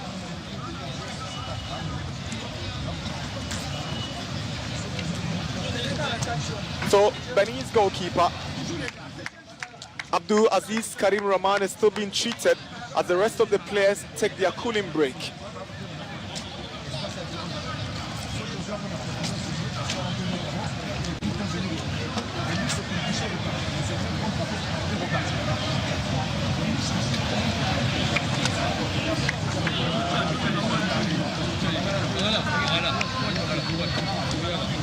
The Congolese coach made no change to the team that played in the first game here at the Accra Sports Stadium. But Benin made 3 changes. Aloha, Kelvin, Alavo, and Femi, not all in the squad.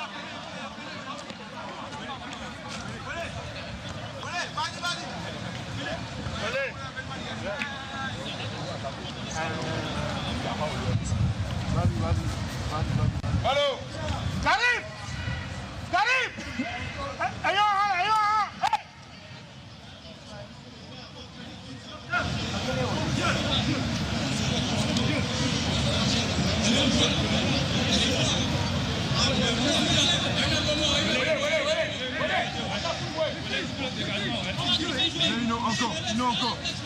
encore. Voilà, très bien. Thankfully, the Benin goalkeeper Karim is okay. No problems anymore for the Daji FC goalkeeper.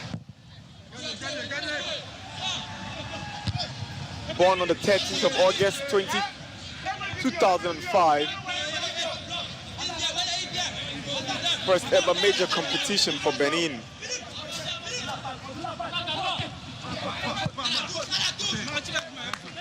There's a throw in for Congo.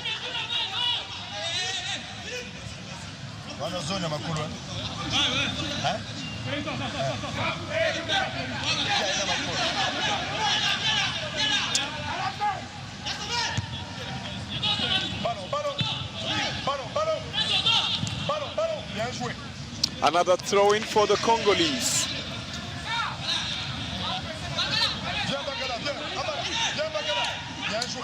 Aitua.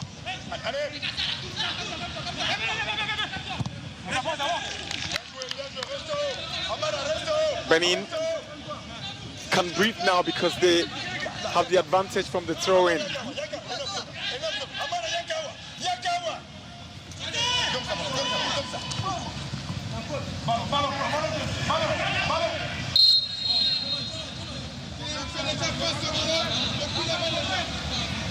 It's 30 minutes at the Accra Sports Stadium.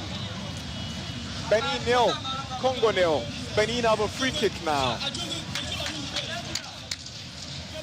Gail Abosivo, the Dreams FC of Ghana striker.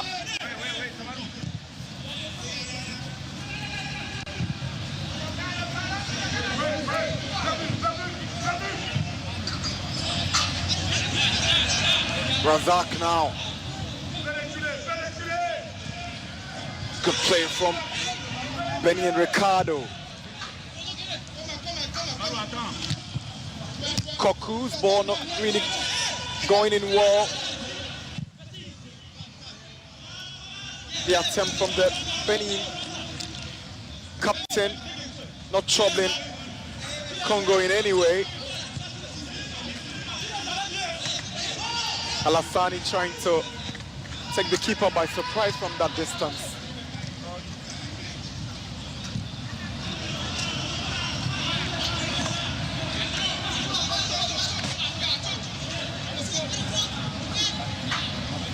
Benin overthrowing.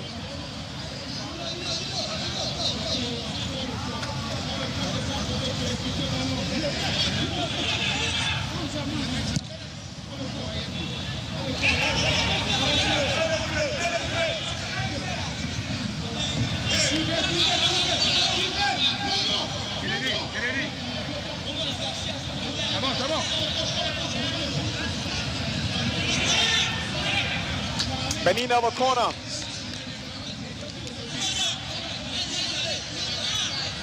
And this is where Gail will be very dangerous. He's good in set pieces.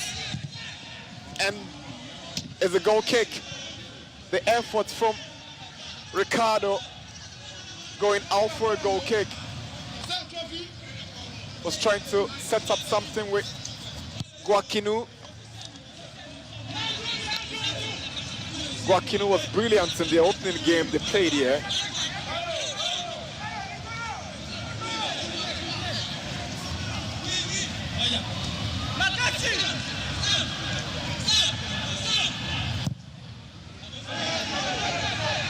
The Sealers ball in.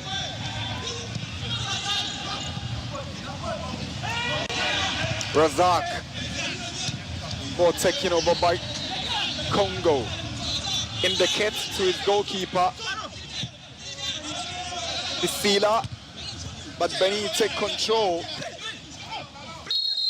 It's a foul against Benin's Razak for that push on Congo's Nongo. That was a clear push from his back, no questions about that.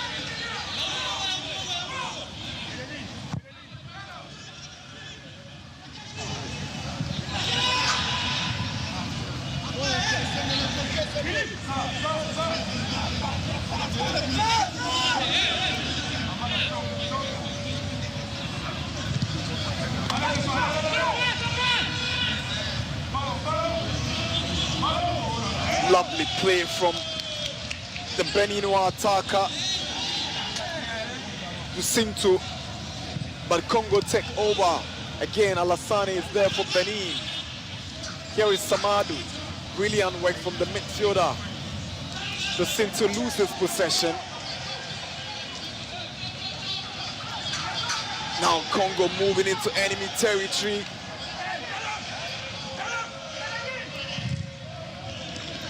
Benin cleverly win a goal kick.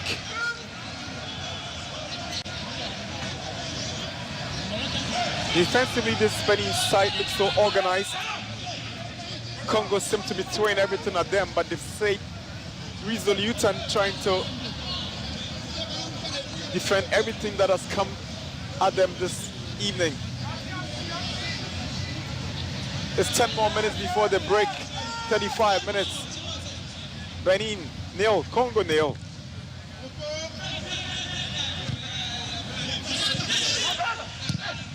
Koto's ball in.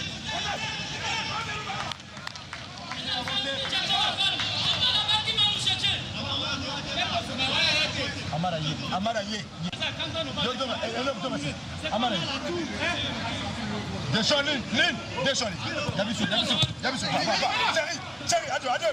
Bien joué. Chérie, on reste là. Bien joué, bien.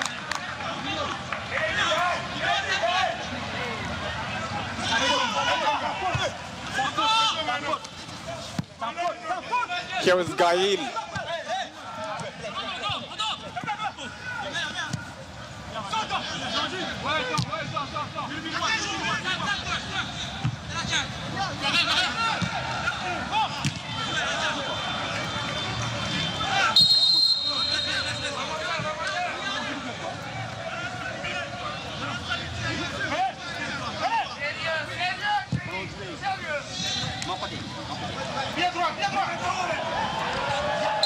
Razak struggling to keep that ball in, unable to make it count. It goes out eventually.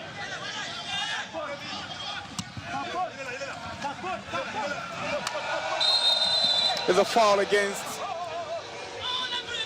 Benin's Koku. That was clumsy, needless, and uncalled for from the Benin left back. So he gets a yellow card for this offense. Kennedy Koku. Yellow card confirmed. Kennedy Koku plays for Elite Falcons.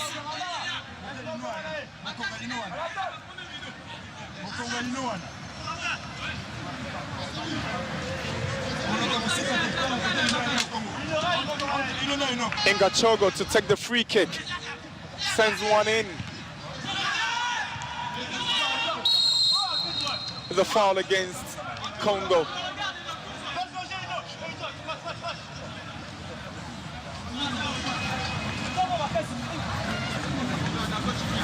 It was a battle for an aerial ball, and the Beninois captain ended up being on the wrong side. Alassani to his goalkeeper, Abdul Karim.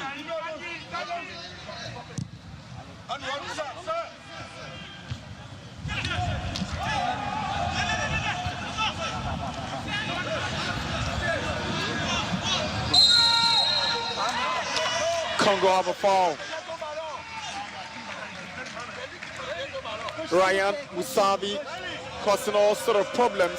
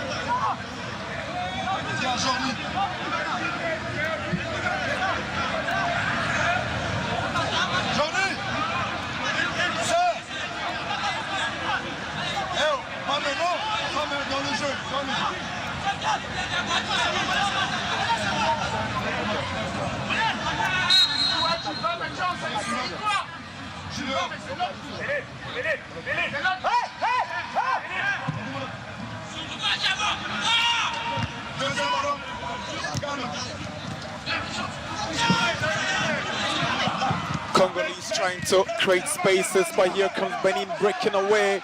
Gael Avosivo.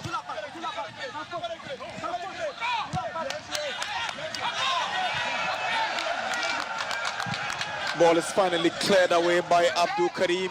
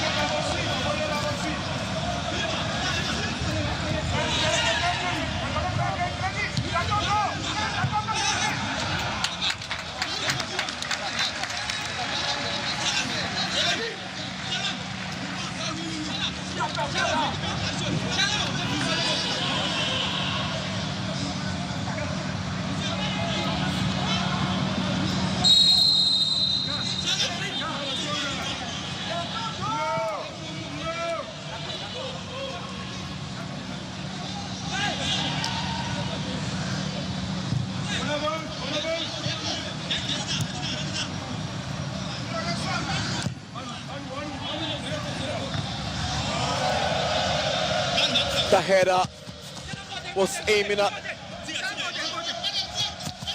Dosotinto.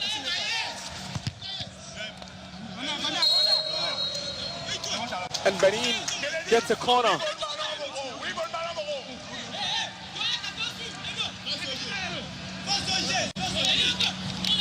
It's 41 minutes at the Accra Sports Stadium. Benin nil, Congo nil.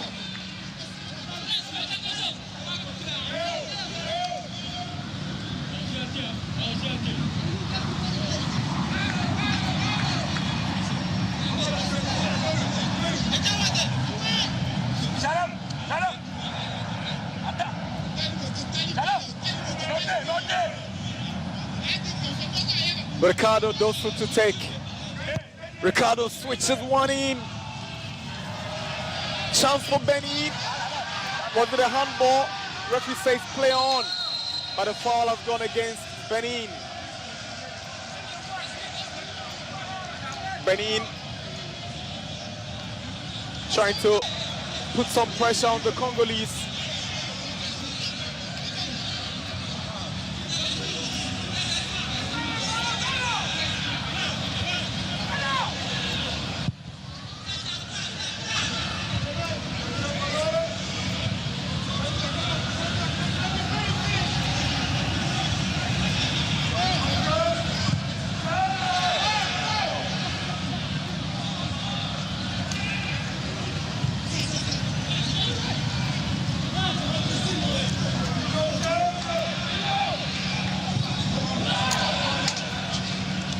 Great show of strength by Ngongo.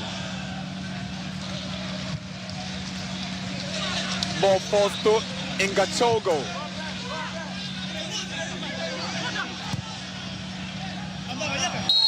Referee whistles. He saw the push on the Congolese attacker. Koto. That's the area chance. Was it a handball? Legitimate call, referee thinks otherwise. A second look, it was a handball.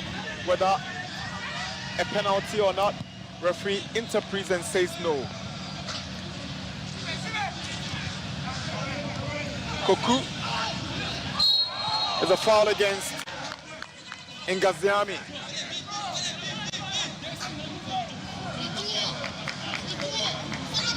Ricardo Dosu was trying to weave his way past the Congo midfielder.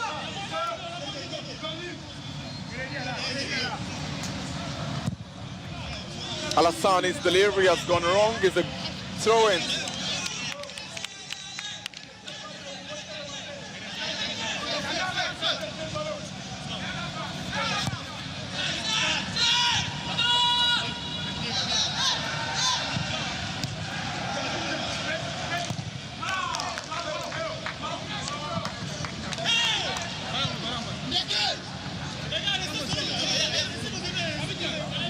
A minute to wrap up the first half here in Accra. The African Games Accra 2023. Second Group A games, Congo and Benin drawing goalless here as we get closer and closer to the end of the first half.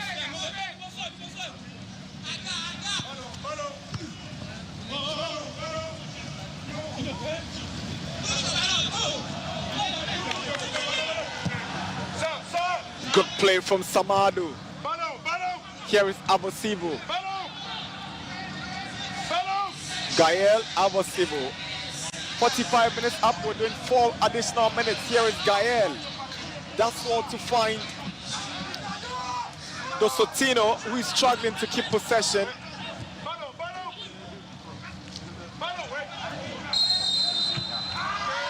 Congo have a free kick.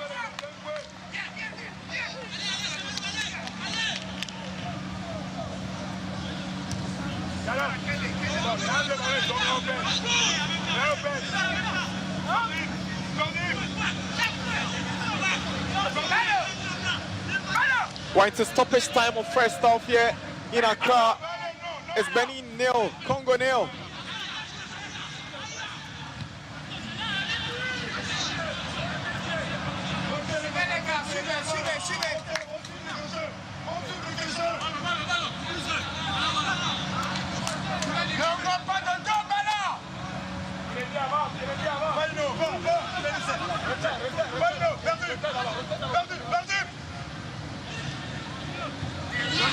Here is Alassane.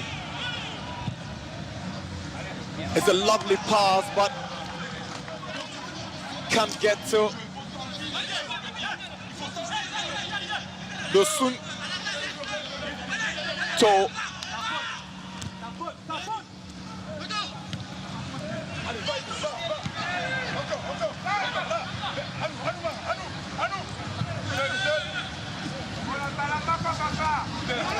lovely play from Ngaziami, and that's a heavy challenge from the captain Alassane. Mabumu Alassane was too physical on Koto.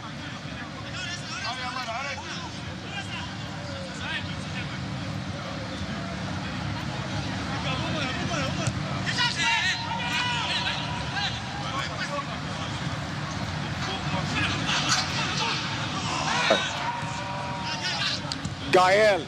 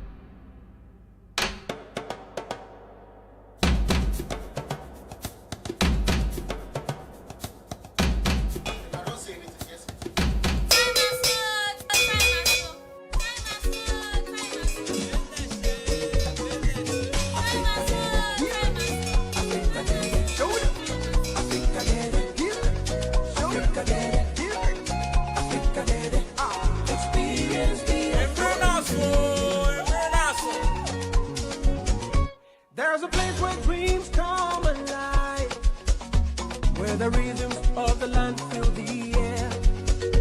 Come and join us on this beautiful journey. Experience the African dream. From Savannah to the deep blue sea. Feel the heartbeat. From every corner of Ghana, voices unite in a resounding call. The time is up. The African Games 2023 comes to our shores. Join us as we celebrate the unity of our continent through the power of sport. Experience the African dream.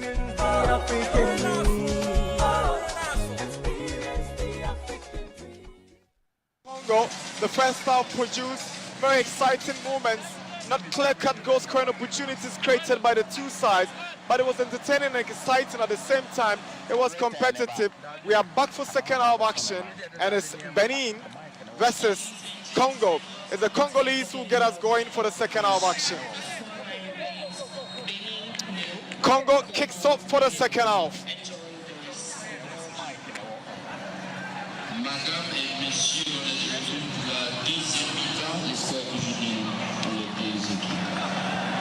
It's a widely open group. The group is very wide open because every team has 1 point. Ghana 1, Benin 1, Congo 1, and the Gambia 1. Every team stands a chance of qualifying to the next stage of the competition. If you win today, then your chances of progressing will be very, very high. Here is Winsavi to Wakinu. Back to Winsavi. Now to goalkeeper Abdul Karim.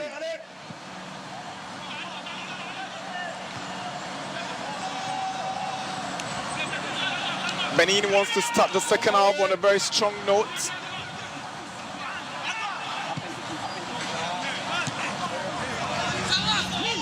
Here is Samba for Congo.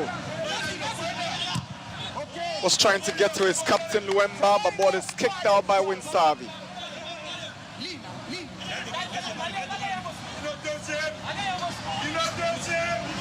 Congo coach Clement Masamba will be happy with how his charges played in the first half. Here is Musabu. Now Samba. Musabu turns around and sends a cross in. Benin struggling to defend their lines. Ball is eventually cleared away by Samadu. Here is Gael Avosivo. He goes down. Luemba. Now Congo. There's a drive from the midfielder Ngaziani, but it's straight to Abdul Karim. Ngaziani saw the opening when the chance came. He saw there was an opening, but the shot not powerful enough.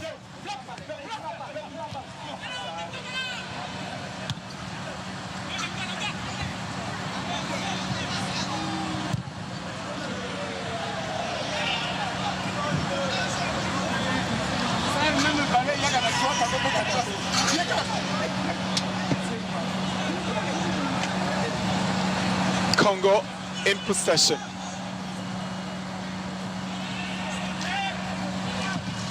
Koto goes down and he wins the free kick. Very skillful and tricky customer. Koto. Mignon Koto. That was the earlier incident. Benin had their own appeal for a foul, but eventually it was the inter-club player who won the sympathy of the referee. It's a free kick for Congo. Captain Luemba to take. Jospin Luemba.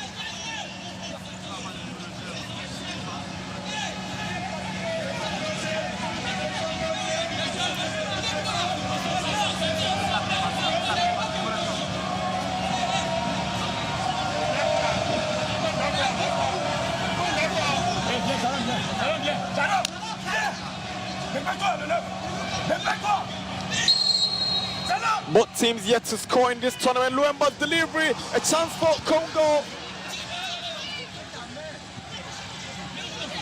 Referees communicating with his assistant to take the right decision, but that's the free kick taken, eluding everybody and getting to Musabu.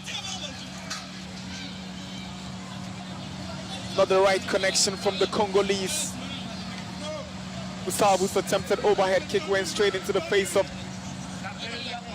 Winsavi.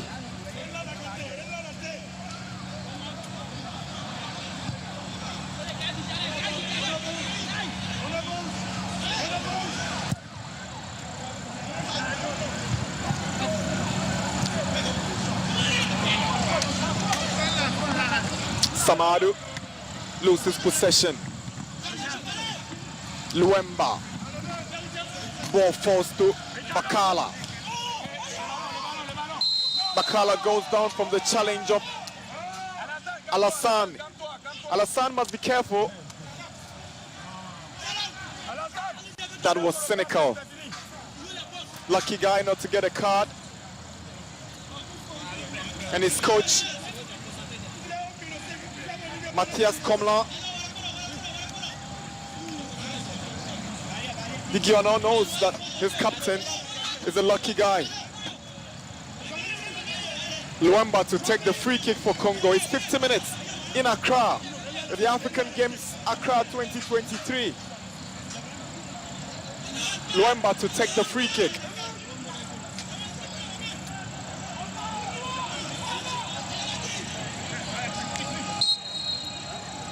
Luemba switches one in, dealt with by the Benin defense.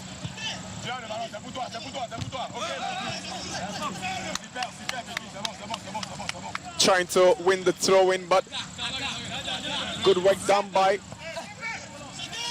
Dosuntu. Musabu.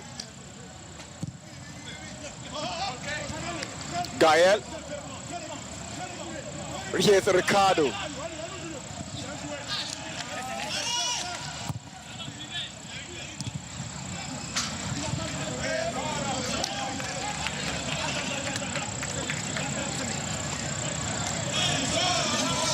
In the next 2 hours, the host nation Ghana will be coming up against Gambia in a must-win game for the host nation, same as Gambia. A win for either will ensure they stand brighter chances of going through to the next stage. Here is Nongo. Now Gael Abosibo. Flag was up. Good decision. It was offside against the Benin striker. So there you see him drifting ahead of the central defender. Offside was a good call against Benin's Razak.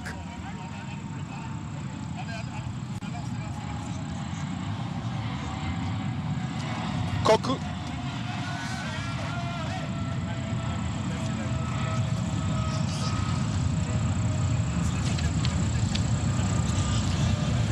Benin were also at the last African Under-20 Championship, but unfortunately for them, they exited the competition at the group stages. They drew their first game 1-1 against the Zambia, went on to draw another game against Tunisia goalless, and lost the last group game against Ghana's opponents, Gambia, who eventually went to the finals and qualified to the World Cup, only to exit in the round of 16. So both teams have their fair share of experience from the last edition of the African Under-20 Championships.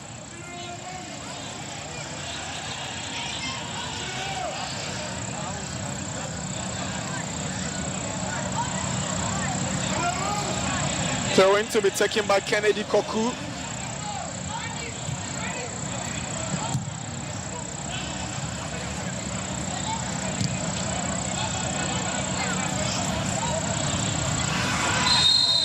The foul against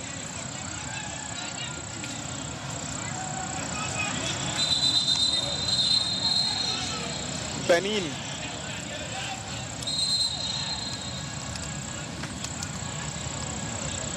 It's a decision against Congo, but the Congolese player ends up as the injured player. He's come up worse after that tackle.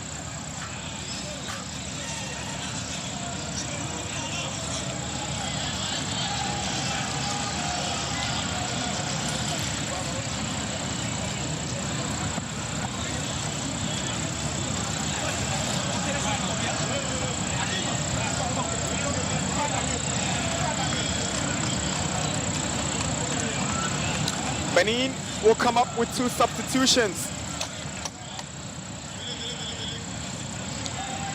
They've introduced into the game Abrakimo Yakubu. They're also bringing on Abdul Iche, who played in the other game.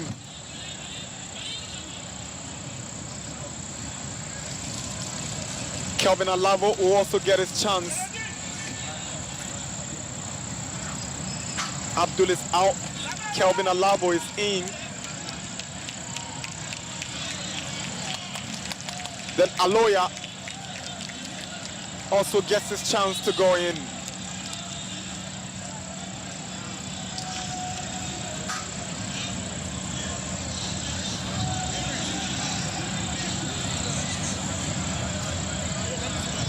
Confirmation of the substitutions. Abrakimu Yakubu in. And Kelvin Alayo taking the place of Abduliche.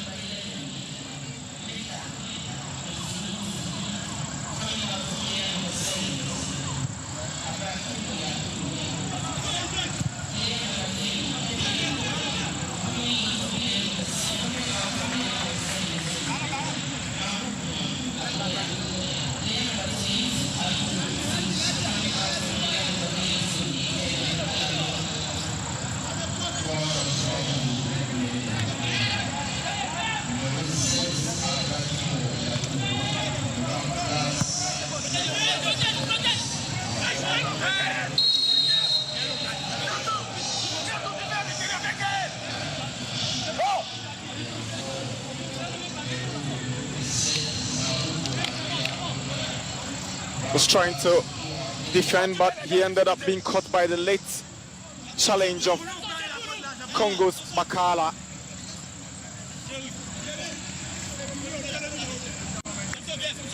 He's put in a very good performance this evening, Winsavi.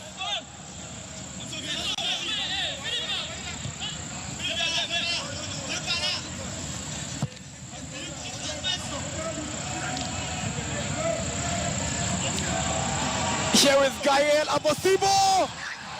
That was close, just across the face of the goalpost from the Dreams FC striker. Leading the attack for the Beninois. His hold-up play so brilliant, relentless player. He kept on the pressure, controlled, and the second attempt was just grazing across the face. There was the striker who was arriving, but he got there late. Should have been there on time. Gael Abosibo, the pass control was brilliant, but the delivery not getting at the point to be met by Abrakimu Yakubu. Now it's Congo on the move. Winsavi to the rescue once again. He has the ball out for a throw-in.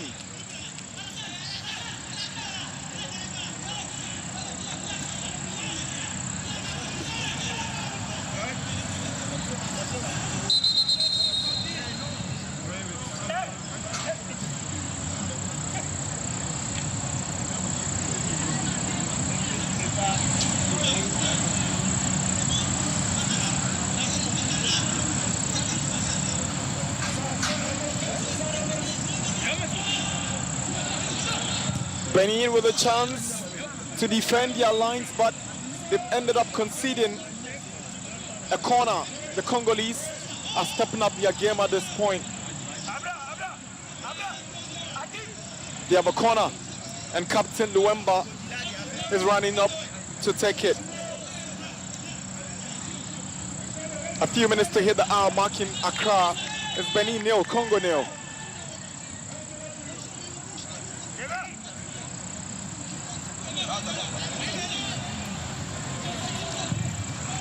Luemba's corner taken. Referee sees an infringement in the box of the Beninois. Whistles and free kick is quickly taken.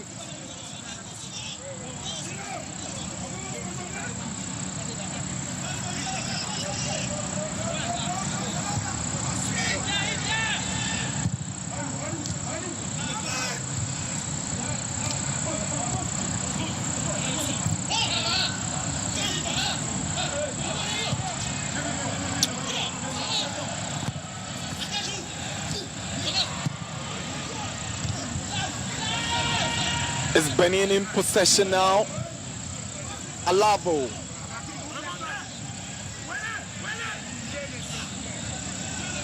Yakubu. Referee whistles, decision goes against the Beninois. Gael Abosibo with a broad smile after that decision was taken against him.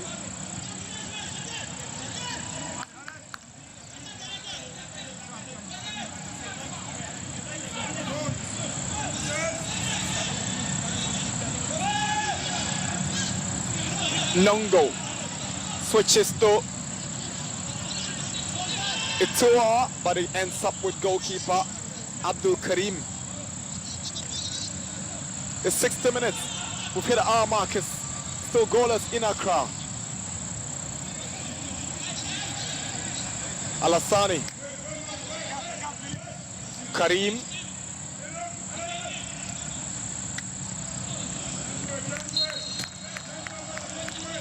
Aloya commits himself, and the Congolese who have the advantage. Is a throw-in. Itua to take. Looking for Bakala. Bakala goes down, no foul. Aloya dribbles his way, but ball goes out for a throw into Congo. They have a player down. It is Bakala, the tricky attacker.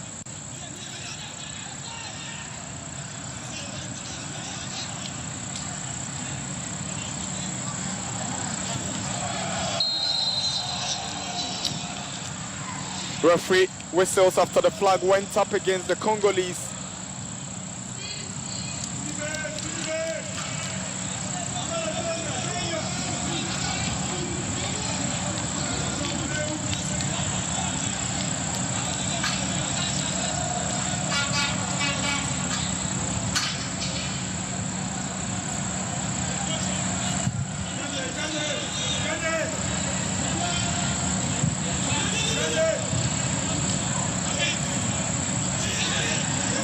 Aloya loses possession.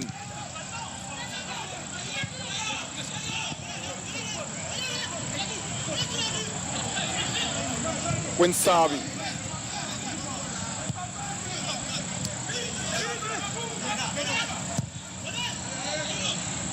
Bakali controls on his chest to Luemba, his captain. Here is Masuba. Referee whistles. Free kick against Benin.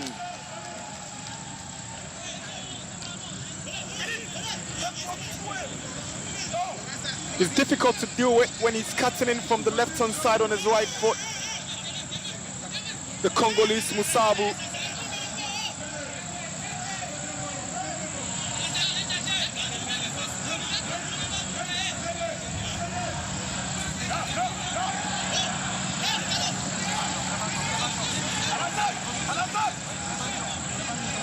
Free kick for Congo. Samba to take.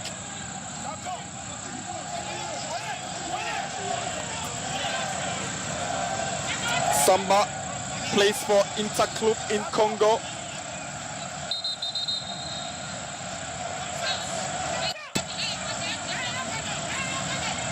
So Congo have about 6 Interclub players in their squad for this tournament. And Samba is one of them. Samba delivers. Defended by Benin. It's Bakali to Samba. Samba with a decent cross. Karim gets it out. It is to Congo. Samba, another cross, a header, and it goes out. Goal kick.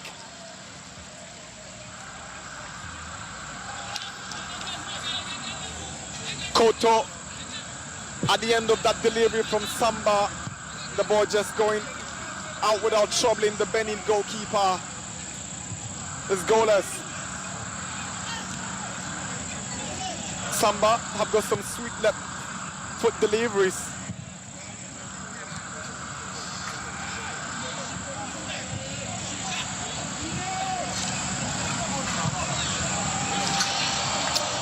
There's an earlier foul.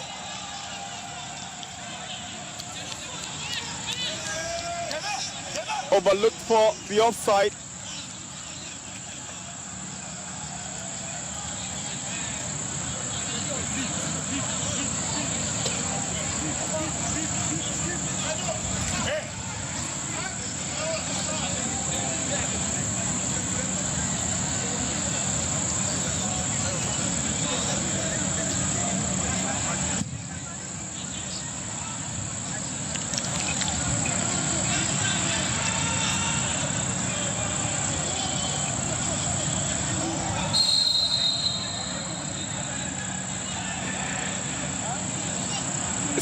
Five minutes in Accra.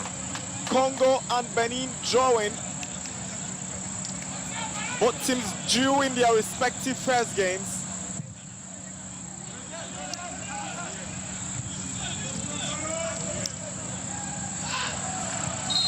It's a foul. And a yellow card to Samba for that tackle on Ricardo. No attempt to win the ball, Samba.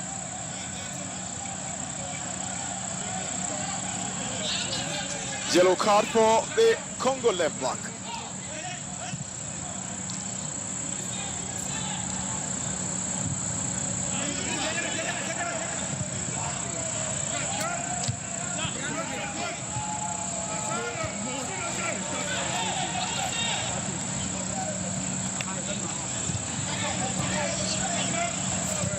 Alassane, Alayo, Alabo. Ball falls to Winsabi. Looking for Ricardo and Gael. Here's Guakinu. Good run from the right back. Ball is cleared away eventually by the Congolese Indicate. Chance for Benin. Can they make it 1-0 here? It's a corner. The introduction of Abrakimu Yakubu and Alabo seem to have added some bites into the Benin side.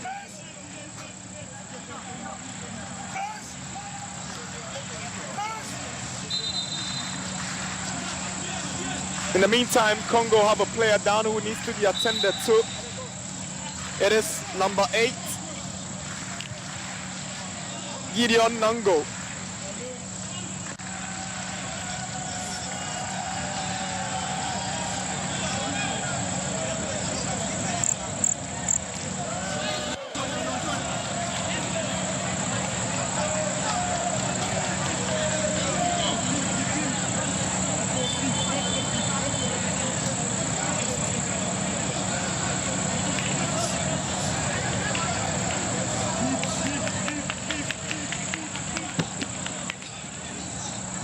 It's been a very well organized African Games by the Ghanaians.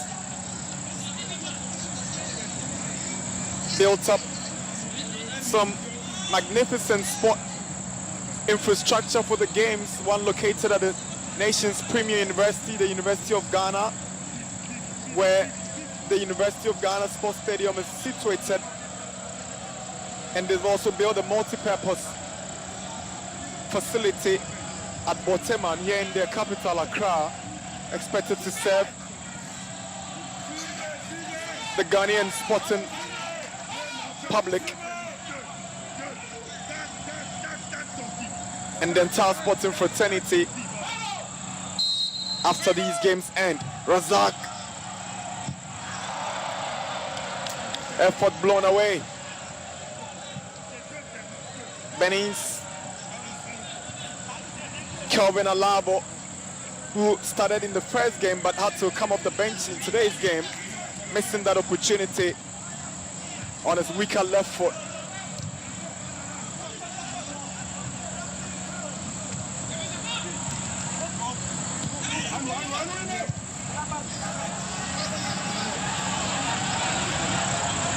Benin have a chance.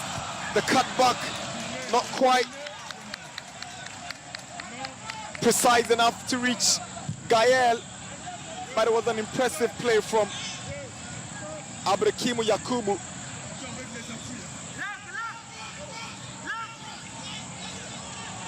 Benin on the offensive. Here is Yakubu.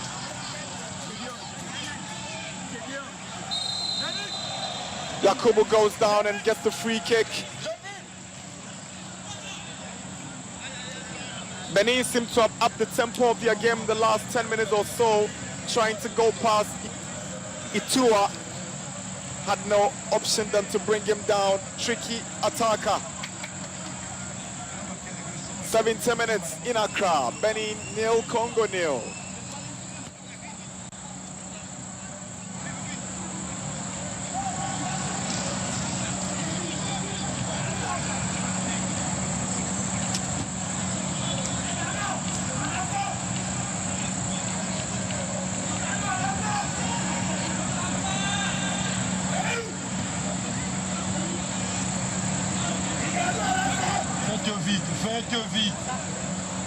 Free kick for Benin.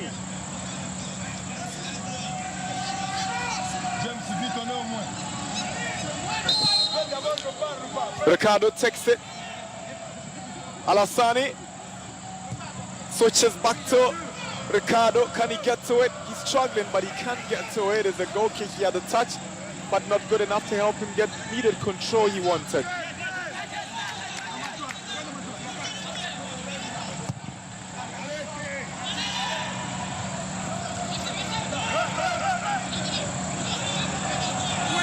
A chance for Congo. Captain Martin Luemba nearly punishing Benin for some miscommunication and poor coordination at the back. They nearly gave it away. He took it first time. Unlucky. You don't give away chances like this. Suleiman Alassani, the center back, struggling to keep the ball out of place.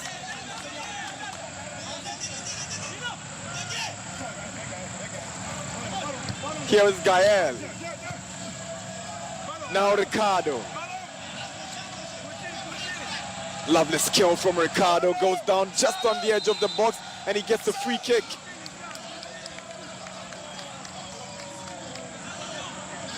At this point, the Congolese must be careful how they go about their tackles. And it's the same player, Samba, who took a yellow card a few minutes ago.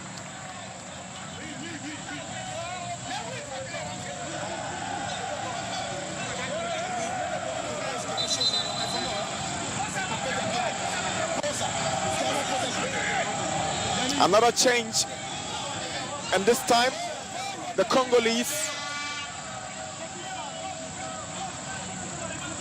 coming up with 2 substitutions.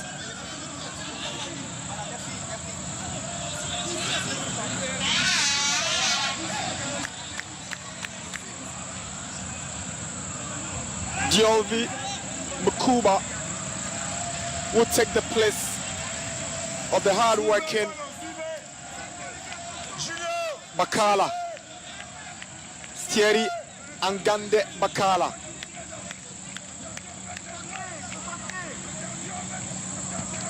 That's the other substitutions. Yannick Linokwa for... That's dangerous and very tricky. Goalkeeper Bisila rising to the occasion to save Ricardo's well-taken free kick.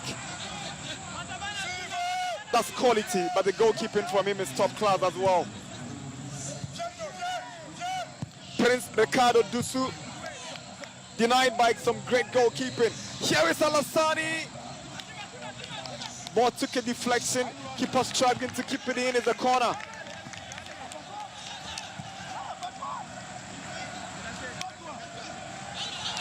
Benin beginning to pounce on the Congolese in the last quarter of the game. They're piling all the pressure. It is Ricardo again to the near post. It's a foul because he tried an overhead kick when the ball was too high. The defender was coming up with a header as well.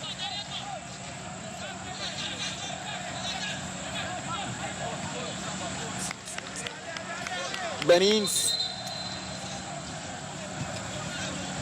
frontman now very serious in the second half. A second water break and the final cooling break for the game. 75 minutes.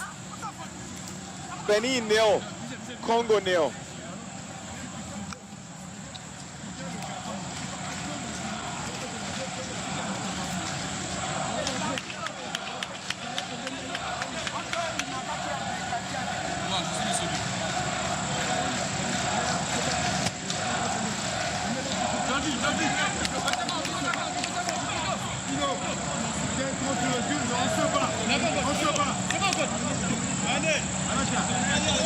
He had to dig deep to save that situation.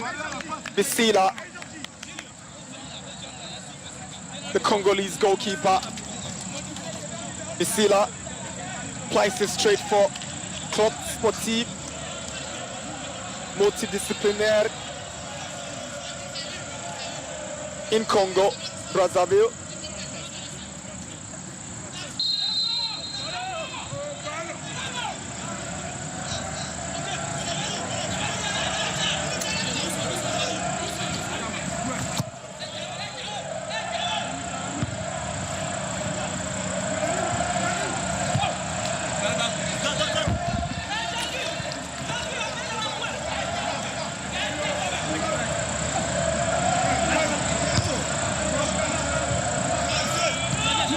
Luemba.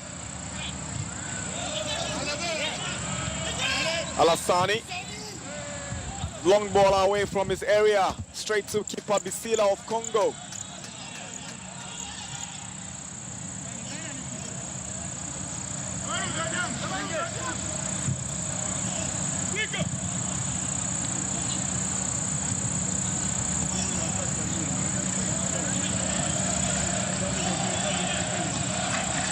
Here's Aitua. Sends a cross in. Away by Alassani. Is a throw-in to the Congolese.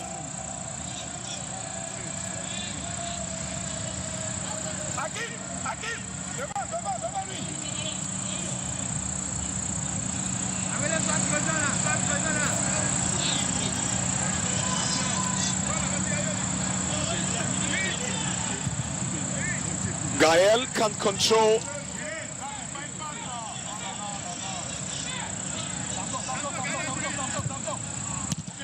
Ricardo Dusu controls. Here is Benin on the offensive. Gael wants it. He switches to the right side and finds his winger, who has also not been able to control. Kevin Alabo struggling to deal with Samba. There's a push against Gael. He pushed the Congo captain, the Congo centre back.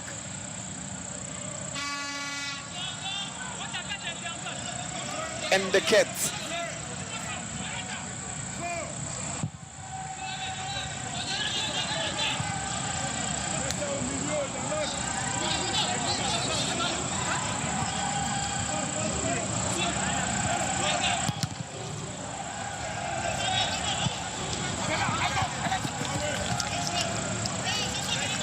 Koto, that's what to win the corner for Congo. This is a throw-in instead. So Samba takes it. Here is Koto. Back to Samba. Samba on the right foot and it's straight to Abdul Aziz Rahman Karim.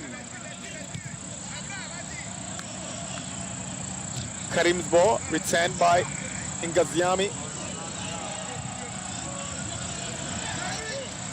The pass was aimed at Musabu.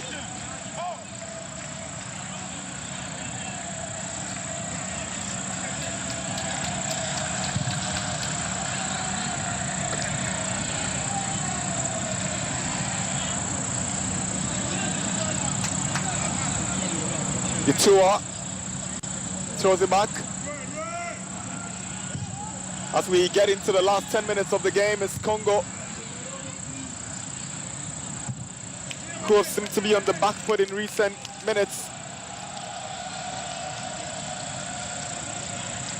The Beninua look more poised and purposeful when moving forward. Alavo.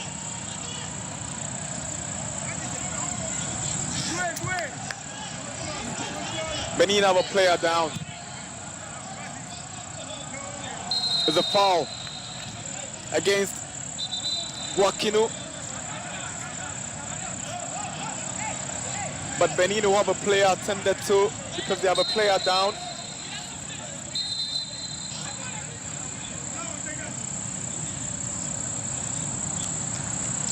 It is Kevin Alavo.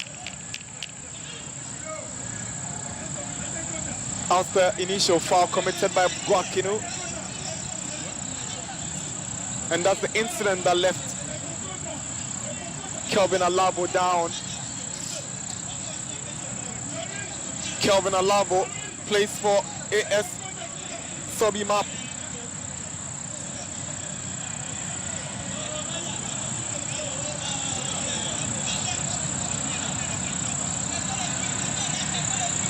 Le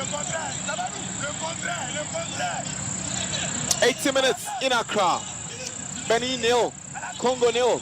African Games 2023 in Accra.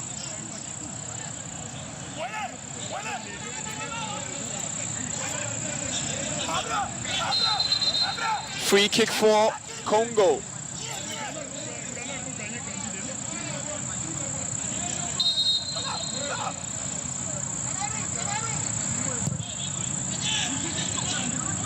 Straight to goalie Abdul Karim.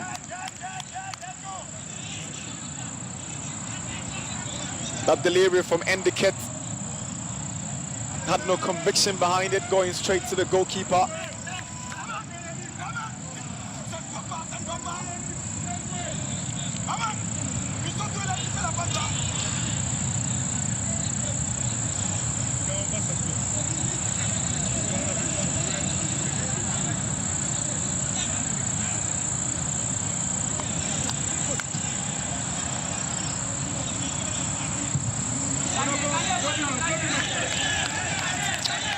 So Group B have already seen one team progress to the same as Group A, yet to see even a goal so far in the competition. As Benin and Congo battle it out in the last 8 minutes of this game. Are we going to see any goals here?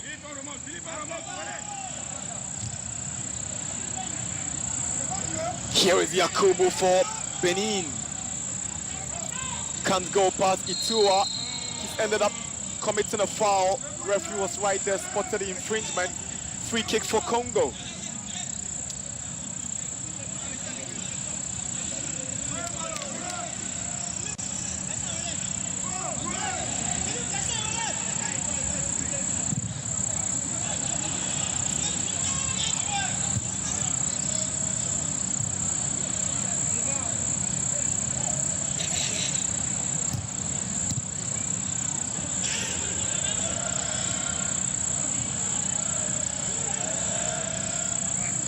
Brilliant play from the centre back. Ngachogo Bambi. Alassani's clearance. Throwing advantage the Congolese with 7 more minutes to go.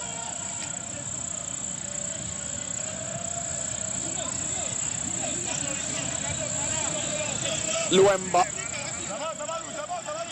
Here is Samba. Good play from the Congolese. Koto. Luemba goes down looking for the foul, but Yakubu on his bike for Benin. Musabu. He went the right direction and he eventually committed the foul. Yannick Linuoka. He has space in front of him, but decided to go the right way when there was his player on the other side. He thought it was a good way to go, but he ended up being the wrong route.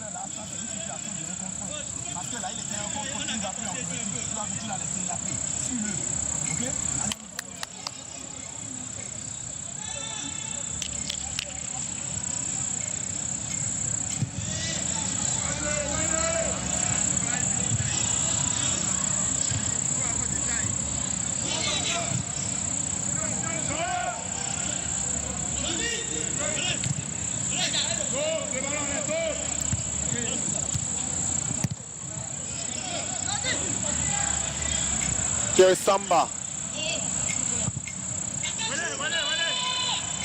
Alassani's header.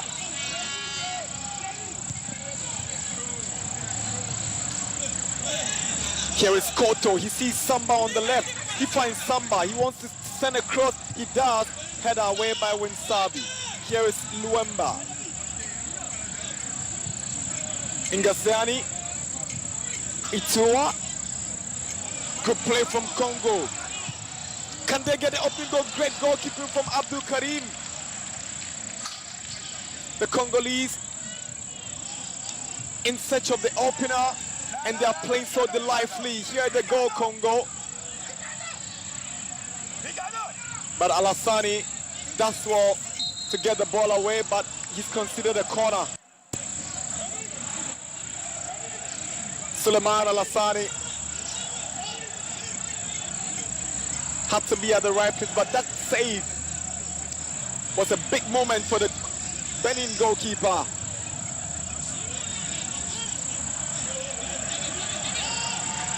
Now Congo have a corner. Corner taken. Gael. The Dreams FC attacker goes down. He featured for Dreams FC in the CAF Confederations Cup, and this afternoon his team got to know their opponents for the quarterfinals. So Gael will be facing the Malian side, Stade Malien, in the quarterfinals of the CAF Confederations Cup. There's a foul against the Congo captain, Jospin Luemba.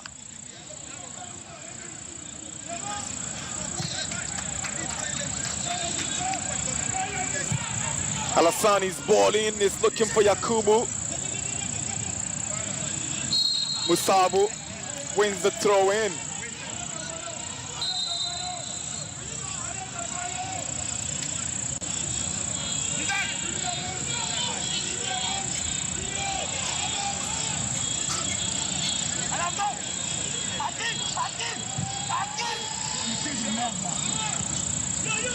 Chance for Congo. Benin defend their lines well.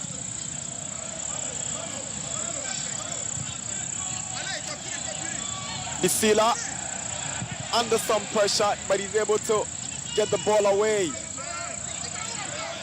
Aloya has lost possession. Here comes Congo. This could be a chance for Musabu. Masuba, can they score? They didn't communicate and they've lost a big chance. The Congolese attacker just unable to sort out his feet and communicate with his partner. That should have been a goal for Musabu. He had his strike partner arriving, but they just couldn't communicate. Musabu and Yannick Dinoka, who just came off the bench. But Benin have a player down, and it's their central defender who has worked really well this evening. Winsabi. So Gail Abosivo will make way. His place is taken by Zidane Orumosi. Zidane Orumosi plays for Etalon FC in Benin. Born on the 5th of March 2005. Celebrated his birthday just last week.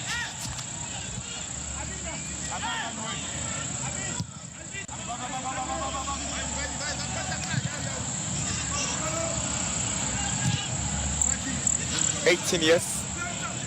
Here's Ricardo. Ricardo wants support.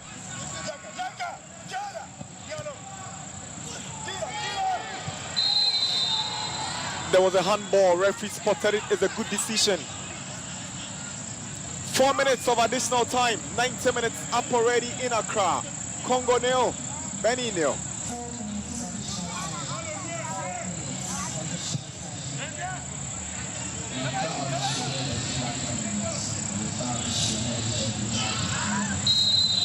Free kick for Benin. Captain for Congo, Luemba, committing the foul.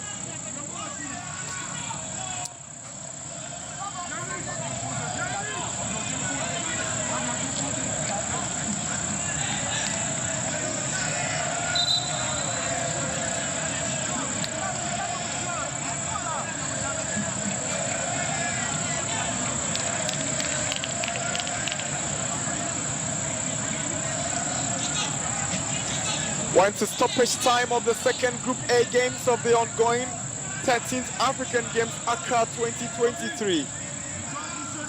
In the next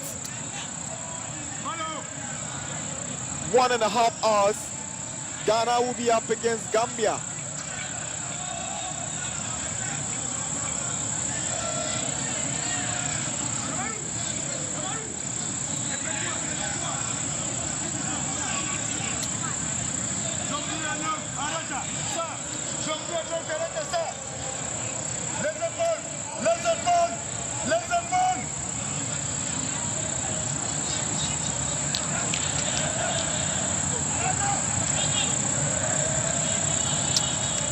So Benin have a free kick. We're into the second minute of stoppage time. Ball cleared away by Ndeke. Here's Ricardo. He's had a very decent game with Sabi as well. He goes back to Karim. Was trying to find Yakubu.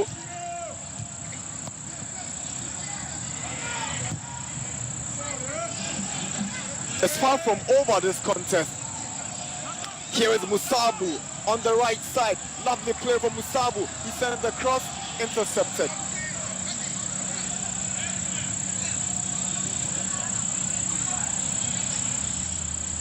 Yakubu. It is still Yakubu. And this could be a chance for Benin. Can they score in the last stages? A chance, Benin! Goodness me. How did they miss this glorious scoring opportunity? Big chance, and the technical team totally livid.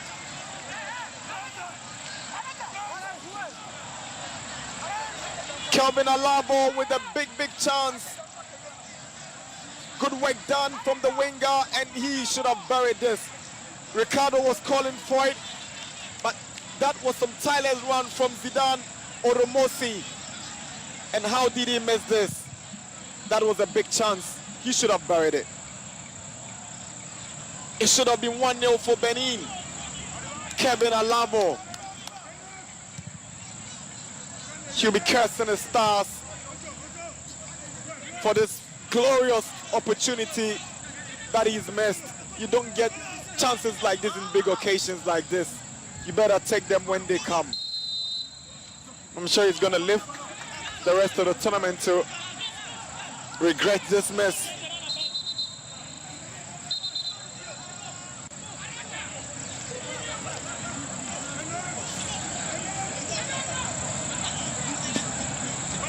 This certainly should be the final kick. In the cat should take it, and that's it. It's over here at the Accra Sports Stadium once again. Another game in Group A of the ongoing Accra 2023 African Games have come to an end without a goal. Benin have drawn goalless with Congo.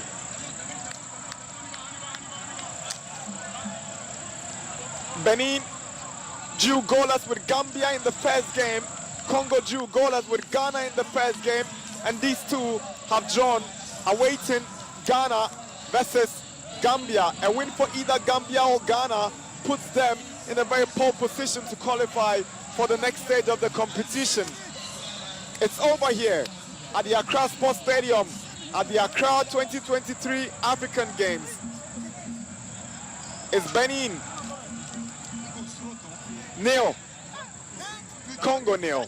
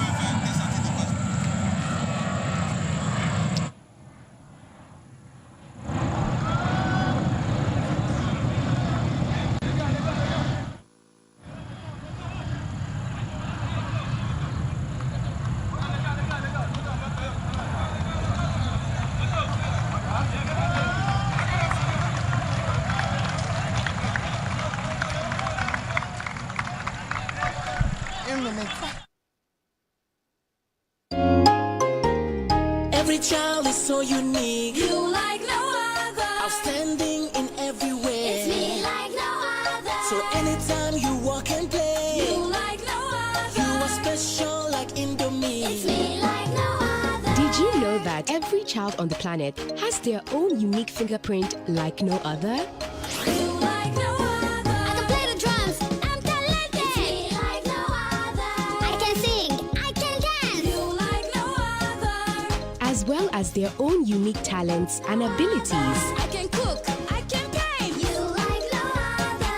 Indomie. It's you like no other. So every day, in whatever you do, remember you are special in your own way, like no other. Thank you, Mom, for letting me know I'm special and for making me my special Indomie. Thank you, Mommy. I love my Indomie. This advert is FDA approved. Ce soir, on a 2 et on a 3 jours pour récupérer.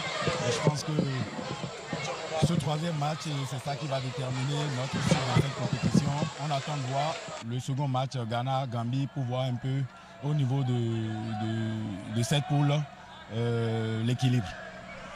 So our final match is with the host country Ghana, and that will be the decider of whether we are making it out of this pool. What is for sure is that we are going to rest, take some break, and work on for our last match. Okay, coach, all the best. Merci beaucoup.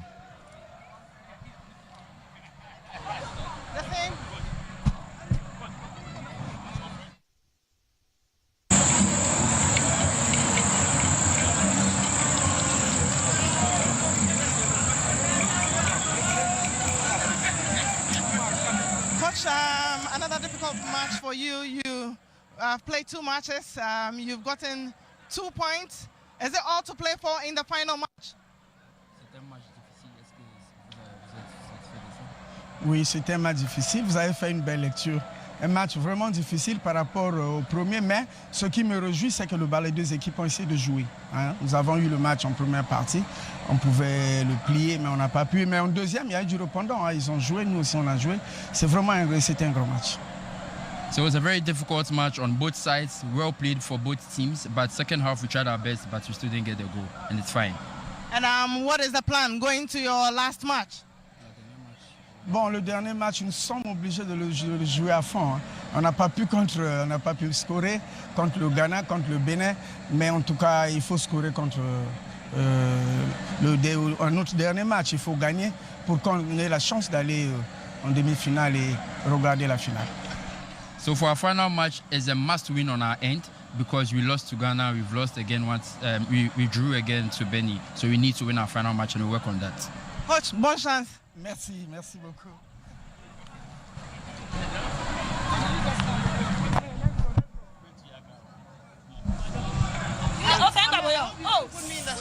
Like no other. Outstanding in every way. It's me like no other. So anytime you walk and play, You like no other. you are special like Indomie. It's me like no other. Did you know that every child on the planet has their own unique fingerprint like no other? You like no other. I can play the drums. I'm talented. It's me like no other. I can sing. I can dance. You like no other. As well as their own unique talents and abilities. I can cook. I can game. You like no other. Indomie. It's you like no other. So every day, in whatever you do, remember you are special in your own way, like no other. Thank you, Mom, for letting me know I'm special and for making me my special Indomie. Thank you, Mommy. I love my Indomie. This advert is FDA approved.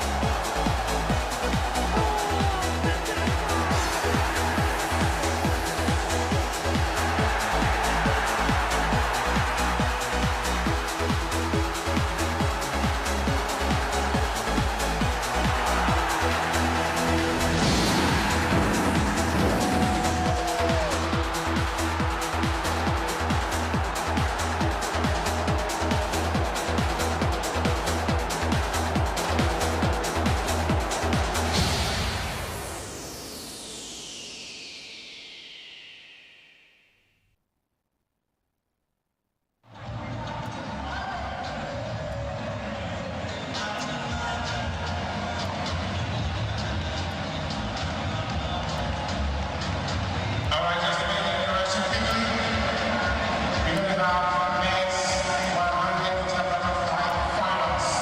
The continuation of yesterday or last evening's race.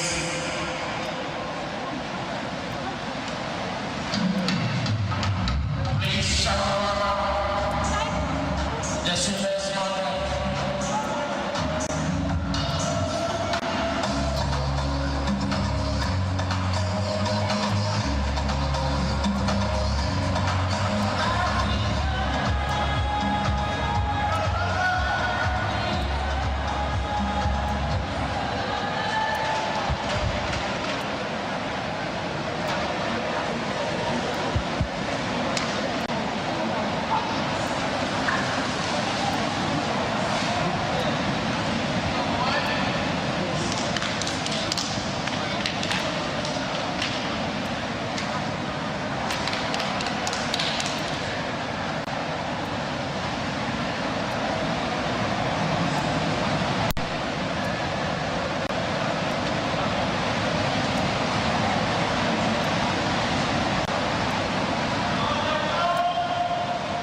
Introducing the athletes for men's 100 meter butterfly finals. From Algeria in lane 1, President Fares.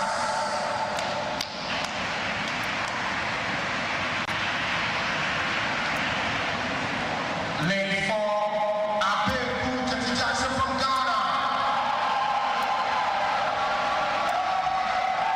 In lane 6, from Senegal, Stephen Killian.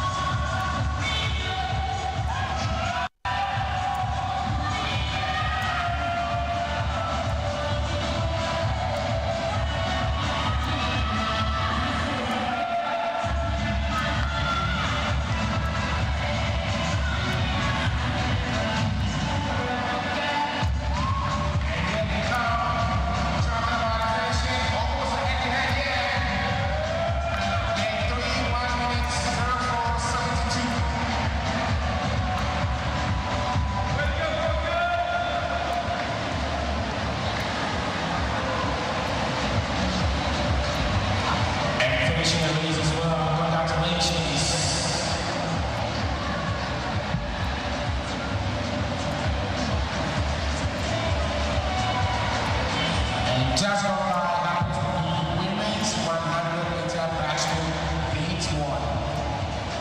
And that is the official result for you now. Zambia winner of this heat 0. That is 1 minute 04.72.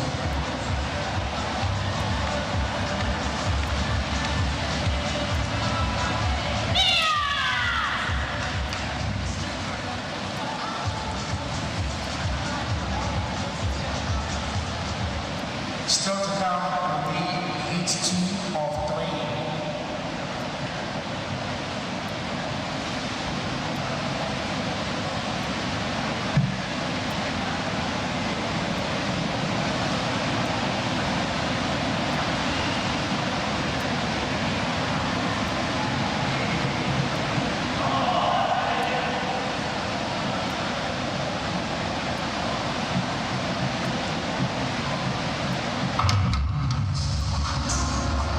Ladies and gentlemen, entry of swimmers.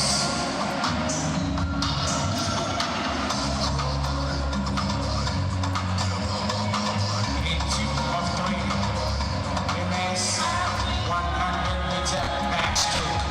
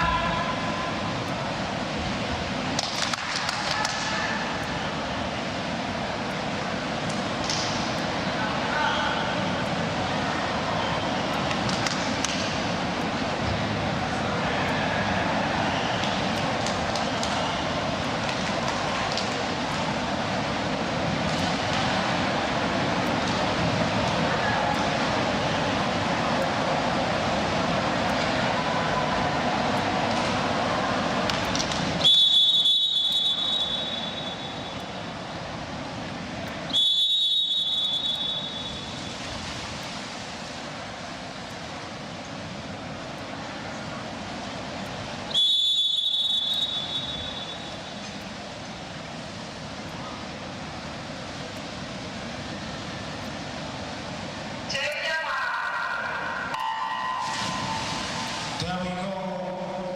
Women's 100-meter backstroke heat 2.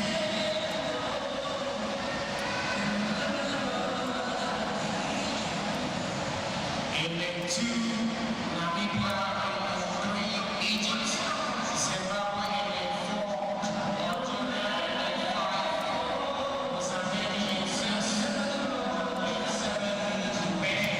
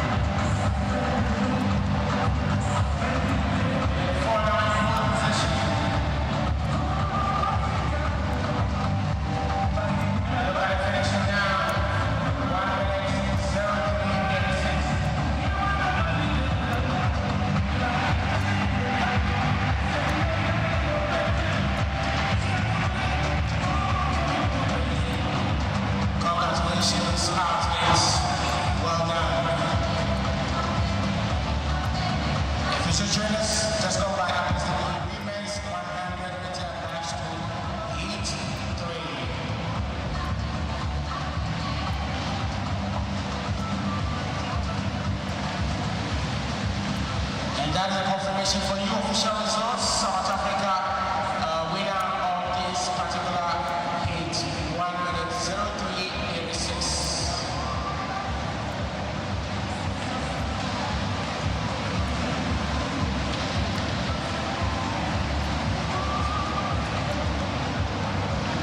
And that is the qualifications for you women's 100-meter backstroke. South Africa, Tyler Jonka.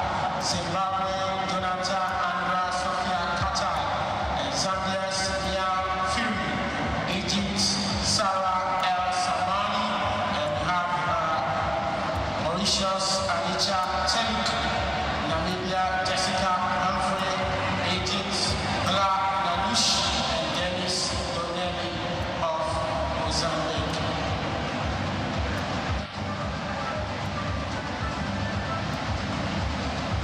Athletes who do not want to swim have 30 minutes to scratch.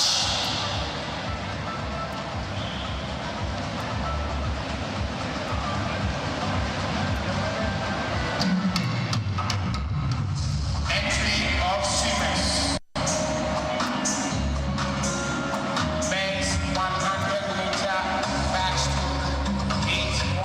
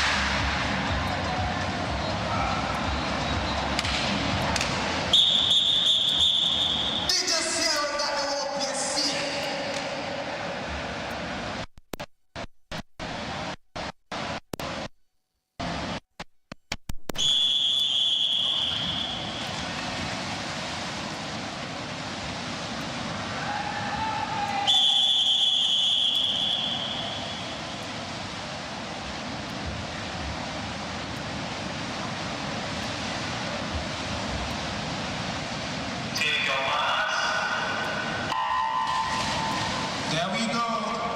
Men's 100-meter backstroke, heat 1. Alien 2, Seychelles, Nigeria Alien 3, Zimbabwe Alien 4, Algeria Alien 5, Zimbabwe Alien 6, South Africa Alien 7.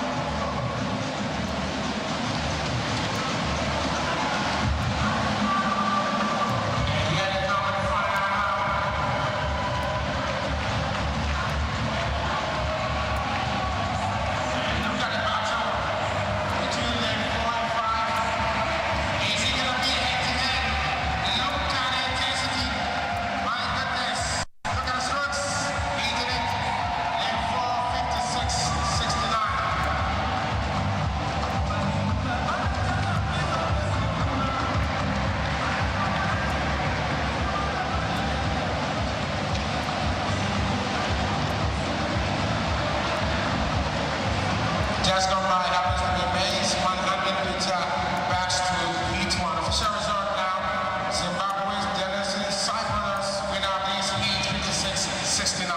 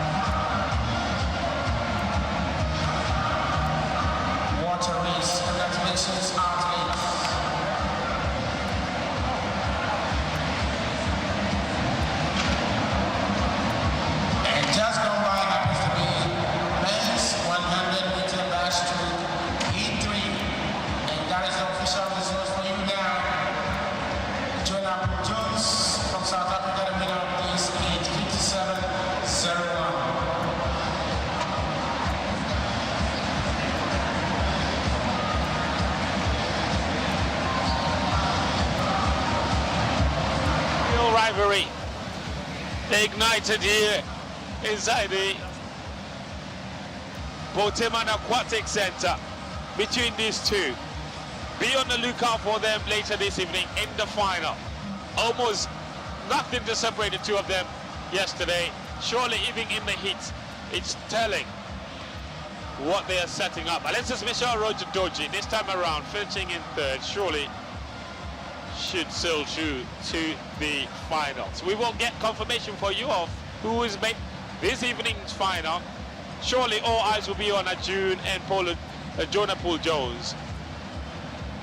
But there will be a tight race even for the bronze medal. As we confirm for you who has qualified for this evening's final in the men's 100-meter backstroke event. Coming up next in the heats though is the breaststroke, and we will begin with the women's breaststroke heats. There will be 2 heats there, and the men's 50-meter breaststroke, and there will be 5 heats in that event as well. Attention please, Uganda's Ambara Ituha Ghana, and in 2 will have to swim a time trial at the end of the competition to get into the finals.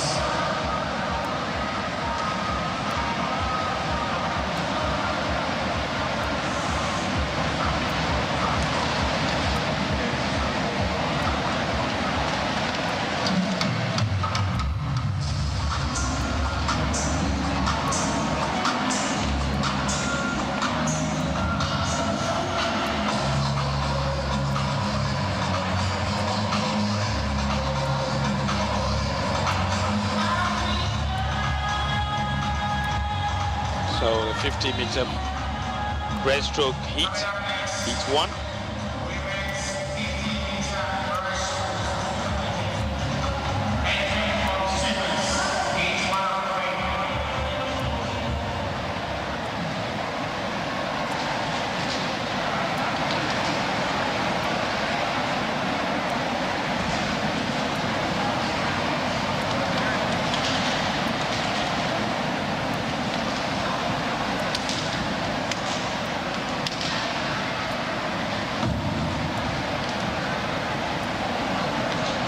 So Mariama Lamara Toure is in lane, she's from Guinea, she's in lane 2.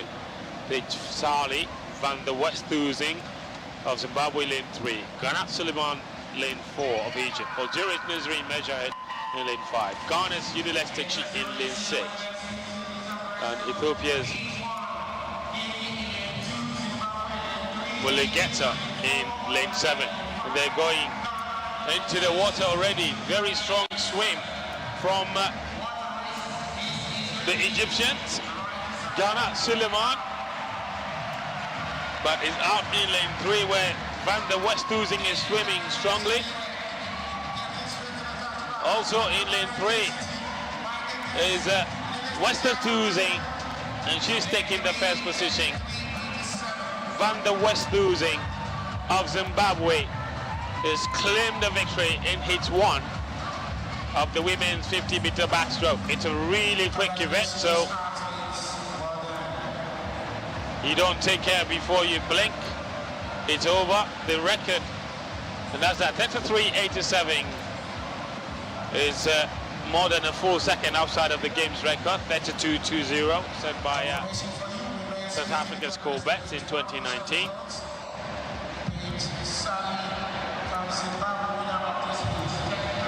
Nezri Mejahed of Algeria came through in second. Ghana's Unilestechi finished in third, should be through to the final of that event a little later this evening. Let's check out the confirmation of the results. So Westhuizing 33.87, Mejahed 34.29, Techi 35.22 completes the top 3. Ganat Suleiman of Egypt might not make it to this evening's final. Heat 2. Trisha Mutumbulua of Namibia, Rana Nafsi of Algeria, South Africa's Kate Gilmire, Egypt's Nadine Abdallah in lane 5, Josel Mensah of Ghana in lane 6, and Amari Barney Demeke of Ethiopia in lane 7. Heat 2 of the women's 50-meter backstroke.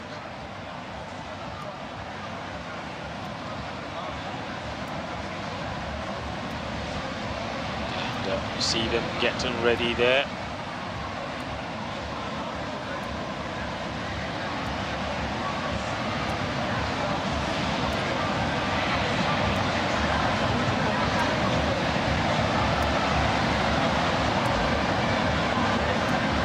Abdallah Nadine of Egypt, it's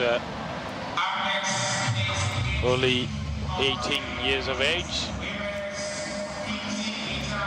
Kedio Maya of South Africa will turn 20 later this month.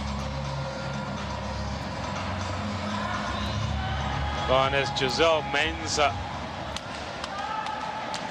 will turn 21 in September, so she's just 20. The record in the women's 50-meter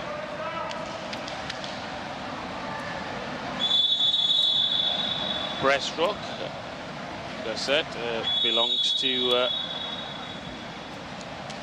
Corbett of South Africa, 32.20 seconds, set back in August 2019.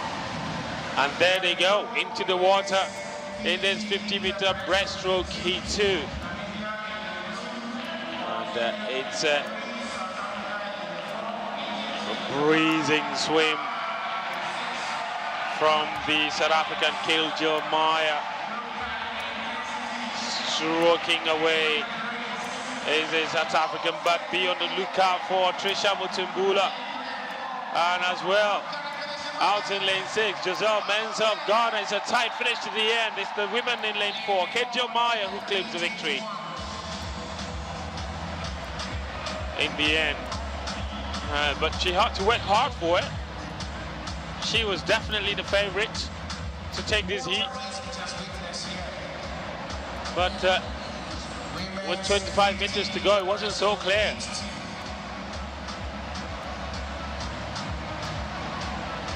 But in the end, it happened for her.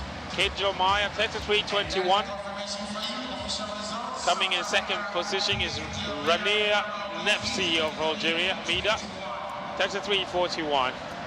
And Egypt's Nadine Abdallah, 33.57. Is full 57 seconds behind. Ghana's Josel Mensah finished in 4th, but most likely will not make it through to this evening's final. Here's the confirmation of that heat 2. Jeremiah, Rania Nefsi, Nadine Abdallah, Josel Mensah, Mutumbulu Trisha, Amar Bandemeke in that order. Now we go to heat 3.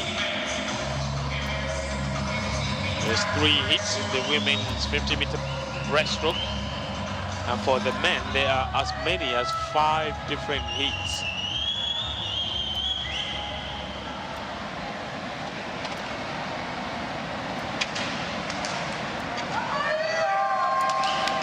You see the Zimbabwean there, Dominica Amanda.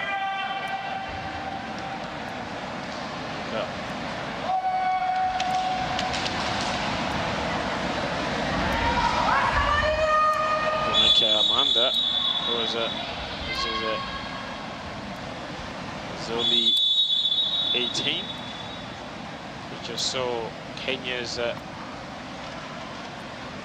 Sarah Faustina there. She's another 18-year-old in this race. And into the water they go. And Simone Mole of South Africa is the big favorite. That's her in lane 4, establishing an early lead there. Swimming very strongly. She's already won 2 gold medals in the 100-meter breaststroke and the 4x100-meter medley relay. She swam the breaststroke leg of that relay. She's the big favorite. She is the individual goal winner in the 100. She's taking heat 3 of the 200, of the 50, sorry. And she's looking really, really good indeed to claim a double in the 50 and the 100. This 19-year-old South African, Simone Mole, with a new games record, 31.96. It's a big, big swim for her. That's a big, big time.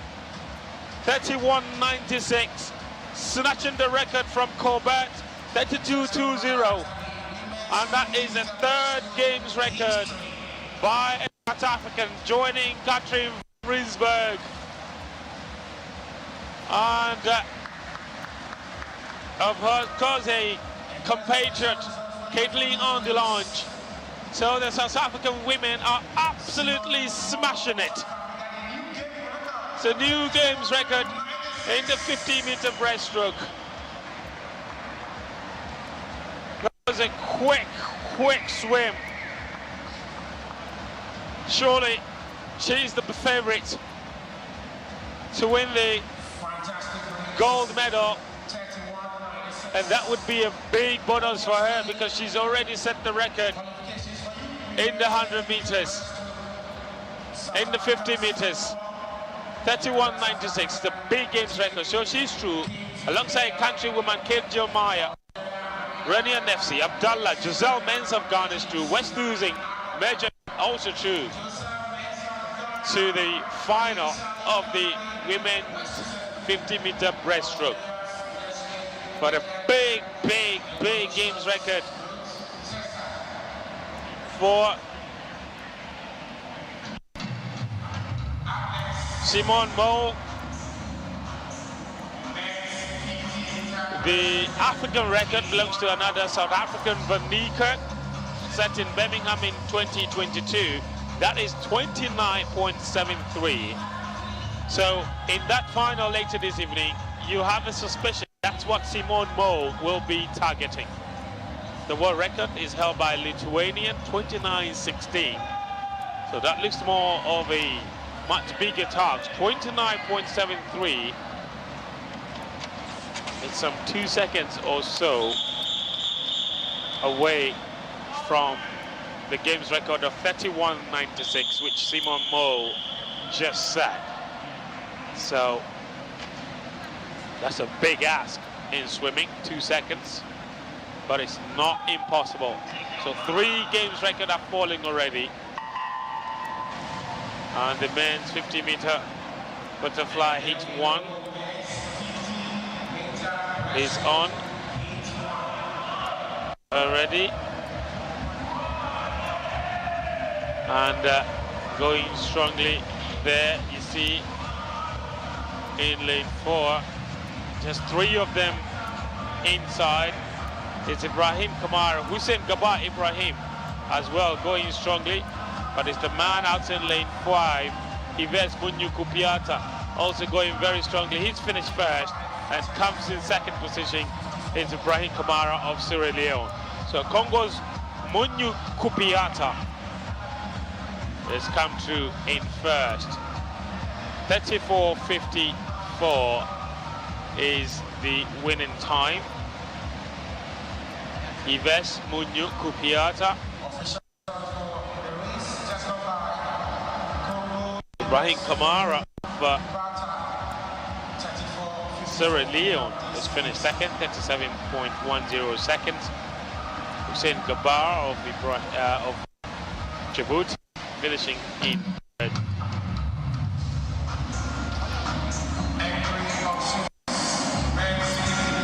Remember, the fastest 8 qualified to the final to be contested this evening.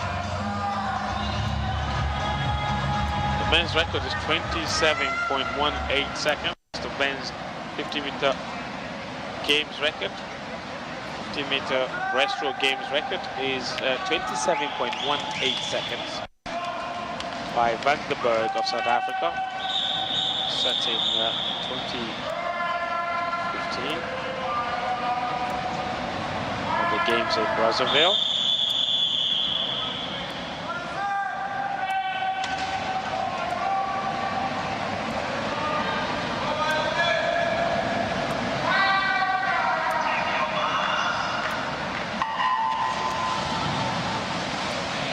We are underway with E2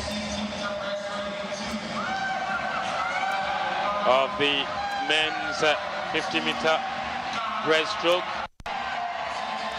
Nathan Jason Anthony Nagaping of Seychelles is swimming strongly. Just beside him is a Ghanaian, Evan Snowding, as well. But it's Jason Anthony Nagaping who will take the win out in lane 5. Benin's Emmanuel Chabel Jeffers Ponu. He's come to with the victory, and he is full of smiles. It's him, Ponu, 31.09 from the Beninois, just beating Anthony Nagaping, 31.95. And Simanga Dlamini of Swaziland in 3rd. Guinea's Amara Kamara is in 4th.